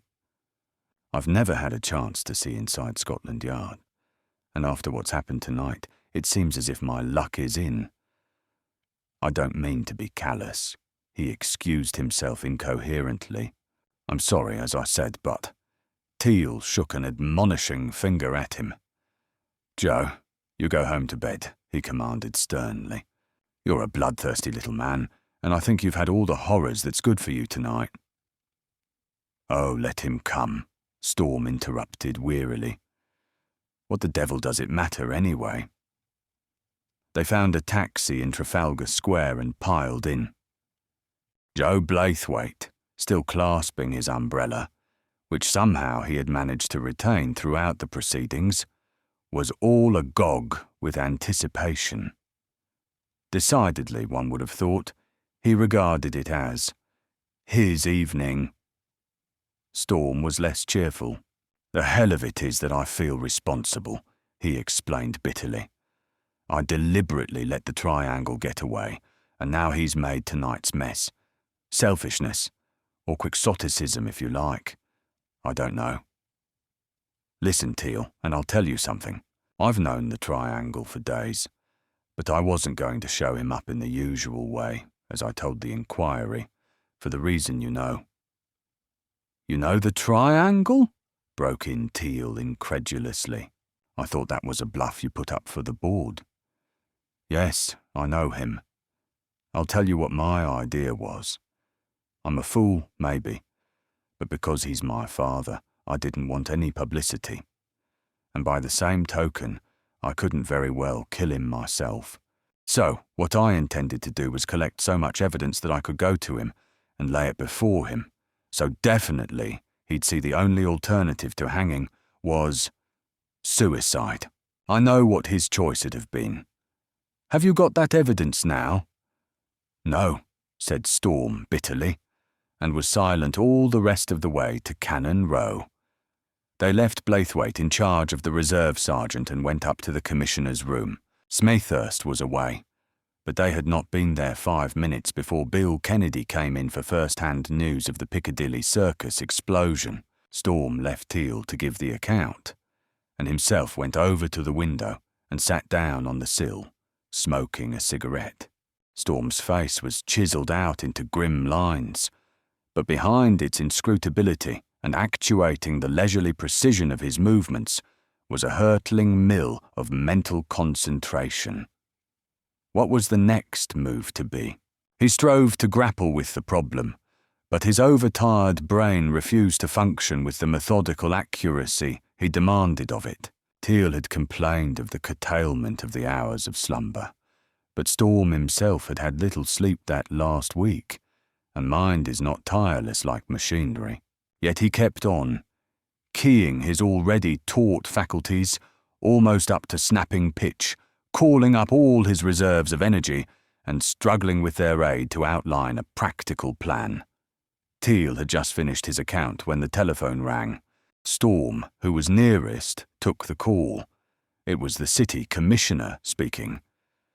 "You've had a blow-up in Piccadilly Circus, haven't you?"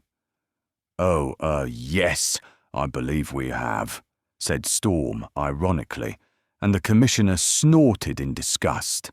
"Well, we've had a smaller one in Fleet Street. Just one man blown to crumbs. There's no hope of identifying him. I just thought you might be interested. Sands, a pickpocket belonging to the Walton Street Manor, was seen herring away from the scene as if he'd a big scare, so you might put out a call for him." "I will. Fleet Street, I think you said." "Yes." "Uh-huh. The dead man is John Carden, editor of the Daily Record," said Storm calmly, and hung up the receiver. After what had happened that night, such minor details as solo murders seemed things of no account. Storm had reached the stage where he was beyond the reach of agitation. He gave the assistant commissioner a brief account of the conversation, and he was still speaking when the telephone bell shrilled again. This time, it was the Thames Police Depot on Victoria Embankment. When Storm put down the instrument, a queer flush had come into his face. "A body's been taken out of the river," he said slowly. "Head smashed to pulp with an axe. The tailor's tab in the breast pocket, and some papers in the clothes. Say that it's Oscar. I guess this is the end of the world." Storm and Teal went off to view the corpse, and the detective was surprised to see that Storm hailed a taxi in Cannon Row instead of setting out to walk the short distance along the embankment. Mr. Teal, however, was too well trained to make any demur, and he had just got in when Blaithwaite came rushing up. The bank manager climbed in as the taxi started off and sat down, beaming. The other two let him stay. It was amazing what a fixture that plump little man had become that night. In normal times, he would probably have been unceremoniously ejected, but both Storm and Teal were too tired and too occupied with other matters to take the trouble of arguing him home. The taxi drove to a house in Harley Street, and Storm had to ring for some time before he could get an answer. At length, a dishevelled butler swathed in a grey flannel dressing gown over lamentably striped pyjamas opened the door. When he had heard Kit's business, he began to shut the door again, but Storm kicked it wide and entered the hall. A moment later, the Home Office pathologist, himself awakened by the noise, appeared at the head of the stairs and inquired sleepily, but with some mastery of expletive, what it all meant. Storm presented his credentials. "I'm sorry to turn you out at this ungodly hour, but it's very important. I may not need you at all, but there's a big possibility that I may, and if I want you, I shall want you at once." "All right," said the doctor peevishly. "I suppose it's all in the night's work. The butler'll give you a drink while I'm dressing." He was down in an astonishingly short time, and the four of them entered the taxi. The pathologist seemed surprised to see Blaithwaite, and Teal was in a quandary until an idea seized him. "Mr. Blaithwaite is Regenson's banker," he explained. "He's going to identify the body." Joe stood by while the sheet that shrouded the dead man was removed, and then peered interestedly into the battered face. "I couldn't swear to it," he said at last, "but I think it's he. That yellow beard of his is so distinctive." "That's half the trouble," remarked Storm cryptically. Blaithwaite was then shown the clothes that had been worn by the body, and these he declared without hesitation to be Regenson's. Apparently, the Swede had possessed only one lounge suit, for Blaithwaite said that the garments were those which Regenson had been wearing whenever his banker had seen him. Storm turned to the pathologist. "Set up the gadgets," he ordered curtly, and the doctor, after a glance of surprise, began to unpack the large black bag he had brought with him at Storm's request. In the small room, besides Teal and Blaithwaite, was also a sergeant of the Thames Police, and to these three, Storm addressed his next command. "There's to be no dispute about this," he said, "so to make everything trebly sure you'll all do your bit. I want each of you to take 2 hairs from Regenson's beard and lay them on the sheet of paper Dr. Malison has laid out for them." Wondering, they obeyed. "Now stand by while Dr. Malison makes his tests." The pathologist bent to his work while they waited in a mystified silence. It was half an hour before he straightened his back with a sigh and indicated that he was satisfied. "Well?" asked Storm, and Malison looked at him curiously. "Peroxide," he replied. "The hair was originally black, and I should say that it was the hair of one of the more southern races. Several Spaniards and Portuguese are diluted with Moorish blood. What made you suspect bleaching?" But this was a question that Storm was not for the moment disposed to answer. As a matter of fact, all that he had suspected was that the body was not Regenson's, and the rarity of beards of that Nordic hue was great enough to arouse the suspicion that a black-bearded man would have had to be found and disguised in order to provide a substitute. He led the way into the office, and a combined deposition was made out and signed. It was an interesting document. "We, the undersigned, do hereby attest and swear that at 1:30 a.m.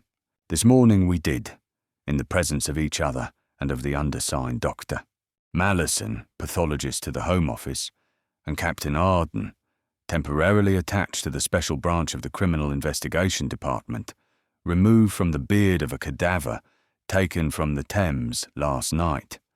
and so far presumed to be that of Oscar Regensen, agent of Cockspur Street, SW1, each of us 2 hairs. And further, that the said Dr. Melson made the examination of these hairs, which is the subject of his appended affidavit in our presence.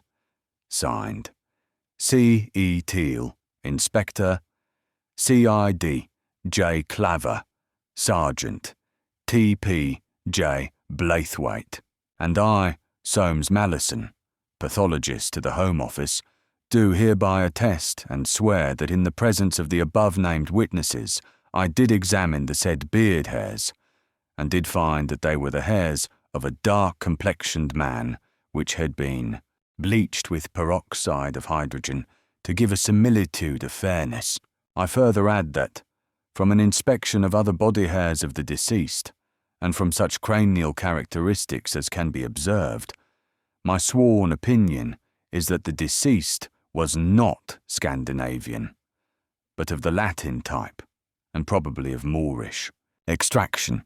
Signed, Soames Malleson, M.D. and I, Christopher Arden of Albany, W1, having been present during the operations specified above, do hereby affirm and support the statements of the above-named witnesses.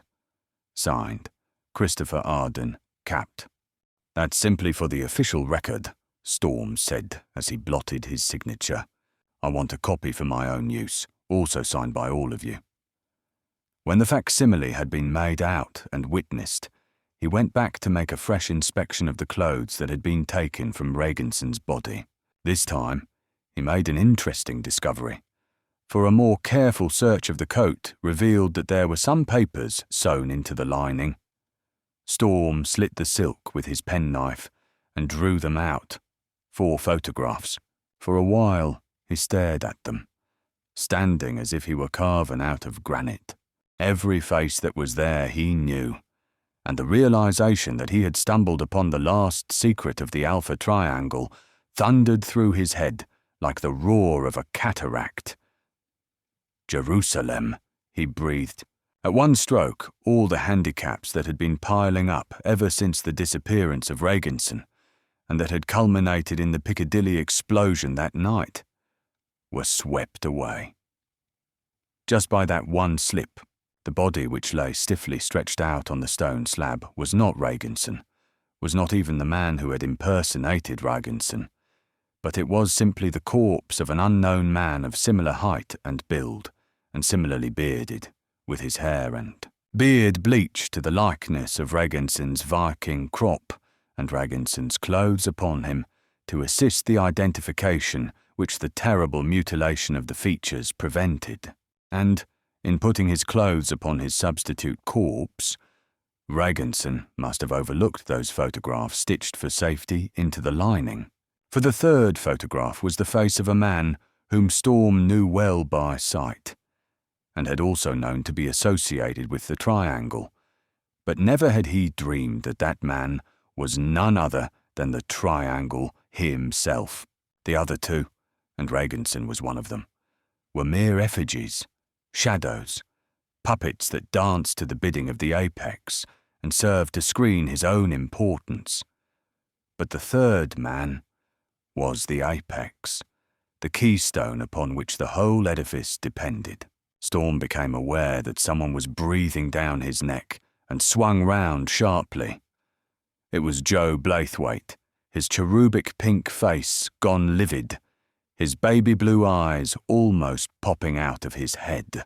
Storm stepped pointedly away from the banker, and a crestfallen Joe resumed the nibbling of his umbrella handle. Kit put the 3 photographs together and buttoned them into the safety pocket on the inside of his waistcoat, and as he did so, the 4th fell from his hand.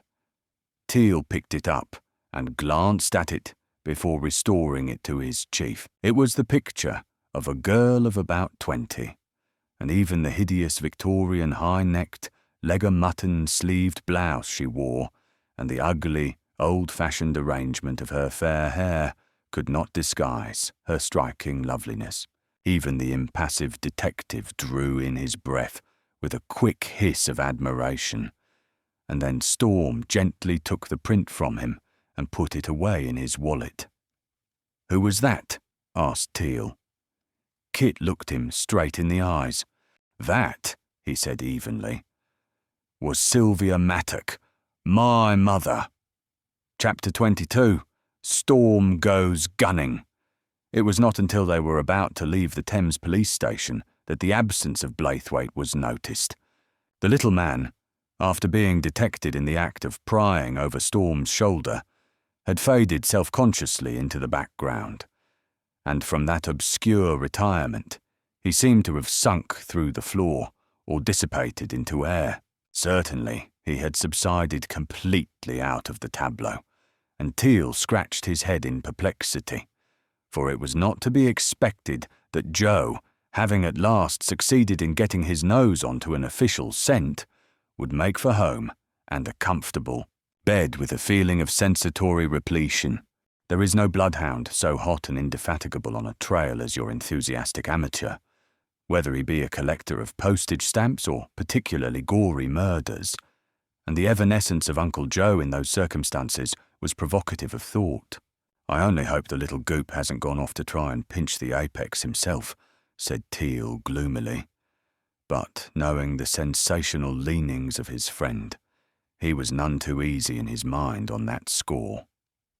No one was to know that, even as Teal voiced his prayer, an asthmatic and flustered Joe Blaithwaite was panting out instructions to a taxi driver and scrambling into the cab to be driven swiftly westwards. "Never mind, Uncle Joe," advised Storm. "I guess he'll keep, and he's old enough to be loosed off without a chaperone." They saw Malison off in a taxi and then hailed a second cab for themselves.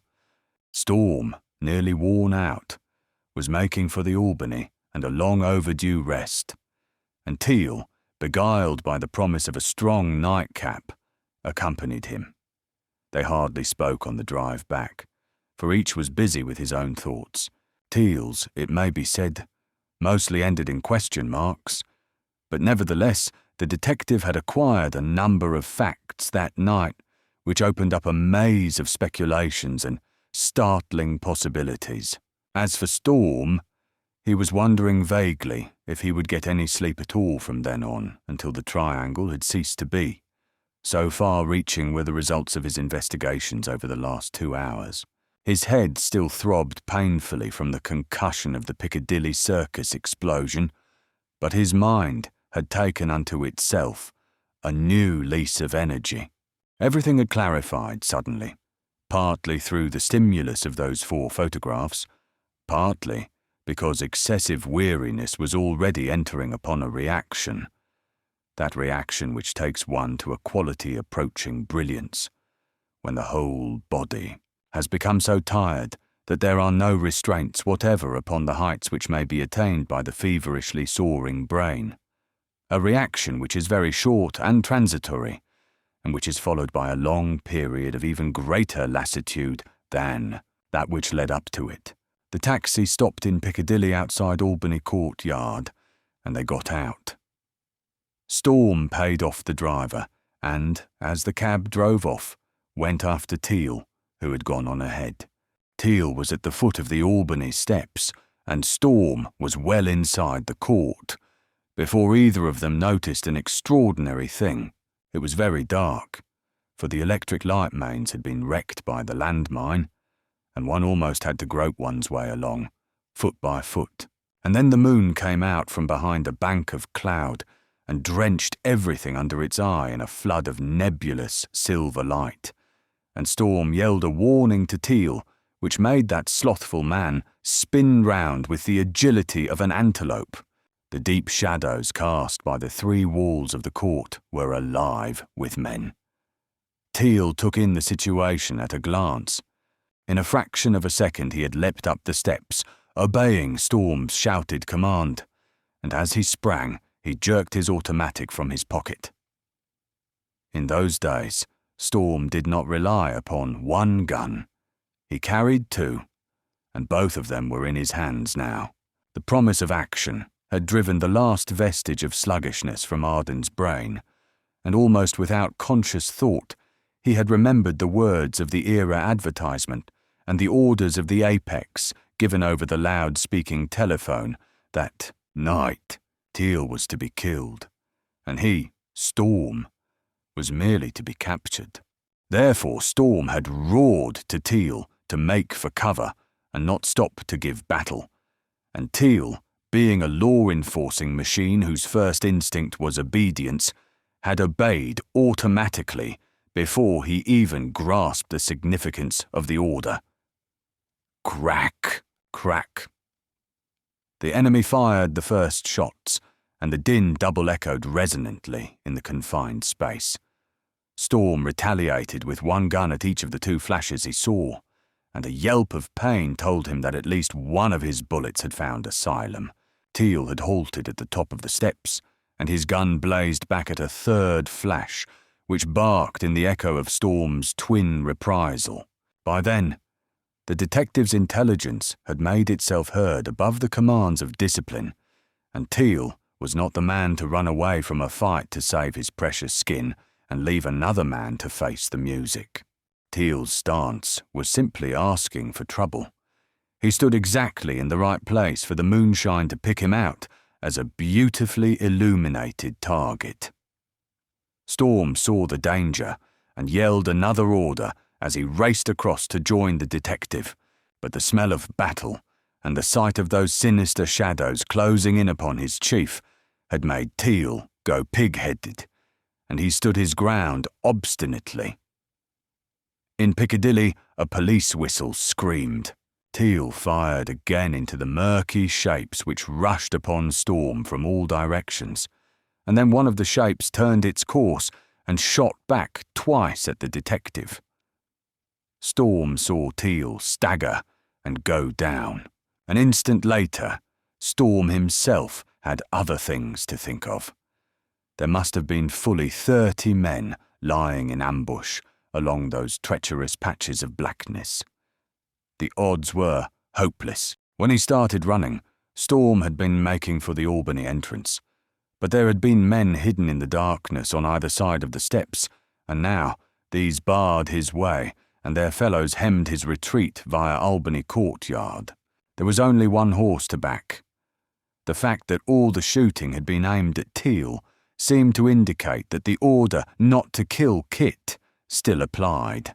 Storm's only chance, then, was to bank on the men obeying orders and try to put the fear of God into them with merciless gunning from his own quarter. Storm took that chance. His two automatics rattled like machine gun fire, and he saw one after another of the men in front of him go down before that leaden scythe until he had cut a lane through the blockade. Others were already closing in to fill the places of the fallen, but running like a sprint champion, there might be a thin hope of breaking through before they could take up position. What Storm couldn't have, allowed for was the fact that there must always be men behind him. Therefore, he didn't see the arms of the two men behind him swing up, didn't see the two skillfully thrown sandbags hurtle through the air, only felt the dull, sickening impact of something heavy and yet yielding upon the back of his neck, before he crashed to the ground and everything vanished in a whirling infinity of blackness. He came to on a sofa with his head throbbing horribly, and his first surprise was to find that he was in his own flat. The second was the presence of a man he knew, who was binding up an ugly wound in Teal's shoulder. "Terry," called Storm, "how did you get here?" Terry Mannering looked up and smiled, but the haggardness of that ordinarily cheerful young man made the grin unconvincing. "That's all right, brother. You sit tight for a bit and get the bump off your cranium. Having a solid ivory skull, you're still living, when by all rights you ought to be dead. In a large experience of sandbagging and divers kindred sports, I may say I've never—" "Cut out the bedside manner, Terry, for the love of mud," snarled Storm, weakly. "What's happened?" He tried to sit up, and had to make several attempts before he could overcome the sick giddiness that the effort caused. Terry went on bandaging Teal and tried to infuse flippancy into his tone as he gave the account. "Having missed our tame policeman," he said. "The Triangle Coves had rather come a mucker. Far as we can make out, the idea was to pip Teal first, bang, and then grab you in the same bar, so to speak. Unfortunately, you two warriors put up such a scrap and made such a row about it that half the Roberts in London were charging onto the field before you'd been downed and outed as per invoice. Therefore, realising that dispersion is occasionally the better part of valour, your adoring playmates legged it through the Albany and out the other side, where the Roberts ceased from troubling and the policemen were at rest. They got away, leaving your bodies on the plain and a number of short-winded bobbies panting in their wake. Really, you want to enlist a few Olympic runners in your comic copper battalions if you want to catch young Pegasi, or is it Pegasuses, like our friends." "Oh, cut it out," snapped Storm. "What brought you here?" Terry gave the finishing touches to Teal's bandages and then left the detective to put on his coat and himself lighted a long cigar and puffed thoughtfully. "I suppose you'll have to know," he murmured at length, "though, as a qualified physician whose disgusting wealth has stopped him from practicing, I'll warn you that if you go dashing off doing anything silly, you'll be knocked up for weeks. Well, to put it briefly, at home, we thought you'd been knocked out in the firework display. And Susan thought so too. You were on your way to St. George's Hospital, and had very kindly sent your bus round to bring the chief mourners to your deathbed. A uniformed Robert was driving, so everything in the garden looked lovely. Barring, of course, your own impending demise." Terry studied the end of his cigar intently. "Do you get me, little one?" Storm sat still for some seconds. He might have been graven in bronze for all the emotion he displayed, and yet, behind that mechanical masquerade, he was suffering the tortures of the damned. Susan, his Susan, in the power of the dog. Kalhei. At that moment, for the first time in his life, he knew the meaning of utter hopelessness. Nothing mattered in the whole world. Nothing existed but that hideous fact. The Triangle might blast London off the face of the earth, might blow to atoms 1,000 more John Cardens. It wouldn't count a lonely continental cuss. Susan was gone. The only ray of hope came from the implied assertion that she'd been kidnapped instead of murdered on the spot. And even that knowledge was fraught with fears too horrible to contemplate, put into the balance in Storm's favour that in the last 72 hours he had had less than 7 hours' sleep. And perhaps you will understand and forgive him for plumbing such abysses of despair. And that spineless despondency was only momentary. Before it could consolidate the position it had gained, Storm hurled up every supporting mote of fighting weight that was in him to hold the breach. With a clinched effort of will which racked and locked his nerves in positive physical anguish, he focused all his strength upon the one object of getting his mind and body back to par. His face remained inscrutable, and all his muscles were relaxed, but the sweat broke out in glistening gouts on his forehead. And gradually, inch by painful inch, he scourged himself into cool, calm reason. Watching him, few would have known that in the fleeting of those few seconds, he had gone down into inferno and dragged himself back again into the world. Storm raised his eyes. His hand went slowly to his pocket and drew out his cigarette case. With leisured care, he selected a cigarette, tapped it on his thumbnail, and put it between his lips. Still with the same alpine steadiness, he took a box of matches from his pocket, struck a light, and held it to the cigarette. He extinguished the match with one flourishing sweep of his hand and broke it into little tiny splinters, dropping them one by one onto the carpet, and then, Sitting with his elbows on his knees and his hands cupped boyishly under his chin, he took the cigarette from his mouth and blew out a long blue trail of smoke. "Yes?" he prompted, and his voice was as coldly level as a frozen tarn. Terry fastidiously preserved the cone of ash that was accumulating on his cigar. "Well, I offered to go with Susan, but she wanted to go alone. Still, I'd gathered from the Roberts' not very snappy back chat that you were more or less lying on the banks of the Styx waiting for the ferry. So, for the sake of old times, after allowing Susan half an hour's start to get through the last fond farewell," Terry grinned wryly.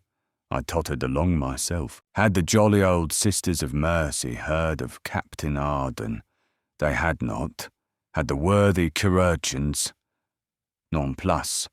I combed every ward myself, and when we hadn't located you, I remembered the triangle's interest in Susan and began to get a whiff of Domus decumanus, or the common rat. Toddling round to Scotland Yard, I was told you'd just left on a morgue tour along the embankment, so I came tooling on here to wait for you. Et voilà. "I see," said Storm. "Can you get me some real 80 overproof dope? Snow for preference. I'm about done in, and my acquaintance with rest cures looks like being not yet." Terry looked at him for a moment, and then nodded. "I'll knock up a chemist myself," he promised. "But you'll try to get some sleep, won't you? Tumbling into the arms of Morpheus, and so forth." Kit nodded. "I can't do anything tonight, but God knows what I'll feel like tomorrow. I won't use the stuff if I can help it, but I want it for a standby. Push off now like a good fellow and get Teal home right afterwards, will you?" Terry went, and then Storm crossed to the telephone and called Scotland Yard. He was lucky enough to find the Assistant Commissioner still there. "I want Prester John," said Storm. "Get him to my flat by 9 tomorrow if it's humanly possible, and Birdie if they can find him. Have men out after the two of them all night, and hogs of all search warrants. Also, Snooper Brome. Add him to the list. Got me?" Then Storm went wearily to his bedroom. He wound his alarm clock and set the bell at 8:30, and then, only removing his coat collar and tie, he fell into bed and was almost instantly asleep. The buzzer awakened him after an all-too-short rest, and his first impulse was to shut the darned thing off, turn over, and sink back into the delicious nirvana from which its clarion call had roused him. And then he remembered everything. With a sigh, he flung off the sheet and got up. His head ached appallingly, and for some unknown reason he was stiff in every limb. He undressed and made for the bathroom, and under the invigorating chill of a cold needle spray, a good deal of the muzziness cleared away. A brisk rub down restored him still more, and so great were the recuperative powers of his robust health, he finished dressing again with the feeling of being little, the worse for the strain he had been through, a slight thick-headedness and a heaviness in the eyelids. That was all. He burst into the sitting room to be greeted by the yawning visage of Mr. Teal. "Jerusalem," he said. "What are you about so early for?" "I haven't been away," replied Teal, stretching his sound arm. "Your sofa's pretty comfortable, and I don't like being sent behind the lines when there's anything doing on the front." Storm turned to his manservant, who was laying the table for breakfast. "We'll start with a double colonial breakfast," he said briskly, "and make your coffee black and strong." He was gulping a horse's neck into whose composition very little ginger ale had entered when the Assistant Commissioner arrived. Bill Kennedy was alone, and the scowl which invariably disfigured his face before breakfast was more worried than usual. "I haven't got either of your men," he confessed bluntly. "Prester John's left the country to make a new start in Canada, and Brome's vanished. We never knew much about Snooper anyhow, and the lag who runs his fencing store in Kensington when Eddie's away hasn't seen him for days. What's the particular hurry? Storm told him in 4 words. And then, "Did Mr. Mannering turn in that dope, Teal?" he asked. For answer, Teal pointed to the cellarette, and Storm went over and opened a small parcel which lay there. He took a glance at the hypodermic syringe it contained, and the 2 phials packed into the metal syringe case, and slipped the box into his pocket. He carried writing materials over to the breakfast table and wrote while he made his meal. When he had finished, there were 5 closely written pages, which he checked over carefully and then sealed into an envelope, scribbling his initials on the flap. He gave the package to Bill Kennedy. "I put you on your honour not to open this unless I fail to report at the yard by midnight," he said. "It gives you the identity of the triangle and a string of substantial evidence against him, enough to hang an army. If I don't turn up, you'll know what to do. Secondly, I'll bet you've had men put on to guard me after last night." "Yes," Bill nodded. "Take 'em off right now. Bill, I guarantee that if I see anyone that looks like a nursemaid in trousers tailing me around when I leave here, I'll wring his neck. I want the triangle to catch me. That's the only chance I've got left of cleaning up this mess outside of the Old Bailey. You put that right up inside the big bone you wear under your hat and let it dig itself in." Even as he spoke, Storm was stripping off his coat and shirt, and they had a chance to view his magnificent torso. The muscle just lay on him in slabs, writhing and cording under the satiny skin with every movement he made. He was ribbed out and sinewed up like a thoroughbred racehorse. He might have served as a model for a statue of Apollo, with his perfectly proportioned, splendidly supple, and yet immensely powerful development. Storm was always trained to a hair, and at that moment, as he stretched and limbered up, he looked fit to fight for a kingdom, whereas he was going to fight for something which, to him, meant more than all the cities of the world and their glory. He disappeared into his bedroom and returned a minute later with a heavy bundle in his arms. Against each bicep, by means of straps fastened above and below the muscle, he fixed neat leather holsters, which carried compact small-caliber automatics. Against his right calf, he laid a small, thin, razor-sharp poignard, which was held in place by his sock and sock suspender. Thus secretly armed, he pulled over his head a jerkin of pliant deer skin, which laced up to the collarbone, and over this he put on a singlet of the finest steel mesh. Kennedy and Teal observed all these accoutrements with unconcealed interest, and Storm smiled. "Courage gets medals," he remarked as he resumed his shirt. "But people who sail into typhoons without taking in canvas, battening all hatches, and rigging lifelines, just get what they deserve. And that's hell." He completed his reclothing, slipped another automatic, to be found if and when he was searched, into his hip pocket, lighted a cigarette, and picked up his hat. "So far I've been the world's premier boob," he said, "the most paralytic fall guy that ever wore pants, and I'm going to get even or bust." He was in high spirits. In spite of the ever-present fear for Susan which haunted the back of his mind, he was totally unable to repress his cheerfulness. The scent of battle always got him that way, and it was a trait of his which caused him great annoyance, for when sparring and waiting about turned the corner into the straight-run home of action, breathless and perilous, he seemed incapable of seeing things in their true values. But this callousness was only superficial. The real fact was that a high incentive whetted and honed the edge of his deep-rooted fighting instinct, making it seem predominant. "Where are you going?" asked Bill Kennedy.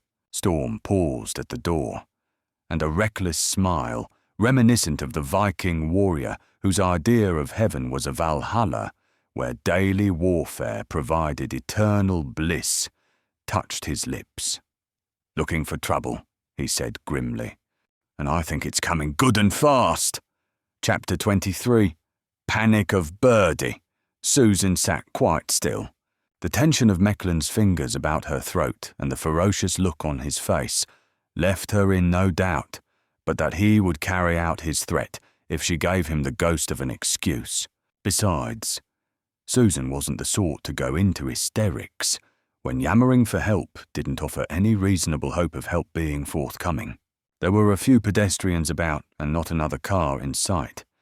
Anyway, even if she did shout and were heard, her would-be rescuers would have about as much chance of stopping that flying hirondelle as they would have of hopping over the Woolworth building. "You needn't get excited," she said coldly. "I haven't screamed since they took me out of long clothes." Mecklen said nothing, still retaining that menacing grip on her windpipe. He was hunched up over the steering wheel with his eyes glued to the road in front, pushing the car along as fast as he dared. "You can take your hands off," Susan added. "Someone might see us, and—" she groped about in her vocabulary of American for a phrase the Bowery boy might understand. "I don't want to be mistaken for the Sheba of a roughneck like you. I promise not to yell." Lou hesitated, and then withdrew his arm, not because her jibe cut any ice with him, but because he'd remembered his uniform and didn't want to make himself conspicuous if anyone should happen to see them. Tough-looking policemen don't as a rule drive round in expensive cars with their arms round the necks of fashionably dressed girls, and Mecklen realised that he'd left enough tracks behind him already that night without adding to the number. "You'd better not squawk," he assured her, to make it plain that he released her for his own reasons and not because of her command. They swung round the Victoria Memorial and entered Buckingham Gate. The car ran down the deserted thoroughfare and tacked down a side street on the left and left again into a dark mews. Mecklen stopped the car and took Susan's arm in a vice-like grasp. "Get out of here," he ordered, "and just you see you don't forget what I told you. One yap and you get your ease." She got down from the car and he followed her. In the darkness, he shifted his clutch to her left arm, and she felt something prick her breast and saw the dull shimmer of steel. "Just a reminder," he said. "Move." He unlocked a garage door and pulled her inside. She heard 2 bolts clang into place behind them, and then a switch clicked down, and the place was dimly illuminated. She saw that what had seemed to be one solitary lockup was in reality a huge garage which ran the whole length of that side of the mews behind the other dummy doors. Stored in it was a wonderful collection of motors: 2 aluminium-finished racing cars, 4 Rossley trucks, a Noir limousine, a Carillon cabriolet, and 1 black closed-in van which she could not identify, although something about it was vaguely familiar. And the noticeable fact about the collection was that none of them carried number plates. She saw the reason a moment later, in the shape of a stack of detached plates of different numbers from all counties, ranged along the wall. Mecklen dragged her across to what looked like a big tyre cupboard. This he opened, revealing it to be empty, and fumbled with a bracket at the back. In a few seconds the false back slid sideways, laying bare a faintly lighted passage. Lou extinguished the garage light and made the girl precede him into the tunnel, while he shut the cupboard doors and slid home the inside panel. There were only a dozen feet to go, and they emerged into a spacious cellar. Here, Mecklen paused, rubbing his scrubby chin as though wondering where to go next. At length he went over to a door which led off the vault in which they stood, and he seemed surprised to find it empty. He came back and seized her arm again.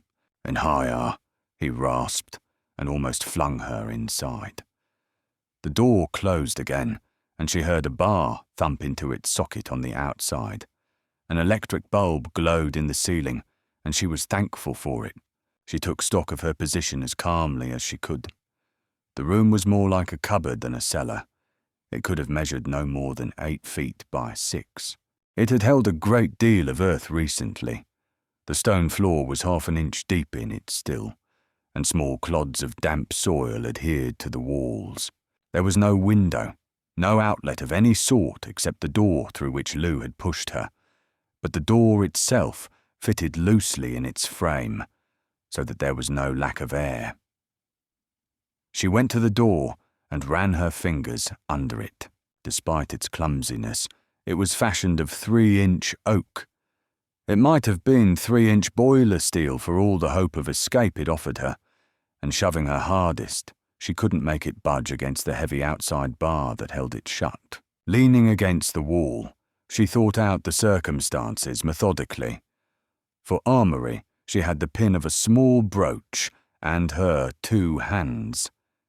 Expectations. What? The story about Storm being injured might or might not be true, although now she was inclined to regard it as nothing more than a cock-and-bull yarn invented to decoy her. Strangely enough, her first emotion was of exasperation. She, old stager that she was, to have been caught on the hop with an antediluvian parlour trick like that. Well, how long would it be before she was missed? Terry, being an old friend of Storm's, might go down to the hospital himself later on, and then the fraud would be exposed. Or, if he didn't do that, and Storm was safe and sound, Kit'd be sure to ring her up in the morning. And once he'd absorbed the news of her abduction, he wouldn't be likely to let grass grow under his feet. Extraordinarily comforting was that thought. Within a few hours, she looked at her watch. Within 8 hours at the very limit, Storm would know all about it, would be out scouring the metropolis for her. The last feebly rising bubble of panic collapsed. She was sure now that Storm hadn't been smashed up. He'd be on the job, moving heaven and earth to find her, and every triangle in Christendom massed up in one big wad all round her, with barbed wire in front and a company of field artillery behind, wouldn't stop him. Her daydreaming was interrupted by the return of Mecklin, laden with a rough straw-filled mattress and a couple of coarse blankets. He dumped them on the floor and went out again. For a fraction of a second she had meditated attacking him from behind, when his hands were full and his head turned. But the thought had died as quickly as it was born. She was strong and supple as a young mermaid, but she knew that against his rugged bulk such crude methods would be wasted. She might have got him in a jiu-jitsu grip. She knew 1 or 2. He came back again, that minute, carrying a small table on which was an enamel mug of water, a loaf of bread, some fried bacon congealing on a cracked plate, and a hunk of butter wrapped in a scrap of newspaper. Her chance of springing on him unawares was gone now, for he kept the table between them all the time. "Make yourself at home," he invited. "Sorry I can't stay and wait on you just now, but you're supposed to be dead. The boss might think it kinda queer if I stayed grubbing around these higher cellars, and it don't pay to get the boss's goat, but I'll see you later, don't you worry." His foul leer struck a qualm of terror into her heart, but she faced him boldly. "I don't worry," she said acidly. "What's your name?" "Mecklin. But you kin call me Lou, honey." "Well, Mecklin, I've heard of you. You've killed a good many people in your time. Have you ever wondered what it's like to die?" He lounged against the wall, grinning. "Huh, you lil cougar, so you're gonna make old Lou pass in his checks, you? Gee, baby, I'll say you got sand." "Oh no, I'm not going to kill you," said Susan. "But I'll tell you the name of someone who will. Ever met Captain Arden, the man they call Storm? He's out hunting you by this time, Mecklin, and do you know what he'll do to you when he gets you? He did it to a man outside Valparaiso once. a man rather like you, Mechlin. Staked him out and flogged him to death with a stockwhip. How does that appeal to you? And he'll get you, Mechlin. There's no hole and corner on God's earth you can hide in where he won't find you one day. Storm never gives up. Think it over. There was no idle threat or bravado in her tone. She stated the facts simply and cold-bloodedly, so that the smooth venom behind them would have stabbed horror into the soul of most men. But Mechlin's imagination was that of the untamed brute. He had to feel the lash before he could flinch from a sight of it. "Storm," he scoffed. "I'll tell you something. That sheik of yours will eat his breakfast right in this Hoyer shack. Now think that over." And then with a cat-like spring, he rounded the table and caught her in his arms in a bear's hug. His fetid breath stung her nostrils, and, before she could move, her lips had tasted the gross contact of his mouth. He jumped back, breathing heavily. One fist stuck out in front of him. "Keep off," he warned. "That war just something to go along with.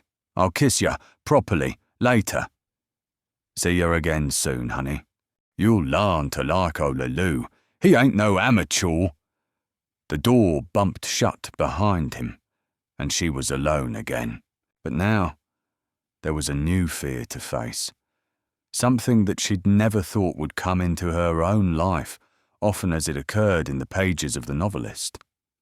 The tightest corner she'd ever been in. She tried to stay the involuntary quivering of her lips. The hot defilement of Mechlin's embrace seemed to sully them still, and she got out her handkerchief and rubbed them with it.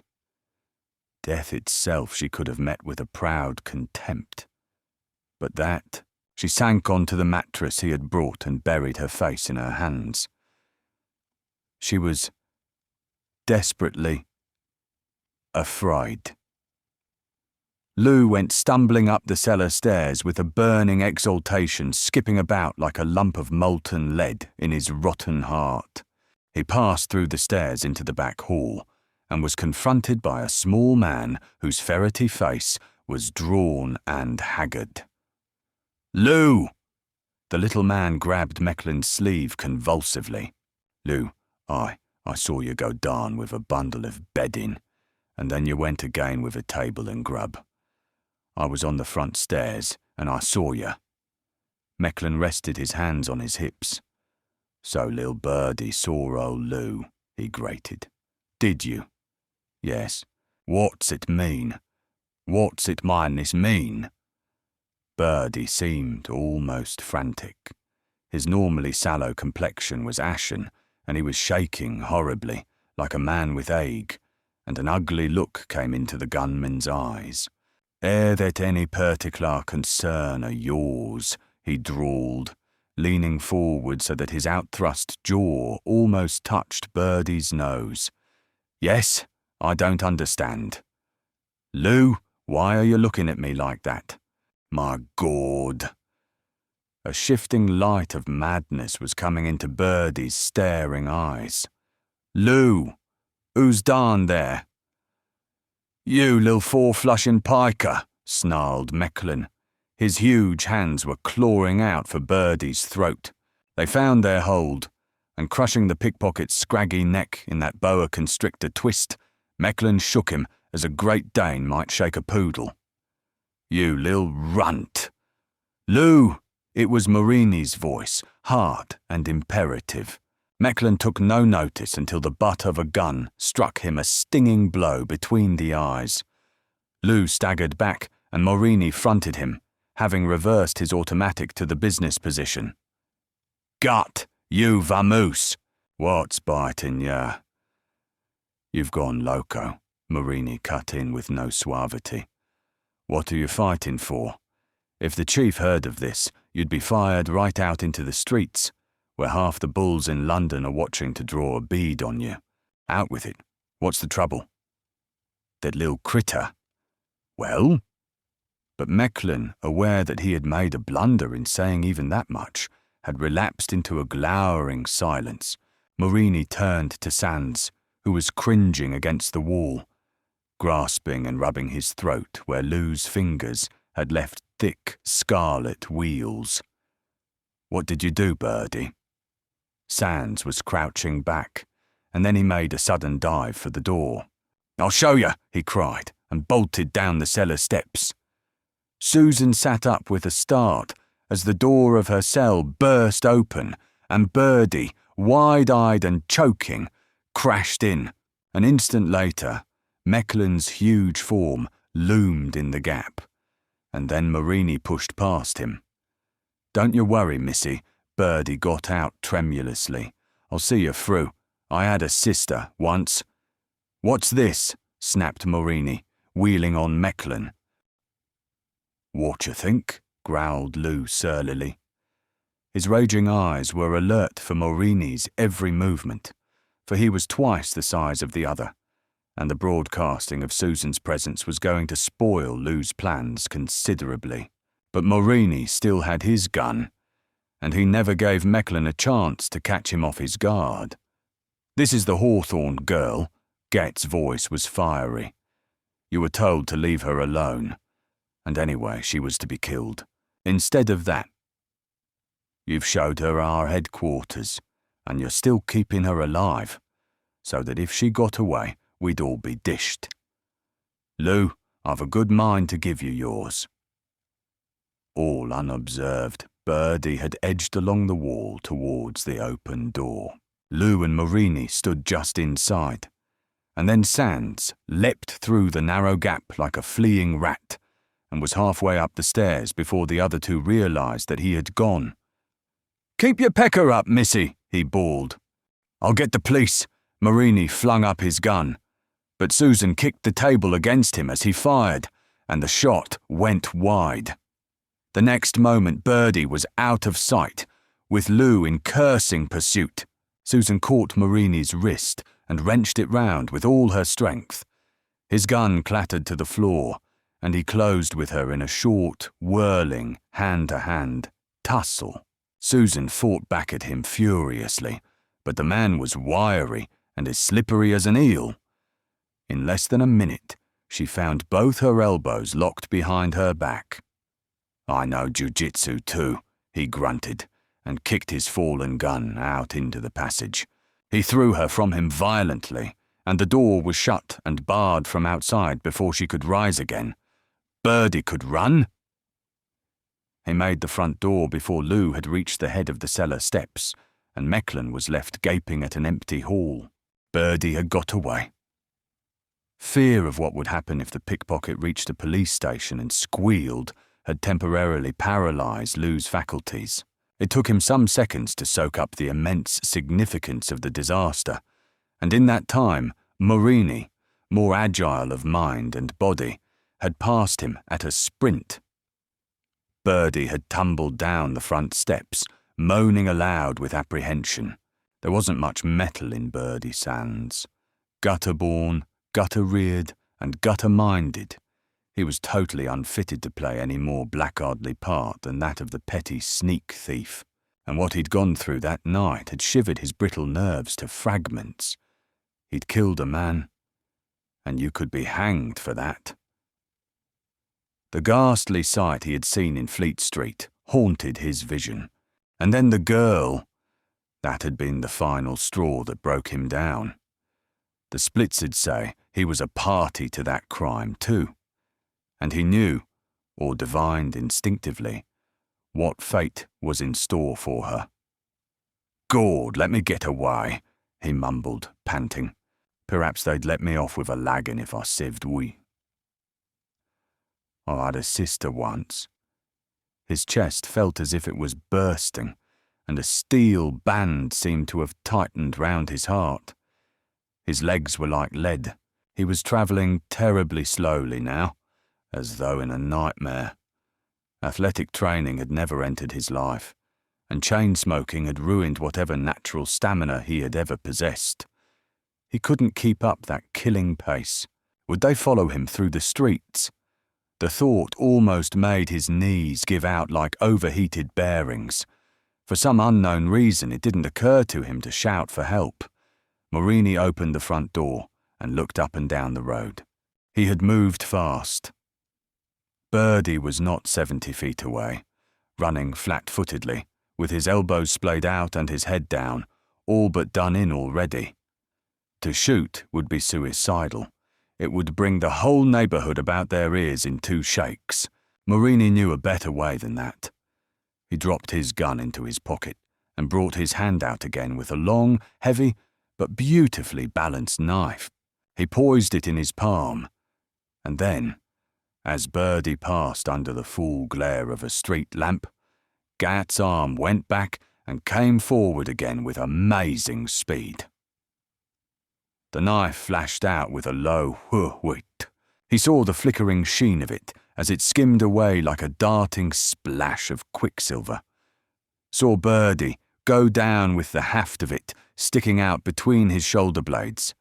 Heard Birdie's shuddering scream gurgle away into an awful sob. Marini stepped back into the hall and closed the door without a sound. Chapter 23. Visitors for Joan. Long after midnight, Joan Sands had sat curled up on the Chesterfield. Through the open window had come the thunder of the Piccadilly explosion, but she had not even gone to the window to try and find out the meaning of the noise and shouting. Something dreadful had happened, and the triangle was in it. One didn't have to be a clairvoyant to realise that without making a personal inspection. And where the triangle went, Jimmy went, even to the gallows.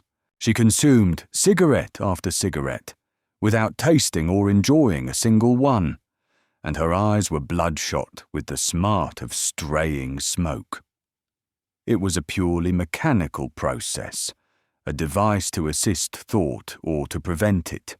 She was not sure which. At least the narcotic had a soothing effect on her overwrought nerves, and having something to manipulate with her fingers kept her within certain materialistic bounds. The same applied to the stiff whiskey and soda she had mixed herself. Half of it was still in the glass beside her. She had gulped half of it down, and had not touched the rest since. A queer, hectically coloured, jazz-pattern mind had this slim, fluffily beautiful girl. Now those jazz patterns had kaleidoscoped into a medley of nightmare imaginings. The only light in the room came from the red-shaded reading lamp behind her head, and the shadows around her, with their crimson highlights, grouped themselves into the real semblance of her dire, grotesque visions. She would have sold the world for company at that hour, for the comforting presence of someone strong and calm and friendly who'd hold her in his arms and scare away the bogies with a cheery word. Jimmy, for instance. In those last few days, he'd shown a sympathy one wouldn't have suspected him of possessing, and a strength of character, which was the last thing on earth an ex-jailbird waster ought, by rights, to have trumped out.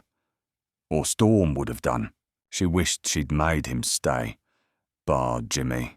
He was the only man who'd ever had a kind word for her, who'd ever treated her foursquare, with no arrière-pensée, and the realisation that she no longer felt capable of standing on her own feet and facing things out alone was the hardest of all to bear. She, the ice-hearted, cool, calculating adventuress, was getting soft, while even jelly-spined sops like Jimmy were suddenly sprouting shells. The fact that Jimmy's newfound backbone had awakened in her a genuine respect, something that was tending to passionate love, didn't enter into the balance sheet for the moment. There were weaknesses and tender patches in her armour that she'd never encountered before, and the discovery of them was a salutary lesson to conceit. Joan failed to derive any enjoyment from the revelation. Shock education takes some standing up to. She preferred the Montessori system. Anyway, all recrimination and sentiment aside, the fact remained that she felt intolerably lonely and unhappy. For the second time in her life she was utterly sincere, and she was unable to decide whether her primary reaction to this unaccustomed attitude was shame or fright. Not, of course, that she figured the whole thing out in such a precise scientific manner. Her introspection ran on lines which combined the antics of a giant switchback and a roundabout, but the general trend of them was much simpler. She must have dozed at last, for a stealthy movement beside her recalled her to objective thinking with a big jump. She looked up, shaking the hair out of her eyes. There was a man standing beside her couch. "Jimmy," she breathed, "how did you get here?"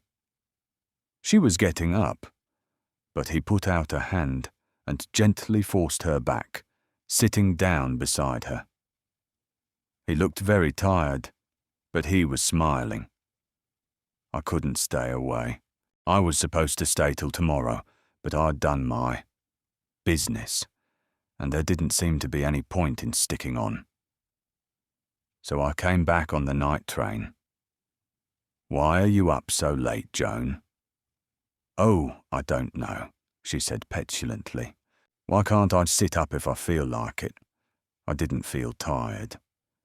He was gazing fixedly at her, and then he took her face between his two hands and turned it so that the light fell full across it. "That's not true. Something's happened. I can see it in your eyes."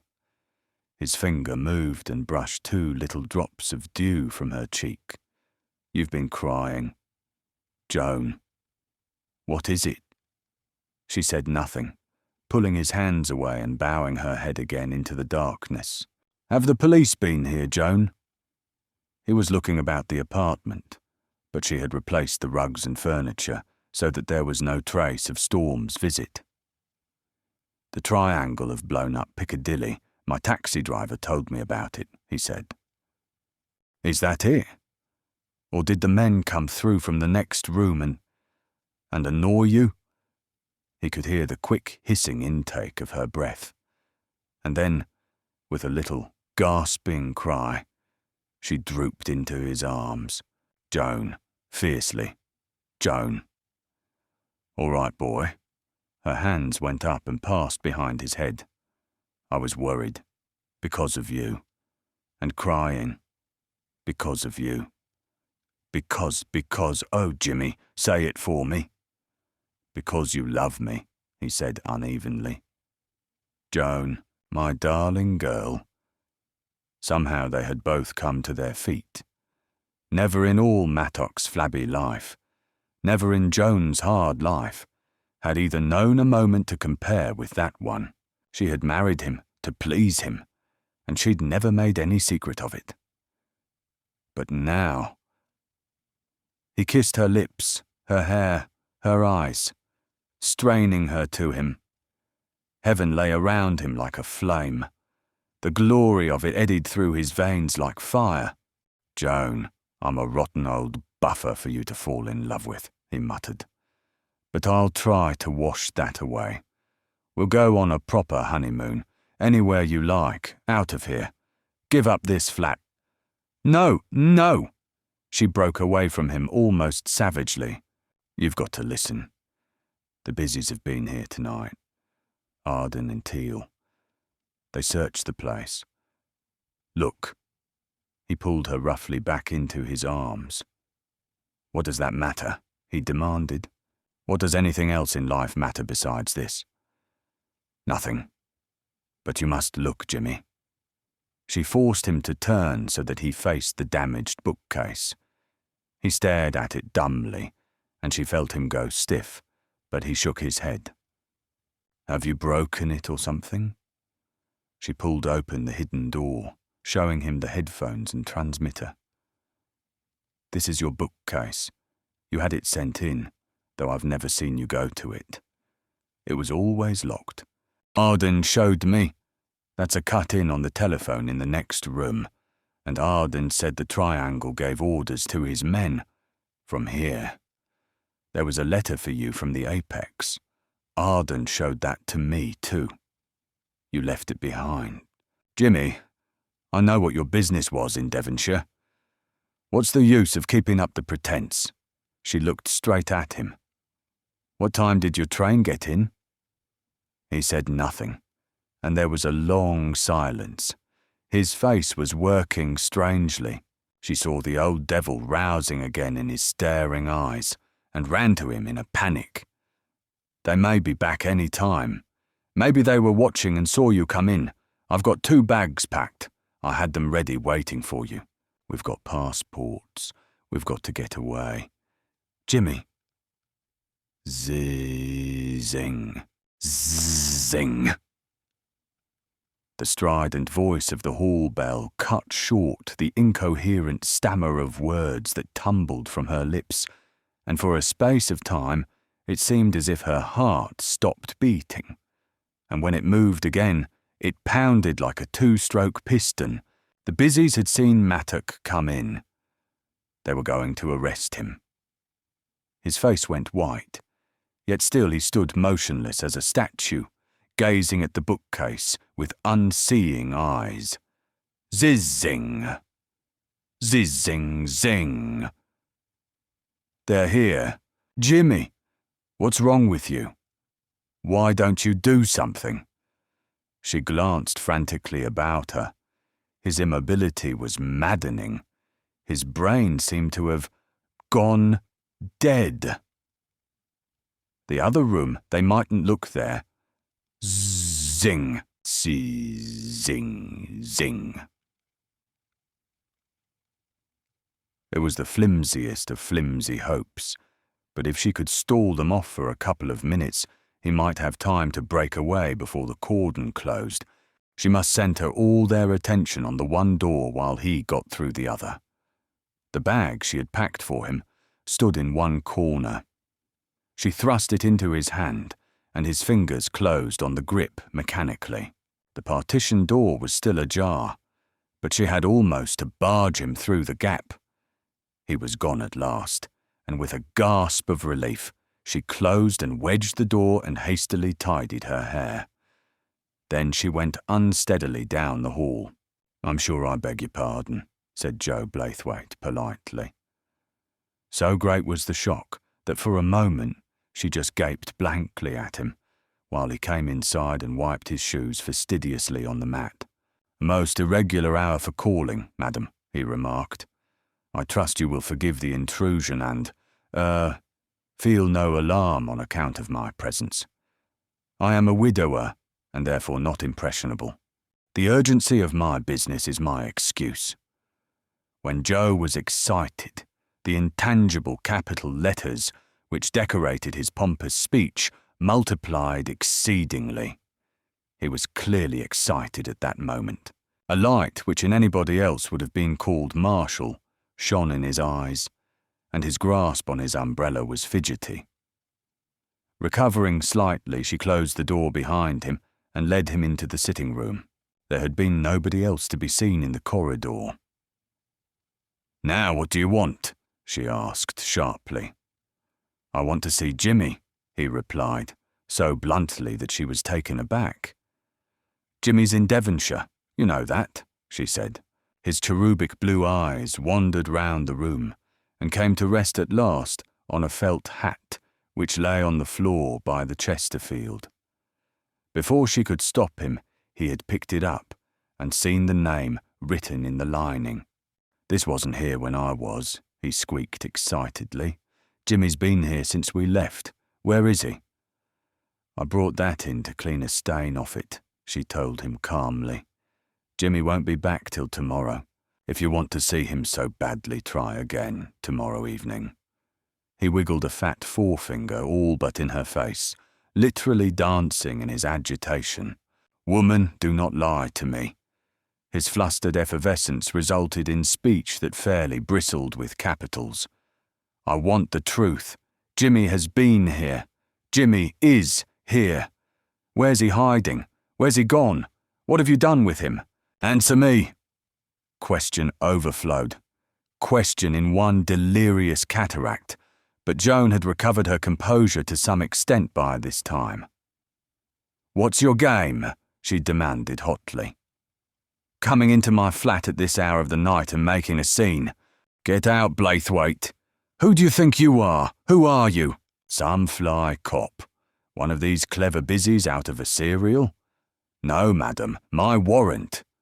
With an air of a conjurer, he produced from his waistcoat pocket a glittering silver and enamel badge, and she recoiled in horrified amazement from the sign of the furry triangle. It is doubtful if he observed her perturbation at all. At all events, he ignored it. His blue eyes swept the room again, peering at every nook as though he expected to find Mattock concealed behind a flower pot or cached behind a picture. He saw the closed partition door and let out an electrifying squawk of eagerness. She saw the inspiration dawn in his brain and made an instinctive movement to block the way, a rash step which she instantly regretted. "Stand aside, madam," he commanded tremblingly. And when she did not budge, he pulled her rudely away and kicked open the door. She tried to hold him back, impelled by she knew not what fear, but he flung her off like a child. He dashed into the other room, and she followed him to find him blinking, open-mouthed at emptiness. Mattock's bag stood on the table, but Mattock himself was gone, and the door leading into the passage stood wide. For some seconds they were both petrified, and then Joe Blaithwaite gave vent to one strangled yelp of apprehension and rushed across the room, and she heard him go blinding down the corridor towards the stairs. Chapter 25. Mahomet and the Mountain. Susan had thought she would never have been able to sleep that night, but she managed it somehow. She had waited for an hour and a half after Morini had dashed out of the cellars, and, when he failed to return, she lay down on the mattresses and pulled a blanket over her. For a long time, her thoughts gave her no rest. They milled and clamoured tumultuously through her head, whirling her through mazes of doubt and perplexity and conjuring up hideous visions to line the route. And then, in some miraculous fashion that nevertheless seemed eminently natural, the hullabaloo merged into a dull, monotonous, humming blackness, and with a detached, infinitely distant interest, she observed herself sinking into great dark depths of fathomless quiet. She awoke with a start, roused by the sound of someone unbarring the door, and looked at her watch. To her surprise, she found that it was nearly 9 o'clock. The man who entered was not Mecklin, but Morini. She was glad of that, illogically, for although the gentle Gat was probably as sinister a scoundrel as Lou, he was far less obtrusively so. Mecklin had never been a gentleman, and was therefore inclined to be somewhat vulgar in his villainy. Morini might be more dangerous, but he was less repulsive, and she felt more in the mood for tackling a Morini than a Mecklin. As it happened, however, there was nothing menacing about the educated Gat that morning. He was carrying a tray, which had been decorated with a clean white cloth, and which was laden with much more attractive fare than Mecklin had brought her the previous night. The coffee pot was silver, and the jug of steaming milk was spotless. There were 2 slices of toast in a rack, and eggs and bacon reposed on a plate that was neither chipped nor cracked. He had added an immaculate cup to replace the battered enamel mug which Mecklin had given her, and had even remembered to include a napkin. He gave her a polite "Good morning," and smiled as he noted her puzzlement at the stainless furniture of his burden. "These things belong to the chief," he explained. "He isn't home for breakfast, so you're in luck." He leaned against the door and watched her eat. She was able to muster a respectable appetite, and was especially grateful for the refreshing heat of the coffee, for the cellars were none too warm. The only other discomfort she had felt was a certain stiffness from her cramped bedding, but a little free movement would soon remedy that. She became aware that Morini was looking at her curiously, although he never descended to the Mecklenian coarseness of a stare, and when she had finished, she sat back and returned his gaze inquiringly. For answer, he smiled again and extended a gold cigarette case. "Thank you." She helped herself and accepted the proffered match. The last gasper before execution, Marini? It is rather like it, he admitted coolly, and glanced round the tiny room. Condemned cell and all, except that real condemned cells are cleaner. I wonder if you will die today. He posed the contingency with a speculative air that was terrifyingly humorous. Last night you were cursing Mecklin for not killing me, she remarked. Why haven't you rectified the omission? He twisted his mouth. You'd better see the chief first, now you're here. He's due to arrive at any minute. He was preoccupied, as though some big problem filled his mind, and she saw that it was useless to attempt to discover what plans had been made for her disposal. He picked up the tray and left her. A strange unreality had overcast everything, with a haze which prevented her from working things out collectedly. This dispassionate discussion of murder jarred against all canons of actuality. Even in a court of law, there was some emotion about a death sentence. One couldn't, somehow, flurry up any panic about a threat delivered in such a matter-of-fact tone. Marini was back in a quarter of an hour, and his face was woodenly expressionless. "The chief's arrived," he said. "He wants to see you. Come along, please." As in a dream, she followed him. He took her through the hall, and she saw little mounds of dry earth untidily swept up into the corners. Halfway down, he opened a door, and she had a glimpse of luxurious velvet hangings, which had something familiar about them. Royal purple with golden arabesques. Suddenly, she realized where it was she had first seen those exotic decorations, the sawmill at Billingsgate. So, somehow, the conceit of the madman had made him take the enormous risk of stealing his gorgeous trappings away from a place over which the police still kept watch. He had carted away the earth that had filled the house in Buckingham Gate, packing it in crates and removing it in lorries at dead of night, to be dumped in the deserted quarries around Purley, simply to gratify the vanity of his megalomaniac mind. The method of his accomplishing the feat, of course, she could not know, but the completed fact gave her yet another queer sidelight on his weird mentality. Marini slipped into the room, leaving the door slightly ajar, and she heard the brief conversation which passed between him and the man who sat in the room. "Here she is, Chief." "Bring her in, then." "Right.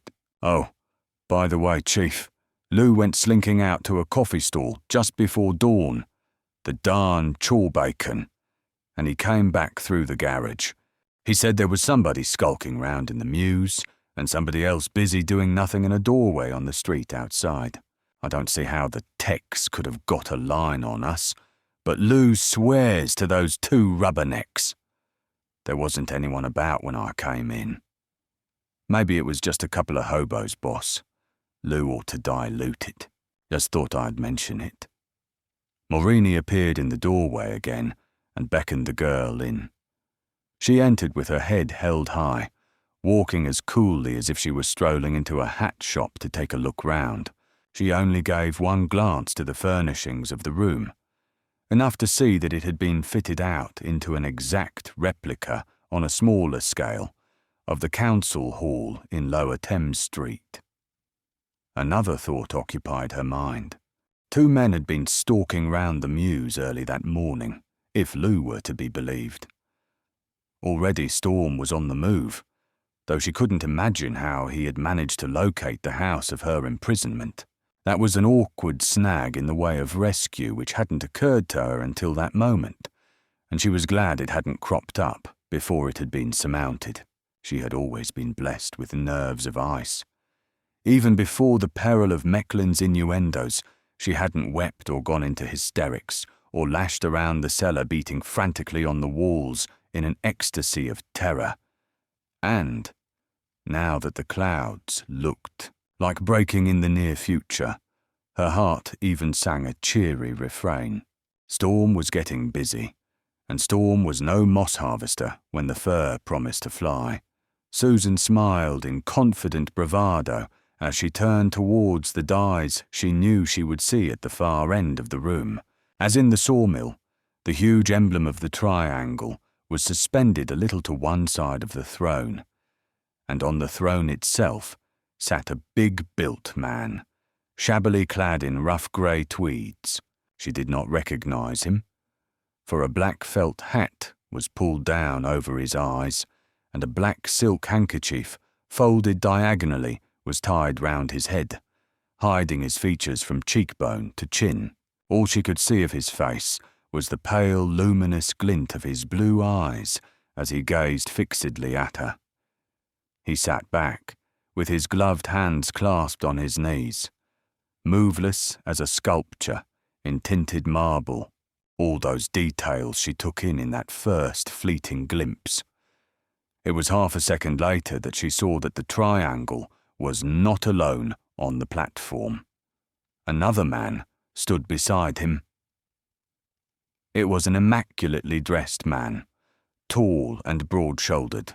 One hand rested arrogantly on his hip, and he was smiling a trifle grimly. She recognized him with a thrill of amazement, which changed instantly to a qualm of incredulous fear. Storm came out of the Albany, swinging his stick, the inevitable cigarette lofting jauntily between his lips. To have seen him, you would have taken him for an unusually athletic specimen of the idle rich, and you would have jeered lustily at the mere suggestion of his having any heavier cares in the world than the selection of elegant shirtings and tasteful hosiery. In fact, an ideal model for a portrait of one of the jeunesse dorée, sallying forth in quest of the matutinal cocktail. Well, you hit the bull with one shot. His cares lay lightly on his muscular shoulders, for, big as those cares were, he possessed one of those pigeonholed minds in the various compartments of which the fortunate owner can always hermetically seal away anything with which he does not want to be bothered at the moment. Storm's plan of action was already mapped out and blueprinted, and granted that the other side played up in accordance with the laws of probability, that plan was bound to succeed as far as he had designed it. True, his scheme didn't take him all the way home. But there again, sufficient unto the hour was the worry thereof. Doubtless the God who watches over all merry fools who go pelting in, where archangels would hesitate to show the tip of a wing, would provide for the aftermath. Theoretically speaking, the man who can wedge his head into a lion's jaws can get it out again. A somewhat risky theory to put into practice, but Storm happened to be the sort of intrepid scapegrace who gets a kick out of fool gambles like that. And it was all so beautifully simple. Thus far, the mountain had shown great enthusiasm for the company of Mahomet, but Mahomet had steadfastly declined to visit the mountain. In its eagerness, the mountain had even detached portions of itself to go in search of Mahomet and convey him into the presence, but Mahomet had remained obdurate, even violently obdurate, and kept his distance. And now, the mountain was more zealous than ever, with the difference that Mahomet had changed his mind and had been seized with an overpowering desire to pay a call on the mountain. Therefore, the transition into the presence of the said mountain should be easy. In Piccadilly, a taxi was crawling along by the curb very conveniently. Behind it followed another, also seeking whom it might transport, and behind that one trailed a third. In the offing was a fourth. The ghost of a smile hovered on Storm's mouth. Verily, the anxiety of the mountain appeared to be exceeding great. Without hesitation, Arden waved his stick at the leading driver, and the taxi swung into a stop with commendable promptness. As Storm opened the door, his keen eye detected the automatic lock, which 999 ordinary passengers out of 1,000 wouldn't have noticed. He marked also the steel netting between the double panes of the window, and observed how neatly the sash had been screwed up so that nothing less than a jemmy would open it. Leaning over to give his instructions to the driver, he saw that steel shutters had been fitted inside the cab against the glass partition between the driver and passenger, so that the chauffeur would be in no danger of being stuck up with a gun, smashed through the glass by a refractory prisoner. "Number 10, Downing Street," said Storm solemnly, and climbed in. The driver himself, with a courtesy unwanted in taxi drivers, got down to make sure that the door was properly shut, and Storm guessed that when the driver returned to his perch, the automatic lock would also be efficiently latched. They moved off towards Piccadilly Circus, where perspiring constables were struggling to manœuvre oeuvre, a dense millipede of cursing traffic round the narrow gallery, which was all the route that was navigable until the hordes of navvies who were then at work had repaired some of the damage done by the last night's explosion. Kit sat back comfortably, crushed out the butt of his cigarette beneath his heel, and lighted a second. Looking through the wire-netted window at the back, he saw that another taxi, empty but with its flag down, tailed along in the rear. He could identify the chauffeur, an unsavoury-looking thug whose licence had been suspended indefinitely some months ago after a curious accident which had attracted the fruitless attention of the public prosecutor. Satisfied that his head was well and truly padlocked between the jaws of a particularly ferocious lion, Storm searched the interior of his own cab for any possible booby traps. A careful examination, however, disclosed nothing more deadly than a small spanner under the carpet, and the speaking tube which communicated with the driver. He did not put an agile employed of chloroform, or even some more subtle gas, beyond the resources of the triangle, and therefore he plugged the mouthpiece of the tube with a handkerchief, packed in as tightly as his strong fingers could jam it. So far, everything had been admirably plain sailing, even if a shade too close to the wind to suit the nervy, and it wouldn't do to have everything messed up by sleep dope. But now that he was sure there was no secret gas inlet, he composedly devoted himself to blowing smoke rings and wondering, the truth must be told, exactly how long it took one to get married in England. The precariousness of his present position left him unruffled. He was virtually a captive, on his way to a personal interview with the big triangle, and that was exactly what he had wanted. For Mahomet hadn't the foggiest notion where to find the mountain unless he was taken there. Storm had got his ambition, and the apex had got his. Whether the triangle would be satisfied with the £170 of consolidated Gehenna they had collected remained to be seen. "We are now," mused Storm lightly, "fairly and squarely in the cart. It happens to be a non-stop bus, and only runs one way, Jerusalem." He was not interested in their progress down Haymarket and into Trafalgar Square. But when the taxi cut round into the mall, he sat up and began to take notice. It occurred to him that a little realism might be introduced into the entertainment at this juncture, and he began to hammer on the steel shutters and rattle the locked doors. The taxi continued on its way, unheeding. After a moment's thought, he pulled his big automatic, smashed the right-hand window with the butt, and got his fingers behind the netting which intervened against the second pane. Strong as he was, he could not dislodge it, so, instead, he twisted the muzzle of his gun through the mesh and sent a bullet snarling past the chauffeur's ear. The cab swerved and then accelerated vigorously, and he sank back on the seat again with a soft laugh.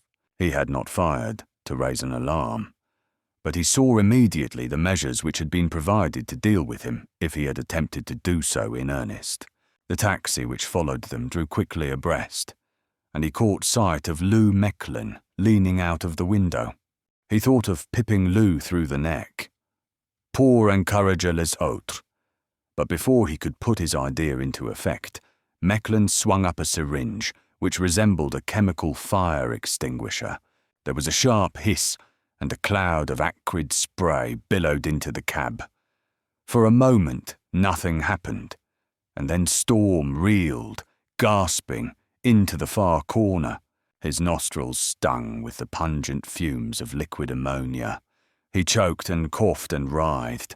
His eyes were a streaming agony of blindness. "You try again, you big cheese," taunted Lou from the other taxi. "Try again, you big stiff, and I'll flop ya with another squat, just for bending some lead into old Lou's leg, yous." "All right, old Lou," muttered Storm, panting. "We'll argue about that later. Hully gee, that stuff's worse than slumber mixture." He took no more pot shots, but concentrated on getting the pain out of his eyes and regaining vision, for he badly wanted to know where they were taking him, and he had no wish at all to be helpless when they brought him into the presence of the apex. When he could see again, he found that they were travelling down a street of imposing, austere houses, and it was only a couple of seconds before he had oriented himself. He saw Wellington Barracks on his left, and half a minute later, the taxi whisked down a side street and turned into a mews, Mecklyn's cab following. The second cab stopped. Lou got down and opened the door of one of the garages, and Storm was driven right in. Through the back window, Kit saw the door barred behind them, and then Mecklyn came round and poked the nozzle of his ammonia syringe through the broken window. "To row out your gat," he commanded. "I can't unless you open something," Storm pointed out. This fact hadn't occurred to Lou, and after a while the door was moved a cautious 3 inches. "Throw it out." Storm obeyed, and the door was fully opened, and the ammonia jet stuck into his face. "Get down, and no rough stuff, or I'll drown you with this." Storm got out, smiling amusedly at the apprehensive care with which Lou trained the spray on his every movement. Storm's jaw was thrust forward, his cigarette canted almost vertically. His lips, drawn up at the corners, showed a gleam of white teeth.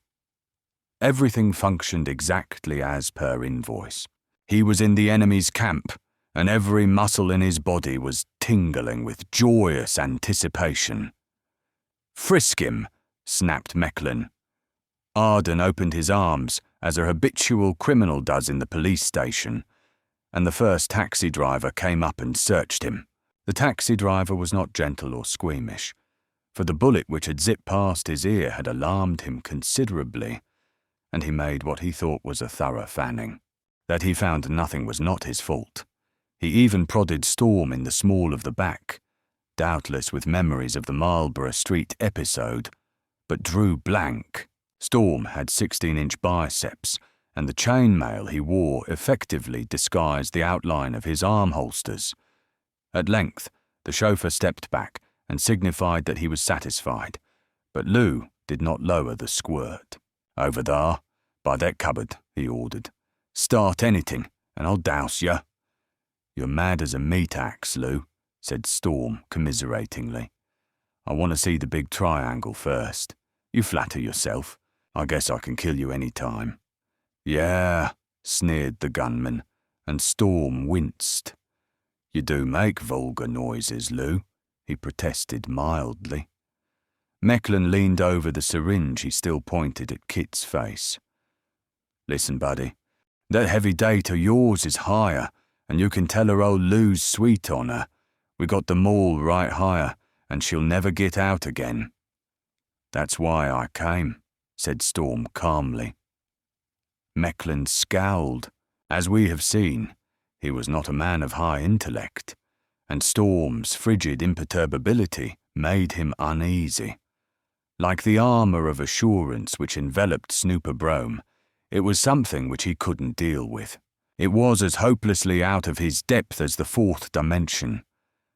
Every way of attack he tried, he came up against those invisible spikes, and bafflement filled him with futile anger. "I was told to kill her, but I just brought her home and necked her. Don't that make you feel glad?" "Not half so glad as you'll feel when I shoot you through the stomach instead of through the heart. Last night she give me the air, but before I'm too rough, she'll be proud to marry me," persisted Lou. Storm rolled his cigarette across to the other corner of his mouth. Loud cheers, he drawled. Going to reform, are you? One of the chauffeurs had opened up the panel at the back of the tyre cupboard and was standing waiting by the gap. Mecklin jerked his head towards the tunnel. In with ya? Sure. But Storm paused before stooping in, for the glaring hate in the gunman's eyes had roused in him an irresistible temptation to add a final tab to his brief baiting of that unlovable murderer. You know, Lou, he murmured affably, every day and in every way you grow more and more like an overfed dog-louse. Then he entered the passage, and as he went, Mecklin landed out a vicious kick. Storm never stopped or looked round. Mecklin would keep a little longer. Kissed Susan, had he? Arden reckoned that kiss would turn out to be the most expensive one in Lou's amorous career. As for the kick, that would only add extra zest to the extraction of due payment. Lou's shins were within easy reach of a smart, backward hack, but Storm deemed it inadvisable to court a fresh shower of ammonia, for he knew he would need all his faculties to be at concert pitch during the next hour or two, and his eyes were still, twinking from the effects of the first dose he had received. They emerged into the cellars, and one chauffeur led the way to the stairs. Halfway across, Storm's foot brushed against something which went rattling across the stone floor, so that Lou and the other man pulled up with a start. Only a mouse, said Storm genially. I'll hold your hands if you're scared. What was it? Demanded Mecklin sharply. He was peering around fearfully, and presently he saw what had made the noise. A fountain pen heavily encrusted with gold work. He picked it up and looked at it suspiciously. That yours, Arden? Oh, yes, said Storm boredly. Combination turnip slicer, gramophone, trouser press, and portable aeroplane.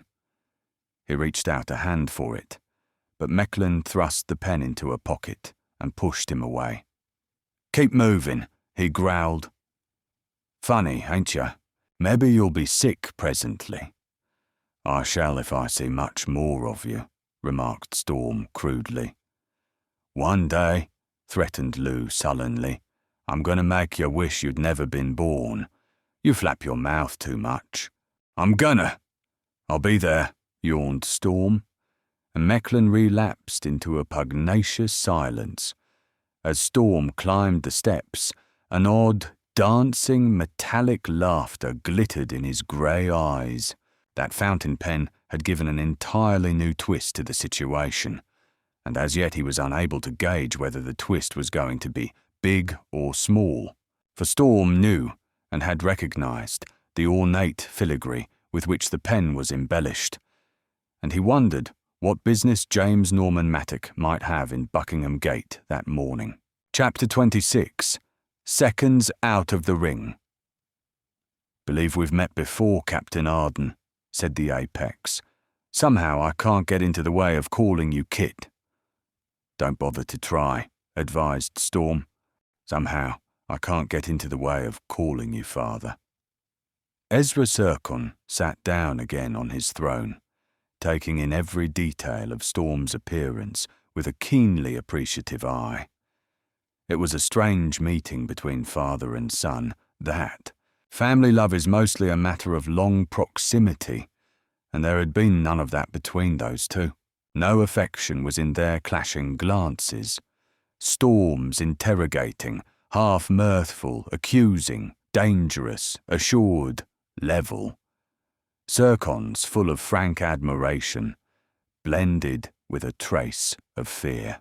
Neither hate nor love was in the air, yet the atmosphere bristled with something far more potent.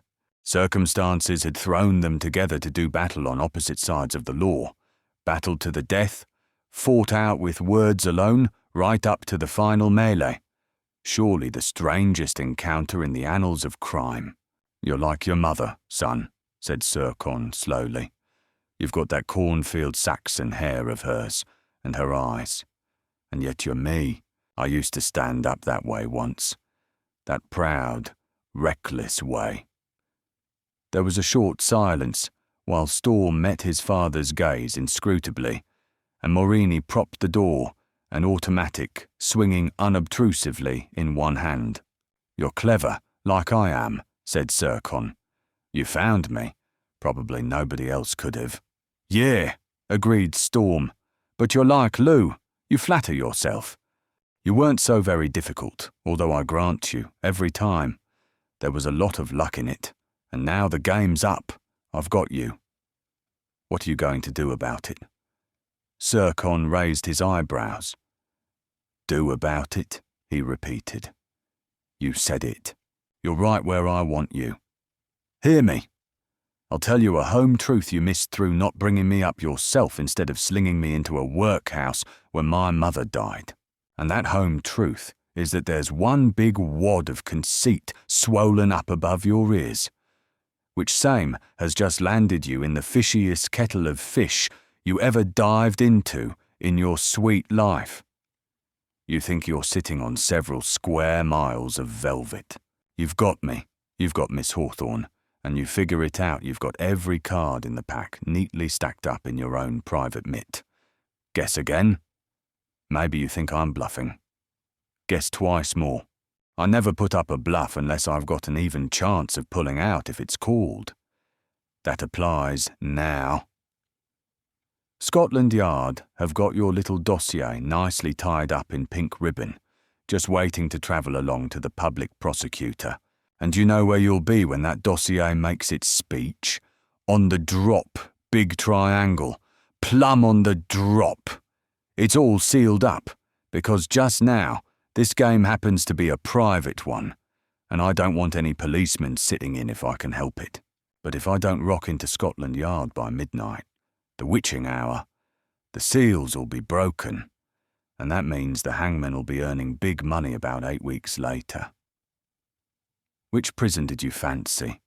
Pentonville, Wormwood Scrubs, Holloway, Brixton? I expect it could be arranged. Zircon stared as though he could not believe his ears. Here was his prisoner talking calmly about executions and all the minor troubles that were coming to the big triangle, when all the time Morini had the bead on him and would use it at a word. And, in spite of their terse, slangy phraseology, Storm's words carried conviction in every ice-flecked syllable. "When I say I know everything, I'm understanding the case," Storm went on.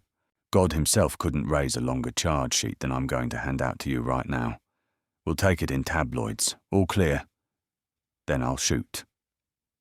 1. I know all about your treble life and your fake deaths.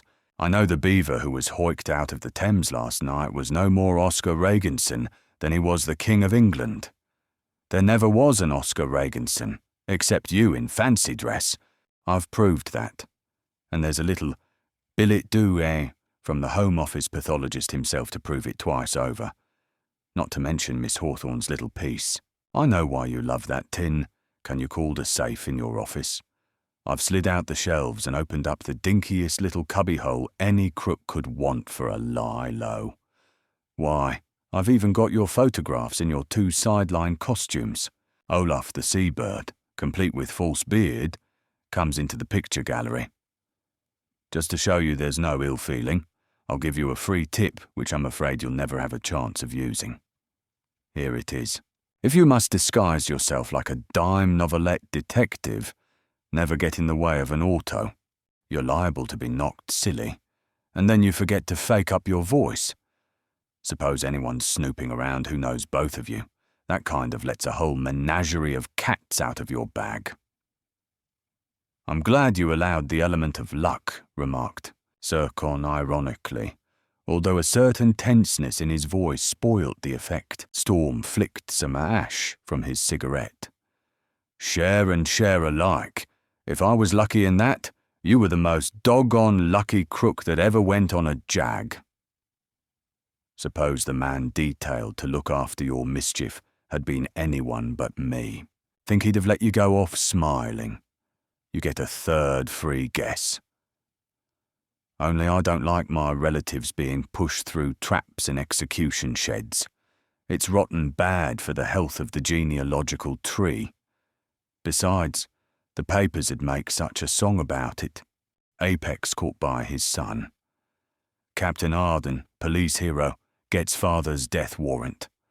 Thanks all the same, but I don't laugh at jokes like that. And what is your alternative? You'll hear that all in good time, said Storm. Wait till I've finished my speech and don't interrupt. It's rude. Right. Item 2. I know exactly why you sent your cheap Bowery lead slingers clinking for the men you did. I know why Carden was killed, and Marker nearly, just like I know why Hannessy died. Why, I've seen plate glass less transparent than you. The amazing, everlasting, all-fired and brass-bound miracle is that even a mutt like old Fat Teal didn't have the bracelets on you days and weeks ago. I could have done it, except that, as I've explained, it'd have been embarrassingly public. A day or two late, you decided it was time one of your incarnations faded out, and you got away with it. You kidded Teal, but you'd have to put up a bit of whole cloth big enough to cover the world before you got me guessing, and I think that tots up to about all that. You never did anything particularly mysterious. I saw you stick up Moraines, and all the world knows how you wangled the getaway from Marlborough Street Police Station. That was smart, I'll say, but it didn't matter. A few little fish don't matter when there's a whacking great whale jumping round the net. And that net is now blocked in with sheet iron and reinforced concrete tough enough to hold even you. Do you doubt me? Do you think I'm bluffing still? Or shall I fire off another tankful? Zircon said nothing, as Storm's staccato sentences shot out their deadly burden. The apex had receded further and further into his throne, his jaw thrust out, his pale blue eyes gleaming like pinpoints of azure flame, his whole crouching position resembling the compression of a wild animal about to spring. A crackling electricity had oozed into the air. The trace of uneasiness which had been in Zircon's eyes from the first had grown now into a raging devil of fear, with hate, desperation, and fury leaping in to join forces with it and bolster up its fundamental weakness. Storm's gunmetal grey eyes, drilling without a waver into his father's blue ones, were hard and pitiless. The Roman father is an old cliché, continued Storm's quiet, even compelling voice. Quiet enough it was in actual physical fact, but the explosive, dominating exclamation marks stabbed everywhere, relentlessly, through the superficial placidity. But I'm on the road with a new line of goods, the Roman sun. You can't expect mercy from me. If you do, you're wasting good daydreams. You've killed men. One man you killed with your own hands, so Prester John told me, and I'm inclined to believe him. Loonies, conceited loonies, like you, don't take much stock of a human life or two when their own hides are in danger of being tanned. I've killed men too, but not to salve my head swelling. Because you're a murderer, you've got to die. That's the law, and in your particular case I think it's a damned sound law. So sound that I'm here to supervise, personally, the carrying out of the sentence. Maybe you thought you were one hell of a bright boy catching me first shot with that taxi gambit. Your fourth guess, a babe in arms that have seen that Springer. It stuck out 10 miles. I let myself be roped because I didn't know where to find you, and finding you happened to be the most important act in the play. You thought you'd got a sucker, and now you've got to get it into the ivory over your ears that I'm a red-hot tartar. I'm out gunning for triangles. Once you're off the map, I'm going to bounce Lou, and anyone else who horns in on the bouncing will get a free passage to hell along with him. Lou won't be the only one. I guess the world can muddle along well enough without Gat either, for that matter, and there are a few others who'll share the same cemetery. Morini himself was erect now, and the finger which crooked round the hair trigger of his automatic quivered. Eagerly, his baby blue eyes were cold. A man of good education and more than average intelligence, he was able to judge exactly how risky every second of Storm's continued life was. Morini wasn't fool enough to mistake case-hardened facts for an empty bluff. "Say the word, Chief," he grated. "You can't keep him now. He knows too much. If he gets away, we're all done. And he's so slippery, you can't guarantee to hold him till he's dead." "Yeah, you gat." Storm swung round. "Shoot and then get measured for a coffin, you poor damned goop. Haven't you got it into your bony coconut yet that I wouldn't have come rubing into this party without being sure I was going out again, okay? I've told the Assistant Commissioner that if I'm not back in his office by 12 tonight, he's to open the envelope I've given him and act on what he finds in it. By 8 o'clock this morning, there was a watch on every port in England. An armed watch, GAT, with photographs and descriptions of every big fish in the Triangle Pond. You're on that list. And you're not a big triangle. You'd want more savvy than you're ever likely to have before you could disguise yourself so they wouldn't recognise you. Take it from Uncle. Try not to be a worse oaf than God made you, for the love of Mike. Hear me. This is the way you get out of the mulligatawny. Make your boss see the game's up. Once he's gone, you stand a chance of staying. Without him, there'd be no triangle. It takes a porky slab of hot dog, like he's got to run a bucket shop as big as this. And once there's no triangle, I might feel kinder and more loving towards my fellow men.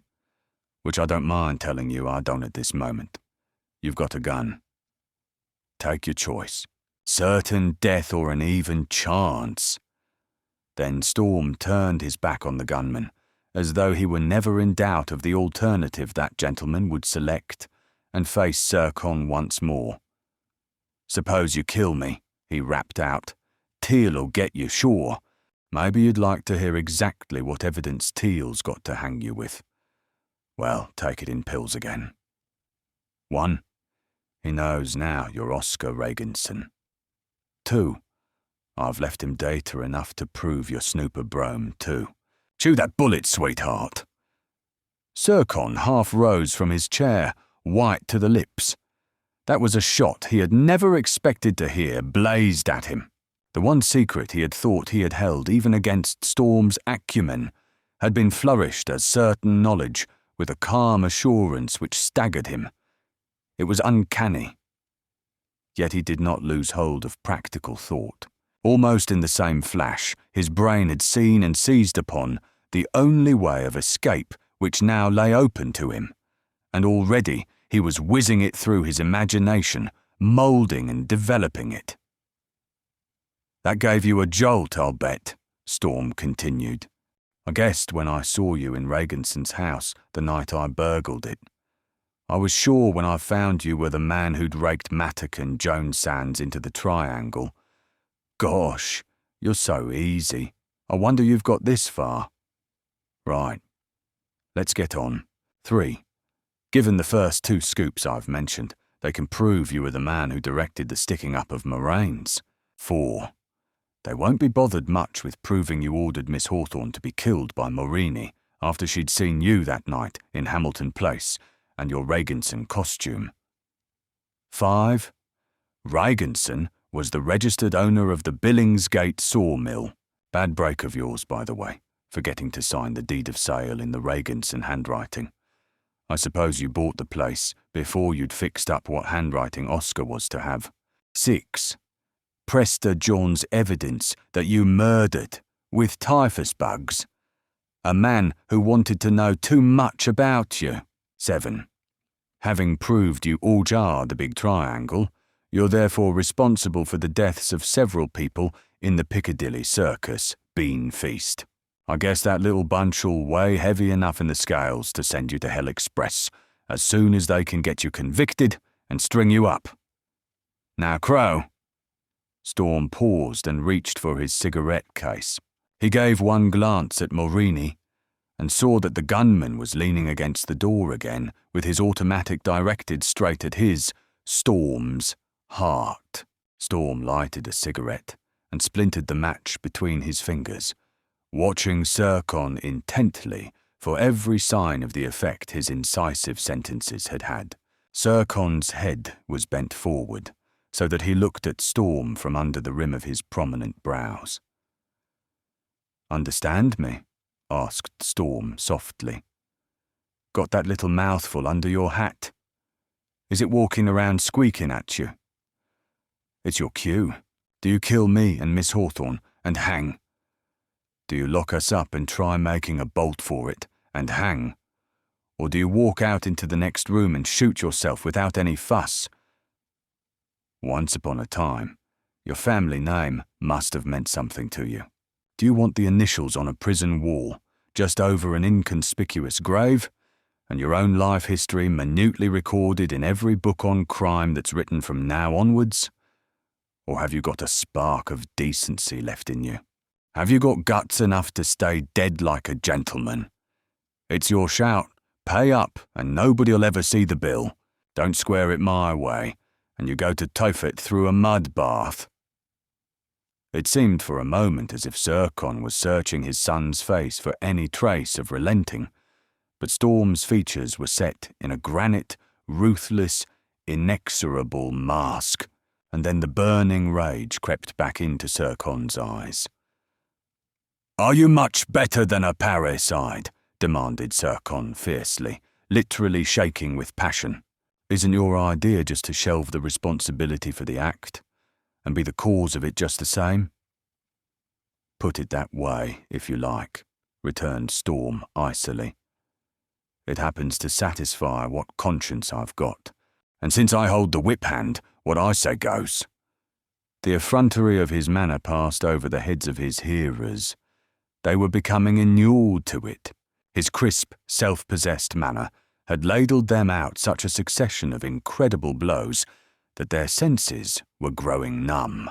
He coolly usurped the position of dictator, when all the time he was at their mercy, domineered, bullied, insulted, mocked them until their wrath towered over him in great boiling waves, and through it all he smiled serenely, punching home the facts he had to deliver with the efficient force of a pile driver. He didn't play his part, as by rights an unarmed prisoner should have played it, didn't give a hoot for the superiority of their position, didn't give a damn for their spleen. One might have thought he had the entire British Army drawn up in a hollow square round the house in Buckingham Gate, just waiting to rush in if anybody started roughhousing. Storm was his nickname, and now they had some idea how he had earned it. He was Storm. It didn't count with him that several unpleasantly large hornets' nests were jazzing round his ears. He played out his lone hand with a blithe confidence they couldn't cope with. And he had got under Maureen's skin. "You've got to give him his, Chief," snapped Gat. "He said the instructions to the bulls won't be open till midnight. That gives us more than 12 hours to make our getaway. We can go down to one of the Channel seaside places and go off in small boats. We ought to be able to make the French coast. It's risky, but it's been done before. He may be your son, but you needn't see him shot. I'll do it. You can't cling on to that stunt of locking him away. He knows too much." "You said it," murmured Storm. "And I know a whole lot more than I've spilled this morning. Shall I go on? If you'd like another dose, you're welcome. You moron. Hear me, Gat. Don't you think I'd seen that getaway scheme years before it ever penetrated your maggoty skull? Keep on hoping. Why, you cheap C3 cretin, by this time, the whole Channel Squadron and the North Sea Fleet are ranging up and down, looking for just such an easy getaway. Think again, Gat, and think fast." "I'll give you my answer, Captain Arden," said Zircon. "Marini, bring Miss Hawthorne here." As the door closed, Storm sized up his father. Zircon seemed to bulk bigger than ever, huddled up in that ornate throne, and Storm knew that, immensely strong as he was, He would stand no chance against such a giant of a man. Zircon must have read his thoughts, for a bitter smile touched the thin lips. "No hope that way, Captain Arden. You get your strength from me, and the tree is bigger than the branch." Storm smiled back, and for a second, a ray of humanity relieved the stern set of his face. "Sometimes you appeal to me. Your nerve's nearly as good as mine," he said. Nevertheless, Zircon's action gave him furiously to think. The apex hadn't reacted according to schedule. Somewhere up that enigmatic sleeve was a trump card, and Storm had an uneasy suspicion that he could guess what it was without much chance of error. As he had said, he never put up a bluff without having an even chance of pulling through if it crashed. That even chance had suddenly tumbled down the market to about 3-1 against, and yet, for all that momentary misgiving, he never changed his calm, arrogant poise. No need to show your bluff till all the other cards are on the table, if you can avoid it. Zircon had put on a black silk handkerchief by way of a mask, and was pulling his hat down over his eyes. "A slight precaution, though I doubt its necessity," he explained. And then Susan was outside the door. Storm recognized her footsteps, but Marini came in alone. Affecting lack of interest, Storm heard every word of conversation which passed between Marini and his chief, and Kit's brow furrowed for a second as he endeavoured to account for what Mecklin had seen. And then Susan was in the room, and a little of Storm's grimness relaxed as he heard her gasp of surprise. "Hello, kid," he drawled cheerfully. "Sleep well? I hear Lou was a naughty boy last night. Don't worry, I'm going to strafe old Lou very soon." "How did you get here?" She had taken her cue from him and was smiling, playing up gloriously to him. "Don't say they got you after all." "I think not," Storm said carefully. "The general impression at the moment is that I've got them." Zircon's smile distorted his tight mouth into a cryptic grimace. "Marini, fetch all the men who are in the building. Make sure Mecklin comes." Once again, Gat departed. Storm stepped off the dais and went to Susan. His back was to Zircon, which fact gave him an opportunity to wink encouragingly at her. His grin was cheerfulness itself, but she did not like the metallic light which lay behind his expressive eyes. He took her arm and led her back to the platform, and she thrilled to the cool steadiness of his hand. Men began to file into the room, taking their places at the benches without speaking. Clearly the vanity of the triangle had made him summon such portentous assemblies before, for the men moved like a well-trained company of soldiers at church parade. Storm had time to be amused. "Mecklin!" All the men were in their seats, and the apex spoke out resonantly. Lou came forward sheepishly. "Take that girl." Two men in the front jumped up and caught Susan by the arms. They hurried her onto the platform, against the huge silver triangle, and began to tie her wrists to two of the corners, so that the base ran across her back. She fought desperately, striking out at their faces with her clenched fists, but with a couple of sulphurous ejaculations as the first blows got home, they closed in and gripped her arms, holding her helpless. Marini was standing beside Storm, his automatic swinging ostentatiously at the ready in case of any attempt to go to the girl's assistance. But Storm made no move to attack. He stepped back, folding his arms so that the hands came in the armholes of his coat, and under cover of the cloth he was working away at the sleeves of his bulletproof vest, and all the time he cursed silently, although his face never betrayed his kindling fury. He'd been caught. His precious plot had had a link in it so weak it wouldn't have carried an emaciated guinea pig, and he'd never seen the flaw. He'd plumbed the uttermost profundities of multitude. He'd attained dizzy pinnacles of boobery. He'd wallowed in oceans of sublime insanity. To Bill Kennedy, that morning, he had confessed that in the past he'd been a mug, and he'd sworn he was going to atone for it, instead of which he'd rolled out of an ordinary frying pan into a fire that was more like a roaring blast furnace. Susan was bound now, and the two who had done it were back in their pews, rubbing bruised shins and muttering luridly. "You have a gun, Mecklin," said the apex. "You were told to kill Miss Hawthorne, and you disobeyed. There is still time." Lou took his revolver from his pocket and looked from it to his leader. Brute as he was, there was something ghastly about such a cold-blooded murder, which he found hard to stomach, and he frowned doubtfully, as though unwilling to comprehend. Sarkon returned the look with a remorseless determination gleaming in his blue eyes. Slowly, Mecklin raised the gun. "One moment." The apex turned to Storm, and that deep sonorous intonation filled the room like a chant of doom. "You may be less sure of yourself now, Captain Arden. It is now my turn to offer you a choice. Take Miss Hawthorne and go free to report at Scotland Yard. Resign, and then go abroad for 3 months and forget all about the Alpha Triangle. Refuse those terms. And," prompted Storm very quietly, "and Mecklin will not be disobedient a second time." Storm looked at the girl. She was standing quite still now, her head erect, and a light of proud defiance in her eyes. "Tell him to go to blazes!"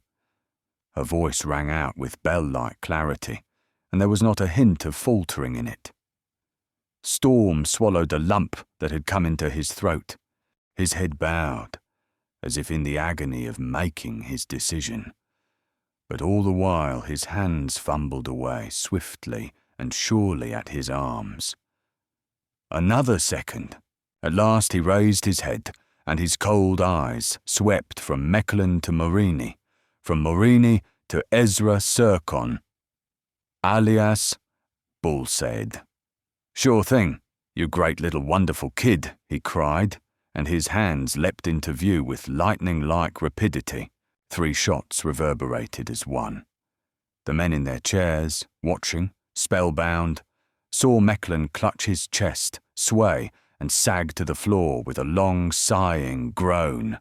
They saw Morini reel back, clawing convulsively at a jaw which Storm's heavy-caliber bullet had smashed and all but torn from its sockets.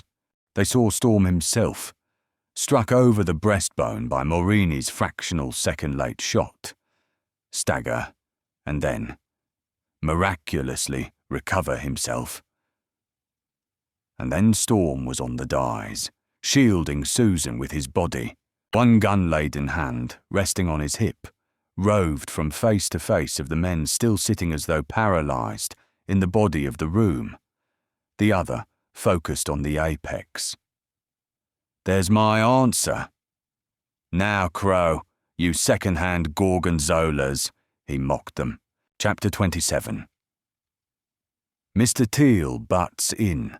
The Assistant Commissioner did not leave immediately after Storm had gone. Instead, Bill Kennedy and Mr. Teal sat in the Albany, talking over many things. And it was when Mr. Mayor Kennedy was taking up his gloves preparatory to departure that the telephone bell rang. The Assistant Commissioner took up the receiver. "Is that Captain Arden?" asked a voice. "Yes," said Bill to save trouble. "I'm speaking from St. George's Hospital. We've got a man here who wants to speak to you urgently. I'm afraid he's dying. They picked him up in Buckingham Gate last night with 8 inches of knife in his lungs. He's only just recovered consciousness." "What's his name?" "Sands." Bill Kennedy whistled softly. "Any idea what he wants to say?" "Not much.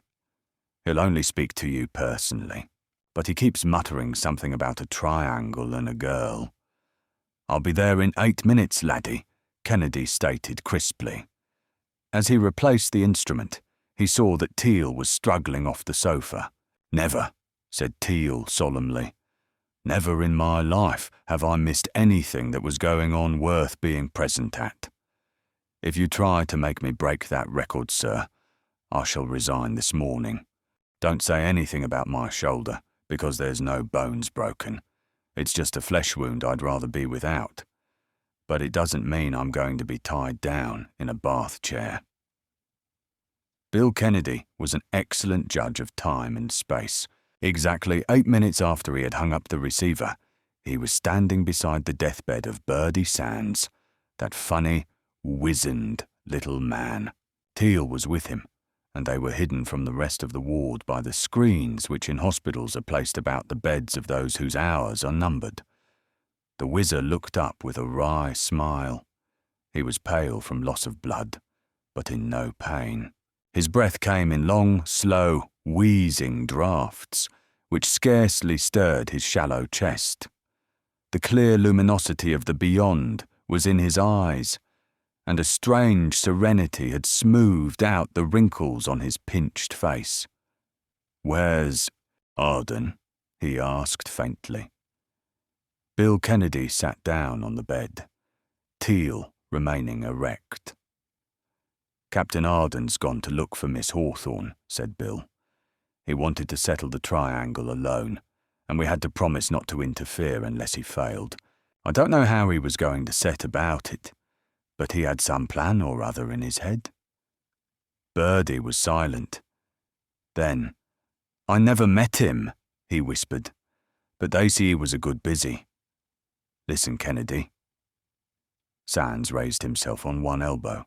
The effort caused him a fit of hoarse coughing, but he shook off Bill's restraining hand impatiently. "You got to break your promise, not only for his psyche. There's the Hawthorne girl. She's there, in that house in Buckingham Gate. They'll kill her, sure, or worse. That Lou's a swine. Blast him. Dunno we, but I ate Lou. Poison. More'n Marini even, and Marini knifed me. Throws knives like a bloke in a circus. Oh, you needn't shake your head. I know. I'm not much to look at, not much to think of. I'm just a cheap crook, and a little one at that. But I had a sister once, Joan. She's married to Mattock, straight and proper, swelp me. She's clean. Teal, you was always an honest dick. Get her out of the mess, to make a man happy you won't never see again." "Yes," said Mr. Teal. Birdie pawed weakly at his throat, then held out a thin hand. Gravely, Inspector Teal took it in a firm grip and held it for a moment. There was a silence, and then Birdie spoke again. Quickly and breathlessly, his voice growing a shade stronger, for the end was very near. "Get to that house, Black House, now, with all the flatties you can lay your hands on. No time to lose. Arden can't never win. He don't know what I know.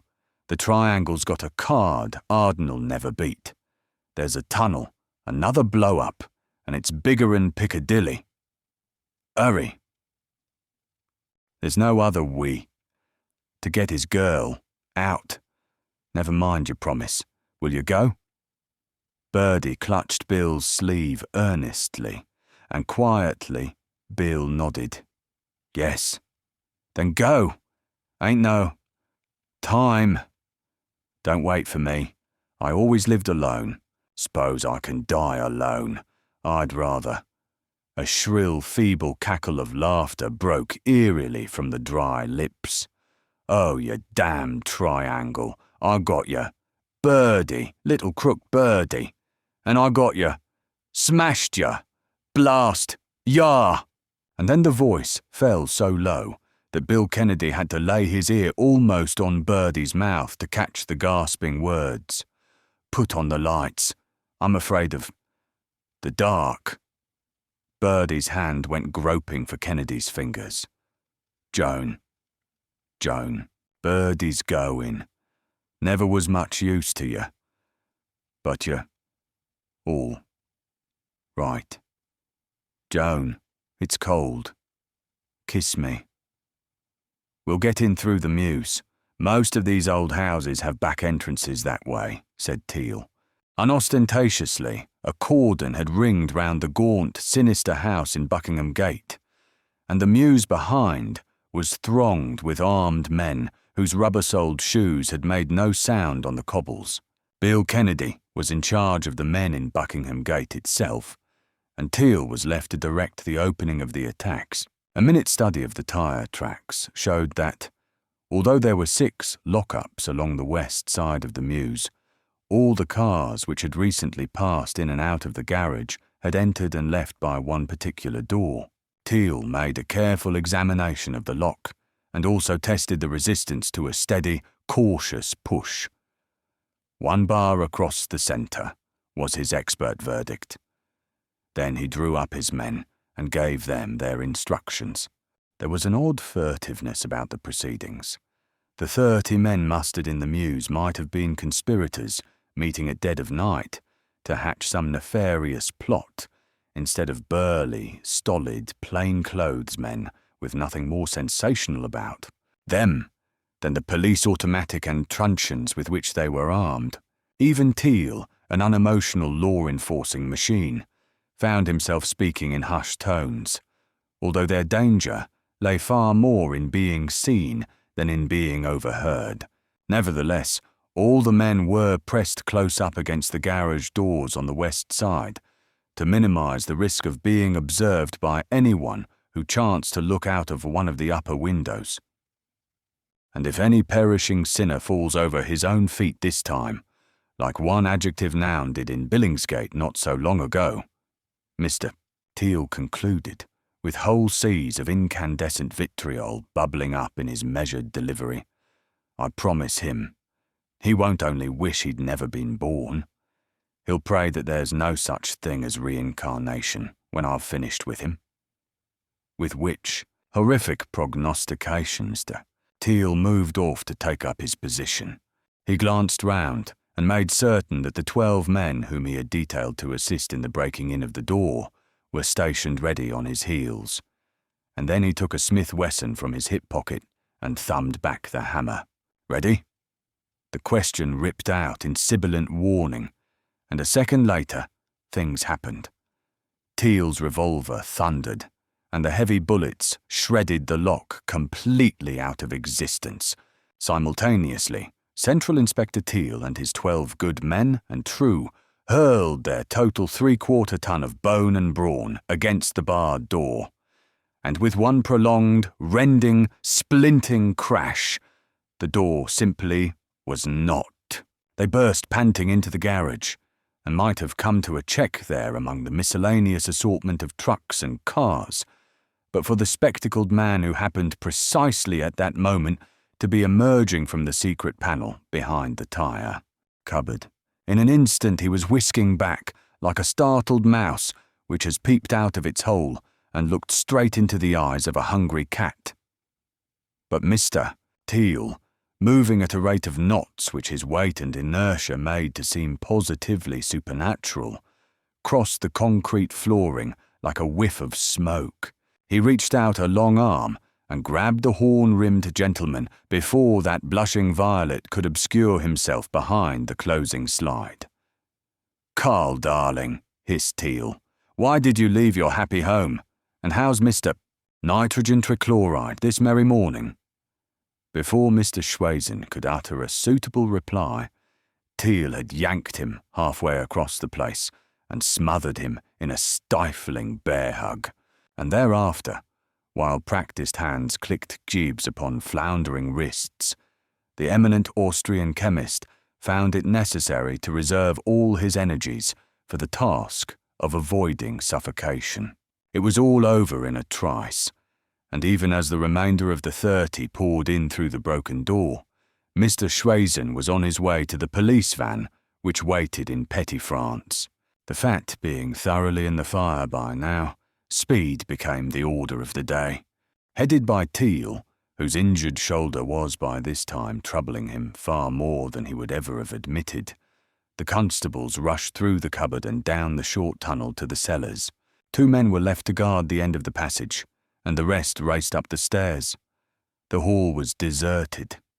Moving as silently as they could, the detectives opened each door in turn, finding large volumes of vacancy at every attempt. 2 doors only were left for investigation, when Teal, issuing his orders in a hoarse whisper, detached half his force to make a round of the upstairs rooms and guard against an escape, similar to the getaway the triangle had brought off in a Billingsgate, by means of an opening into an adjoining house. At the same time, the front door was unbolted without noise, and Bill Kennedy, together with some of those who were watching Buckingham Gate, came in soundlessly. And then Teal silently turned the handle of the first of the 2 remaining ground-floor doors. A dark, narrow corridor fronted him, and he signalled for only 6 men to accompany him. There was no window or light of any sort in the runway, and when they had gone 20 paces, the faint light which filtered in from the gloomy hall ceased to be of any assistance. As quietly as he could manage, Teal kindled a match and found that the passage terminated in a dead end, the only outlet being a low door which opened off on the right. Teal laid a cautious hand on the knob, and suddenly a tremor ran up his spine, for the handle was turning of itself under his light grasp. Breathlessly, he mouthed his men back out of the passage and flattened himself against the blind wall so that the opening door would hide him from whoever came out. The oak swung back by inches, nervously, and it was nearly half a minute before it closed again, and Teal saw a stocky, crouching shape silhouetted against the nimbus of twilight which came from the hall. Holding his breath, Teal leapt silently as any pard. His big hand tightened round the man's throat before so much as a whimper could disturb the stillness, and Teal lifted the furtive one bodily from the ground and padded down the corridor with him. "There's a long, long jail awaiting for you, dearie." Teal's voice stole to the man's eardrums in a husky pianissimo, and Teal's ungentle fingers forced a scared face round to meet the light. And then Inspector Teal, that sedate apostle of tranquillity, let out an involuntary gasp of amazement, for the man he carried was Joe Blaithwaite. Chapter 28.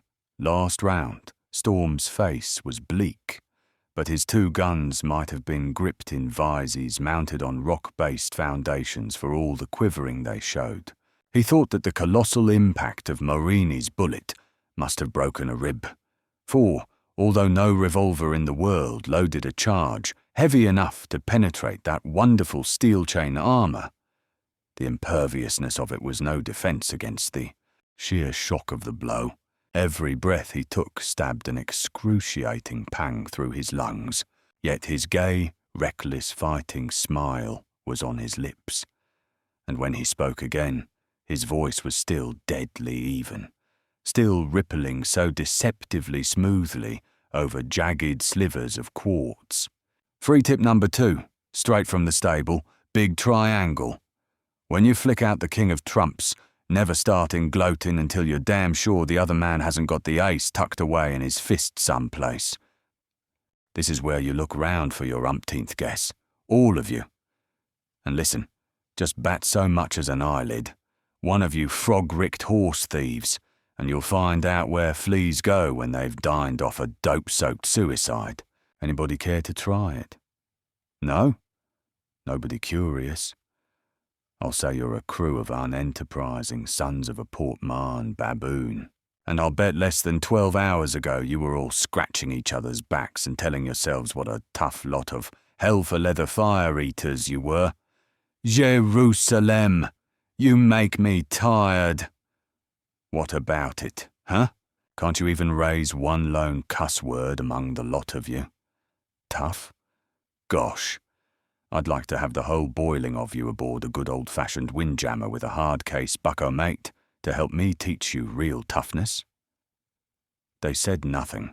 1 or 2 were on their feet, but even they remained safely motionless, having apparently no wish to court the certain death which lurked in the breech of the automatic that roamed so hopefully from head to head, and Storm went on baiting them, playing for a few minutes' grace in which to recover slightly from the stunning results of the shot he had taken, and to formulate some scheme for getting Susan loose from the ropes without exposing himself to attack. You poor wet fish. The tang of his whiplash contempt bit tellingly into the raw ends of their vanity with every measured stroke. A suckling could boss a gang of white-livered slum rats like you. Hold up London itself for 15 million? Take an expert's advice and go off and practice on hen rabbits till you get stringy enough to hold up a hysterical old woman for 15 cents and get away with it. I'm disappointed. I'm a plain, ornery fighting machine. I'll fight anyone, any time, any place, and any old how. And I thought I'd landed the goods when I picked on you. Instead of which, I find I'm bully-ragging a grown-up Sunday school. This is my second guess. After grub-staking a steamer like this, I'm going fishing for tadpoles next time I feel bored. It's more exciting, and a heap more dangerous. He had them writhing under the scourge, knew that every iota of the smart sank right in where it was meant to go, but still they stayed their hands. Tenacity of life for the moment held them at bay, only for the moment. Storm knew that it couldn't last. It was only a question of time before someone gave the cue for the next movement of the ballet, and that time wasn't likely to be overlong elapsing. Very soon they must realize their strength, just as he realized his weakness. He was alone in the house, and no one knew where he was. No rescue party had been arranged for at the critical moment. If they attacked him in one concerted mob, he might kill half a dozen of them if he were lucky. But after that, they'd have their revenge, and Susan would be left to face the final racket. 0 hour. Already he had pondered every detail of the room. As far as he knew, there was only the one exit, the door through which he had entered. There might be others, in fact there probably were. But those hangings which surrounded the room were as bad as a fog. There wasn't a hope of gaining sufficient time to poke round all the 4 walls until one spotted the necessary bolt hole. Therefore, "Big triangle, this is a private bus," Storm said. "Get off. Go and play with your friends in the audience." One gun motioned him away from the platform, and then returned to aim on Sircon's heart. The apex hesitated, but there was a flaring menace in Storm's grey eyes, which brooked no refusal.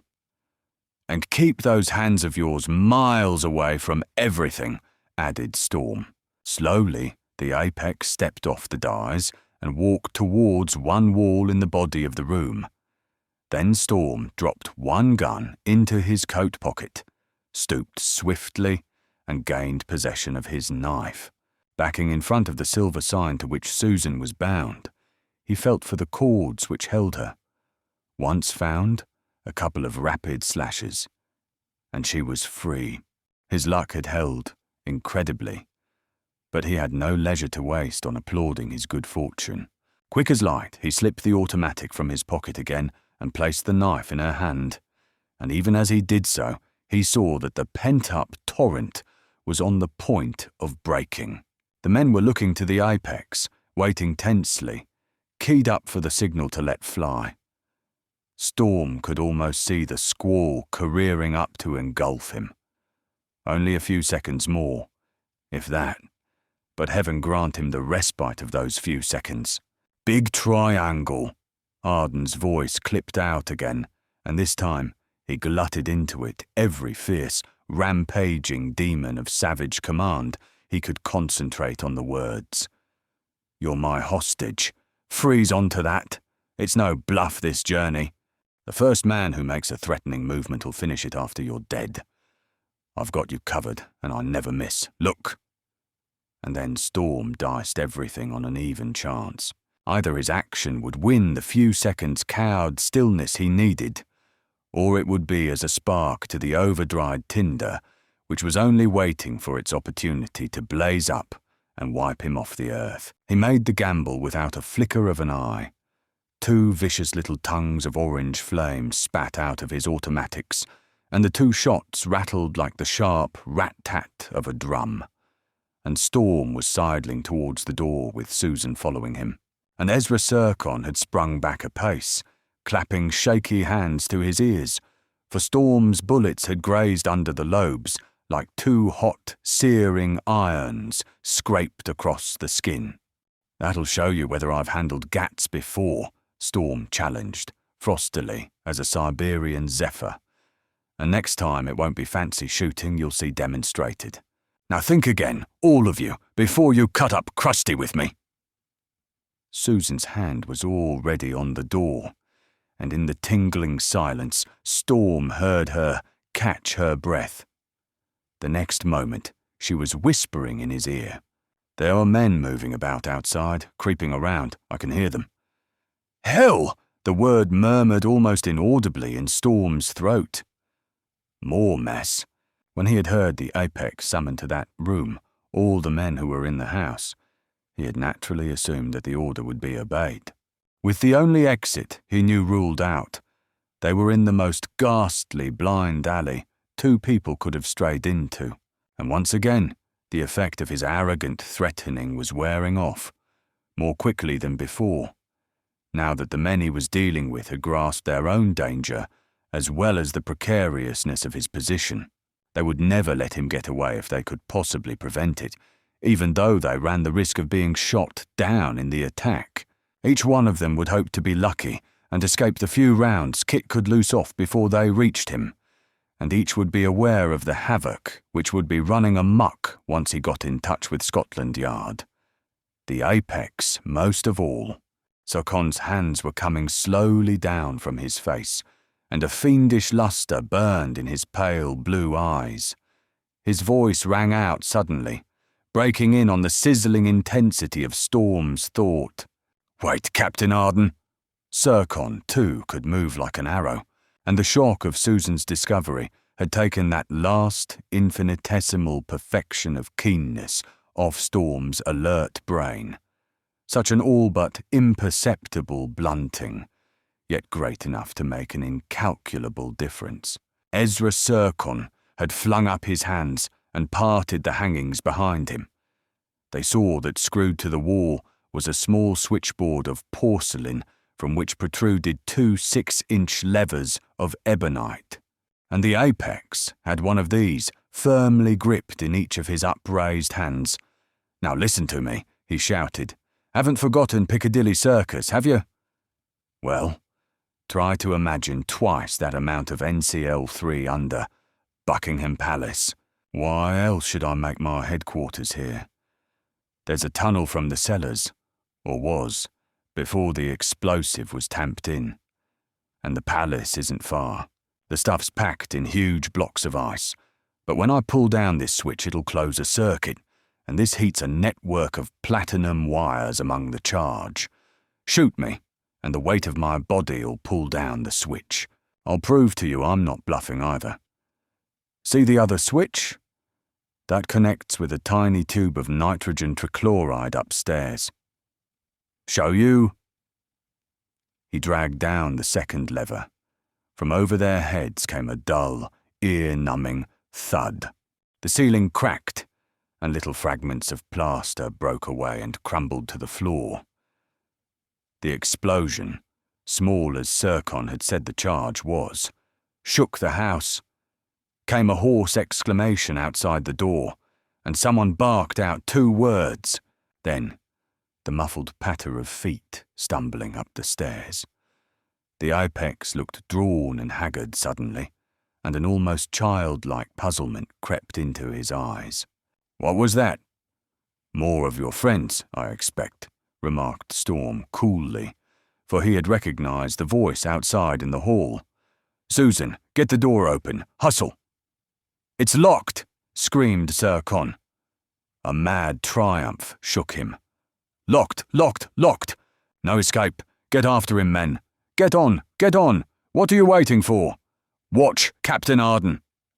Storm saw the knuckles of Sercon's right hand whiten over the lever they still held. Storm blazed away, carelessly, with one gun, into the ugly surge of men who hurled themselves at him, accurately, with the other, at Ezra Serkon. And Storm thanked all his pagan gods that his boast had been a sound one, that he never missed.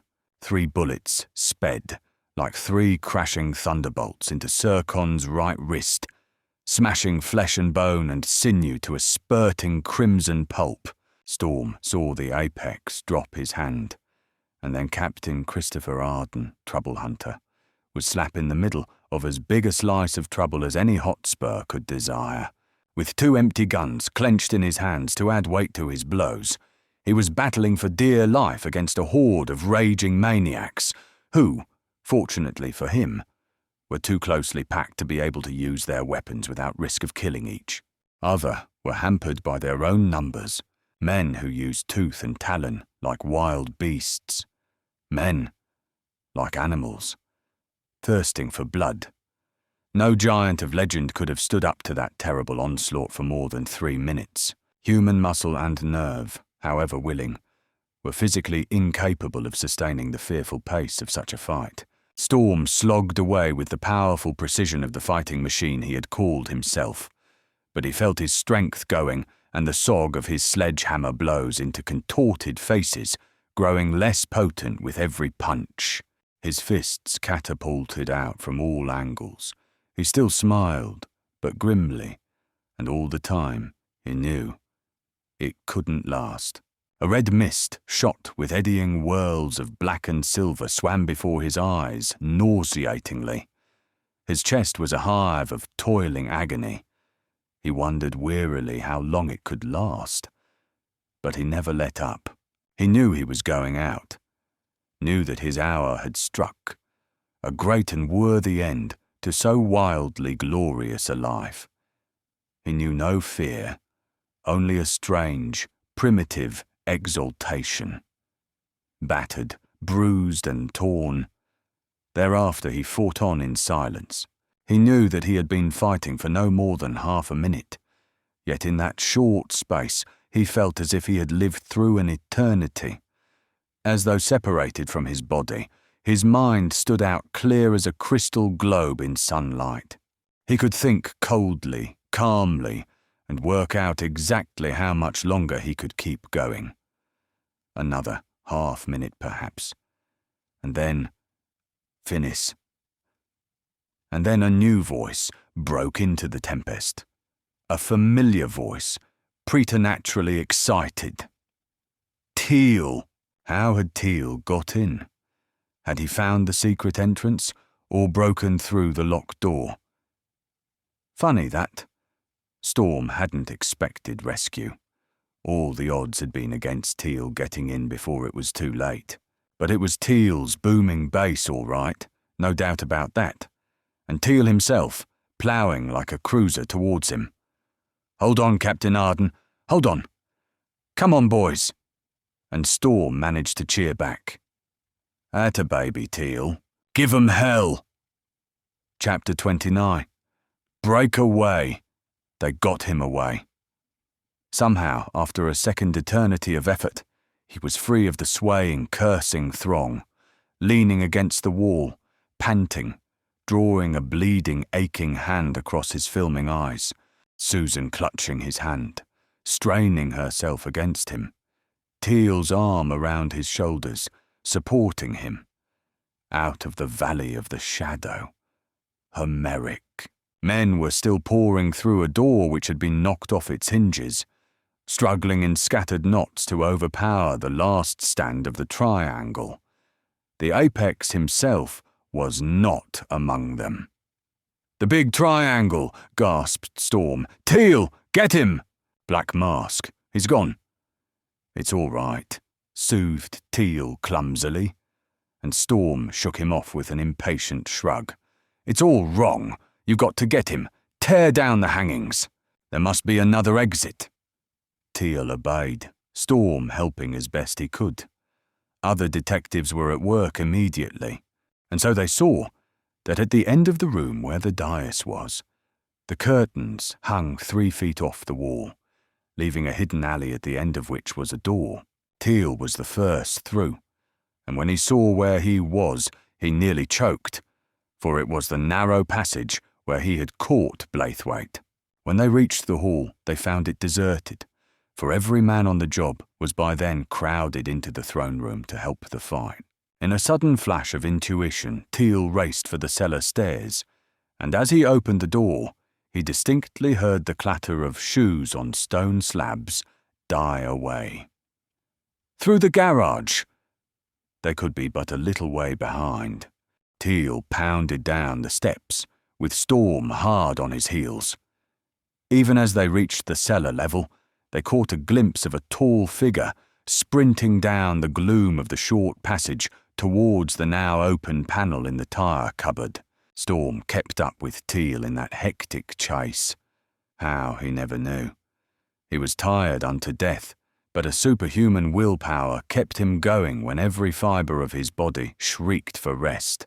And they were in the tunnel when they heard the roar of a racing car's exhaust.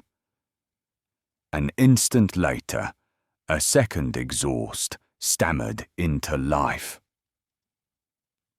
Storm remembered the two silver racing cars he had seen when they brought him into the garage in the taxi. Who in glory's that? Teal's amazed ejaculation as he ran. Then they burst into the garage itself. The first car was already in the mews, and they were in time to see the tail of the second disappear round the smashed door of the lockup.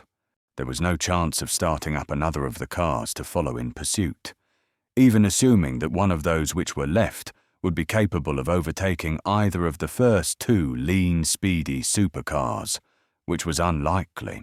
Teal and Storm sprinted down the mews, Teal dragging his revolver from his pocket as he went. They saw the hinder car turn right as they entered the mews, and as they reached the end, they saw it skid round into Buckingham Gate, with the driver hunched up over the wheel in an attitude of desperate concentration. Then they were in Buckingham Gate themselves, and standing on the curb, they witnessed a play which might have been lifted from a sensational movie scenario. The first car had a lead of about 50 yards and was increasing it, and then they heard a hideous, clanking grind. The driver had missed his gears. The racking, tortured noise went on, mingling with the deafening drone of the racing engine, as the masked man strove frenziedly to force the cogs to engage, and while he did so, he turned in the seat, and they saw a gun in his hand. The second car was gaining ground rapidly now, and then the revolver cracked, and the second driver's cap went spinning. Again the masked man fired, twice, and Storm and Teal heard the whine of the bullets passing over their heads. "Jerusalem! He's shooting at us!" Storm exclaimed, and began running towards the two cars. The leading racer was slowing down, for the almost continuous grating which came from it showed that the masked man had still failed to get in gear again. The distance between the two speedsters was lessening swiftly. 20 yards, 15, 10, and the second car moving like a streak of light. For the last time, the masked man fired, practically at point-blank range, but although his bullet might have stopped a charging man, it could not stop a charging car. And charging the second car was, heading straight for the decelerating racer. And the pursuing car must have been travelling at over 60 miles an hour. Teal and Storm came up some minutes after the collision, a mangled wreck of twisted machinery and rent and crushed aluminium. That was all, with two bodies jammed in the ruins, weltering in a spreading pool of petrol tinted with something red. It was some time before they could get at the two men. One was James Norman Mattock, dead, with the masked man's bullet through his brain.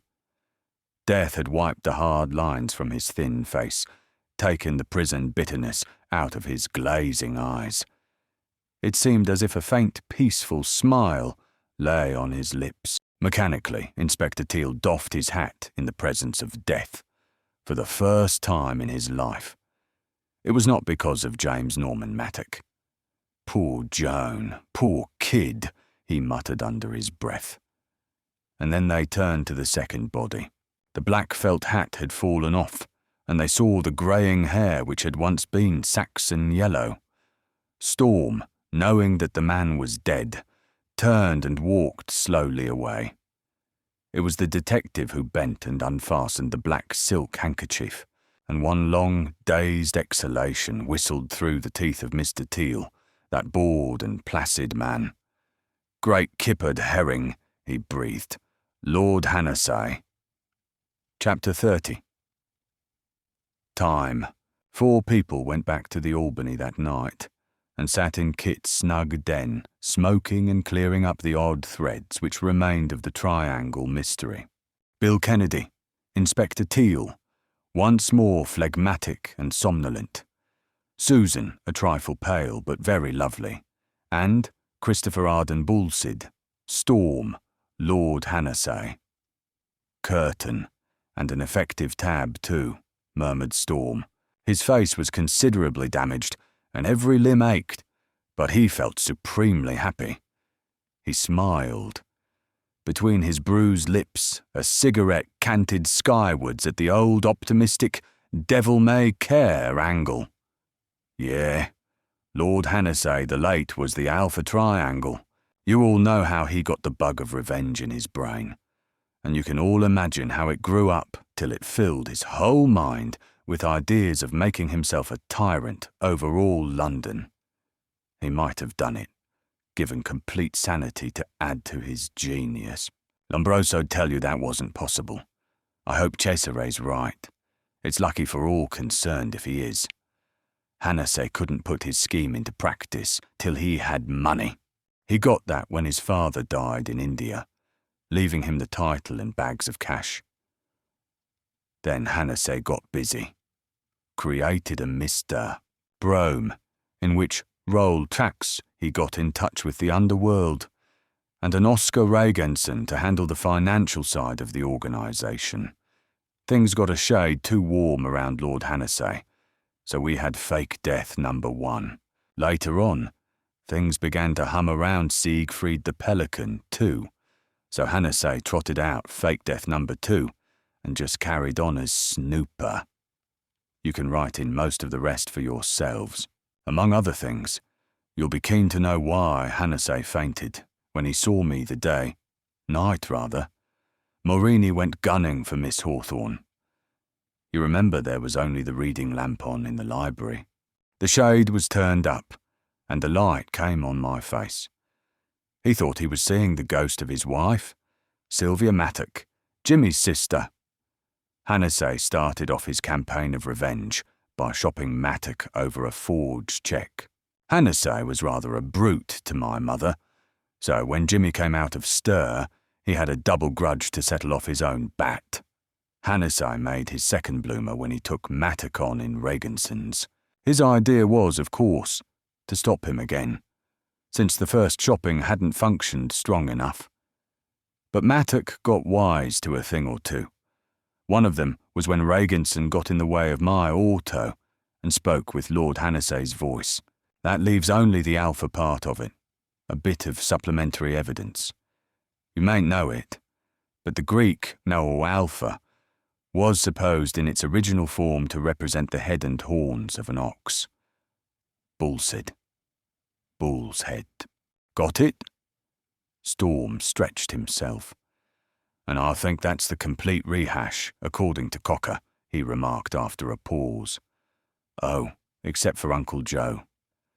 There's a great detective lost in Uncle Joe, said Teal sadly. Do you know, he cut the wires connecting with the charge of nitrogen trichloride under Buckingham Palace. He heard the apex threatening you with it and crept along behind the hangings till he found 'em. Uncle Joe's got nerve. He'll be able to write a wonderful book after tonight.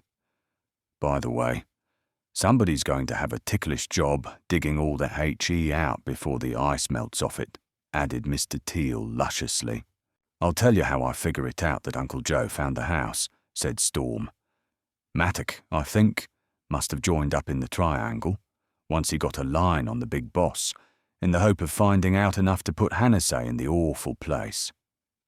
Hannah said have been glad to have him in, as it'd make shopping him easier. Matter of fact, Hannah didn't go on with that scheme.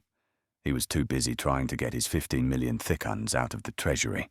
Before that, he'd also got Joan Sands in, to give him a bigger hold over Mattock than ever. That was all done through Snooper. Snooper had the telephone tapped and the bookcase put in, and told each of them separately not to touch it or talk about it. Mattock didn't associate Snooper with the triangle at that time, or we'd have been saved a lot of trouble, so he obeyed orders. God knows why. Anyway, after the Piccadilly Circus explosion, Mattock got less dumb. He put 2 and 2 together and made Snooper. So he went chasing Snooper last night, and Uncle Joe trailed him. They went down Buckingham Gate in procession, and all landed up in the right place. If we owe something to Uncle Joe, we owe a darn sight more to Jimmy. I said he was going to kill Regenson, and by hooky, he did. What's happened to Uncle Joe, by the way? Teal grimaced. Last time I saw him, he was rushing round to talk to Joan. He's been talking to her and pulling the sympathy gag nearly all day. How any man can be so keen on studying criminology, said Mr. Teal, wilfully dense. Beats me. The 4 of them had dined together, and the silent-footed Cork had not long cleared the table and taken his departure. The coffee cups in front of them were still warm, and yet already a subtle restraint had forced itself into the air. 2 of the guests began to wonder if, even in that short time, they had not overstayed their welcome. Mr. Assistant Commissioner William Kennedy glared at Mr. Central Detective Inspector Teal, and Mr. Teal stared somberly back at Mr. Kennedy with sleepy eyes.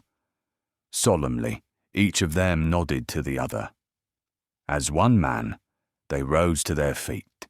I've got a lot of work to get through before I can seek my well-earned rest, said Bill gravely. Your own particular jaunt may be over, but crime goes on forever. I, said the drowsy Teal, have been working all day, and I'm very tired. In the sacred cause of accuracy, one must put it on record that Storm lapsed lamentably from strictly good manners. He expressed no regret that they could not stay longer, nor did he beg them to remain. In fact, he bowed them farewell in haste, as if he were afraid that they might change their minds. Only when they were irrevocably hatted and gloved did he become aware of his duties as a host. Not even a quick one before you go, he suggested half-heartedly. Mr. Teal shook his head, shifting his gum to the other side of his mouth. It's bad for the heart, he said. Fat men didn't ought to drink. Storm closed the door and came back into the sitting room.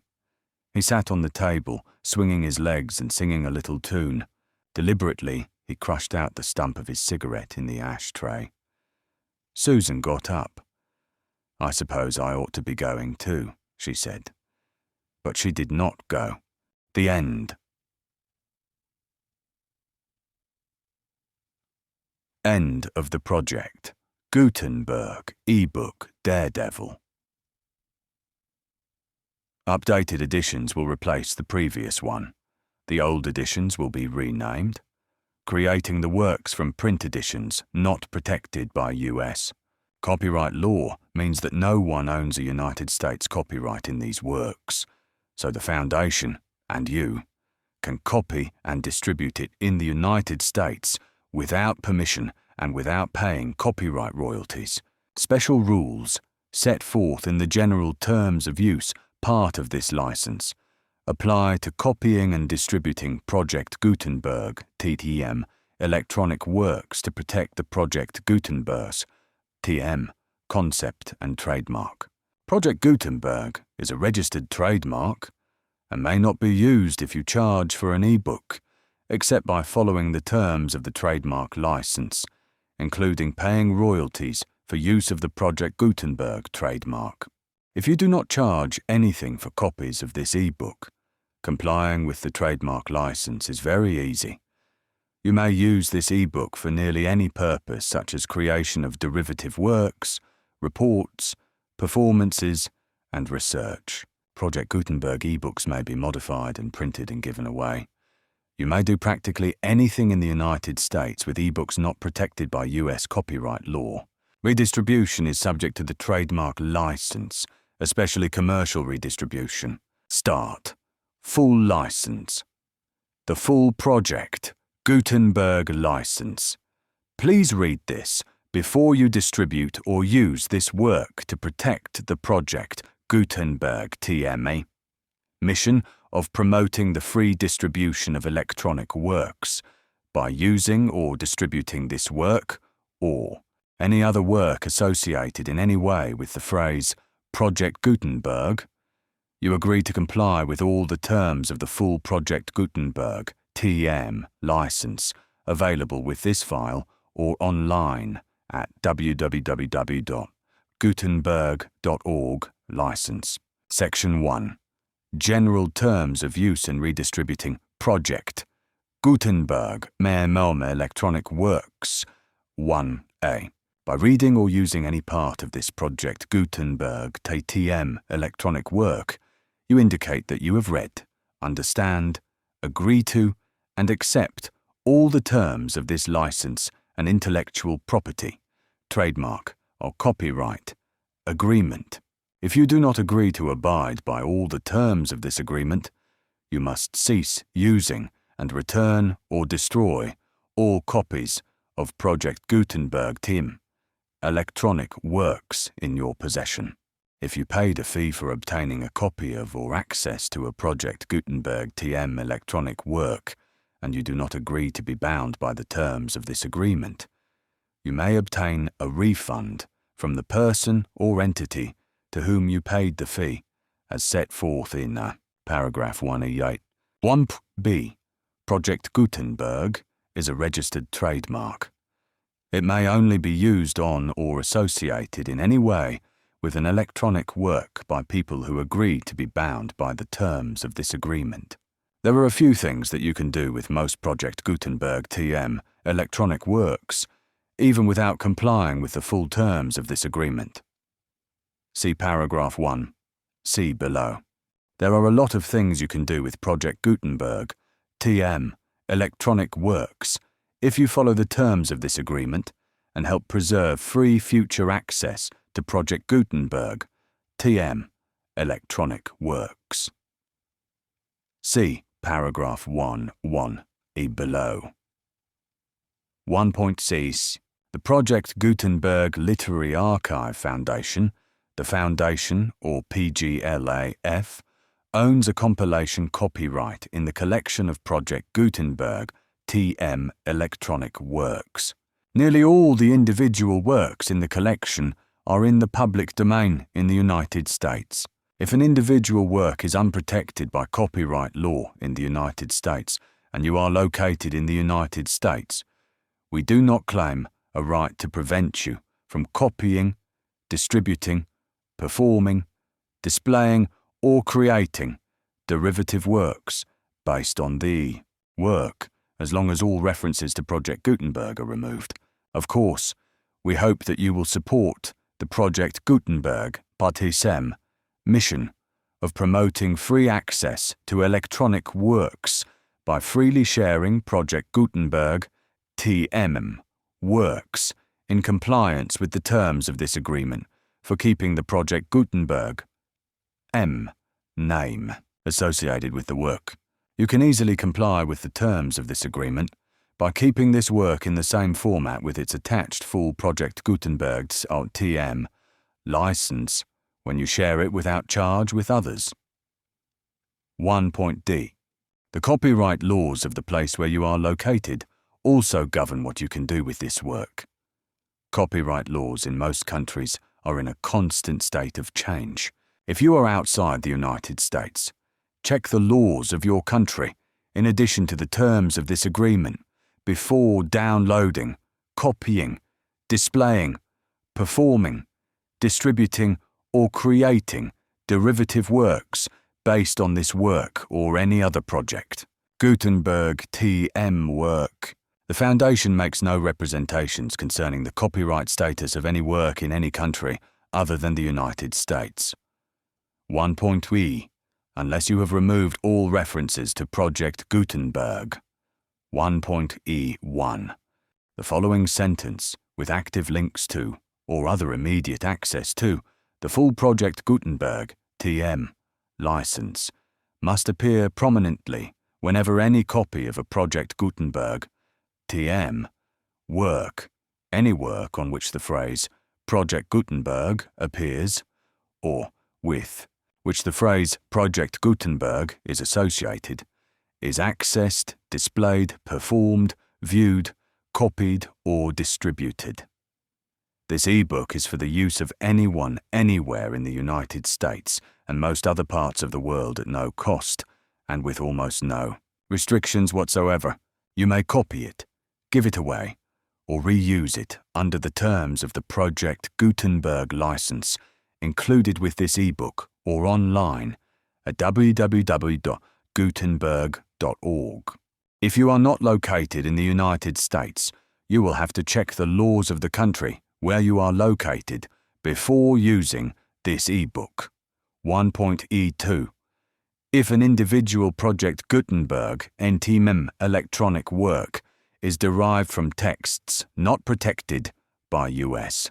copyright law, does not contain a notice indicating that it is posted with permission of the copyright holder, the work can be copied and distributed to anyone in the United States without paying any fees or charges. If you are redistributing or providing access to a work with the phrase Project Gutenberg associated with or appearing on the work, you must comply either with the requirements of paragraphs 1 through 1.e7 or obtain permission for the use of the work in the Project Gutenberg TM trademark as set forth in paragraphs 110, 1e8 or 1e9. 1.03. If an individual Project Gutenberg TM electronic work is posted with the permission of the copyright holder, your use and distribution must comply with both paragraphs 1e1 through 1e7 and any additional terms imposed by the copyright holder. Additional terms will be linked to the Project Gutenberg TM license for all works posted with the permission of the copyright holder found at the beginning of this work. 1.e4. Do not unlink or detach or remove the full Project Gutenberg TTM license terms from this work, or any files containing a part of this work or any other work associated with Project Gutenberg TM. 1.e5.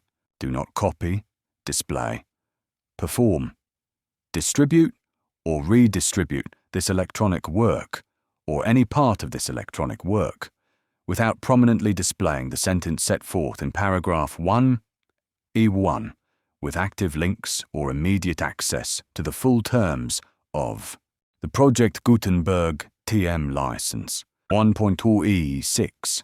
You may convert to and distribute this work in any binary, compressed, marked up, non-proprietary or proprietary form, including any word processing or hypertext form. However, if you provide access to or distribute copies of a Project Gutenberg TTM work in a format other than plain vanilla ASCII or other format used in the official version posted on the official Project Gutenberg NTMEM website www.gutenberg.org, you must, at no additional cost, fee or expense to the user, provide a copy, a means of exporting a copy, or a means of obtaining a copy upon request of the work in its original plain vanilla ASCII or other form. Any alternate format must include the full Project Gutenberg TTM license as specified in paragraph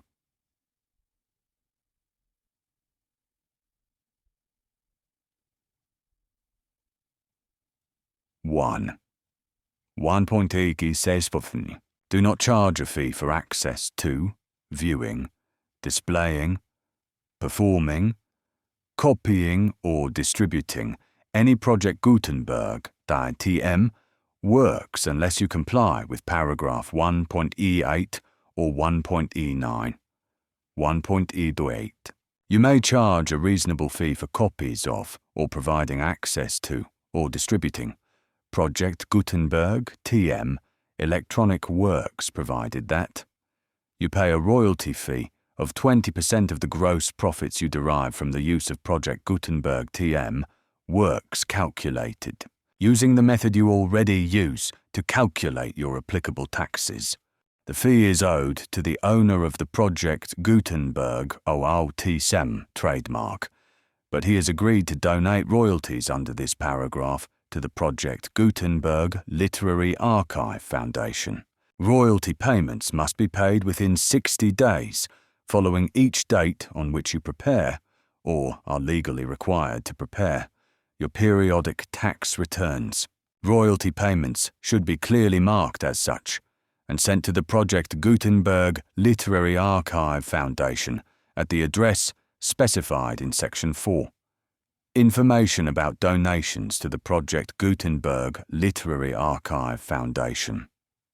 You provide a full refund of any money paid by a user who notifies you in writing or by email within 30 days of receipt that he does not agree to the terms of the full Project Gutenberg Manetake license.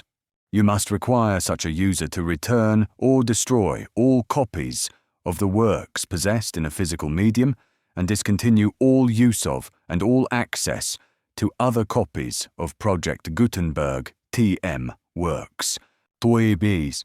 You provide, in accordance with paragraph 1(1)(f)(3), a full refund of any money paid for a work or a replacement copy if a defect in the electronic work is discovered and reported to you within 90 days of receipt of the work. You comply with all other terms of this agreement for free distribution of Project Gutenberg (TM) works. 1.9. If you wish to charge a fee or distribute a Project Gutenberg (TM) electronic work or group of works on different terms than are set forth in this agreement, you must obtain permission in writing from the Project Gutenberg Literary Archive Foundation, the manager of the Project Gutenberg (TM) trademark. Contact the foundation as set forth in Section 3 below. 1F. 1.F1. Project Gutenberg. Volunteers and employees expend considerable effort to identify, do copyright research on, transcribe, and proofread works not protected by U.S. copyright law in creating the Project Gutenberg (TM) collection. Despite these efforts, Project Gutenberg (TM) electronic works and the medium on which they may be stored may contain defects, such as but not limited to incomplete, inaccurate or corrupt data, transcription errors, a copyright or other, intellectual property infringement, a defective or damaged disk or other medium, a computer virus or computer codes that damage or cannot be read by your equipment. 2. Limited warranty, disclaimer of damages, except for the right of replacement or refund described in paragraph 1. F3.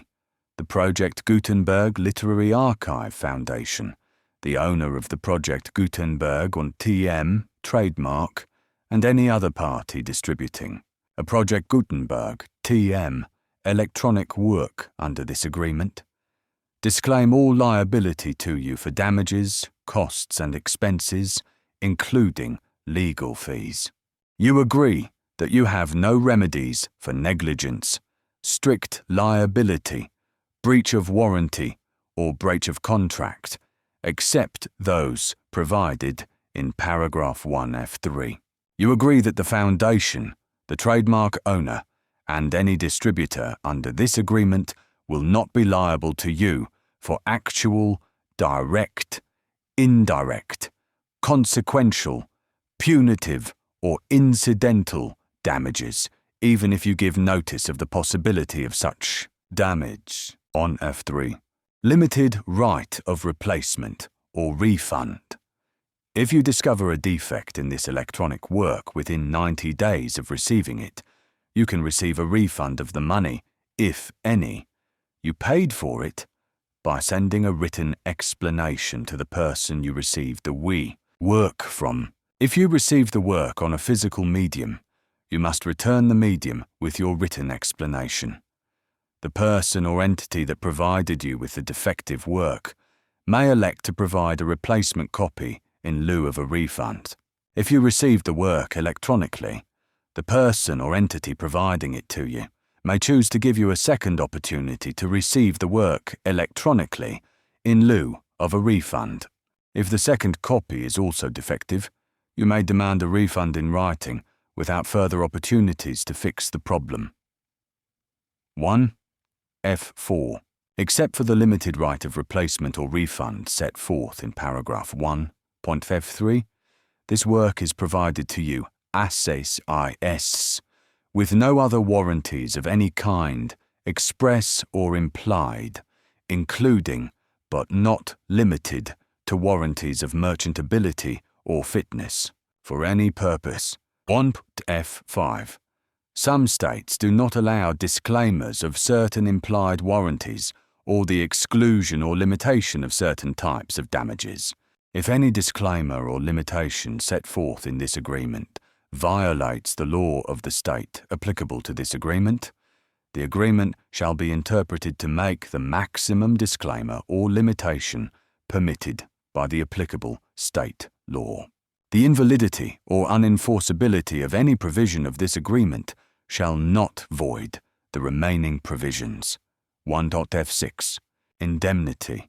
You agree to indemnify and hold the foundation, the trademark owner, any agent or employee of the foundation, anyone providing copies of Project Gutenberg TM, electronic works in accordance with this agreement, and any volunteers associated with the production, promotion, and distribution of Project Gutenberg TM electronic works, harmless from all liability, costs, and expenses, including legal fees, that arise directly or indirectly from any of the following which you do or cause to occur.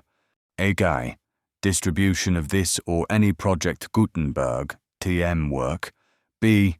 Alteration, modification, or additions or deletions to any Project Gutenberg TM work. And C.